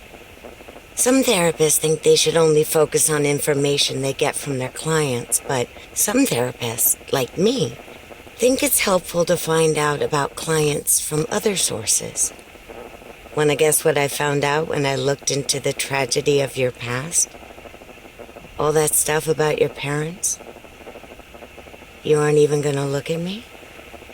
Fine. You can look at the floor all you want. But it won't change the fact that none of what you said in your file about your parents was true. The truth is, you had great parents, a great childhood. Why did you lie? Look at me. Tell me why you lied. You...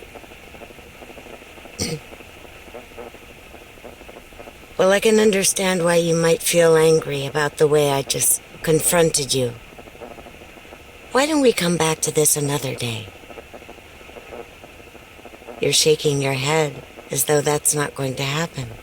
But why would GGY have done anything to the 3 women? That's easy, Tony thought. The counselors must have met with GGY and maybe, one by one, they'd caught on to whatever GGY was doing at the Pizzaplex, and maybe other places too. Who knew what GGY was capable of? Clearly, they were brilliant. Brilliance could be used for good and bad. Tony asked himself one of his favorite questions, what if? And what if they'd known they were onto them? And what if they'd lured them, somehow, to the Pizzaplex to do away with them? Sorry, derailing for a minute here. As you can tell, what Freddy Fowler said about Kelsey isn't technically correct. He did not necessarily survive a springlock suit. I meant to add in my own speculation on what happened, but I completely forgot. I'm so sorry, but I think I might have the answer on what he was, and no, it's not an android. Shocker, I think it was an illusion disc. Well, then who was behind the illusion disc? Probably Eleanor. I know, roll your eyes, sigh, I can feel it. I know. You're tired of it, I'm tired of it, we're all tired of it. We can't have anything.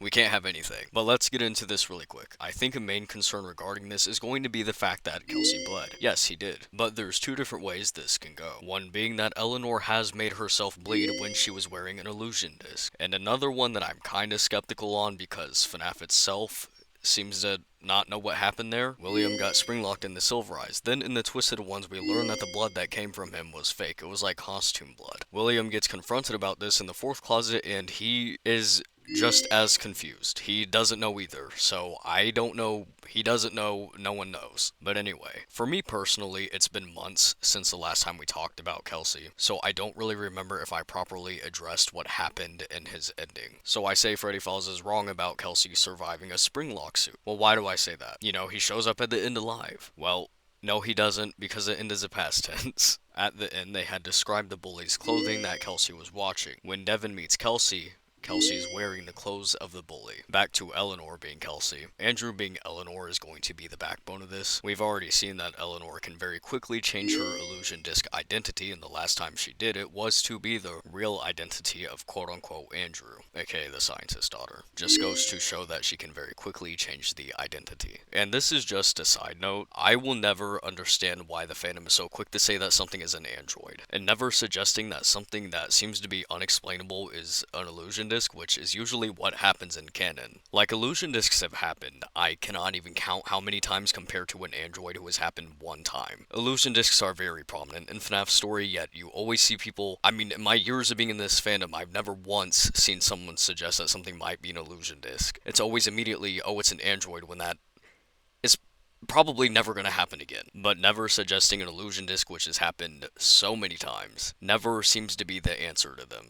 I don't understand it. Sorry for the side rant, it irritates me. In the therapist tapes, they said that Mimic was trying to lure and manipulate Gregory, only for them to say no, it was Gregory doing it. I think that could have been an instance of Gregory possibly teaching Mimic, because again, that's what Mimic does. Mimic cannot reason. He doesn't know what he's doing unless he's told to do it, or it's learned behavior from things around him. He just does what he's programmed, which of course is mimicking. They even say he seems like a malevolent creature, but he's basically just doing his job. Mimic is not inherently evil. when they implement his program into something, it is a little bit different because of Fazbear Entertainment. Makes it a character like Tiger Rock, but while the program is running, the one protocol is not removed, which is why Tiger Rock was still obsessed with limbs. Mimic's program will take on the personification of the character while there are still traces of his own implements. Interrupting again, sorry. So this script for this section was wrote before Secret of the Mimic came out, and there's something that possibly could have been an issue that I want to address. That was mentioned in the game.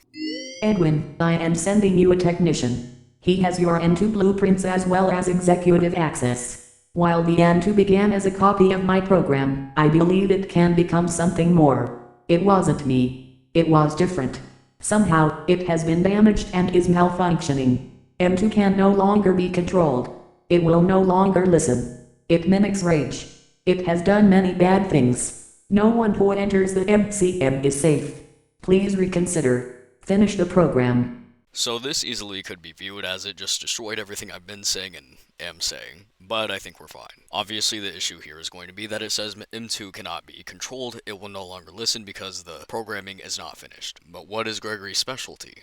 Software programs. So that being a big part of Mimic's story is that his software program isn't finished, and then they make a huge spectacle out of Gregory being a software programmer. I find it hard to believe that there's not some sort of correlation here. And just to be clear, by no means am I saying that means he fixed Mimic. I don't think Gregory did that, but I do think he probably went in there, molded Mimic somehow to be what he needs, and probably added some more implements to where Mimic would be more inclined to listen to him, and we will get into that a little bit more here thanks to Escape the Pizzaplex. Gregory probably actually prefers that he stays infected with this rage for a certain type of remnant that he's probably trying to conduct from it for something else that he might be doing on the sidelines, but you didn't hear that from me. Additionally, during the scene of Kai being ripped apart, funnily enough, it seems that we might have a reference of Evan there. 5 plushies that belong to Kai's brother are assisting in ripping Kai apart, which I think could be a reference back to FNaF 4, possibly trying to signal to us that Evan and Mimic are in some sort of alliance with each other. In Escape the Pizzaplex, there is a lot of similarities between this story and Prankster, but again, the point of this small section is that there's influence, but as of right now, it is difficult to determine who started what. But the difference that happened with Escape the Pizzaplex is that they are very adamant on letting us know Gregory was the one behind everything, connecting back to Lally's game where we thought it was a William/Mimic parallel in Control, but then it turned out it was actually the Evan parallel. Escape the Pizzaplex, they say it is Gregory's programming that he inflicted on the animatronics, and we can see the virus he either created or hijacked, again following what the email said about the eye color change as well. Oh no, Cassie, you were right. My programming has been tampered with by Gregory. She nods. Yes, he altered it so that I would assist him in his prank last night, but I found something else too. She pauses. Something much worse. Knowing how dark Gregory's humor has gotten, you aren't sure you want to hear what's coming, but you have to know. What did Gregory do to you, Roxy? He's altering my programming so that it will turn on you, Cassie. An attack. A shiver runs over your skin. When? Roxy hesitates for a moment. Soon. You run through the Pizzaplex, determined not to let Gregory get the best of you this time, and not to let his programming take Roxy away from you. Now that you know she's on your side, and only participated in Gregory's pranks because he made her, you can't let that stand. But Roxy doesn't move. Slowly her head turns your way, her eyes meeting yours. They aren't the kind eyes that looked at you a few minutes ago. These eyes you don't recognize at all. It's Gregory's programming, you realize. A cold feeling slithering into your stomach. It's kicked in fully. Roxy bares her teeth. Then she attacks. He seems truthful, but sometimes, with Gregory, it's hard to tell. He was twitching, acting really weird. He nods as if that makes sense. Must have been an error. I'll fix it before tomorrow night. You're tired of Gregory's cruel games, but he's not the only one who knows how to reprogram the animatronics. As the story progresses, we find out there's a new bot in the building called the Reagent, which I believe is supposed to be in reference to Mimic. The bot has chemicals attached to it, which I think is a possible callback to how fear gas was being used for Evan's benefit against Michael. However, the chemicals attached to the Reagent is intended to kill. He nods. The Pizzaplex has activated a reagent. It's sweeping the whole Pizzaplex, getting rid of all the organic matter. Like you and Gregory, your stomach clenches. I think Freddy and I can stop it, Gregory continues, but we need to get you somewhere safe while we work. You're wary. This sounds like the setup for another prank. Where? The kitchen, Gregory says. We can hide you in there and focus on stopping the reagent. A little more of the kitchen becomes visible, but no matter how you strain, you can't see the bot anywhere nearby, so you open the door a little more. Suddenly, there's a hissing sound. You pull back as quickly as you can, but only inches away the reagent passes in front of the cabinet. A noxious cloud follows in its wake, the thick, sharp scent of chemicals filling your nostrils. You reach for the cabinet, intending to run for the kitchen door, but within moments your vision wavers. There's just enough time for you to hope this is a prank before everything goes dark. When Cassie takes Roxanne to Parts and Service to fix her programming and remove Gregory's code from her, that's when they find out the reagent's programming is being controlled by Gregory. You did it, cries Roxy. Something has shifted on my programming. Whatever Gregory did, it's undone. I'm not going to turn on you anymore. You lean back in the chair. Thank goodness. But your celebration is short-lived. Suddenly an alert pops up on the computer screen, a warning that flashes red. What the heck? You lean close again as the camera view appears in the computer. You recognize it in a heartbeat. It's the Rega in the storage area, but as you watch, it comes back to life, arms flailing briefly before it starts rolling again, quickly and with purpose. It disappears from the camera view. New mission! The words pop up on the screen, as red as blood. Sole target. And then, Cassie! When Gregory puts in this command, it is very adamant on it's following what it is programmed to do. Like how they kept reiterating this with Mimic, it's just following a program. Your picture appears on the monitor, a red X plastered across it. Oh no, you cry. That's not good, says Roxy. It's not going to stop until it finds you, Cassie. You're not going to let it get you easily. Roxy, can you help me now? If we can find a way to stop the Reagan or destroy it, I can escape. Roxy puts an arm on your shoulder. Anything you need, Cassie. I've got your back. You swell with hope and pride as you consider how to stop the Reagan and foil its newly assigned mission.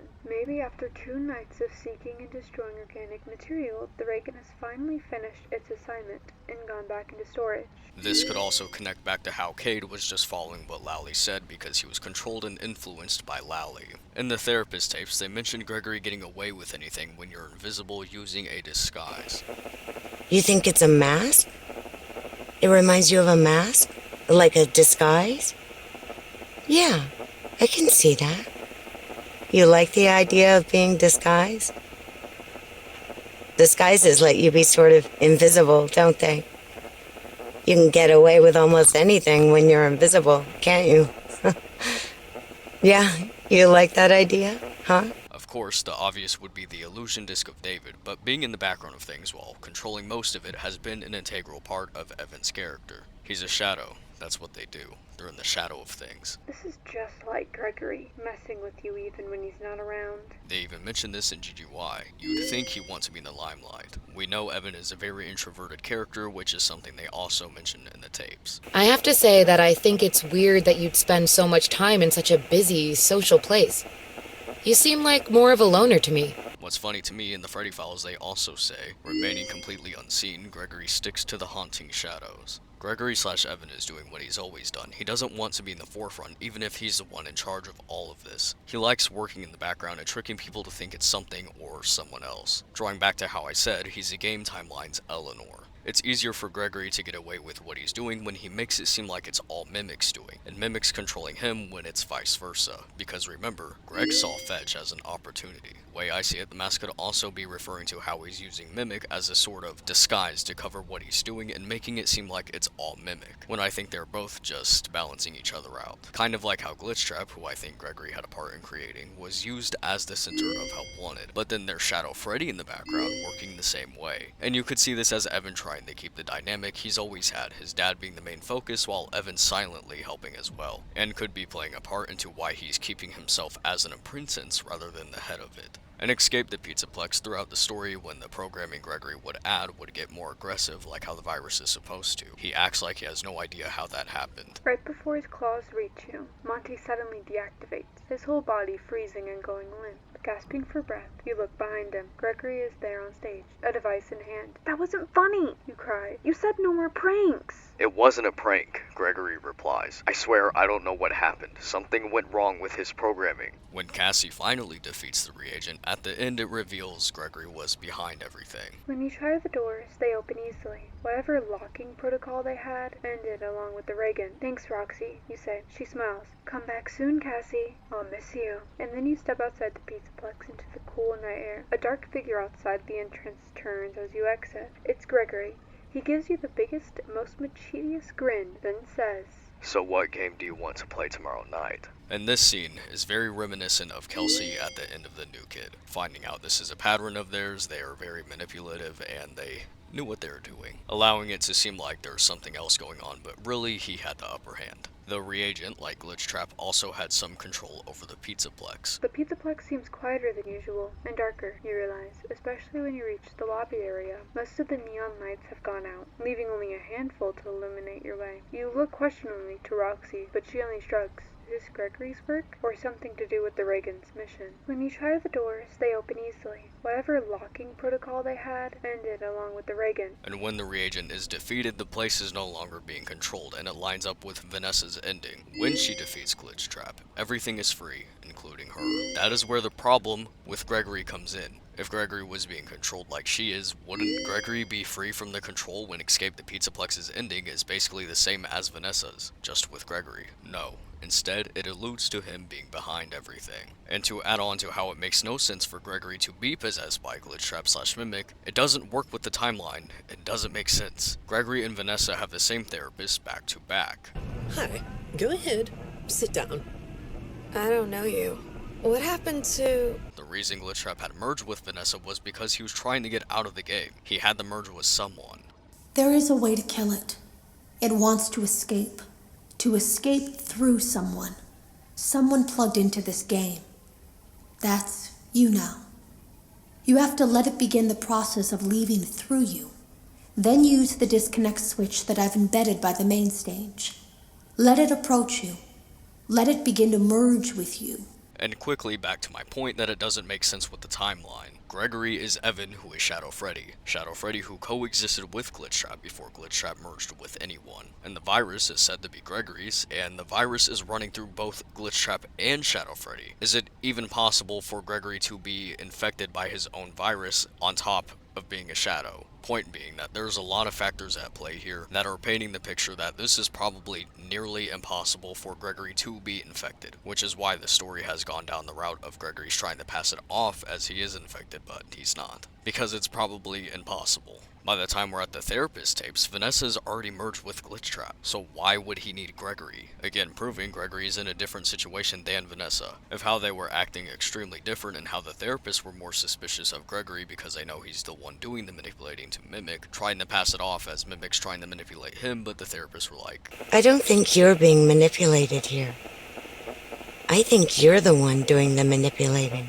But with Vanessa, they know she's actually being manipulated. Didn't already prove that. He's not possessed, but he wants you to think he is. And this is just a side note. Everyone seemed to like Gregory, which is the running theme with Evan parallels, also again showing how he's similar to William, is that they are very charismatic with people when they are really introverts, putting on a facade to manipulate. Cassie seems to have a different experience with him compared to what others have said about Gregory. I don't really know why he's targeting her. There's something about her setting him off, because Gregory/Evan doesn't really just go after anyone, unless they give him a reason. Food for thought though, Evan doesn't seem to get along with people associated with Roxanne, and Cassie is the character associated with Roxanne. In the real Jake, that is when Evan gives us the reference about pinball machines. They had the Gregory connection ready. Something I find odd though. They specified Evan's wife, Roxanne, was killed, but they never say how.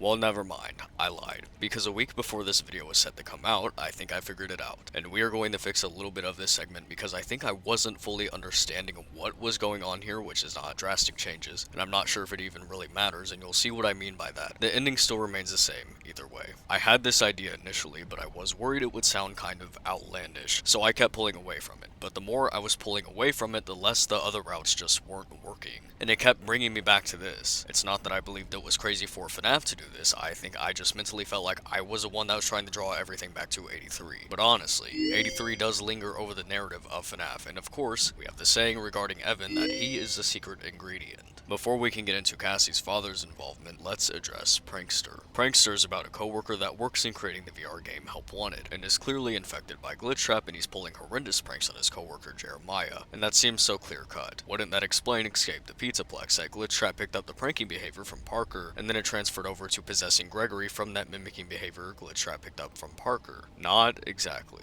I think there was a lot more going on there than what it was letting on. This is where the timeline comes in again to make this not exactly what it seems. As we know, Gregory is the origin of where the virus that is Glitch Trap comes from, which happens before the Pizzaplex is even built, and is occurring immediately within Help Wanted as soon as the circuit board got scanned. And within the systems, it released Glitch Trap, and Glitch Trap's origin again is Gregory, and the likely chance that Gregory is the one who somewhat created him. And this whole scenario alone debunks that Glitch Trap is somehow possessing Gregory, because that's the point of Help Wanted, is that Glitch Trap still had to get a host, despite Gregory already coexisting with him in Help Wanted, while Gregory/Evan takes on being who he really is, Shadow Freddy, and being the hidden mastermind within Help Wanted next to Glitch Trap, where we can see the virus running through both of them. The virus, I'm assuming, probably cannot overlap like that, let alone again possessing a shadow that is wearing an illusion disc. But with that being said, the coexistence with each other in Help Wanted is what makes me suspicious about Prankster. As I said, I believe these two are just feeding off of each other and have a sort of mutual influence. We know that Mimic has to have learned something from somewhere to replicate it, and Parker is obviously infected by Glitch Trap, and we could assume that this is where Glitch Trap picked up on the behavior, is that Parker was possibly pranking before Glitch Trap had infected him, and that's where Glitch Trap picked it up from. To be honest with you, I don't think it's as simple as that. The story doesn't exactly give us a timeline on if Parker has always acted like this or if it just recently started, but then again, they have had the progress of Help Wanted being created over the course of 3 years in the story, and within those 3 years, Glitch Trap and Shadow Freddy would be in the system. And just to be clear, Prankster is not canon to the game timeline, but we can pick up what it's putting down. So why do I say this is not as simple as it seems? It seems that Glitch Trap picked up the pranking from Parker and then infected him and so on. It's not as simple as that because of comments they made in regard to Parker in the very beginning.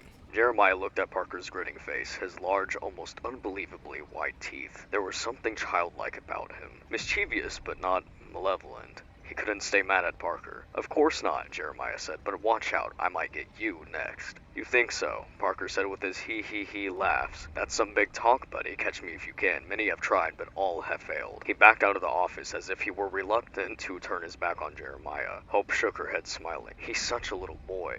I was just thinking that exact thing, Jeremiah said. I mean, he's good at his job and everything, but emotionally, I'd say about 8 years old. The behavior of a mischievous child. Where could Glitch Trap possibly have picked that up from that seems to giggle a lot? Well, if there's one child Glitch Trap has been around that's been more than mischievous, it would be that of Evan in Help Wanted with him, who is surrounding himself with toys exhibiting behaviors of still acting like a child, while simultaneously being very good at what they do. The story progresses, and Parker has made a game of pranks on Jeremy for Jeremy's birthday, and that Parker had decided to make Jeremiah the victim of a birthday prank. This is beginning to sound all too familiar. Now, the voice that comes on the intercom is obviously Mimic/Glitch Trap, as they have the same voice. And this is very reminiscent of what William was doing in Nidophobia, which we used to solve, that this is what William had done to Michael to get back at him for what he had done to Evan. The voice over the speaker and scaring you. I don't know if this means that Evan was possibly still doing stuff like this and therefore Mimic picked up on it, or if Mimic is being instructed to do this, or if it's circling back to the possibility that Glitch Trap was created as a sort of stand-in parental figure of William that Evan seems to need. And Glitch Trap's just playing that part, which was a part that Nexie played, who was also infected by the Mimic virus and began mimicking Astrid. I think another question would be, why is Evan doing what was done to him? Doesn't that go against everything he stands for? Well, not exactly.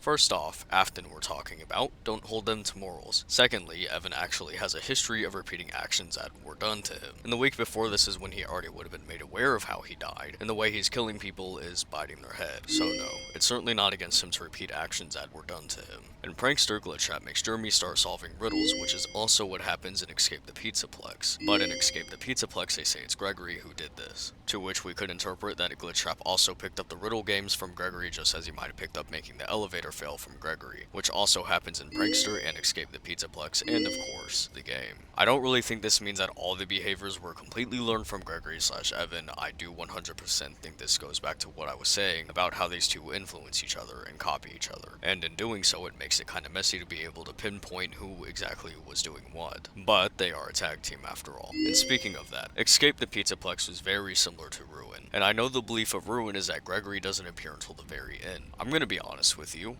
I don't believe that. I think he was there, the entire time. Him, Glitchtrap, and Mimic were all messing with Cassie and orchestrating all of that the whole time. But the point being is that you can't tell who did what. On top of that, the name Gregory means watchful, and that is continuous with what Evan's been known for. But how does this involve Cassie and her father? Let's remember something. Gregory/Evan still doesn't like bullies. Glitchtrap's gonna pick up on that, and I'm sure he's gonna know exactly why. Because Glitchtrap/Mimic parallels have been extremely protective over the Evan/Gregory parallel. Editing me here, sorry, I can't remember every detail all the time. I forgot about what was said in Fetch and Nexie until I was finalizing the video, and that is that in Fetch, Greg decides to pull a prank on a bully, and Fetch is stated to be able to anticipate what his, I guess, bonded wants. And Nexie says everything she wants to do is for Astrid, and Nexie gets infected by the Mimic virus. And Nexie does start picking up behaviors from the person she's supposed to be the parental figure of, so I don't know if that was intentional, but seems like it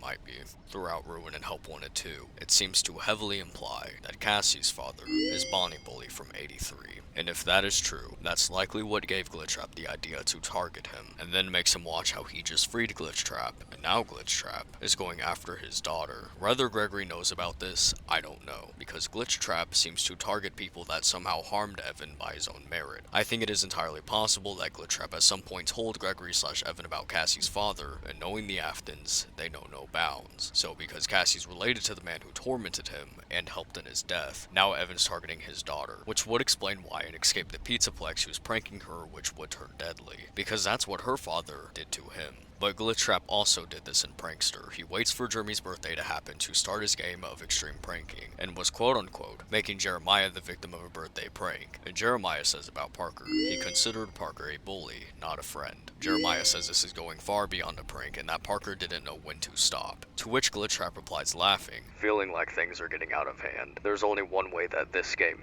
ends. But why is he targeting Jeremy of all people? What did Jeremy do to warrant this? Glitchtrap seems to have a pattern of going after people that somehow hurt Evan, considering he does all of this on Jeremy's birthday to make him a birthday prank victim, much like someone else. And then they both go after Cassie with similar behaviors, and we know why they are targeting her now. Could this mean that Jeremy was also possibly one of the bullies that Glitchtrap decided he would also give them a taste of their own medicine for what they did to Evan? Is it possible that Jeremy was one of them, and that maybe he's also Cassie's father?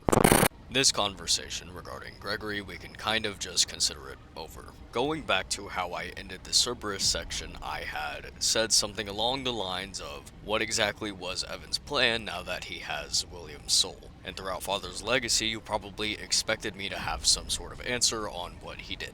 The truth is, I don't have an answer.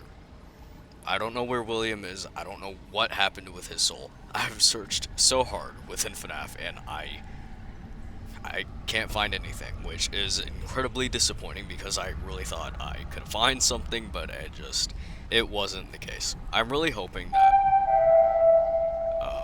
okay, as I was saying, I really do hope FNaF leaves down some sort of breadcrumb, because usually it does, but I just have not been having any luck finding it. I've been trying to ignore it, but I don't know why my power is going out. Let me just go try and restore the power real quick, because what the hell?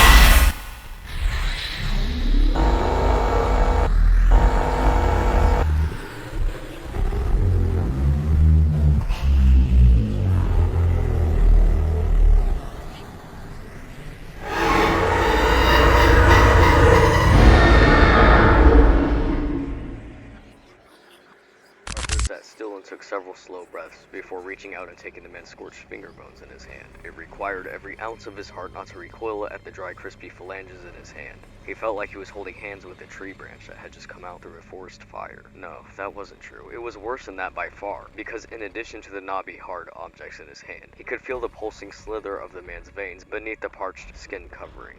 Didn't I say to pay close attention to the mention of plants? Let's go back to what they said about the baobab tree in the Storyteller. The baobab tree is one of the longest living trees in the world, and it's one of the hardiest. Baobabs thrive in the harshest of conditions. Sorry, but to me that doesn't really sound like Mimic. Do you want to know something else that I also was keeping from you all? Fact 4. The man had no face. William in Man in Room 1280 is said to be faceless. But why would that matter? That night, Greg had nightmares. Not a surprise. He spent the whole night in the abandoned pizzeria being chased alternately by Fetch, a faceless man, and the dog next door, while plants grew so fast inside the restaurant that the place turned into a jungle. On the stage, a reg spewed out zeros and ones, almost too fast for the eye to register. What was it that they talked about after mentioning burning plants right before the theory they began discussing? Greg chewed his lip. Oh, why not? He scooted closer to her and lowered his voice. Do you remember what Mr. Jacoby said about the zero-point field? That it means all matter in the universe is interconnected by subatomic waves that connect one part of the universe to every other part. I'm going to spoil something for a story that I will have to go over here soon. It's part of the Lally's game book, and that makes this even more important considering who that book is about and who this will be referring to. Throughout the chapters of Lally's game, they have been in reference to Vanessa and has taken us through Glitchtrap, Gregory, and someone else for the final story. Under construction. During Under Construction, I've noticed it seemed to be about Princess Quest, which I find very weird, considering a conversation in the beginning and who this ends with, because to me it doesn't really match Mimic, much like what they have said about the Baobab tree. This is the conversation that starts. Remember what Greg said in Fetch. A person's age isn't real, Jackson continued. It's just a thought. Its existence depends on the subject's mind. Noel groaned. Oh, not again. Can't we leave science in science class? But what's alive? Jackson countered Noel's logic. He leaned forward, practically bouncing in his seat. Last night, I read an article about something called quantum immortality. It's a theory that says we never actually die. Noel looked up at the mirrored ceiling as if it could help her. Jackson ignored her. See, it's related to the many worlds theory. No matter which branch of reality you follow, your consciousness is experiencing existence. Each path leads to more existence. We can never experience anything but existence, so we go on and on. Jackson, as typically oblivious to real emotion as usual, didn't notice Noel's upset. Well, quantum immortality only applies to the observer, so we actually can't know for sure if he's really dead. I mean, his consciousness could have branched off onto a path that hasn't led to his death. No one has seen what the endgame would look like, because the observer hasn't been there yet. What seems real to us may not be what's actually real, so... The wording for that, they branched. It's being so specific with the way it talks about this consciousness, this spirit that is supposed to be dead, but it branched to another reality, it branched to another path. And we're talking about immortality. What was part of William's description in Man in Room 1280 again? He felt like he was holding hands with a tree branch that had just come out through a forest fire. There is no such thing as nothingness. And talking about other worlds, which is what Gregory changed in that one story to be about. Cool, huh? Boots said. Rab came up with that. Keep going, it gets better. After reading the second page of the story, which described the corporate conspiracy that somehow reached another planet where the wizard resided. Specifically about a wizard, and if we go back to Fetch, this is the thing that Greg says he's so well versed in, that he didn't even have to listen to the teacher because he already knew everything about it. It was known as his shtick. Running a hand through his unruly red hair, Mr. Jacoby began. In quantum physics, there is something known as the zero-point field. This field is scientific proof that there is no such thing as a vacuum, no such thing as nothingness. If you empty all space of matter and energy, you still find in subatomic terms a bunch of activity. This constant activity is a field of energy that is always in motion. Subatomic matter constantly interacting with other subatomic matter. Mr. Jacoby rubbed a freckled nose. Are you all with me? Greg nodded enthusiastically. Hottie, who sat next to him at the three-person lab table, nudged him. Hey, this is your shtick. Greg ignored him. Good. Mr. Jacoby continued. So this energy is called the zero-point field because fluctuations in the field are still found in temperatures of absolute zero. Absolute zero is the lowest possible energy state, where everything's been removed and there should be nothing remaining to make any motion. Make sense? Greg nodded again. Great. So the energy should be zero, but when they measure the energy, mathematically it never reaches zero. There's always some remaining vibration due to the continued practical exchange. Still with me? Greg nodded enthusiastically. He'd had no idea Mr. Jacoby was going to talk about this today. What were the odds? He grinned. There were no odds. It was the field. He was so excited that he missed the next few minutes of Mr. Jacoby's lecture. It didn't matter. He knew this stuff. Interesting, we're bringing up immortality and quantum theory. That's not Mimic's thing. In Under Construction, which is a story I will go over later down the line, in the story there's talks of a missing piece and a blob creature. In Princess Quest, we can see before we enter where the rabbit monster is. There's a baobab tree with half of its leaves missing. It's incomplete. So why is William the faceless man in the dream Greg had about a reg and the plants growing amongst them? If my theory is correct that Mimic is run by Reg or something of the sort, let's go back to what Andrew/Eleanor said. Jake was quiet. Then he said, so where's the person now? The one you're angry with? I'm not sure. I know I was in him when we got to this big place with lots of cool stuff. all I can remember after. That is wanting to be everywhere. I can remember being all over the place in all kinds of things, and I remember this animatronic dog, Fetch. He broke down in a thunderstorm. Sucky toy, not made well. Andrew made a raspberry sound, then he sighed. So I think I was in Fetch, sort of. I think that's how I got here. I don't know why I think that, I just do.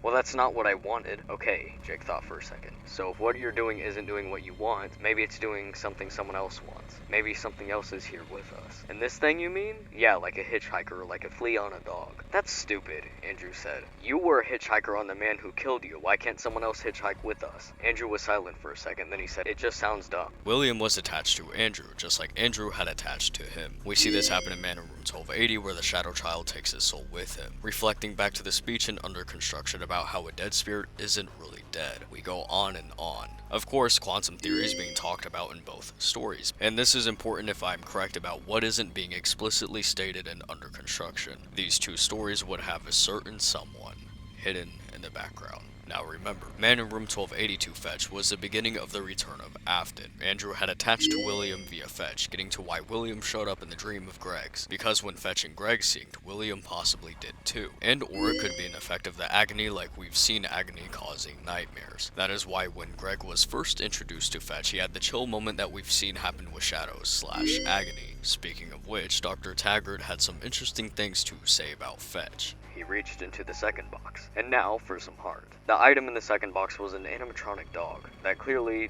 no longer functioned. Phineas set his shoulders and prepared himself to touch it. The dog was an ugly dog, as ugly as Phineas himself. What with its matted, grayish-brown fur, triangle-shaped head, and wide mouth full of sharp teeth. But it wasn't just ugly, it was wrong.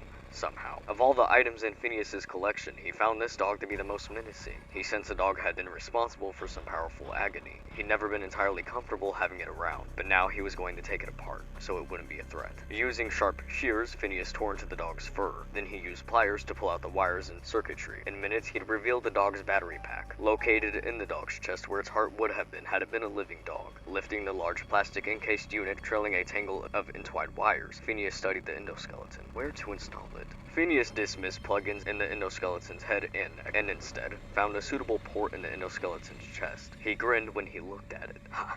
There, now my Tin Man has a heart, he chuckled. The moment the endoskeleton got its heart, it became more than an endoskeleton. It became an animatronic being of great energy. Fetch's battery pack is referred to as the heart because of the energy with the two souls, which would be Eleanor / Andrew and William. And the thing they're attached to has been oddly similar to what's going on with Mimic and Gregory, and it reminds me of what they said about the storyteller. I think the storyteller should reside in a huge fake tree, like a wise old owl in an old-growth forest, kind of like a tree of life, Mr. Bros had said. Since story is a lifeblood of Fazbear Entertainment, it makes sense that the storyteller will be the lifeblood of the Pizzaplex. Remember, the storyteller is grouped with GGY, and moments before we are taken to the storyteller, Gregory is called the Story Destroyer because what's running through the Pizzaplex is his virus and ruin, that cascade. The virus that is shown in the database, the floor in the database, pulses like a heartbeat.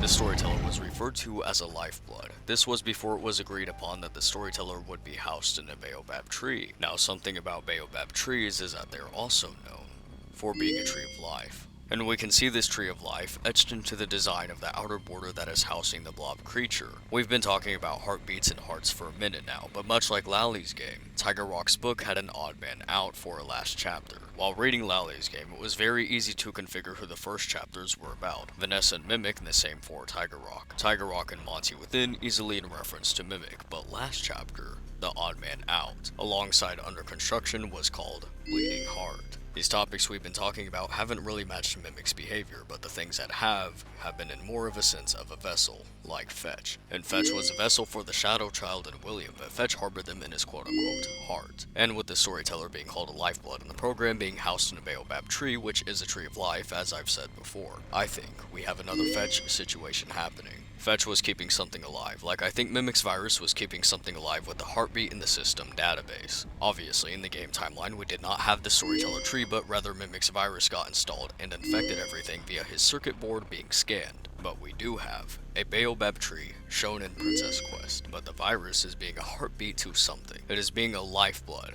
to something. When everything had been revealed in the epilogues about how Eleanor had been behind everything, when Larson is taken to William, I find it very intriguing who it leads to. But when Larson reached the operating table, the boy wasn't there. The surgeons were gone, and on the table was a man.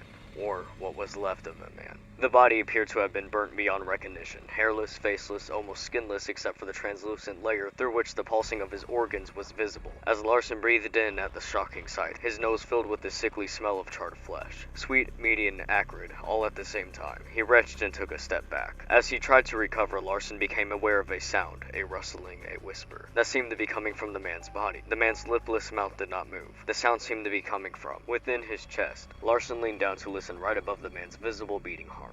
A pair of metal hands gripped Larson's shoulders, and a familiar face burst from the burned man's body cavity. The pink cheek circles were made of the man's tissue. The mouth and the teeth were red with blood. The strong metal hands dragged Larson inside of the burned man's body. There was only darkness. He tried to feel what was around him, but only grasped air. Then there was a whooshing sound, and he was standing at the entrance of a maze lit by a black light. It was clearly some kind of kids' game. There were colorful cutouts of buildings like a school and a firehouse, but someone must have gotten rough with the game because some of the cutouts had been knocked down, and patches were on the walls to repair damage. Right after trying to listen to his heartbeat, Larson is dragged into William, and that leads to where Shadow Bonnie was. Something I noticed with this, which admittedly so might be a bit of a stretch. William's first appearance and returning in the story in the epilogues is in Blackbird, the Book of Shadows, where he created his amalgamation that is made out of agony. And he had used junk to do this, junk that held agony, which are what shadows are made out of. Now the creature in Princess Quest looks like an amalgamation of nonsense, much like the trash rabbit monster in the epilogues. But am I wrong to think it also looks like a shadow? What's interesting as well is that they are named similarly, mentioning that the boss in Princess Quest seems to be an amalgamation made out of agony, and we know the connection between agony and shadows. What did William name this new form of his? The new form he takes on after his grand return, when the fire had failed, and the Shadow Child had protected him, and didn't allow him to die. The monster amalgamation that he created out of the same substance that shadows are made out of, he declares himself as agony. We have two monster rabbit amalgamations that seem to be made out of the same thing, and both of these monsters seem to have the same voice. Agony in the epilogues is described as having a sonorous tone, and the monster in Princess Quest seems to be matching with that.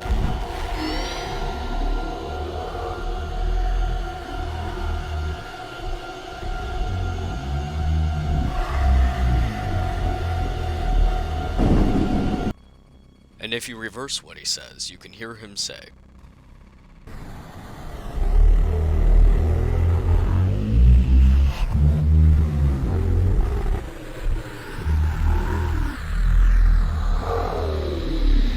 the game timeline has somewhat followed closely to what had happened in Fazbear's Frights. We have the possible moment of Evan carrying William's soul, which would lead to William's inevitable return, because this would have to happen after Man in Room 1280, this being stated in Freddy Files. And following that path, we would have the use of an illusion disc, the user of the illusion disc acting as if they are a victim of the situation, when really they are the one behind the grand scheme of things. Continuing this path would eventually lead to some sort of creation of the monster Agony, but of course this would still lead us to the question, where is Evan harboring his soul? We don't know, or at least we think we don't. Taking everything we've gone through into consideration, the monster in Princess Quest I don't think is Mimic. I think that's William. However, I do think there's a bit of a catch here. I don't think he's just William now. Shadow Bonnie and Shadow Freddy have been sort of a duo, like you'd always kind of find them at least near each other. Why before FNaF 6 and after has Shadow Bonnie just disappeared? He's not even found with Shadow Freddy, which by the time Evan has taken on being Shadow Freddy, Shadow Bonnie had still been showing up with him. Shadow Bonnie is just nowhere to be seen. The actual form of him, not references placed by Fazbear Entertainment. That doesn't mean the references placed can't allude to something though. Freddy Files actually acknowledges Shadow Bonnie's random return in FNaF AR, and seems to be trying to get us to pay close attention to what it is he's doing. You've probably realized by now that one of the major goals in Special Delivery is to obtain Remnant, as much as you can. You find it in the animatronics you defeat or scavenge it from the world around you. And the directive to obtain Remnant only appears after the virus takes over the Fazbear Funtime service system. There are two kinds of Remnant, bright and shadowy, and when they spawn, the room is filled with ethereal whispering. story. If Remnant is a conductor of emotion, it's possible that the bright remnants form from positive emotions, while shadowy remnant is formed from negative ones. Why does Shadow Bonnie appear when you collect too much shadowy remnant? It's unclear. It's possible that Shadow Bonnie doesn't want you collecting this power, or it's possible that Shadow Bonnie wants to kill you to create more. Either way, seeing this character return in this capacity many years after its first appearance in FNaF 2 is sure to get fans talking. So when Shadow Bonnie comes back, he's seeking after the same thing that William and Eleanor were collecting. In Princess Quest, we have glitch trap enemies and they will latch onto the princess and start sucking, and it would cause a heart to be taken away from her because it is taking away her life. And Shadow Bonnie in Hide and Seek does the same thing. In Help Wanted 2, there is a game with Springtrap where you have to hit the Springtrap suit off of him, and what is left of him is a black cutout. Now, nothing about that would necessarily be weird or suspicious if it weren't for the noise that he makes when that is all that is left. And who does that scream belong to?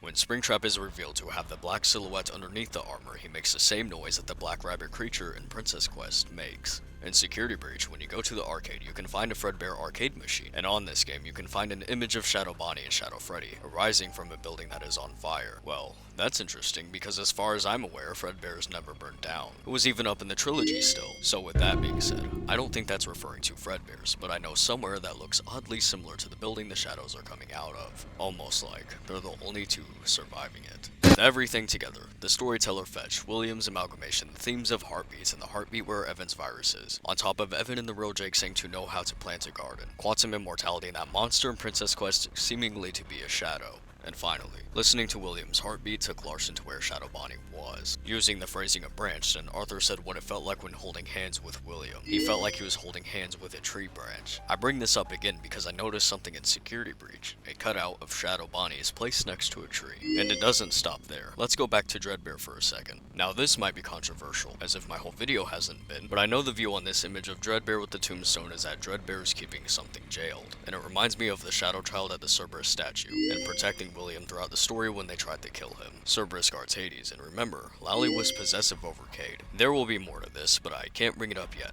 But you'll know when you hear it, and the texture of the tombstone is that of Spring Bonnie. Not Glitch Trap, but Spring Bonnie, which takes me back to the Shadow Bonnie cutout. He's on a tombstone. I think it's possible that Shadow Bonnie's connecting to the tombstone that Dreadbear seems to be guarding. Adding on to this, I believe that the Clown Paper Pal represents Elizabeth, and the Shadow Freddy Paper Pal representing Evan, and the Shadow Bonnie Paper Pal representing William. And said Paper Pal very much resembles the monster in Princess Quest. Additional information regarding the Paper Pals I might be able to provide because something was amiss with him in Help Wanted 2. In Help Wanted 2, the Clown Paper Pal is gone, and instead is replaced by another Shadow Freddy one. The story, as I've said before, somewhat follows closely to what happened in the epilogues, and as we know, the betrayal of William happened, so I think this could mean that Elizabeth, just like in the epilogues, is just done with William, and in turn, Evan stands in her place. You know what? I said I was going to keep this to myself, but if you've stuck around this long, I feel like I owe it to you. We've already established that Chris from He Told Me Everything is an Evan parallel with the show of love for science. But what Chris wanted was the best for his family. His obsession with becoming the best and taking risks and all of this was because he wanted his family to be at the top. He wanted a better life for them. And as we've seen with Evan, he's been doing the absolute most throughout the story for the sake of William. And the agony amalgamation from the epilogue seems to be William's most powerful form, which is what William wants, and is a big part of what Chris talks about within the realm of science. You have to take risks to transform yourself, and sacrifices. And this transformation involves taking a piece of yourself and making that piece become part of an experiment. Much like what Eleanor did with the agony amalgamation, she became part of it to help it get to its full strength. Another factor of the strength involved how it was made out of blood as well, or maybe agony contributes with blood, I'm not sure of the technicalities. So when William/Agony falls apart, the blood that was intertwined with his form starts leaking from his mouth. And when Eleanor later is in full strength of what William was trying to do, there's tendrils, but they are made out of blood, assuming this would have also happened with William had he not been defeated. But why are the blood tendrils important? What does this have to do with Chris and Evan paralleling? Because a lab experiment he conducted takes blood vessels and is a blob creature. Phasgoo, a gooey pink substance seemingly capable of cloning when provided with DNA, such as a tooth, and a supply of living red blood cells. Organs seem to be sucked out of the host's body until all that remains of the host is goo. But not only is it a blob creature, it also pulses with Chris's own heartbeat. When he awoke, he gasped at the sight on the table. The mass had more than quintupled in size and was now far too large to fit into the biohazard bag. It was still slimy and pink, but it was no longer an inert blob. Shaped somewhat like a limbless human torso, it was now pulsing with life. Chris felt excited, but also a little fearful as he approached his creation. The way it expanded and contracted made him feel like something might jump out of it, like a creature he saw in a horror movie once. He stood over the pulsing mass. Its skin, if you could call it that, was a translucent pink, like a bubble blown from bubblegum. Beneath it was a source of the pulsing, a cluster of bag-like structures that were beating to a rhythm that seemed strangely familiar, though Chris didn't know why. Chris looked at the tendril, now thicker and stronger, that connected him to the newly formed organism on the table. The tendril pulsed in unison with the strange thing's organs. Chris gasped when he realized why the pattern of the pulsing seemed so familiar. The thing's organs in the tendril that connected him to it were throbbing with the beat of Chris's own heart.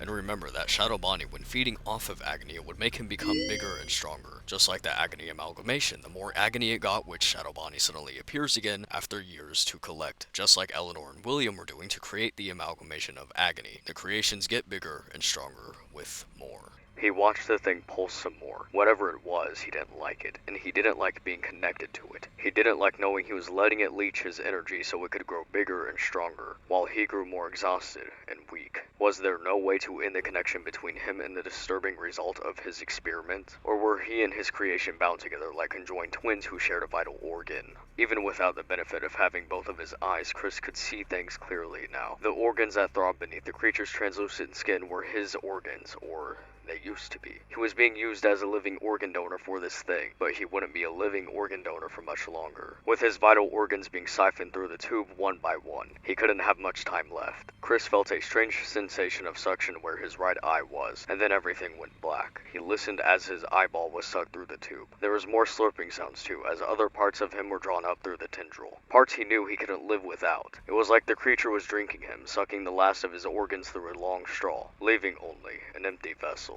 I will have to ask you to keep this Chris and the Blob stuff in mind for the final segment. Now, Evan is somehow doing this. He's conducting this sort of experiment similar to what Eleanor was doing to get William back. But this would be a little bit different considering this is a virtual reality, whereas the agony from the epilogues was in the physical reality. But that is probably where Shadow Bonnie, who seems to also be a digital creature, comes into play with how this could work and develop. It's editing me here. I've had my eyes on this tweet from William's voice actor for a few years now, but the problem is that I still don't know how to word this. You can see that he's teasing that William did escape the fire, but what I was more intrigued by was the usage of numbers. And now we know the significance of numbers with getting William onto this new path. I probably am just reading too much into it, but I didn't feel right leaving it out. So what does all of this mean for Mimic? Well, let's remember what was found in Evan's room in the real Jake and Greg's love for plants. What is something Gregory said that I think had a way more deeper meaning? The best creative ideas can't be pushed out, Rab said. They need to sprout from the fertile soil of distraction. Considering I think the storyteller is what is keeping William alive in a way. I'll let you figure out what you think that means. In the epilogues, they were gathering things infected by agony. It seems Edwin's own agony had infused with Mimic when being beaten by Edwin, and also possibly being double infected by Shadow Freddy and Help Wanted. And if Mimic does have agony from Edwin's own emotions, then this could be connecting back to how Eleanor and William were gathering things that held agony to create the agony amalgamation. Because the more agony, the more stronger you will be. So in my opinion, I do kind of view Mimic like Fetch, but by no means is that to undermine his character or anything. I think he's just kind of like a centerpiece for something bigger going on. Before we completely move on to our last segment, I might be able to answer one more thing about the therapist tapes. You know, so why does Gregory keep going back to these therapists if the only thing that's gonna happen is them catching on to him? Well, I think it's two things. But apparently the hacks are causing all kinds of problems. You get a kick out of that? Something I didn't mention with Lally's game was the ending. At the end, Cade has a new fiancée. Cade reached the top of the staircase leading into the attic in his new house. He sat down the stack of 3 boxes he'd lugged up the stairs. He looked across the attic at his beautiful fiancée. How could he have gotten so lucky? He'd hit the jackpot again. Debbie was gorgeous, blonde, blue-eyed, petite, and as sweet as she was stunning. Debbie was any man's dream, and for Cade, she was a reality. When they leave the attic, where the trunk is now, this is what follows. Cade looked at the trunk. The battered old chest seemed to peer back at Cade as he gazed at it. Cade turned off the light. He closed the attic door. Thunder rumbled as the skies darkened even more. The attic was swathed in somber shadows. Nothing but blackness could be seen in the vast space. until two small pinpoints of light peeked over the top of the old trunk. Now why are they doing this? Clearly this is a pattern of theirs. If the game is only for 2, why do they keep doing this? Exactly. It's a game, and based on the therapist tapes, I'm sure Gregory is getting some sort of kick out of it. From a game timeline standpoint, it's probably to extract Remnant. Speaking of Remnant, what is that missing piece they need for the blob creature? Come on, kids, stay with me. Stay with me, Jack the EMT whispered. Drops of rain rolled off his face while he pumped his hands against the ribcage of a teenage boy. Clear, his partner Dave yelled. Jack raised his arms as Dave charged an electric current into the boy's heart. The boy's body jerked on the wet gravel road. Jack started pumping the kid's chest again. Come on, kid, come back to us. Still no pulse, Jack. It's been too long. We got to call it. Once more, come on, kid. Again, they tried to revive the boy, but to no avail. Dang it. Jack sat back, wiped rain and sweat off his nose with his wrist. Call it. After a moment of regret, Jack covered the kid with a tarp. He stood up, gave himself a minute. It was always painful to lose someone so young. He heard a rock skitter across the ground. Jack swiveled his head toward the black brush from behind the tree. Was someone there? Maybe an animal. He couldn't see anything through the curtain of rain. He rolled his shoulders, picked up a medical bag, and turned away. Let's back up and get the coroner here. Kid didn't make it, Officer Manor asked him on his way back to the ambulance. Jack shook his head. Not this time. Too bad. This road is dangerous, let alone during a storm like this. Don't I know it with all the calls I've had here in the past. Jack trailed off as he placed the bag into the van. Officer Manor nudged his flashlight toward the dark. And right here, near a cemetery of all places. Bad vibes, I think. Just a coincidence, Jack said. A sudden movement caught his eye. Jack squinted against the rain and shifted his attention toward the body. There was a dark form in the rain. Was someone leaning over the corpse? For a split second, the hairs on the back of his neck raised. Then he shook the feeling off. He blinked to make sure his eyes weren't playing tricks on him. There was someone, short, slim, frail. The form hovered over the dead boy's body, doing some kind of motion with its hands, back and forth. Then he saw it.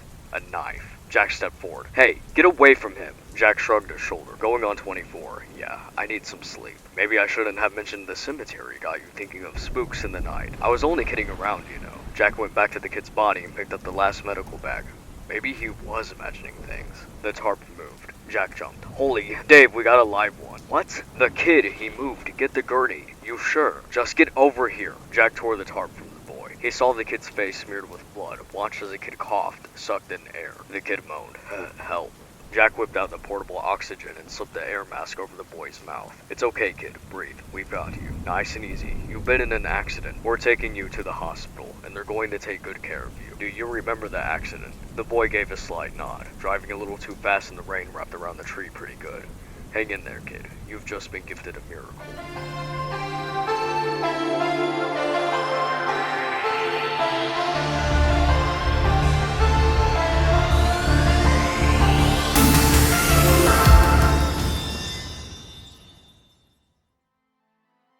Remember the example I had used when mentioning illusion discs get faulty and weak when they are being used to help someone else. This is that story. Her name is Jessica and she will be our parallel to Vanessa. The reason Jessica is a holder of a heart pendant is because she is here to make up for something she did in her past. The pendant, of course, being made out of remnants, so therefore being a life source, she is to use to help those who are sick or dying and being her new purpose. She works in a hospital. We will see this kind of with another parallel named Maya, who later in her story becomes something like a nurse herself. It is important to note that all of these stories are in Lowly's game, following the theme that stories together usually mean something. She pulled the thick silver chain that hung around her neck from beneath her shirt and lifted it over her head. Placing the pendant in her palm, the pendant had once been a whole heart, much larger and thicker. Now it was slightly bigger than a crescent moon, about the width of her thumb, with the rough scratches embedded on one side, nearly finished. She clasped her hands around the pendant and closed her eyes. Please help me do good and continue with my purpose. Please help me make a difference.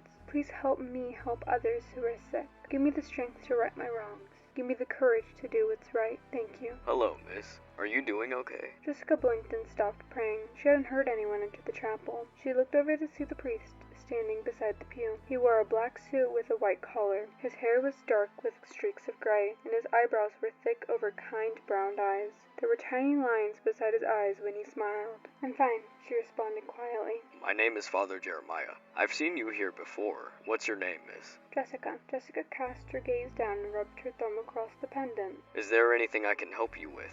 Jessica. Jessica shook her head. No, thank you. Father Jeremiah took a seat on the pew across from hers. You look pale, Jessica. Are you feeling okay? Is there something I can get for you? A snack, some water? Should you be resting? I feel fine, I think. I probably look better when I'm working. Working? Here at the hospital, in the children's wing. I keep the floors clean, to and fro.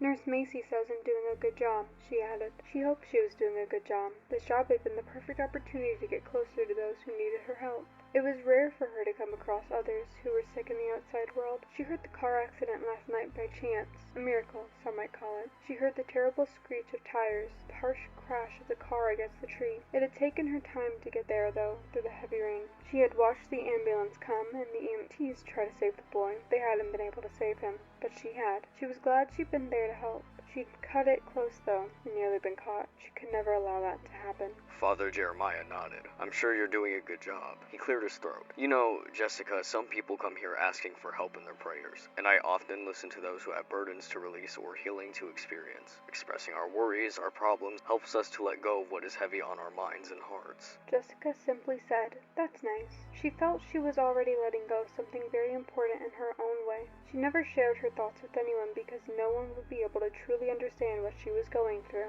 Jessica throughout the story does this a lot. She won't answer questions, and if she does, it's very vague and just dry. It's not really an answer. It reminds me of how Vanessa talks in the therapist tapes. She's very quiet and seems like she doesn't even want to be in the conversation, just very keeping to herself. Mainly because, of course, she's probably dissociating, which is a main thing Jessica does, and focused on her work like how Jessica doesn't want to interact, because that's what she's focused on. Her purpose. Jessica slips away from Father Jeremiah. She locked the door and walked to the small mirror above the sink. She inspected the dark circles under her eyes and the paleness of her delicate skin. Some might think she was lovely, but the truth was she looked frailer each day. Being lovely was once all she had ever wanted. She could feel the weakness take over her body with each child she helped, with each scrape of the pendant. She wore a black sweatshirt and black pants, and even black sneakers. Black wasn't a welcoming color. It kept people away from her. It helped her remember that she wasn't there to enjoy life, but had to focus on her purpose. Jessica left the bathroom to return to work.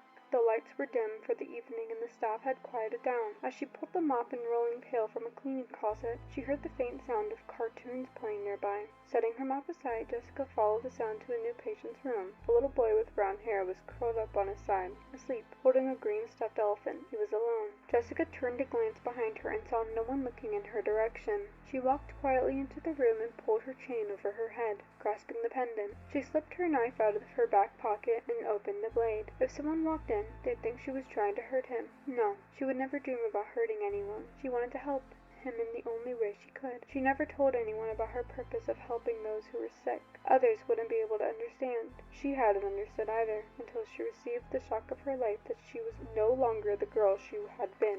Beside the bed of the little boy, Jessica began scraping roughly at the pendant with her pocket knife. Little shavings of silver drifted down on the boy as he slept. As she scraped, her chest seemed to tighten, her pulse slowed, and her breathing became shallow. These feelings in her body were how she knew she was helping this little boy heal. When she felt it was enough, she slid the chain back over her head and the pendant once again under her shirt, closed the blade, and put the pocket knife away. The little boy blinked his eyes open. Blue eyes gazed at her with interest. "Are you an angel?" he whispered. "No," she whispered back. "I'm no angel. Go back to sleep." The knife in being there to help children, I think, is a reference to the moment in Princess Quest where she's lighting the grave's lights, because she uses her sword, and with Jessica, she's sawing away with a knife, because obviously Vanessa does not have a heart pendant, so it's more of a metaphor. Because in Help 1 2, collecting all the memory plushies is exactly that, memories, and that is what Remnant is. Memories. And Jessica later says that the cemetery had become her sanctuary. Now let's acknowledge the elephant in the room.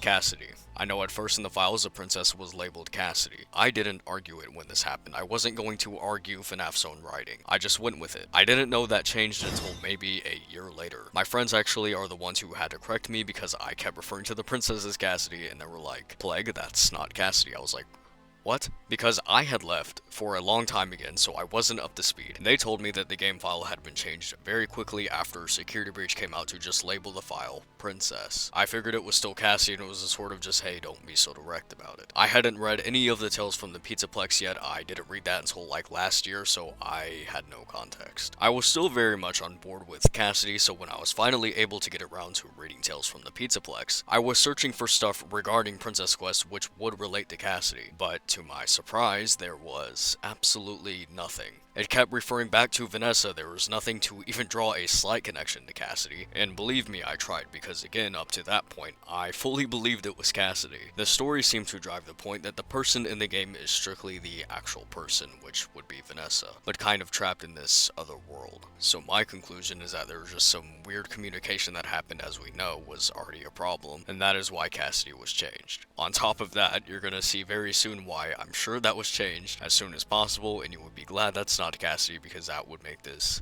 really weird, really fast. Jessica sat alone at the lab table in the science and engineering class at West Wilson High School. Jessica had a home once. She had a family. She had had everything in one day. She gave it all up by making the wrong choice. If there was one thing Jessica had learned in her life, it was that some choices couldn't be reversed, and the only thing to do was move forward the best that she could. In class, they get assigned partners to make a mini-bot. There's a new guy named Robert, and he asks to be her partner. They start talking, which is unusual for Jessica, because she says to herself, she doesn't know what she's doing. She's supposed to be keeping to herself. The next day, they are together again and working on the project. Of course, at the sight of items you would see in a junkyard, she gets uncomfortable and runs off. The cemetery had become her sanctuary in the recent months, a quiet, peaceful place. When she stepped into the cemetery, she often stopped to read the headstones to get familiar with the souls who had been laid to rest. She wondered about her own grave and what her stone would read. It was more than likely she would never get a burial. As she strolled through the graves, her mind drifted back to Robert. She hadn't really met a boy so kind and confident before. If she let herself, she could start to like him, which was not possible now. Hold on to that, it was more than likely she would never get a burial. Also, I'm just adding this scene because I adore Frailty. It has such a gothic feel to it, and I love that as a goth person myself, so just enjoy it. But all that changed the day she made a choice, and each day she was doing her best to make up for the choice. She had a purpose now, and she was sticking to it. She made her way to the farthest and oldest of family crypts. There, hidden among the graves, was a small mausoleum made of stone, with dark, stained glass windows. Old, dried vines covered the top and hung down the sides of the structure, patched with white cobwebs. She gripped the rusted handle and leaned her foot at the bottom of the door, pushing with everything she had in her. The heavy door creaked open and scraped along the floor. Dust particles twirled in the sunlight. She pulled out her small flashlight and stepped inside, and pushed the door closed until she was surrounded by the dark. She switched on the flashlight and walked to the back of the small enclosure, passing what she assumed were a family of dead people named Holloway, then turned around a corner to a small sitting area that was made of stone. She cleared all the cobwebs of as many spiders as she could manage in the little hideaway. The groundskeeper neglected this section of the cemetery since the graves were over a century old. She kneeled down on her sleeping bag and grabbed a pack of matches to light 3 yellow candles placed off to the side. She dropped her book bag and sat on the sleeping bag and pillow. Here she could let down her guard. No one could see her.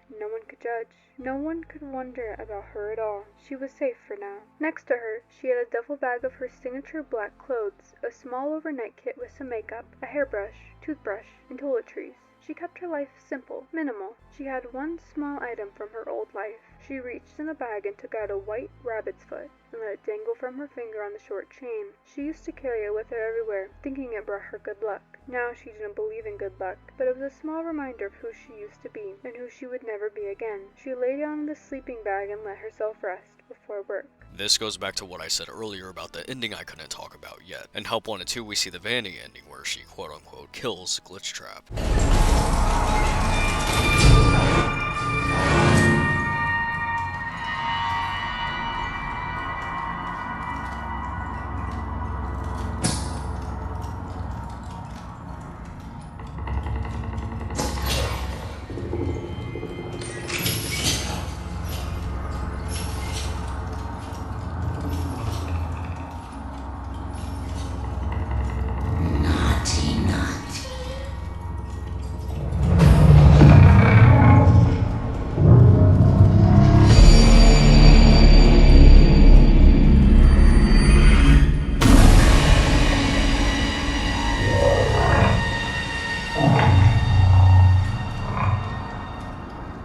It's past tense because it did not work, as we can see with Cassie's ending.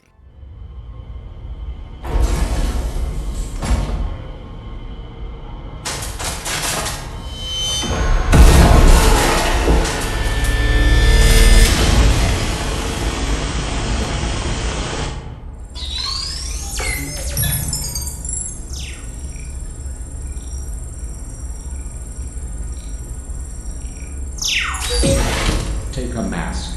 Take a mask.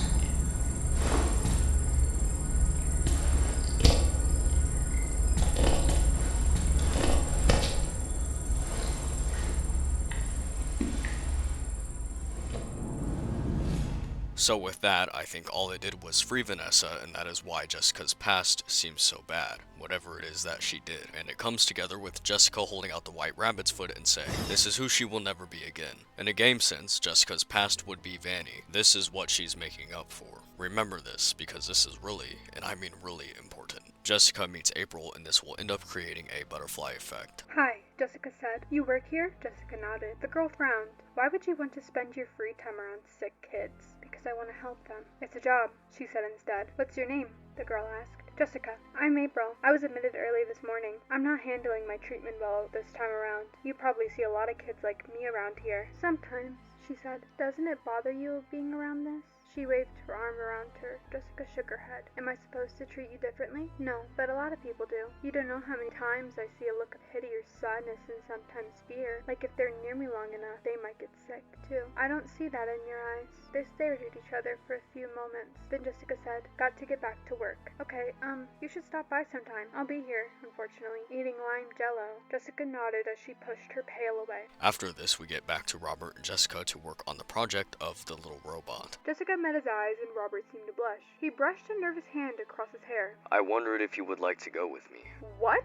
To the prom. I thought it would be fun to go together. Jessica stared at him in shock, her brownie half-eaten in her hand. She was actually speechless. She'd worked so hard to separate herself from school, from others, to be as invisible as she could make herself. And now, she met a new boy who strangely didn't think she was weird and wanted to take her to the prom like a normal teenager. Jessica didn't answer his proposal and awkwardly left and went back to the hospital where she found herself in the chapel. Her and Father Jeremiah start talking and she finally opens up to him about her inner turmoil with herself. She doesn't know if it's okay for her to live a life of her own or feel happiness because of her past mistakes. And Father Jeremiah explains, of course it's fine, you can't give to others if you don't give to yourself. The talk helps her feel more comfortable with living a life of her own, and now she starts making different decisions. When she's out in the hospital's hallway, April sees her and calls for her while she's in one of the rooms. She tells Jessica she has cancer in her blood and that's why she's there. She asks Jessica to tell her about her life so it'll make her feel better. Hearing about the prom, it makes April start envisioning herself going and being healthy. Jessica tells her she will go one day, she will be healthy one day, but Jessica is only seeing herself when April is talking about her own dreams. Okay, Jessica clenched the pendant as she looked at April. She could help April, she thought. But was she supposed to help everyone? Father Jeremiah's words drifted into her head. Giving to others is a great gift, but yes, Jessica, giving back to ourselves is a gift as well. With guilt heavy on her shoulders, Jessica quietly drifted back into the dark hallway. We time skip to her being with Robert after this again, and she finally accepts his proposal to go with him to the prom. And after this, Nurse Macy watched Jessica mopping the floor. Something was definitely off. Jessica stared into space, barely moving. Usually her head was down as the girl was doing her best not to be noticed, and today it was like she was in a trance. Jessica stood in a slim, ankle-length, lilac dress in front of a mirror in the fitting area of a department store. There were pale flowers etched into the design. Selena picked a sleek, vintage silk dress with a high neck, long sleeves, and a semi-full skirt. Rather than a veil with a 20-foot train, she had only a small spray of flowers in her hair, which she'd arranged into an equally sleek and simple French twist. Jessica was in total darkness. Her surroundings were completely quiet except for her breath. There was a coldness that penetrated her skin, straight to the bones, and she shivered. She touched her bare arms, and then her clothes. She felt the material of her prom dress. Why am I wearing my prom dress? She wondered. Where was she? She put her hands out in front of her, trying to feel her way forward, but she saw nothing in front of her and nothing behind her. Fear crashed over her. She was nowhere. Had she died in her sleep? Was this what the afterlife was like? Was she in some kind of in-between world? But she couldn't have died, she realized. It wasn't her time. She still had to go to the prom. She still had to help April. She felt for the pendant and gripped the metal that always felt warm to the touch. It was still around her neck. She started to walk forward with slow, hesitant steps. She didn't know how long she walked. It seemed like forever. Out of nowhere, she finally heard a creak, a footstep, a movement. "Hello?" she whispered. "Is someone there? Please, if you are there, say something. I'm afraid. I can't see anything. Please. I don't know what to do." No answer. She licked her dry lips as she continued to move forward, trying to get somewhere, anywhere. Was there a wall? A door, maybe? Another sound came from around her. Metal creaking against metal. Jessica froze as awareness dawned. No. The sound happened again, but this time repeatedly. A shudder of terror radiated down her spine. Jessica ran. She rushed forward as fast as she could with her arms waving around her, wondering if she would collide with something. Metal footsteps stomped behind her. Quickly, too quickly. So close, so close. She blinked, trying to adjust to the dark, but she could still not see anything. In the cold, a sweat broke out of her body as she ran, trying to escape the terrifying thing that chased her. A tense grip curled around her arm. Jessica screamed, "No! Please! Get away from me! Someone help me!" Quickly, the grip tore off her arm from her shoulder. She felt the warm gush of blood rush down the side of her body. Her body vibrated in shock. Her mouth opened, gasping for air. Then she felt a grip on her other arm. Jessica tried to yank away when she felt her arm pulled from her bone. Jessica fell down in pain and agony, and it seemed like it took forever to collide with the hard, cold ground. She heard more creaks and movements of metal above her, and then she felt something cold grab the pendant on her neck before it was torn away from her. "No! Don't take my pendant away!" Jessica jerked awake with a frightening scream. She was in her sleeping bag on the stone floor in the mausoleum. I believe all of that was in reference to Princess Quest and Mimic appearing to retrieve the remnant. This in between worlds, and that will be the plot of Under Construction because Maya won't be able to tell reality from the AR. Vanessa appears to have the same problem because in her room we can see it looks like she was losing her mind, and it seems as though she thought she was the princess even in reality. Now going back to the ending that wasn't a past tense. The metal footsteps in her dream I'm positive was Mimic, because there's a going for her arm and that is the pattern of what Mimic does, and then retrieving the pendant, which again a life source and probably a warning if she keeps going with this decision, she's gonna pay it with her life. And remember, this is her second chance. We'll go into Maya a little bit right here just to show the parallel. "I know what VR is, but what's AR?" Maya had asked despite herself. Jackson's eyes had lit up. He loved explaining things. AR stands for Augmented Reality. It's a way of crossing the real world with the virtual world. Basically, objects in the real world are enhanced by computer-generated perceptions. The one at the Pizzaplex is supposed to be a really awesome one. It uses all sorts of sensory modalities: visual, auditory, somatosensory, olfactory, and even haptic.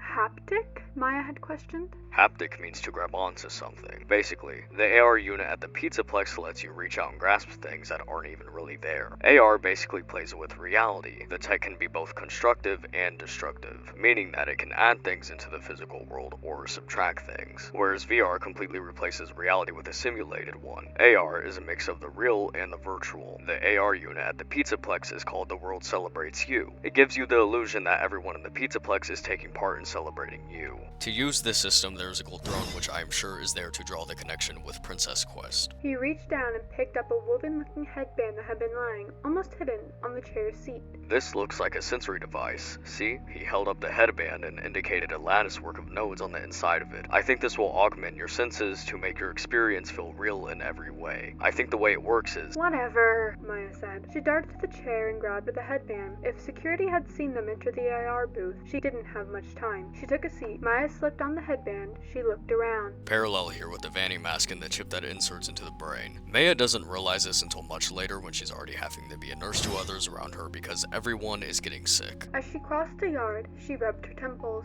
This morning, when she'd gotten up, her forehead had hurt, right where a couple of the AR headband nodes had touched her skin. She had figured the headband had just irritated her skin, but the pain felt more like a mild headache now. Thank you. Please enjoy. Weird.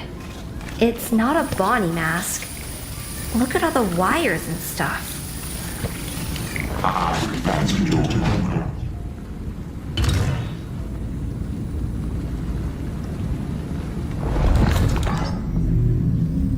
Cool.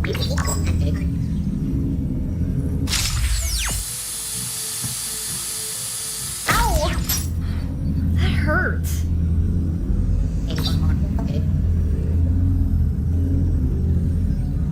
While we're here, I'm gonna go ahead and just throw in other parallels. Most of the presents were wrapped in floral-themed paper. Everyone knew how much she loved flowers. All the gifts inside the festive packages were things she loved. She received vibrantly colored clothes, stacks of romance novels and books on gardening. Vanessa in her therapist tape said she likes to read. Do you like tree houses?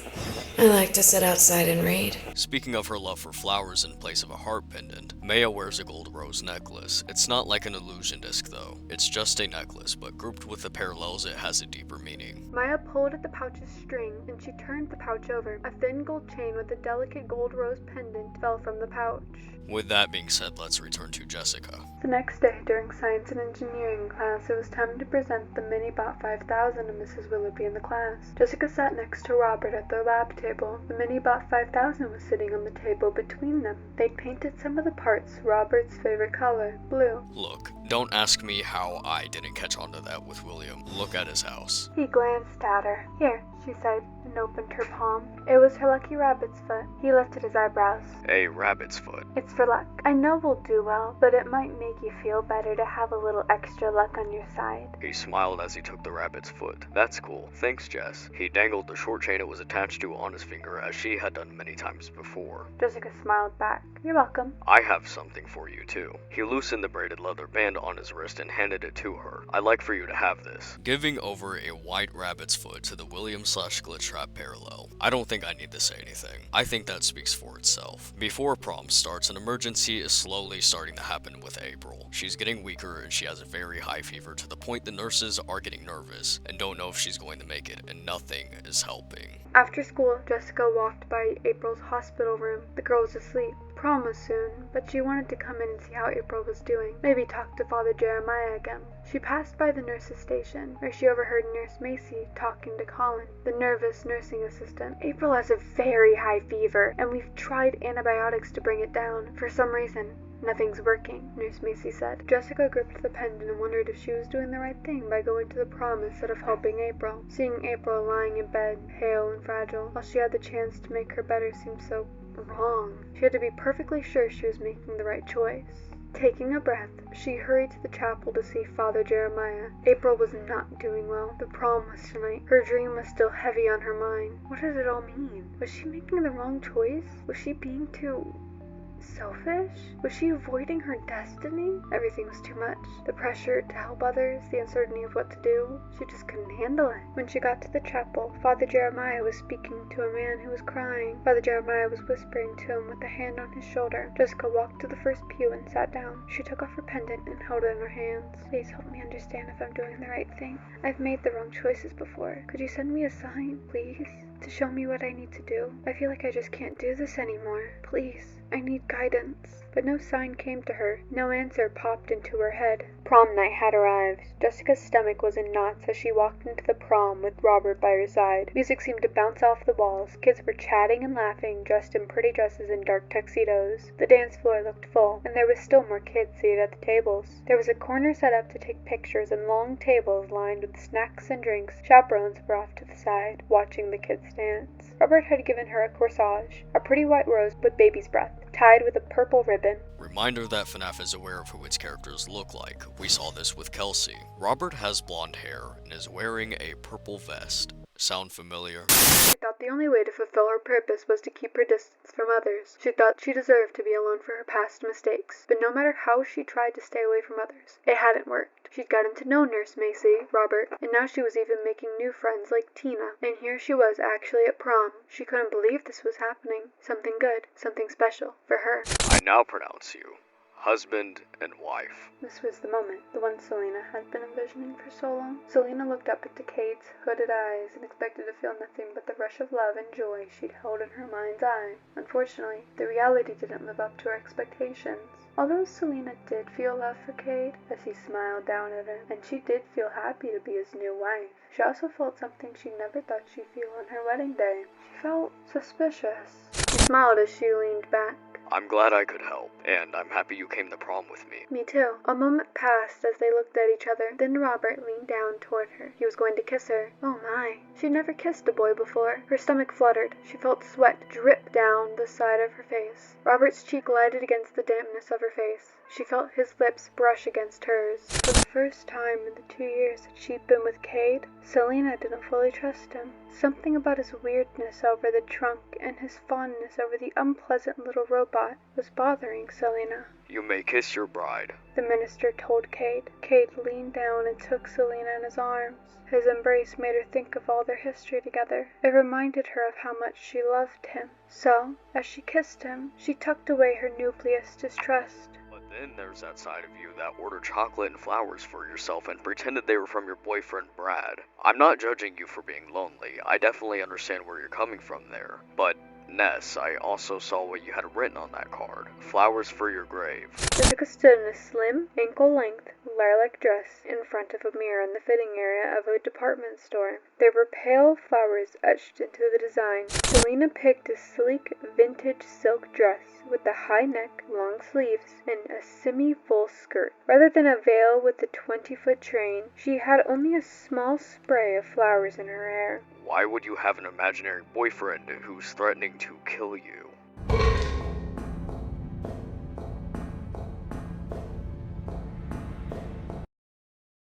Chica lets out an anguished scream and smashes a cupcake with a hand. Something glints in the cupcake wrapper. You poke through the mound of crumbs and find a gold ring. There are no inscriptions or identifying marks. It's just a plain gold wedding band. Robert staggered back. What is that? He brushed his hand across his face, and Jessica froze. There was dark grease on Robert's face, on his lips. She stood frozen in horror. Grease that was old, slick, and dirty. And it was from her. Oh no. No. She reached out to Robert, trying to help him. He jerked away. Filthy. He spat out. He swiped at his mouth. Spit on the floor. Filthy. Jessica stepped back and knocked into someone. Watch it, a girl snapped, then looked at her, and her eyes widened. Oh my gosh, this was it, she thought. This was the sign she'd been waiting for. Kids stopped dancing to stare at her. Some pointed at her, others made faces of disgust. The girls from science class were even laughing at her. She made the wrong choice again. She shouldn't have come. April is not improving. Her pulse is thready. Her vitals are weak. Her fever is still high. Nurse Macy sighed. I know. She's the only one who hasn't made any improvement. It's not good. I just called Father Jeremiah to come and say some prayers on her behalf. It couldn't hurt. I'm open to any miracle for that young girl. I'll update her doctor right away. Suddenly, the hospital door swung open with a loud commotion. Jessica? Nurse Macy called out in confusion. Jessica looked terrible. Her face was pale. Brownish liquid streaked down her face from her forehead, eyes, and nose. The liquid had dripped down her neck onto her beautiful dress, which they had bought not too long ago. Jessica looked wild, crazed. Nurse Macy stepped forward to ask her what happened, but stopped in shock as Jessica ran past her. A few nuts and bolts littered behind her, scattering. They were followed by an old wrench and a rusty bike pedal that fell to the floor. Nurse Macy's eyes widened as Jessica ran into April's room. We need security, Colin said from behind Nurse Macy. Then Jessica slammed the door shut. Nurse Macy and Colin scrambled toward the door. It's jammed, Colin spat out, struggling to turn the handle. Nurse Macy hit the door with her palm. Jessica, open the door. Talk to me, please. Through the glass of the hospital room, she watched Jessica pull out the necklace from over her head. It was the pendant she'd always seen her wear. Then she somehow had a knife. Jessica! Jessica began to whittle away at the charm above April's bed. Hurry! Get this door open! Nurse Macy called out to Colin and to the security guard that had run over to help. I am! But she blocked the door with something, the security guard said. Nurse Macy pounded on the glass. Jessica, please, open the door! I need to see April. Whatever happened, it's going to be okay. I can help you. What's going on? Nurse Macy turned to see Father Jeremiah. It's Jessica. She's locked herself in April's room. We can't get in. Maybe I can help.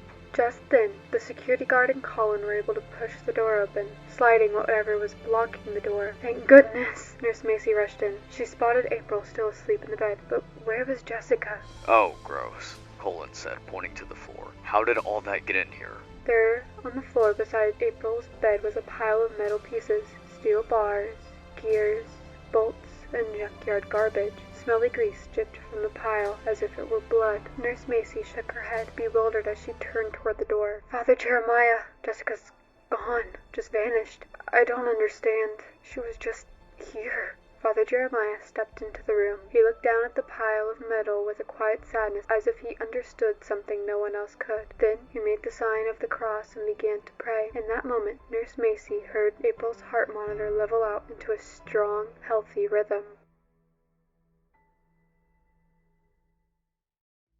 In making the wrong choice, she has to give the rest of whatever power she has to someone else. I want to reiterate, this was her second chance, not her first. But for our Vanessa, this would have been her first. This is where we get into the territory of the second one that will make sense, when it's time. I'm not going to spell it out, but it will come together when the time is right, because if I say when this happens, it's going to ruin it. You will know. Let it resonate, but do remember, Jessica's mistake was going back to Robert, and Selena had been killed by Lally. Before we continue, there is something I would like to add, and I have no idea if this was intentional, but it is pretty funny how it lined up. As we heard, Vanessa and William are in some way, shape, or form married, which explains why her last name starts with an A. Disclaimer before you ask, why would Fazbear Entertainment hire someone with the last name Afton? That was likely just placed for us to be able to figure out what was going on. William, as we know, is a theatrical person. Now what does that have to do with this? Scraptrap in the Alley has that Man in Room 1280 poster behind him, but what I hadn't mentioned was the wording on it,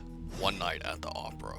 And if we were to look at Glitchtrap and Vanessa's dynamic, it is very on the nose of the Phantom and Christine from Phantom of the Opera. Much like Christine, Vanessa is also of angelic symbolism and is referred to as an angel. It's just very funny to me how it all perfectly aligned with Phantom of the Opera when William's last known presence was being referenced with Phantom of the Opera, and the Man in Room 1280 poster being the last sort of transition for him to somehow be intertwined within Glitchtrap, who was essentially playing the role as the Phantom. It all seems a little too on the nose, but was it intentional? I don't know. But let's continue. Reminder, this conversation happens in the story with Maya. But what's alive? Jackson countered Noel's logic. He leaned forward, practically bouncing in his seat. Last night, I read an article about something called quantum immortality. It's a theory that says we never actually die. Noel looked up at the mirrored ceiling as if it could help her. Jackson ignored her. See, it's related to the many worlds theory. No matter which branch of reality you follow, your consciousness is experiencing existence. Each path leads to more existence. We can never experience anything but existence, so we go on and on. When Maya gets stuck in the AR world, these start appearing. She hated being out in the street. The jelly mannequins were all over now. They seemed to be multiplying faster and faster. They cluttered up the stores and blocked the sidewalks. There were knots of them everywhere that Maya had to go. They weren't human. They were just pretend humans, inexplicably growing objects that never grew into anything that actually functioned. And they didn't just grow, they multiplied on their own. It's very apparent what these are supposed to reference, the Glitchtrap enemies in Princess Quest. By the time Maya returned to her house, she was shocked to find it nearly surrounded by mounds of the mannequin things. There were so many of them in the road, on the sidewalks, and in the alley behind the house that they seemed to be more like one organism instead of several individual sacks of translucent jelly. Maya then says something interesting about the jelly mannequins that I want you to hold on to, and remember what had happened and he told me everything. And now would probably be a good time to remind you that it seems Mimic had been set on a mission to gather things for Evan/Gregory, likely things that are or could be transformed into Remnant, as we could see what I'm sure is a reference to Mimic appearing in Jessica's dream, to which he rips off the heart pendant. That is of course Remnant, because remember, that missing piece in the baobab tree is missing a part of itself to be complete, and how everything has been based around plants. And what is the main theme with these Vanessa parallels and herself? Flowers. Maya touched her forehead, where the faint pain was still discernible. She had been far too busy to pay attention to it, but it was there. Was it there because the headband was still in place? Maya shook her head. No, this was all just too intense to be part of some kind of computer-generated scenario. Why was it happening? Had the AR booth somehow augmented the whole world, or had she jumped into a parallel universe? Maya sighed. She didn't know enough to answer these questions. Probably no one did. She had to stop feeling sorry for herself, and she still needed to check on Elena, even if Elena was going to die. She deserved as much comfort as Maya could offer until then. Maya glanced at the bedroom window as she crossed to Elena's bed, and she wished she hadn't, just in the time she spent in the hallway. The gelling beings outside her house had multiplied alarmingly. A mountain of them were pressing against the house, as if trying to merge with the dwelling. Maya was starting to lie down on the bed next to her sister when the window behind her shattered. Maya spun around as a series of loud cracks and clatters sounded throughout the house. She screamed. The jelly beings were no longer pressing against the house.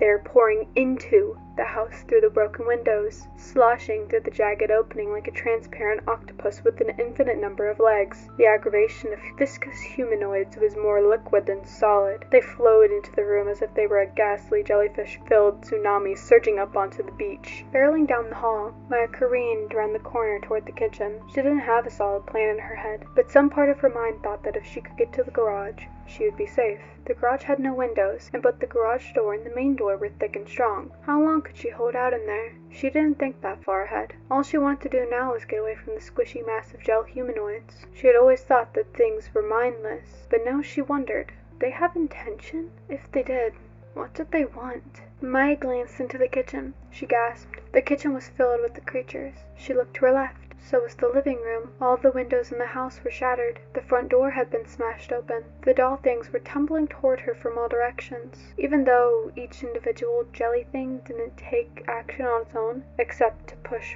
out more jelly things, the congregation of them created movement. They were like specks of dirt. One of them might be harmless, but combined together, they had enough weight and force to bury her if they cascaded over her. If the things did have an intention, it was a communal one, and it didn't appear to be a good one. They were slowly but surely surrounding her. Maya lunged for the door leading out to the garage. She flung it open, leaped into the darkness before slamming the door closed behind her. Instantly, she realized her mistake.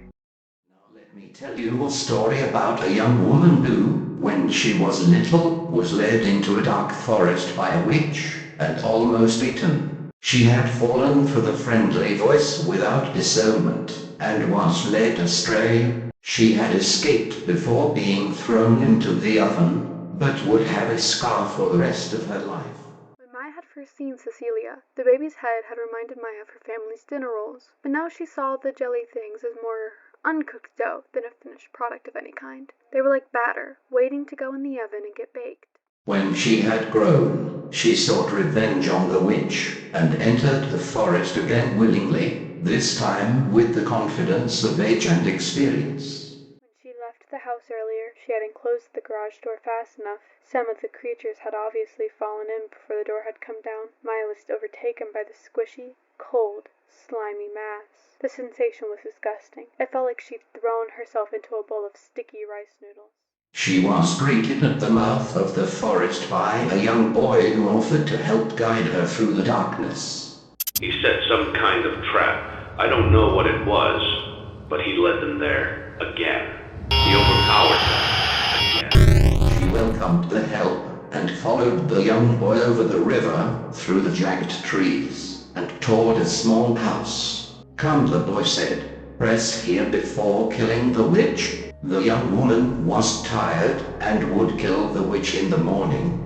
She followed the boy into the house. The jelly beings filled the garage, and now they incorporated Maya as if she was an essential missing part of their collective. They intertwined around her, merging with her, smothering her, seeking comfort and strength. Maya groped for her gold rose. When she found it, she clenched her fist around it, trying to fill herself with the love it represented. If only it was a magic rose, like ruby shoes that could transport her back to. Maya's mouth and nose filled with the malleable mush of the creatures that embraced her. She struggled to get air, expecting each breath to be her last. The oven door closed.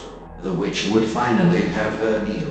But her last breath didn't come. The spongy, ever-expanding weight burgeoned above her, and it felt like her body wouldn't be able to take the pressure any longer, but it did. Maya couldn't see anything. She couldn't hear or smell anything. She'd gone beyond feeling too. All she was aware of was the force above her, and even that was becoming too much for her mind to comprehend. Why wasn't she dead yet? When would this be over? Maya tried to inhale and couldn't. Hopefully this would end soon. And so hopefully we'll see another opportunity for Banny to return as well. We'll see. Hopefully this would end soon. Or would it?